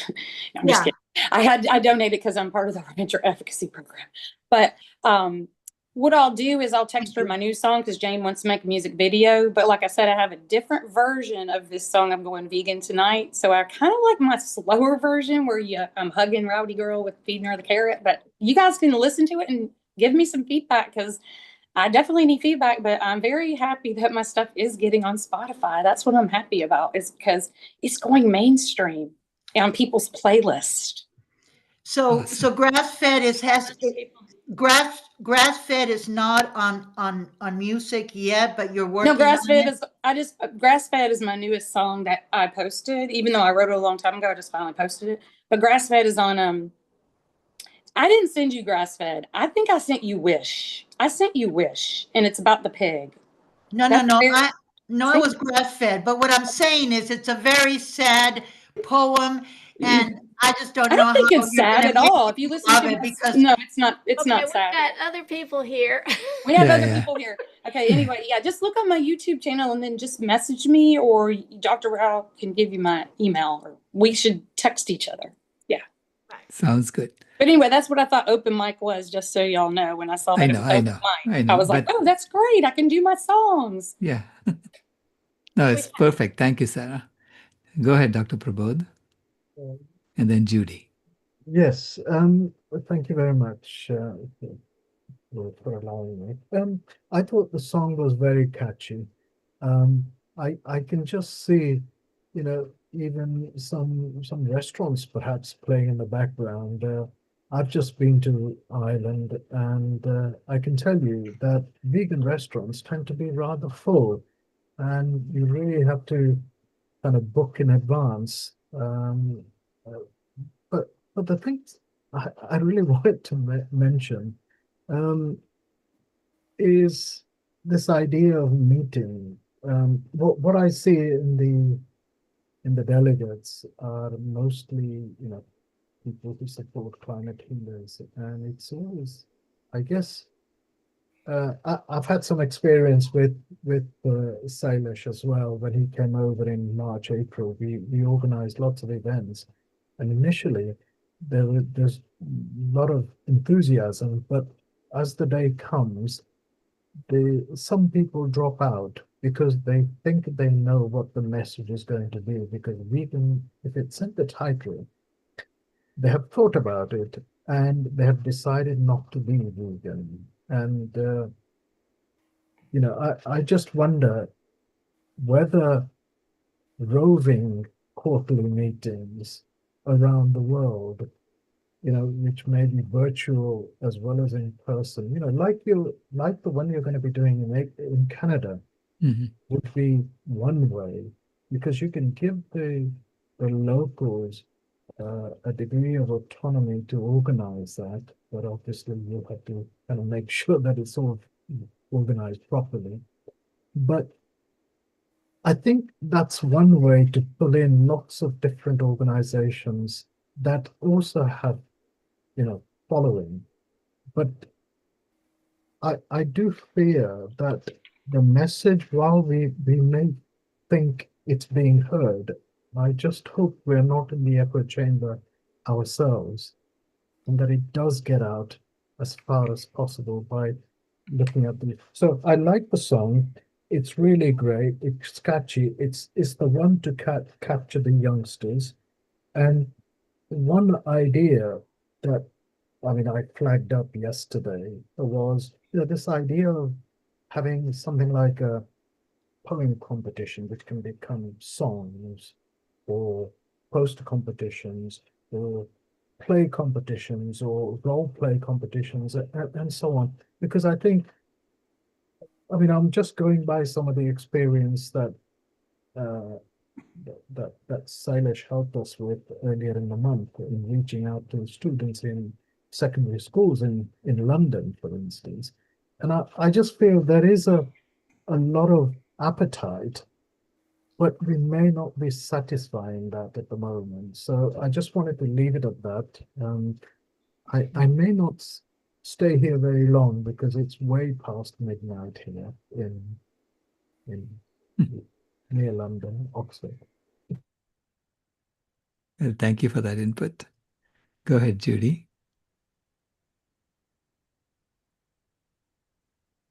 Are you talking to me, Yes. Silas? Oh, okay. Yeah, I didn't have my hand up or anything, but Okay. you were just ESPing that I loved Sarah's song, Okay. and I Sounds just had to tell her that. So, yeah. Oh, it's wonderful, Sarah. And gosh, just so catchy and so like something that would get in your head a lot. Yeah. And that's one of the benefits of music too, is that it's easy to remember and it can stay in your head. And so, yeah, music, yeah, we need more and more musicians, vegan musicians, getting the songs out there because I think they're one of the most powerful things we have. So thank you so much for doing what you're doing.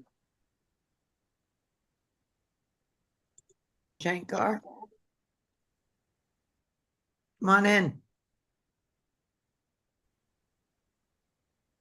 Yes, hello everyone. What a wonderful event. I'm rejoicing.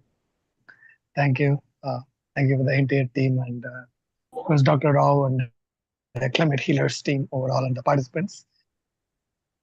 The song Sarah, I know it's opening up a variety of topics. I still want to start with or pivot with that. I think we can make even more songs with the recipes. Sometimes there are people who are like saying, how would I cook all those? But if it is a rhyming, like a sweet or short 4-line song that tells like you make toss this, then your recipe is ready. And that can be made like a rhyming songs for kids' books and everything. So, and I mean, based on Dr. Mystery, that thought I'm running on the thoughts, like how the restaurant plays and all those. I see that's an amazing idea. Like the restaurants do play, but these are all not copyright or anything. You can ask them to play there. The same way, the kids' book, kids' recipe book, all this can have this rhyming 2 lines, 3 lines, and somehow they're going to recite, and they all know the vegan recipe by this time. So that's also because that's idea I borrow from the Japan, where they let the kids to cook and clean, so they can easily question what is the ingredients in the food. So like that, we can try. It's a small song, like 3 lines, 2 lines, rhyming. That's one thing. And then further, we can explore this again, vegan world, like all coming together. How we can do it in different culture, different language, and I think Tammy mentioned or something like identifying grandma's morning, like in each culture or something like that. You can pick some recipes, and I don't know about the A in other language. Something we can do, or something we can highlight, and that could even say about this, the climate change in a very small, like this is if you look back the Indian poetry literature, the way they concise the big memory prose is through a poetic line. It's like a proverb because you can't remember that life experience, but that proverb line will. It's like a what do you call, like a tablet. You toss it in the water. With the right water, it just expands and like a seed that grows as a tree. So the proverb lines will be very good, like that. A small one or two is facts about this thing. Like for example, like that. One of the word I heard is the grass puppies. Like that, if you such words really make you to relate things in a compassionate manner, rather than saying like two shot, one shot, two animal. Like instead of saying the other way, we could say is.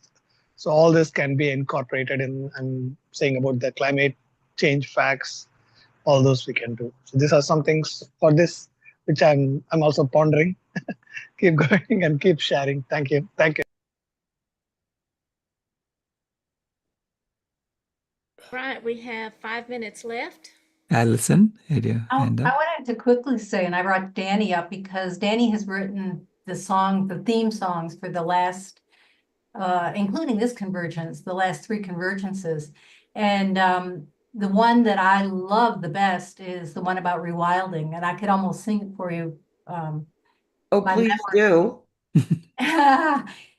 Anyway, I wanted to acknowledge Danny for writing our theme songs, and we don't have we haven't determined the theme yet for VCOP 2023 or 23, not 2023, for VCOP 23.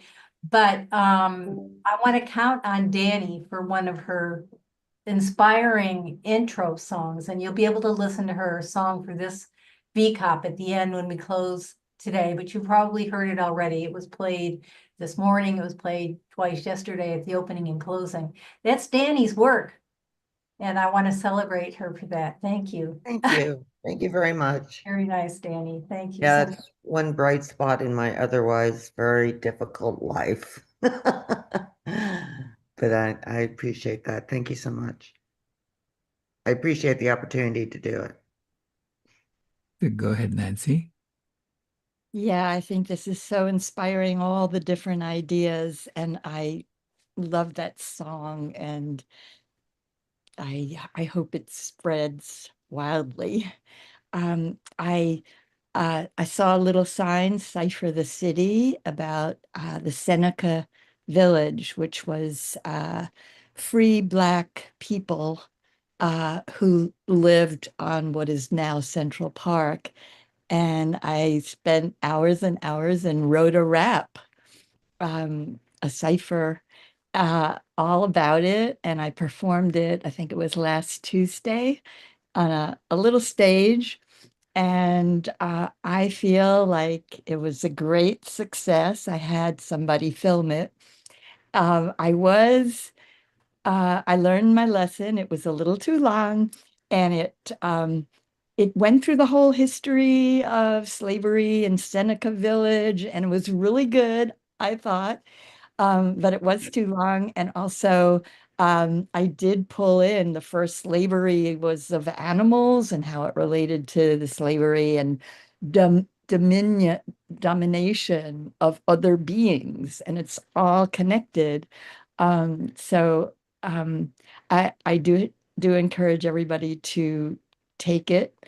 The other thing that I think is really cool is comedy. And there's a guy named Jerry Corley, not vegan, that I know of. I'm pretty sure he's not, but he's called the Joke Doctor. And he's got this method where you take one column, veganism, and something in the news, let's say, and you just write everything that you can associate with veganism, and then everything that you can associate with that thing in the news. And then you see how they connect. And it's amazing how jokes can just bubble up out of that. So there's so many venues and ways, and I'm sure we're all gonna check them all out and keep on working through these things. Thank you.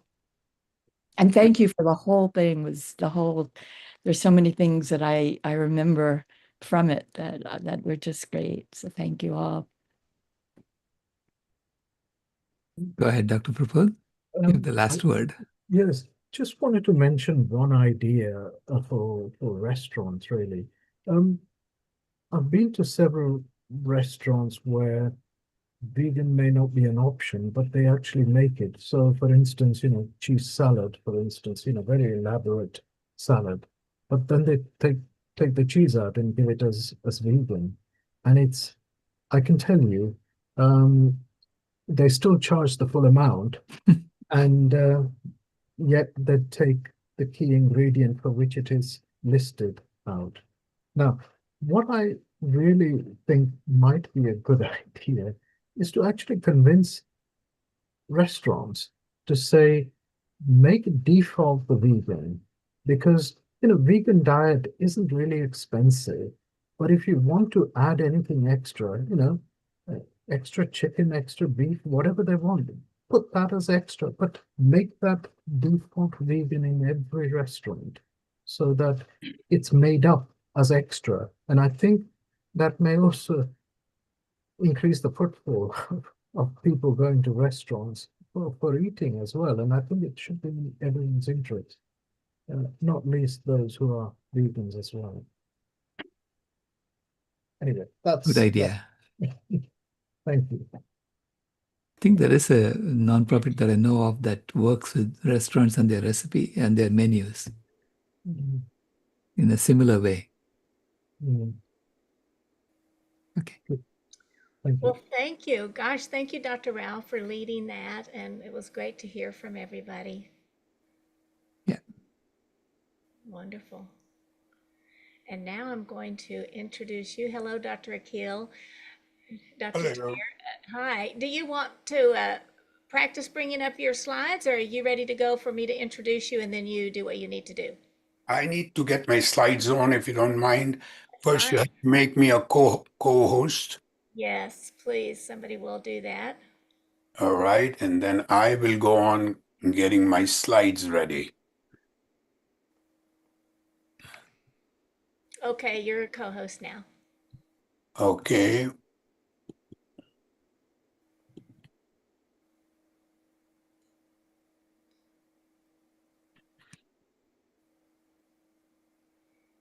And then I'll introduce you when you're ready.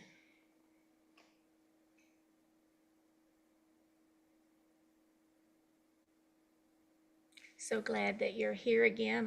I loved your talk last time, and I'm so glad more people are going to get to hear what you say. I haven't been able to share yet. Oh, do you see the green share at the bottom? Are you Yeah, I'm trying to okay? do that.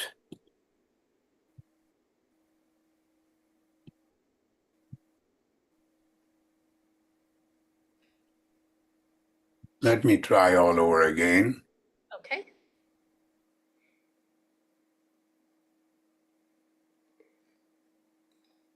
Okay, everybody, we are getting ready to hear somebody really special. He's going to come back in and try to start again. And you are in for a real exciting ride, I tell you. And in the meantime, keep those beautiful songs in your mind. And if you're like me, I already, at one point, I said to some of the team members, let's all memorize that song and sing it. And of course, I was reminded that everybody singing online on Zoom doesn't work that well. But I'm so glad that your song came across, Danny, so well. I mean, Sarah, so well. And I'm so glad yours comes across too, Danny. And so in a moment, we'll be watching for Dr. Tair to come back in and have him on here. And I hope all of you get to hear what he says, because it's amazing. He's very experienced in this on a personal level and as a physician. All right.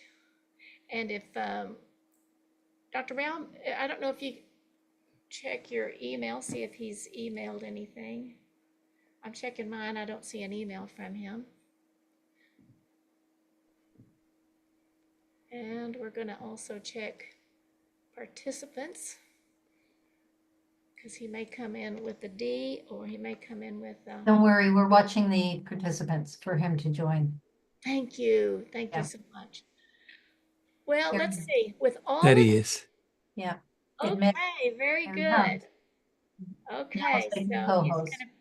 he's gonna be made co-host and be right on with us. All right. And spotlighted.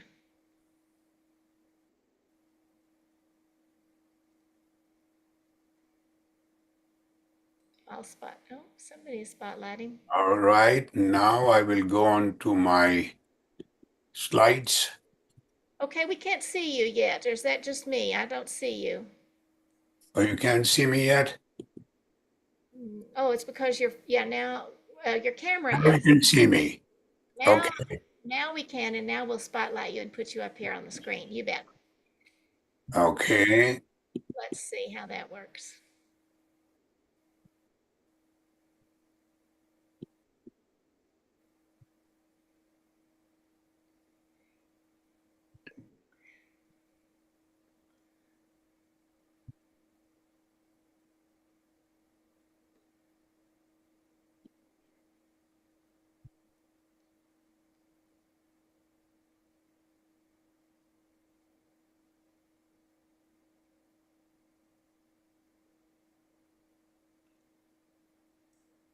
Now, is your slideshow open so you can already see it on your screen somewhere? Yes, but I have to share.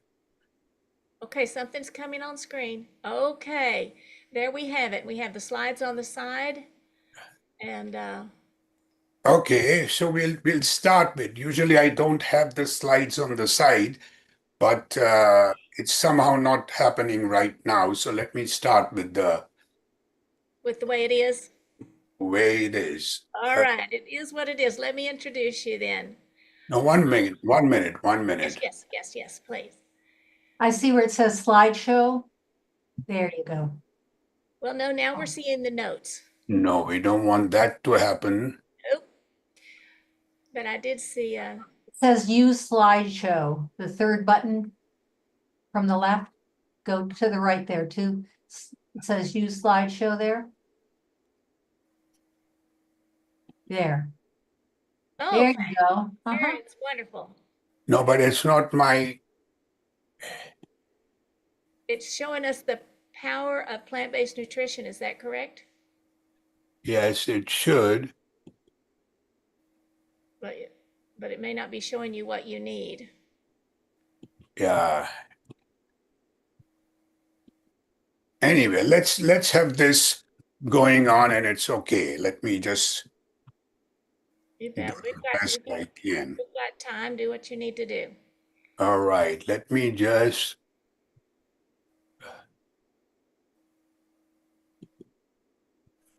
stop share, and then I go on to again.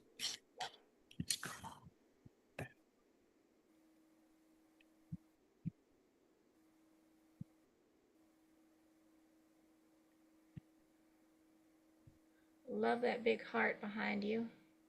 I know, but should be able to get my.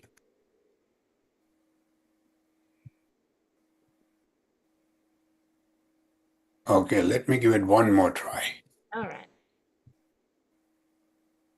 Let me get out of this. Let me get out of this.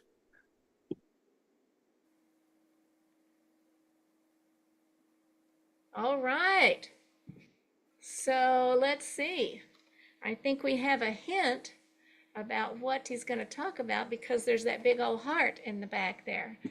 And I tell you, that's wonderful. We need to know about that. Okay, here he is.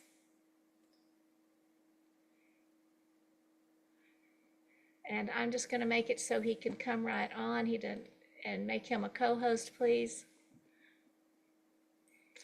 As the team always does, thank you. And then when his camera comes on, when you turn on your camera, we'll put you right up here.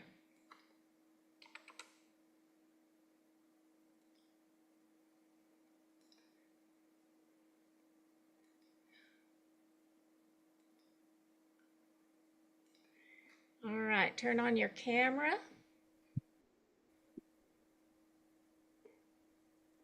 All right. But I can't seem to be sharing mine. So I have to share.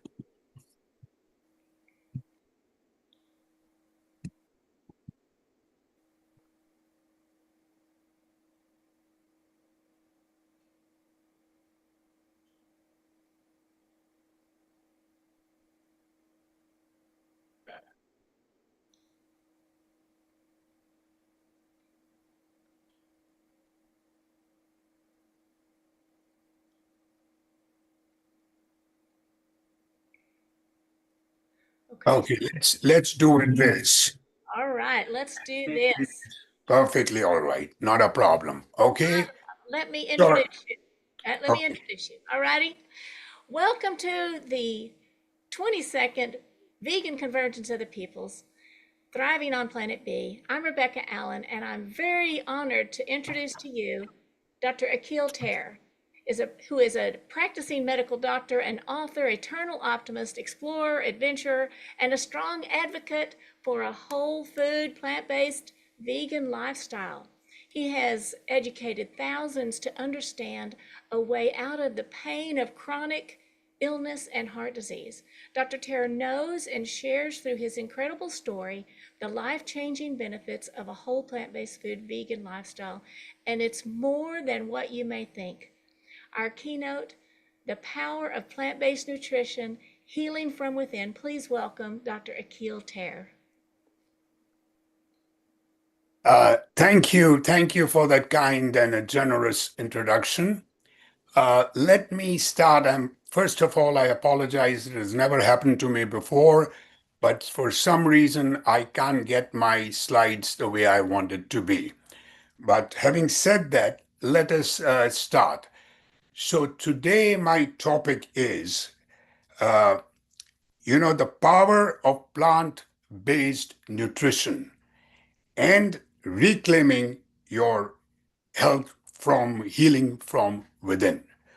So the idea is it has been an incredible 2 days of this WeCOP 22. And I am truly honored to close this event by sharing something that connects all: the power of plant-based nutrition, a solution that not only heals our planet, but heals us from within, not only physically, but mentally and emotionally. By reclaiming our health, our purpose, our passion, our positive attitude, and as Salish mentioned earlier when he started, that we should not give up. Hope is alive. Keep hope alive. We have to do this together. We are in this together. For some of you, I may be preaching to the choir, but that's not the intention. The intention is to take this message out and tell a lot of other people. So, people turn to veganism for three different reasons. One is due to environment reasons, second is due to animal rights, and third is due to health. Some people do it for all the three reasons. My wife and daughter did it for animal cruelty, animal rights 30 years ago. I did not. When I was 61, I'm 77 right now, but when I was 61 and when I was taken in for my open heart surgery, something happened over there. And that is where I turned into a vegan for the last 15 years. Now, to begin, what I'm trying, even though people who turn for health reason, like I have, you begin to understanding the suffering behind animal farming and its heavy toll on Mother Earth. So, when I turn around with my carnivore friends and my herbivore friends who eat both plants and meats, you know what I tell them? Don't see the food that is put into your plate as food. See it as life, because then everything changes.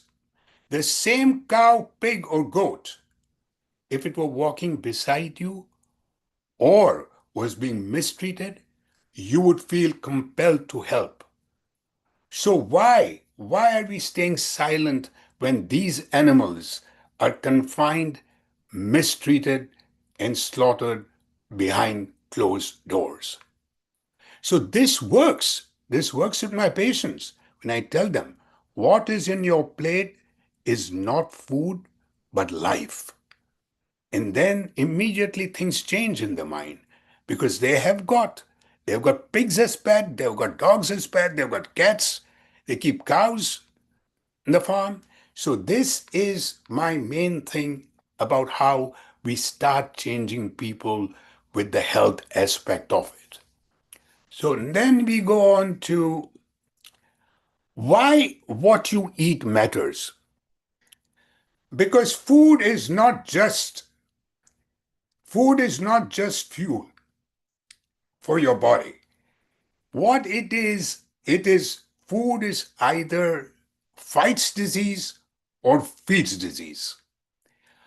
Chronic diseases are largely preventable and reversible. What are the chronic diseases? You have chronic diseases like, say, heart disease, stroke, high cholesterol, high blood pressure, you got arthritis, you got certain cancers, you got prostate cancers, breast cancers. All these are easily avoidable by plant-based vegan diet. So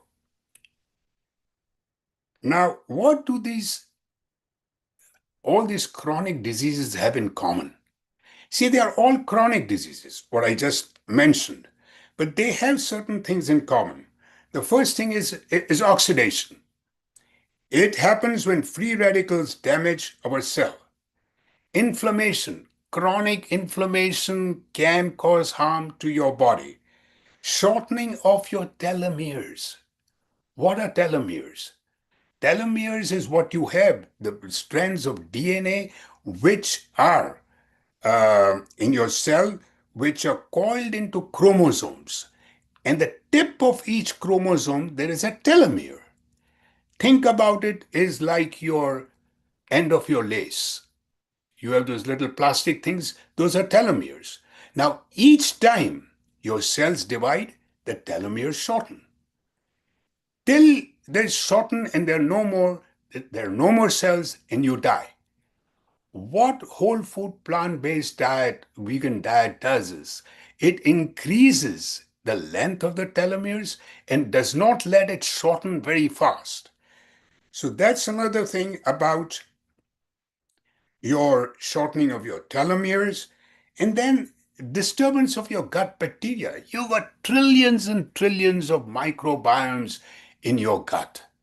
So if these are helpful bacteria which helps in digestion and boost our immunity. Then finally you have with the chronic diseases overstimulation of the sympathetic nervous system. Now we are not talking about an acute crisis whereby somebody is trying to snatch your purse and your heart rate goes up, your blood pressure goes up, your respiratory rate goes up. No, this is chronic.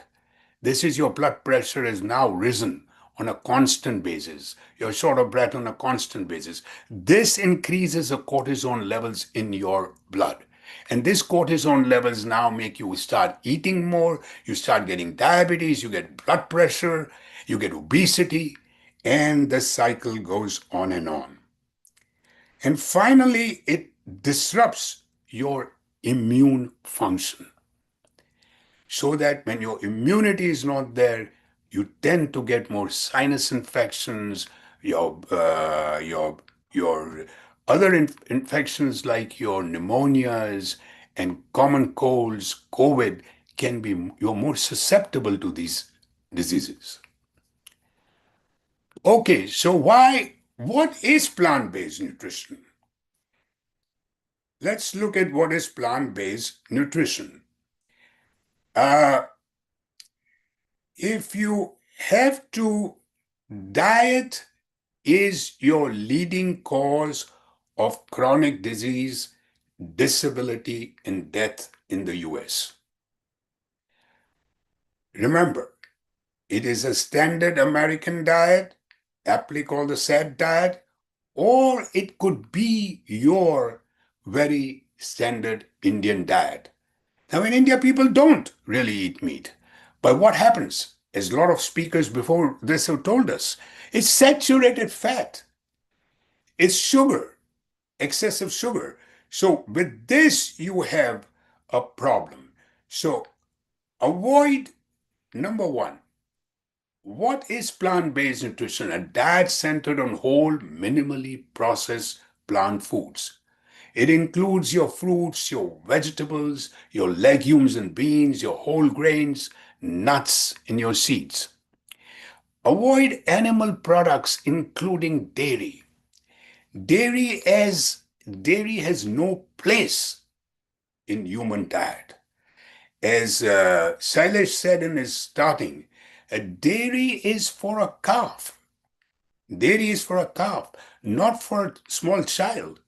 And dairy is something which you have that casein forms into casomorphine. So that my patients will come and tell me, Doc, you told me to give up milk, I've done it. But I said, what about cheese? He said, no, I cannot. Because that is an addictive this thing of casomorphin, which is much more in cheese because you take a lot of milk to make cheese. And then, of course, 90% of the world population is lactose intolerance, but we take it in our stride, all this distension and burping. And so what happens is, to me, I say avoid dairy by all costs, because to me, dairy is liquid meat. Remember, 1 cup of 2% milk is equivalent to an ounce of meat.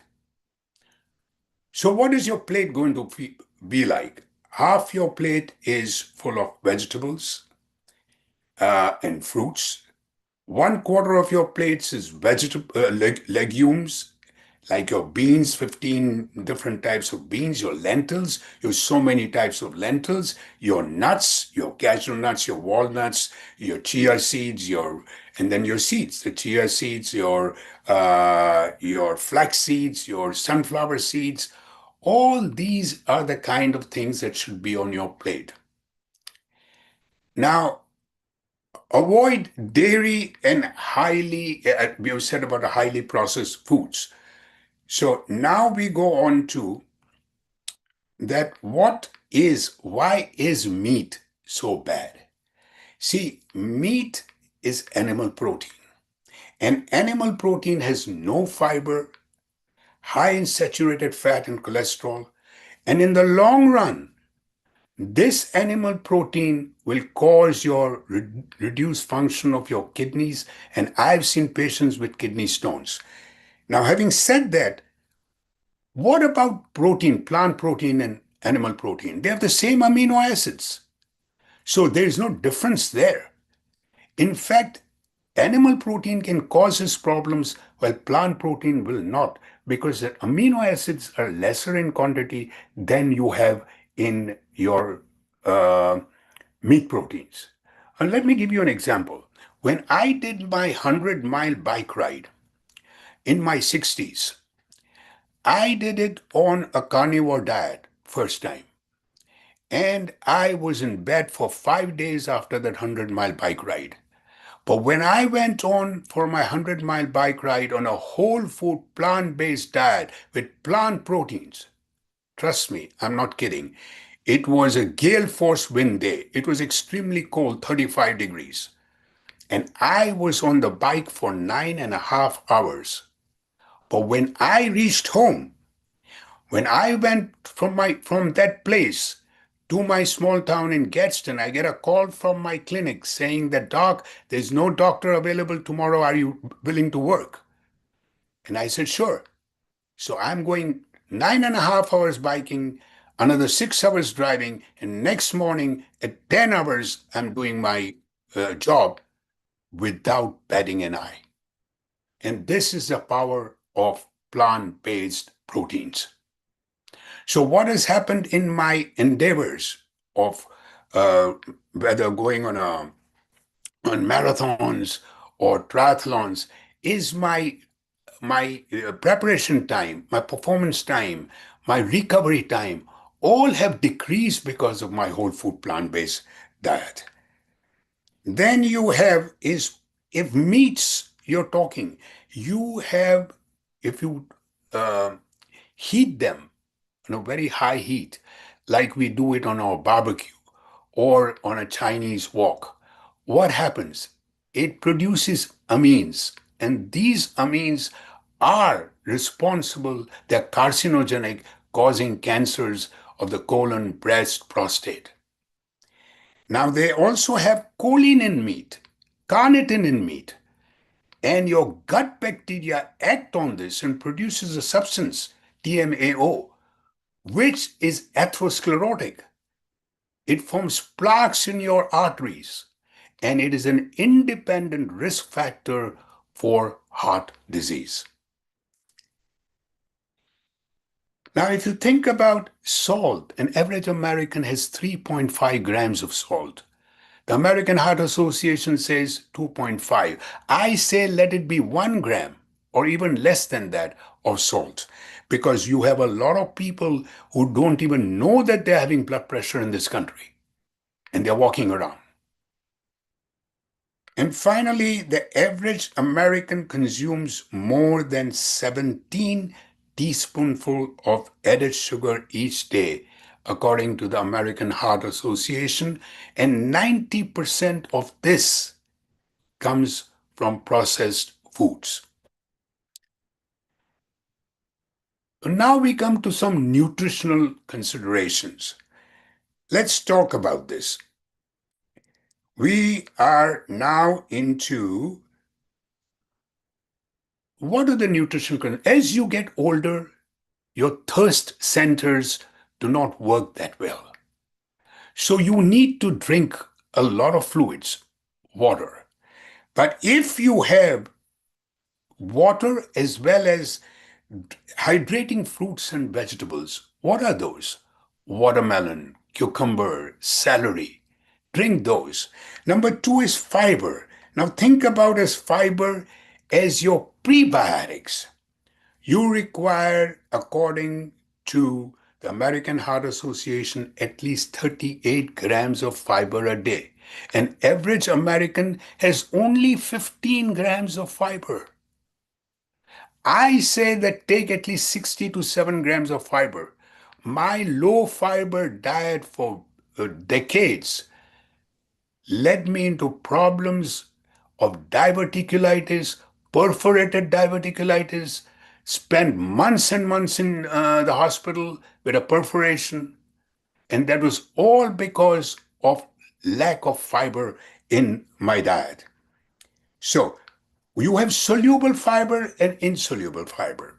The soluble fibers are obviously you have about that dissolves in water. Your 15 to the grams is what an American has as fiber. And then soluble fiber, what does it do? This type of fiber dissolves in water. It forms a gel-like material in the stomach that slows down digestion. It can help to lower cholesterol, blood sugar. Soluble fiber is found in oats, peas, beans, apples, and avocados, barley, psyllium. Insoluble fiber does not dissolve in water. It supports the movement of material through the digestive system and adds bulk to stool. Popular fiber supplements include your inulin, psyllium, your metamucil, methylcellulose, citrusyl, but I don't think that people should have that, because there is a danger of taking a lot of sugar with that. But of course, if you can't take fiber, by all means go into that. But as far as I'm concerned, take your whole food, plant-based, vegan diet that has tremendous amount of, it is nutrient dense and full of fiber. Then comes your protein. As I said before, you require about 38 grams of protein a day, 48 for males and 38 for females. If you have a steak, it has 70 to 80 grams of fat, of your protein in that. So you don't require all this animal protein. And then what you have is your protein muscle mass decreases as you get older. This is due to your inactivity and your hormonal problems, hormones, your lack of testosterone. So don't go running out buying protein powders. Start doing muscle strengthening exercises. That should help you with your protein levels going up. Of course, by all means, increase, if you're getting older, plant-based proteins. Finally, calcium. What does the dairy industry say? Have 1 gram, have 1.5 grams of calcium. Absolutely nonsense. You don't need more than 600 to 700 milligrams of calcium. And that you can get it from leafy vegetables like your bok choy or your spinach. from your walnuts or nuts, and from your flax seeds, sunflower seeds, you can get enough calcium. You don't need calcium. Then is your magnesium. Lately, I have noticed that in my patients who do not, by every other means they've tried for the blood pressure, I put them on magnesium and the blood pressure comes down. And number two with magnesium is what? That it does help in sleep. So that's an important thing. And then you have the most important now will be your vitamin D and vitamin B12. Vitamin D and B12 are absolute essentials to be taken as supplements for vegetarians and vegans. Why? D is not found. So D we take as supplements. Vitamin D production declines as you age, advancing age. 60% of my nursing home patients, even before the COVID, were vitamin D deficient. Sensible sun exposure 10 to 3 p.m. will give you enough vitamin D.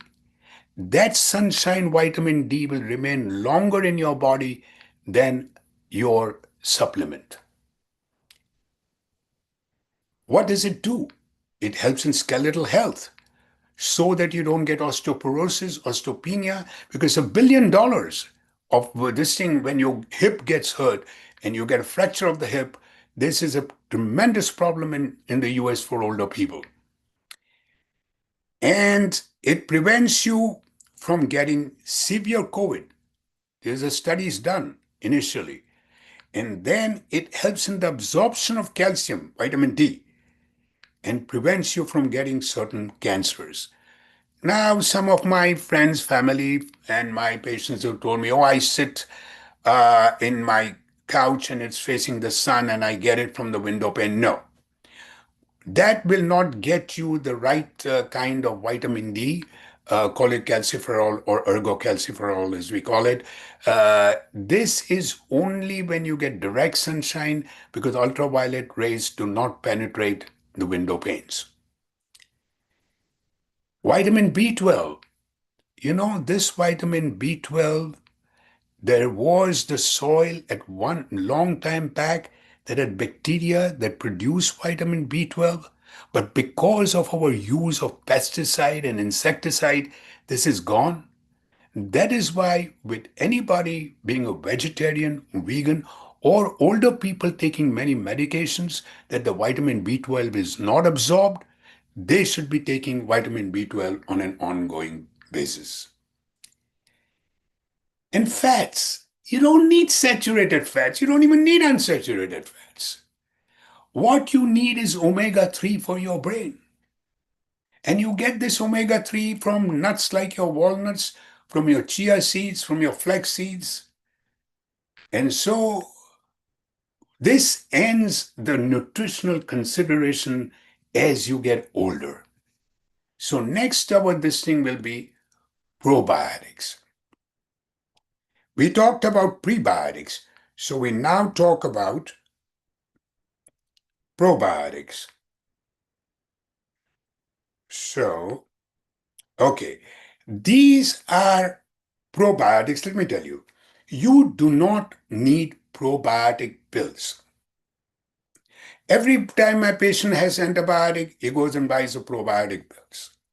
People take probiotic pills. Probiotics is there in your, it's $1 billion industry where they use probiotics in your cereals, in your popsicles, and even in your dog food.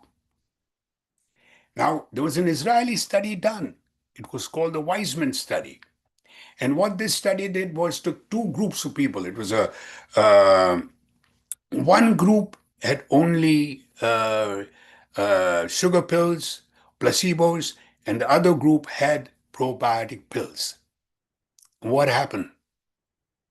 The probiotic pill went from this end and came out from the other end. It did not get absorbed. It did not reduce diarrhea. And so I am sitting here and wondering, that's a $50 billion worth of poop. And so we have the probiotic, this Weissman study. So what I tell people, use natural food probiotics, gut-friendly bacteria. These are your living bacteria and yeast that are good for you. Your digestive system. Types of foods are what? You can have kefir or yogurt made out of fermented non-dairy milk. Be careful about the sugar content. Miso made from fermented soybeans, plus barley or rice. Sauerkraut, fermented chopped cabbage. Kimchi, Korean fermented vegetables. Sourdough, fermented dough. And kombucha, fermented tea drink. Again, be careful about the sugar. Tempeh, fermented soy. You do not need probiotic pills, period. Fermentation was even before refrigeration when they kept it out in the cold. So use a lot of probiotics on your food. I normally take some sauerkraut and put it on my food. And my gut bacteria love me for doing that. Okay, the next one is healing from within. So we have just said that we have talked about our common causes for your common diseases. So what does all whole food plant-based diet does? It reduces inflammation and oxidative stress, improves blood vessel function. It has. It has been proven that what it does is acts on the inner lining, the endothelium, and lets it produce more nitric oxide so that you can have dilatation of your coronary arteries, the blood flowing smoothly, as well as it protects the arterial wall so it remains elastic and does not cause premature high blood pressure. It supports and improves gut microbiome. We have trillions of microbiomes in our gut. And therefore, that helps in digestion, boosts our immunity, and then it reduces the overstimulation of the sympathetic nervous system. So you're more calm. You are now not having that built up of cortisone. And then what does it do? We talked about the telomeres, longevity. It increases the length of our telomeres and does not let it shorten very quickly. And finally, your whole food, plant-based, vegan diet improves our immune function. So here we are on the. Now, this is kind of a little. Okay, what does it do? Evidence-based benefits, these are, of a whole food, plant-based diet. First of all, your heart disease. It definitely research and clinical practice, plus my own personal history, has showed the plant regression and improved endothelial function. These are all documented angiographic studies. Type 2 diabetes. It enhances insulin sensitivity and improves glycemic control. In many cases, patients reduce or eliminate the need for medications. The American College of Lifestyle Medicine studies. Obesity, high fiber, low calorie, nutrient dense diet leads to sustainable weight loss without calorie counting. And they tend to lower the BMI. Then whole food plant-based vegan people tend to lower the BMI much more than omnivores and even vegetarians. There's a reduced cancer risk. High intake of fiber and antioxidants will reduce your risk of colorectal, breast, and prostate cancer. This is found by the World Cancer Research Fund, which recommends plant-based diet for cancer prevention. Inflammation. Plant-based diets are shown to lower the C-reactive protein that is tested in your blood and other markers of systemic inflammation. It helps what? It helps people who got arthritis. I had a patient with psoriatic arthritis. He went on a whole food plant-based diet, nothing anymore. Asthma, your autoimmune disease, your gut health, a diverse intake of plant foods feeds beneficial gut bacteria and increases microbial diversity. This supports immune health and reduces the risk of irritable bowel syndrome as well as the leaky gut. Cholesterol and blood pressure. It reduces cholesterol. Now I'm going to give a talk in the examination room with Neil Bernard, and therefore with Chuck Carroll, which I'm going to talk about LPA. This is a burning topic right now, and I would advise everyone over here, if you want to get your LP little a checked. It is a hidden threat. It has no treatment so far. Exercise and stress reduction and sleep does not reduce it. The only thing that reduces it by 13% is your whole food plant-based diet. And number two, you can have this LPA little a, which can cause premature heart disease, strokes, aortic stenosis, peripheral arterial disease, but you are not aware of it because it is not tested in your cholesterol panels, in your lipid panel. So one request, please ask people to test and ask your doctors to get your LP little a tested. I say, let's please ask LPA. So this can, you can't, there are 3 drugs that are coming out very soon. They should be coming out in 2026 or 27. But right now, there is no treatment except for apheresis, that is your kidney dialysis, and it's extremely expensive, $40,000-$50,000, and you have to keep going on every 2 weeks. So, but the drugs are coming out, but even if that is not there, if somebody is a very high cholesterol with LPA, LP little a, like me, I had 300. The normal is up to 50. I had 300. And therefore, if you have LP little a, get your brothers, sisters, father, mother, everybody else checked up. Because it is genetically inherited and it remains. It does not change. All you have to do is check it once in your lifetime. Now, having said that, let's go boosting BDNF levels. Now, what are these? It's a brain derived neurotrophic factor, BNA. It's a kind of protein that improves learning, memory, overall cognitive function. That is why we can now go ahead with also Alzheimer's or dementia. Low BDNF levels are linked to depression and brain atrophy that happens in Alzheimer's. Natural ways to boost BDNF include exercise. If you do 1 hour of exercise a day, your BDNF levels will rise. And fasting, intermittent fasting, and consuming foods high in flavonoids.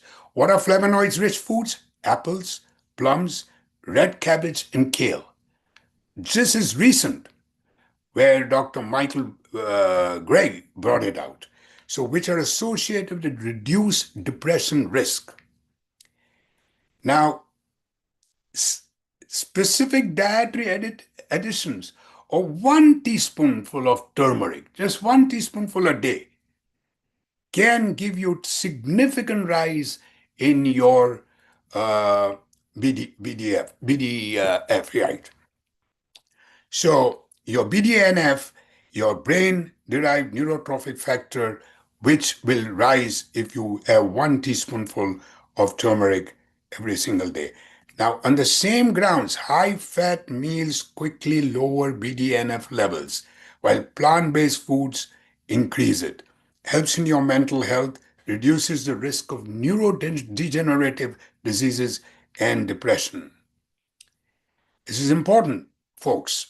1 hour of exercise or eating those flavonoid, boosting flavonoid fruits, which I talked about, apples and plums, would really increase your. So we go next to what? Nutrient powerhouses. Yeah, we hear all this antioxidants, anti-inflammatory, beta-carotene, flavonoids, omega-3, ergothioneine, and lycopene. See, if you look at all this, if you have a whole food plant-based, your berries are full of antioxidants, your cruciferous and your leafy vegetables full of anti-inflammatory, your sweet potatoes, your carrots, your squash, which are your beta carotene. If you have a lot of carrots, you will get an orange tinge, and if you go to a doctor, they may think you've got jaundice. Flavonoids we talked about, increases your BDNF. Omega-3 is very important. We talked about it. It's in your flax seeds and your chia seeds. And then you have mushrooms. Ergothioneine is a longevity vitamin. It really prevents from a lot of cancers, a lot of inflammation, inflammatory diseases. And finally, your tomatoes, lycopene. Anything that is red pigment found in tomatoes, watermelon, certain red vegetables, these are all very antioxidant. And these, I read somewhere recently that if you cook tomatoes, the lycopene absorption is better than uncooked tomatoes. So the next this thing would be coming back to lifestyle medicine. We talked a lot about nutrition. Well, we talked about nutrition, but that was the cornerstone, which is now complemented by exercise, improved sleep, strategies for managing stress, avoid risky substances, forming a robust social relationship. Exercise, we talked a little bit about it, but what is the simple meaning of exercise? Is any activity that can move your body and make your muscles work. So that 10,000 steps, now they've brought it down to 6,000 steps, is equally good. Working in your yard, garden, taking a brisk walk, all this helps. But if you want something, a healthy outcome, you got high blood pressure, you got diabetes, you got high cholesterol, then you have to do certain exercises which increases your heart rate to 70% of your maximum. There's a way to calculate that. For example, in my case, if I'm 77, my maximum heart rate is 220 minus 77, that would be about 150. And 70% of that would roughly be about 106, 107. So in my 30 minutes of exercise 5 days a week, I should get my heart rate going up to 106, at least for 10 minutes of that 30 minutes. And exercises are your aerobic exercises, your muscle strengthening exercises, your stretching exercises, and your balance exercises. Balance is important because if you don't, you fall at an age, at a later age, and you break your hip. Now, if you talk about sleep, when we talk about sleep, we say that sleep, what do people think of sleep? That if I'm not awake, I'm asleep. Sleep is not the absence of wakefulness. In sleep, your brain is active state of mind that has an impact on your learning, your memory, and your immune system. You require 7 to 9 hours of sleep. And when you're sleeping, your pituitary gland, which lies just below your brain, surges its production of what? Your growth hormone, which builds your muscles, your bones, and helps in fat metabolism. Now, if you believe in the old saying, I'll sleep when I'm dead, then you will sleep for good a lot earlier. Then avoiding risky substances, everybody knows. But just 2 days back, I came across a research. Previously, they said 2 drinks for a man and 1 drink for a woman. Oh, it raises your HDL. It is good for this, good for that. You should be having a glass of wine. All total nonsense hogwash. If you are drinking for health reasons, don't do it. There is no healthy benefits of drinking. Even 1 drink per day for women, they've proved it now causes cancer of the breast. So alcohol is a no-no. Now, if you are, say, cheering, or you're going for a wedding, and you're taking a glass of champagne and taking a sip, then I'm not being judgmental. That's your prerogative. You do that. But if you're taking for health reason, just forget it. And finally, robust social relationships. What does it mean? Look at the blue zones. We have one in Loma Linda. What are these blue zones? Where they work together without being judgmental. They help each other. They're constantly moving. They eat only up to 75%, never when they're totally full. And they sleep. The only time they're not up and about is when they're asleep. And here I would like to tell you about one famous person who died recently from India. He was Fauja Singh. Fauja Singh was told when he was 90, he died at the age of 113. He was the oldest man living, and apparently, poor guy died of an accident.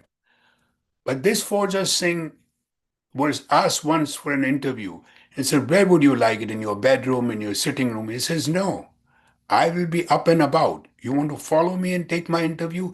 Well and good. Otherwise, no." He had sort of bones of a 35-year-old, and he did not drink a single glass of milk because he said that mucus irritates him. He lived on lentils and cabbage, and 113 years old. Okay, we are now coming to, what do you tell people? Well, I told you about the plate. Tell them it is life and not food. Start being a flexitarian. That means cut back on meat, eggs, and dairy when you're talking to people. Give up dairy, and then, because that is immediate results, or less distension, burping, and all that. Meat and eggs, gradually cut down meat and eggs. Follow up with 1 plant-based meal per day, breakfast, lunch, or dinner. Take small steps if you have to. You can go cold turkey, more power to you. But I went small steps. I first gave up dairy, then I gave up meat, then I gave up eggs, then I became a vegan, then I became a junk food vegan, and finally I turned into a whole food plant-based vegan. And so then explore global plant-based cuisines. There's so much on the internet right now. You have Chef AJ, you have my shows, which I have done on Shop and Cook with the Doc. And I'm not a gourmet cook, but I've done simple dishes that is on YouTube. And if you go on my web page, you can get this all free. I'm not monetizing anything. So, without a drop of oil. In fact, with Bev and Don and Bev, I think they're in the audience today, and Sedona has asked us. So my wife is going to do in August an Indian kind of a meal, which was soy meat, soy minced meat. So that is what she and I are doing to help people around. Stock your kitchen. You can stock it with your freezer, with your berries and your frozen berries and your nuts and your whole grains and you can just stock up the whole thing. But the important thing is to learn how to read food labels. You see, If you see something in the food label which you cannot pronounce, don't buy it. Number one. Look at how many servings. It may say saturated fat 3 grams, but it'll be 10 servings. So you're taking 30 grams in a very small bottle.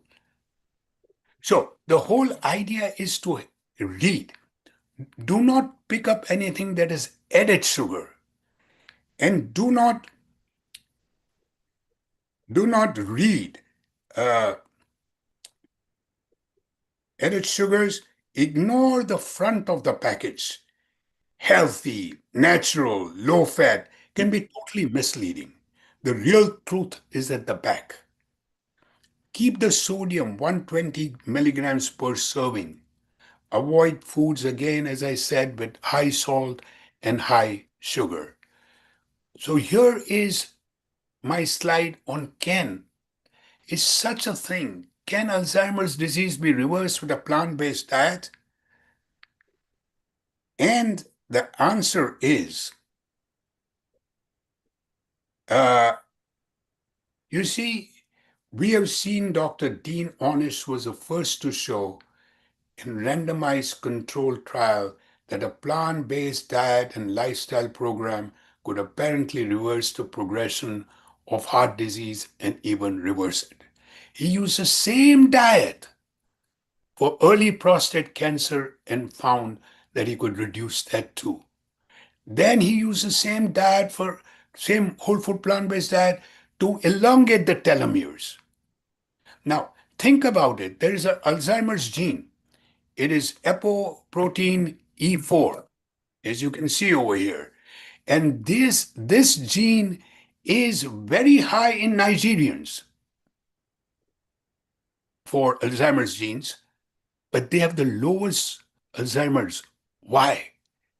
They can't afford meat, eggs, and dairy. Their frugal diet is helping them to avoid Alzheimer's disease. And then you had a randomized controlled studies were done in patients, and they were followed up for 5 months. And actually what happened was that their healthy neurons, which are the healthy neurons over here, in what happens in Alzheimer's, this is what happens to your disease neurons, and then the plaque builds up over here. Well, they were shown with this whole food plant-based diet in comparison with all the newer medications that have come up in Alzheimer's. And what they found was in 5 months, there was improvement in this group that had whole food plant-based diet.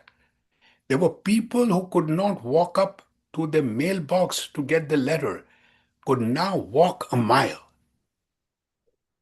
This is the importance of this whole food plant-based diet that I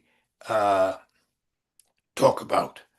And finally, there is a ripple effect. The ripple effect is healing the planet. So how are we healing the planet? We are, in a way, deforestation for animal agriculture. It causes carbon dioxide, it absorbs sunshine, heats up the glaciers, melting of the glaciers increases your sea level and danger to the low-lying cities. Supporting animal welfare. And then animal agriculture produces methane, a potent greenhouse gas, which other speakers have talked about. It pollutes our water sources.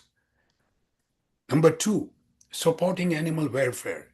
Human slaughter is still slaughter. No matter how humanely you bring up an animal and kill it, there is no moral justification in taking another species' life. Philosopher Pythagoras, if you heard of him, warned, as long as man eats meat, it will kill each other. Violence towards animals fosters violence within humanity. Just think about it. See what is going around the world. See how many wars are there. And then finally, lowering healthcare costs. The US spends 4.5 trillion, not billion, trillion on healthcare each year. 90% of this costs are due to chronic diseases. That's over 4 trillion per year.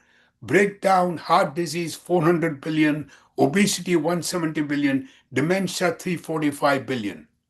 Most of these diseases are preventable by lifestyle changes, which we talked about. So by focusing on plant-based nutrition and lifestyle medicine, we can reduce not just human suffering, but also the financial burden on families, employers, and the healthcare system. Thank you very much. I appreciate.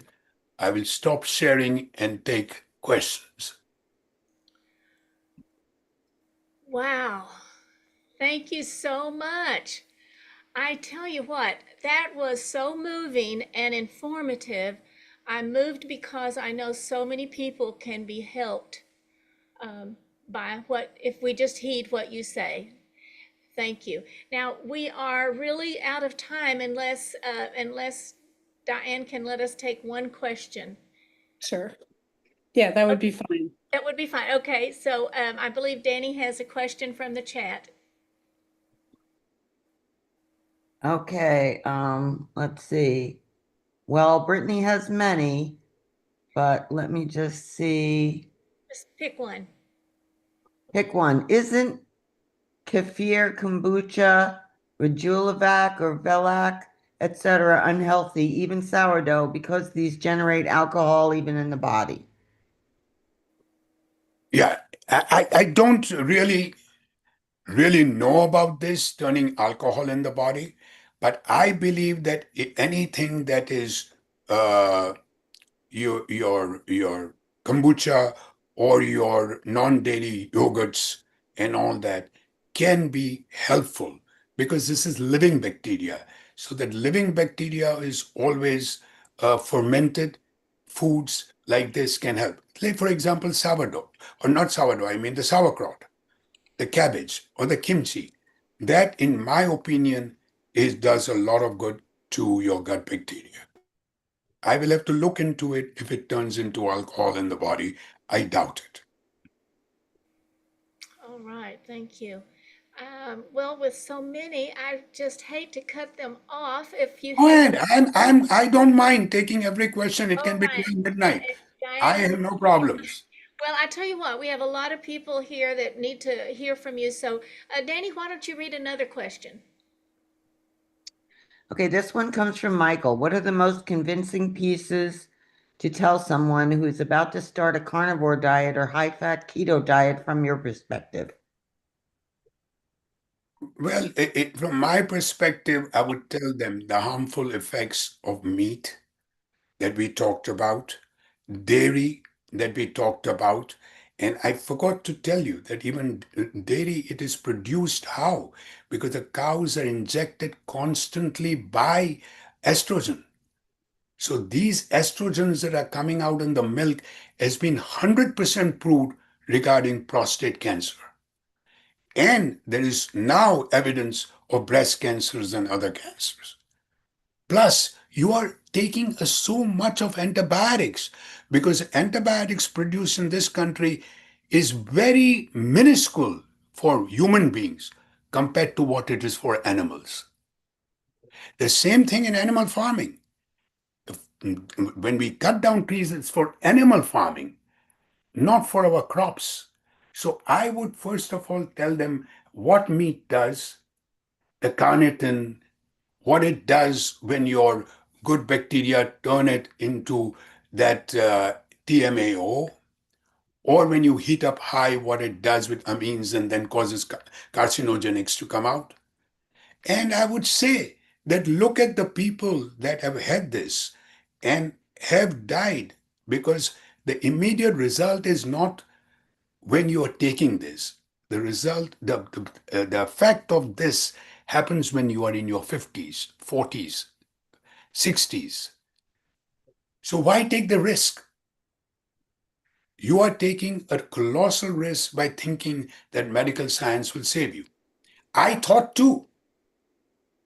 So I did not follow the singer diet. I ate badly. I worked nonstop. And I was not even knowing at that time my LP little a was high. And that is one thing before I will tell everyone, please, please go and get your LP little a done. So I don't think that anybody who is going on this diet, my own nephew was going and I stopped him by saying that, look, you may lose weight right now, but then don't come and get yours. So he got his stress test done at the age of 42, and it was positive because he was last 10 years on this diet. Dr. Ter, did you say LP? Little a. Little a, LP little a. And our physicians will know what that is. Yes, if they don't know, tell them to call me. Okay, okay. We will find out. And would you say your website again? I asked my cardiologist to do it on me. To do my LP little a, which was rocket high, which was sky high. Mm-hmm. And my website is Akhil, AKIL, Taher, TAHER.com. And there you have, I do every Friday, once a month, talk with the doc. I have started those who are in Atlanta. Those who are in Atlanta can come with me every second Saturday of month for a walk with the doc. I've done shop and cook with the doc. And here is somebody who is writing my script about my open heart book. So let's see if that works out in the near future. And that is what I'm doing right now. My plate is full. Wow. And I work 2 weekends in a month, more than 2 weekends in a month, at my clinics. Wow, fantastic. And Diane, if you're not in a rush, then we'll do another question. Yeah, go ahead. Thank you so much. Okay, Brittany, I think you had another question, Danny, from Brittany. Yeah. Let me just back up a little bit. Okay, what is the difference between nitric acid in plants and nitrates added as a preservative in animal products? Yeah, nitrates which are added in animal products turn into carcinogens, while nitric oxide is what you get from your fruits and your vegetables and your plant-based foods. That increases the nitric oxide, which are there, which increases the nitric oxide in your bloodstream, in your endothelial cells that produces nitric oxide. Nitrates are when you heat something also very high, amines and nitrates are formed that can be carcinogenic. Thank you so much. Well, this has been incredible. The whole conference has, and what a wonderful keynote way to end the program. So thank you again so much. I'm so sorry that my things did not work. It was my apologies to everyone. Well, we could read them, so it was just great. Thank you. Oh my goodness, now somebody has raised their hand. Let's see. Well,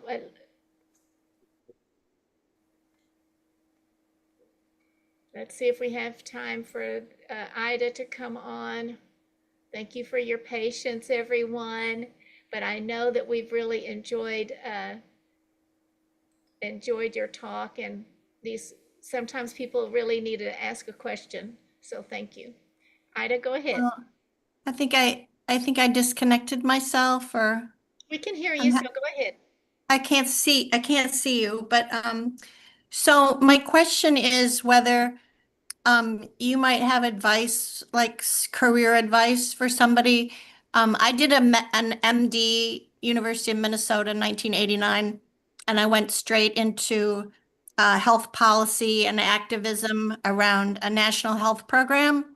And because I never did an internship or residency, I've never been able to do anything clinical. I don't have a license, and I'm 63 now. And I was looking into going back to do like, could I still do an internship now and do something in, lifestyle medicine? Because I'm very interested in climate and the plant-based nutrition movement and so forth. And so I was wondering if there might be an opportunity to like consult with you for 15 minutes sometime about like a pathway forward where I could do, I mean, there's always, policy and advocacy, but if I wanted to do something that was more, clinical and preventive medicine, I'm really limited by not having done the internship. So I wanted to see if I could ask you about that. Yeah, you're most welcome. I have no problems. You can text me. My number is easily available. There, you have my number, right?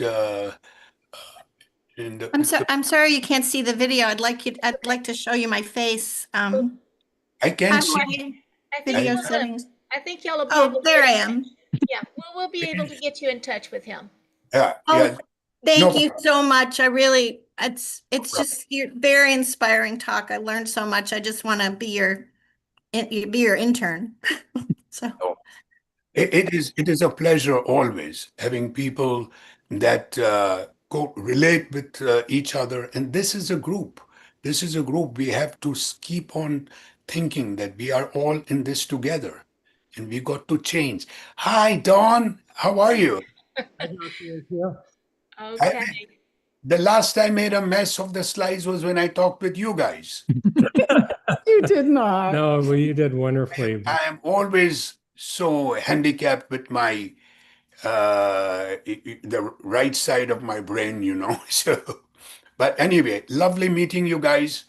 Thank you. Matthew, my wife will do that cooking show with you all soon. Yes, that's why we popped on. We just wanted to let folks know if they'd like to attend the cooking show with your wife, which is coming up on Thursday, August 7th. We've put the link in the chat, and I don't know if that can be shared, Rebecca, or not, but all you have to do is click that link and sign up. There's no cost. It's August 7th. It's at noon Pacific time, 3:00 Eastern. And Already put it in the chat. Fantastic. And I'm the sous chef. Oh, yeah, she's the expert on this. That's what I Oh, understand. she's stealing all my thunder. We can't wait. Thank you so much. Now I'm going to bring up, thank you again so much, Dr. Tare. We really appreciate it. As you can tell, there's a lot of enthusiasm. I wish we had more time, and I was wondering why. Why was that group talk was before this thing? If we had kept my talk before and end with the thing, but I was just wondering why. Maybe Wow, that's reasons. a good idea. Yeah, that's a good idea. Because next time we'll know when you speak, we need time for lots of questions and answers. People like to talk to a physician, and you're a good one. So thank you. Thank you so much. I do appreciate everybody from my heart, my open heart book to your heart. Thank you. Good night. Thank you.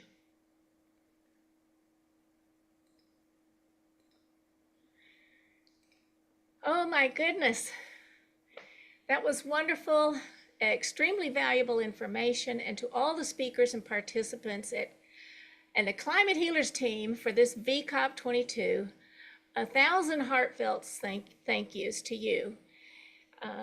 Please join us every Monday for updates and conversation at Movement Monday. You can find that on the Climate Healers website under For You calendar. A team member will post that. And we will stay on for 20 minutes afterwards, after the final closing, so that if some people want to talk, and who knows, there may be some more questions. All right, thank you very much. And now it's time for the Interfaith Vegan Coalition with Diane Waltner. Well, thank you so much. Wow, this has just been an amazing event. I learned so much and I'm so inspired. Even though I didn't get to see everything, I do look forward to watching the replays. And I just want to send so much thanks to Silesh and everybody involved in organizing and planning this, all the speakers and everybody who's been in attendance. It's just been amazing. So thank you all so much. And as we come to the close of this sacred gathering, I invite you to find a comfortable position, perhaps placing one hand gently over your heart, and if you wish, closing your eyes. Let's take a deep, conscious breath in together and slowly exhale. Again, breathing in compassion and breathing out any tension. We've shown up in this space, not only with our minds, but with our hearts. We've come with open hands and open eyes, willing to see the suffering, to name the harm, to imagine something more beautiful. We are living in a time of great urgency and great possibility. The earth is calling, the animals are calling, and within each of us, our spirits are stirring with the truth that another world is possible, planet B.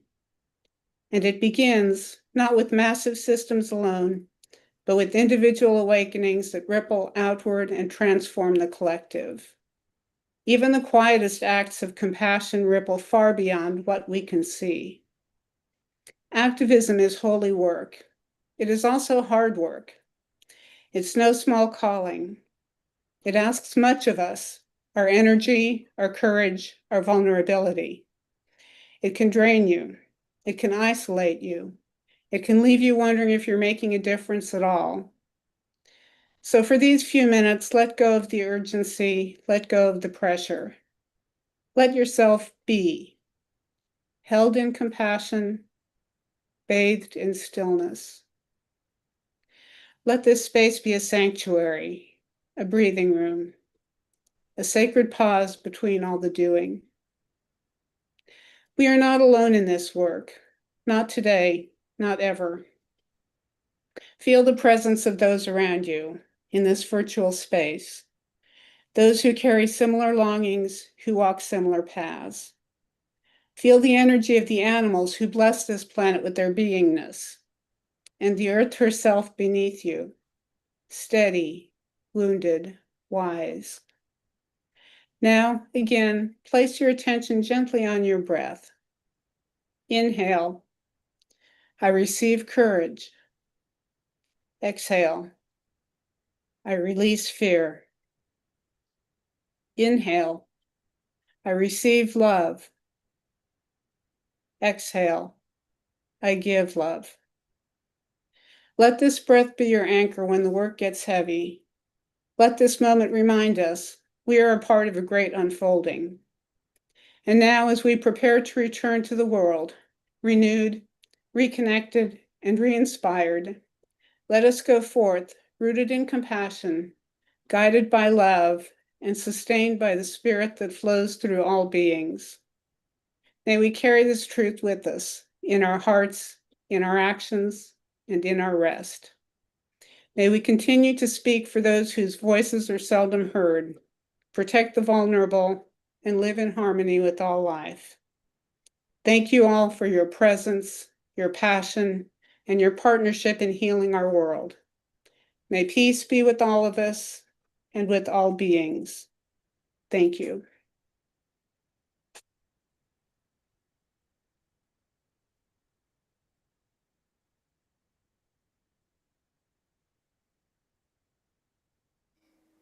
Thank you, Diane.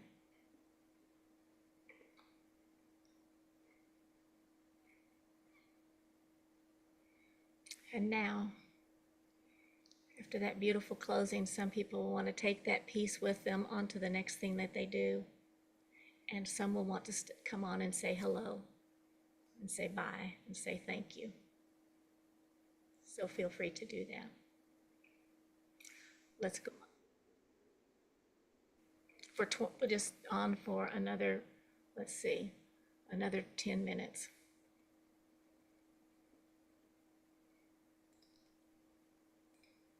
Thank you, Rebecca. You did it again. Thank you, Ray. Thank you, Ray, so much. Thank you, team. What a team. Thank you, participants, for such good questions. It's been beautiful. I'm so grateful, and I'm excited to see the climate Yoda. A great convergence this was. That's a good one, Danny.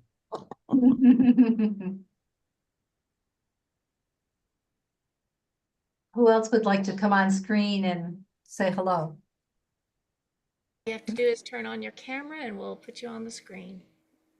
Or you can just unmute if you'd like to just say something.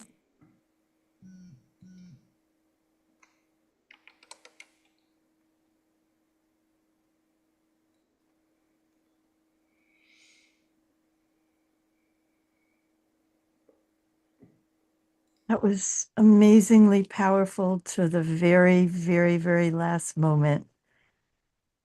Everything, really. And I just felt with all the peace and love and energy, I felt, or my imagination went to this like swirling energy force field that embraced, encompassed our whole beloved blue dot planet B.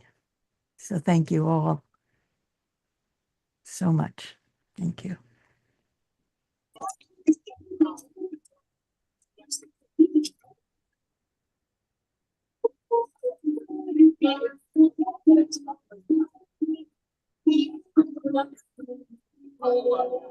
Paige is out there doing some activism.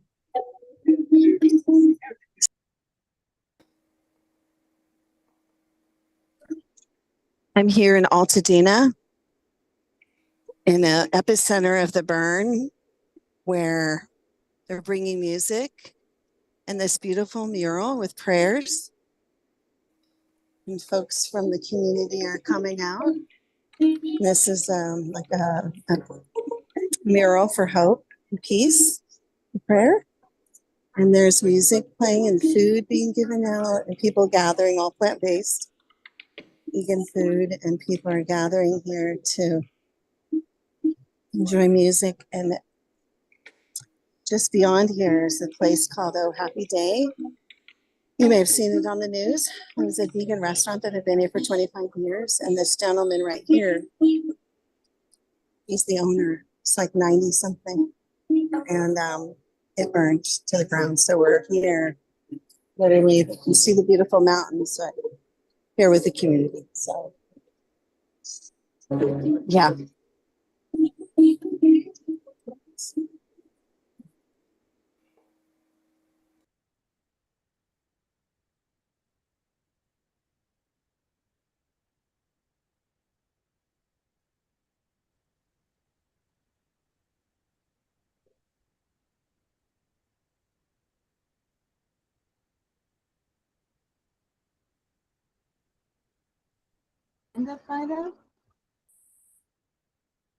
It's the middle of the night for some of the people who are here with us.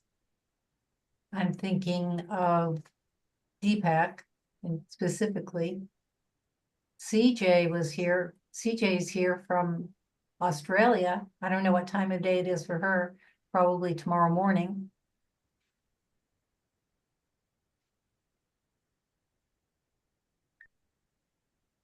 HJ, I think, is in India. Dakota. Thank you, Carol. Thank you, Kelly. I think we're gonna go off live stream in just a few minutes. So if anybody wants to say anything.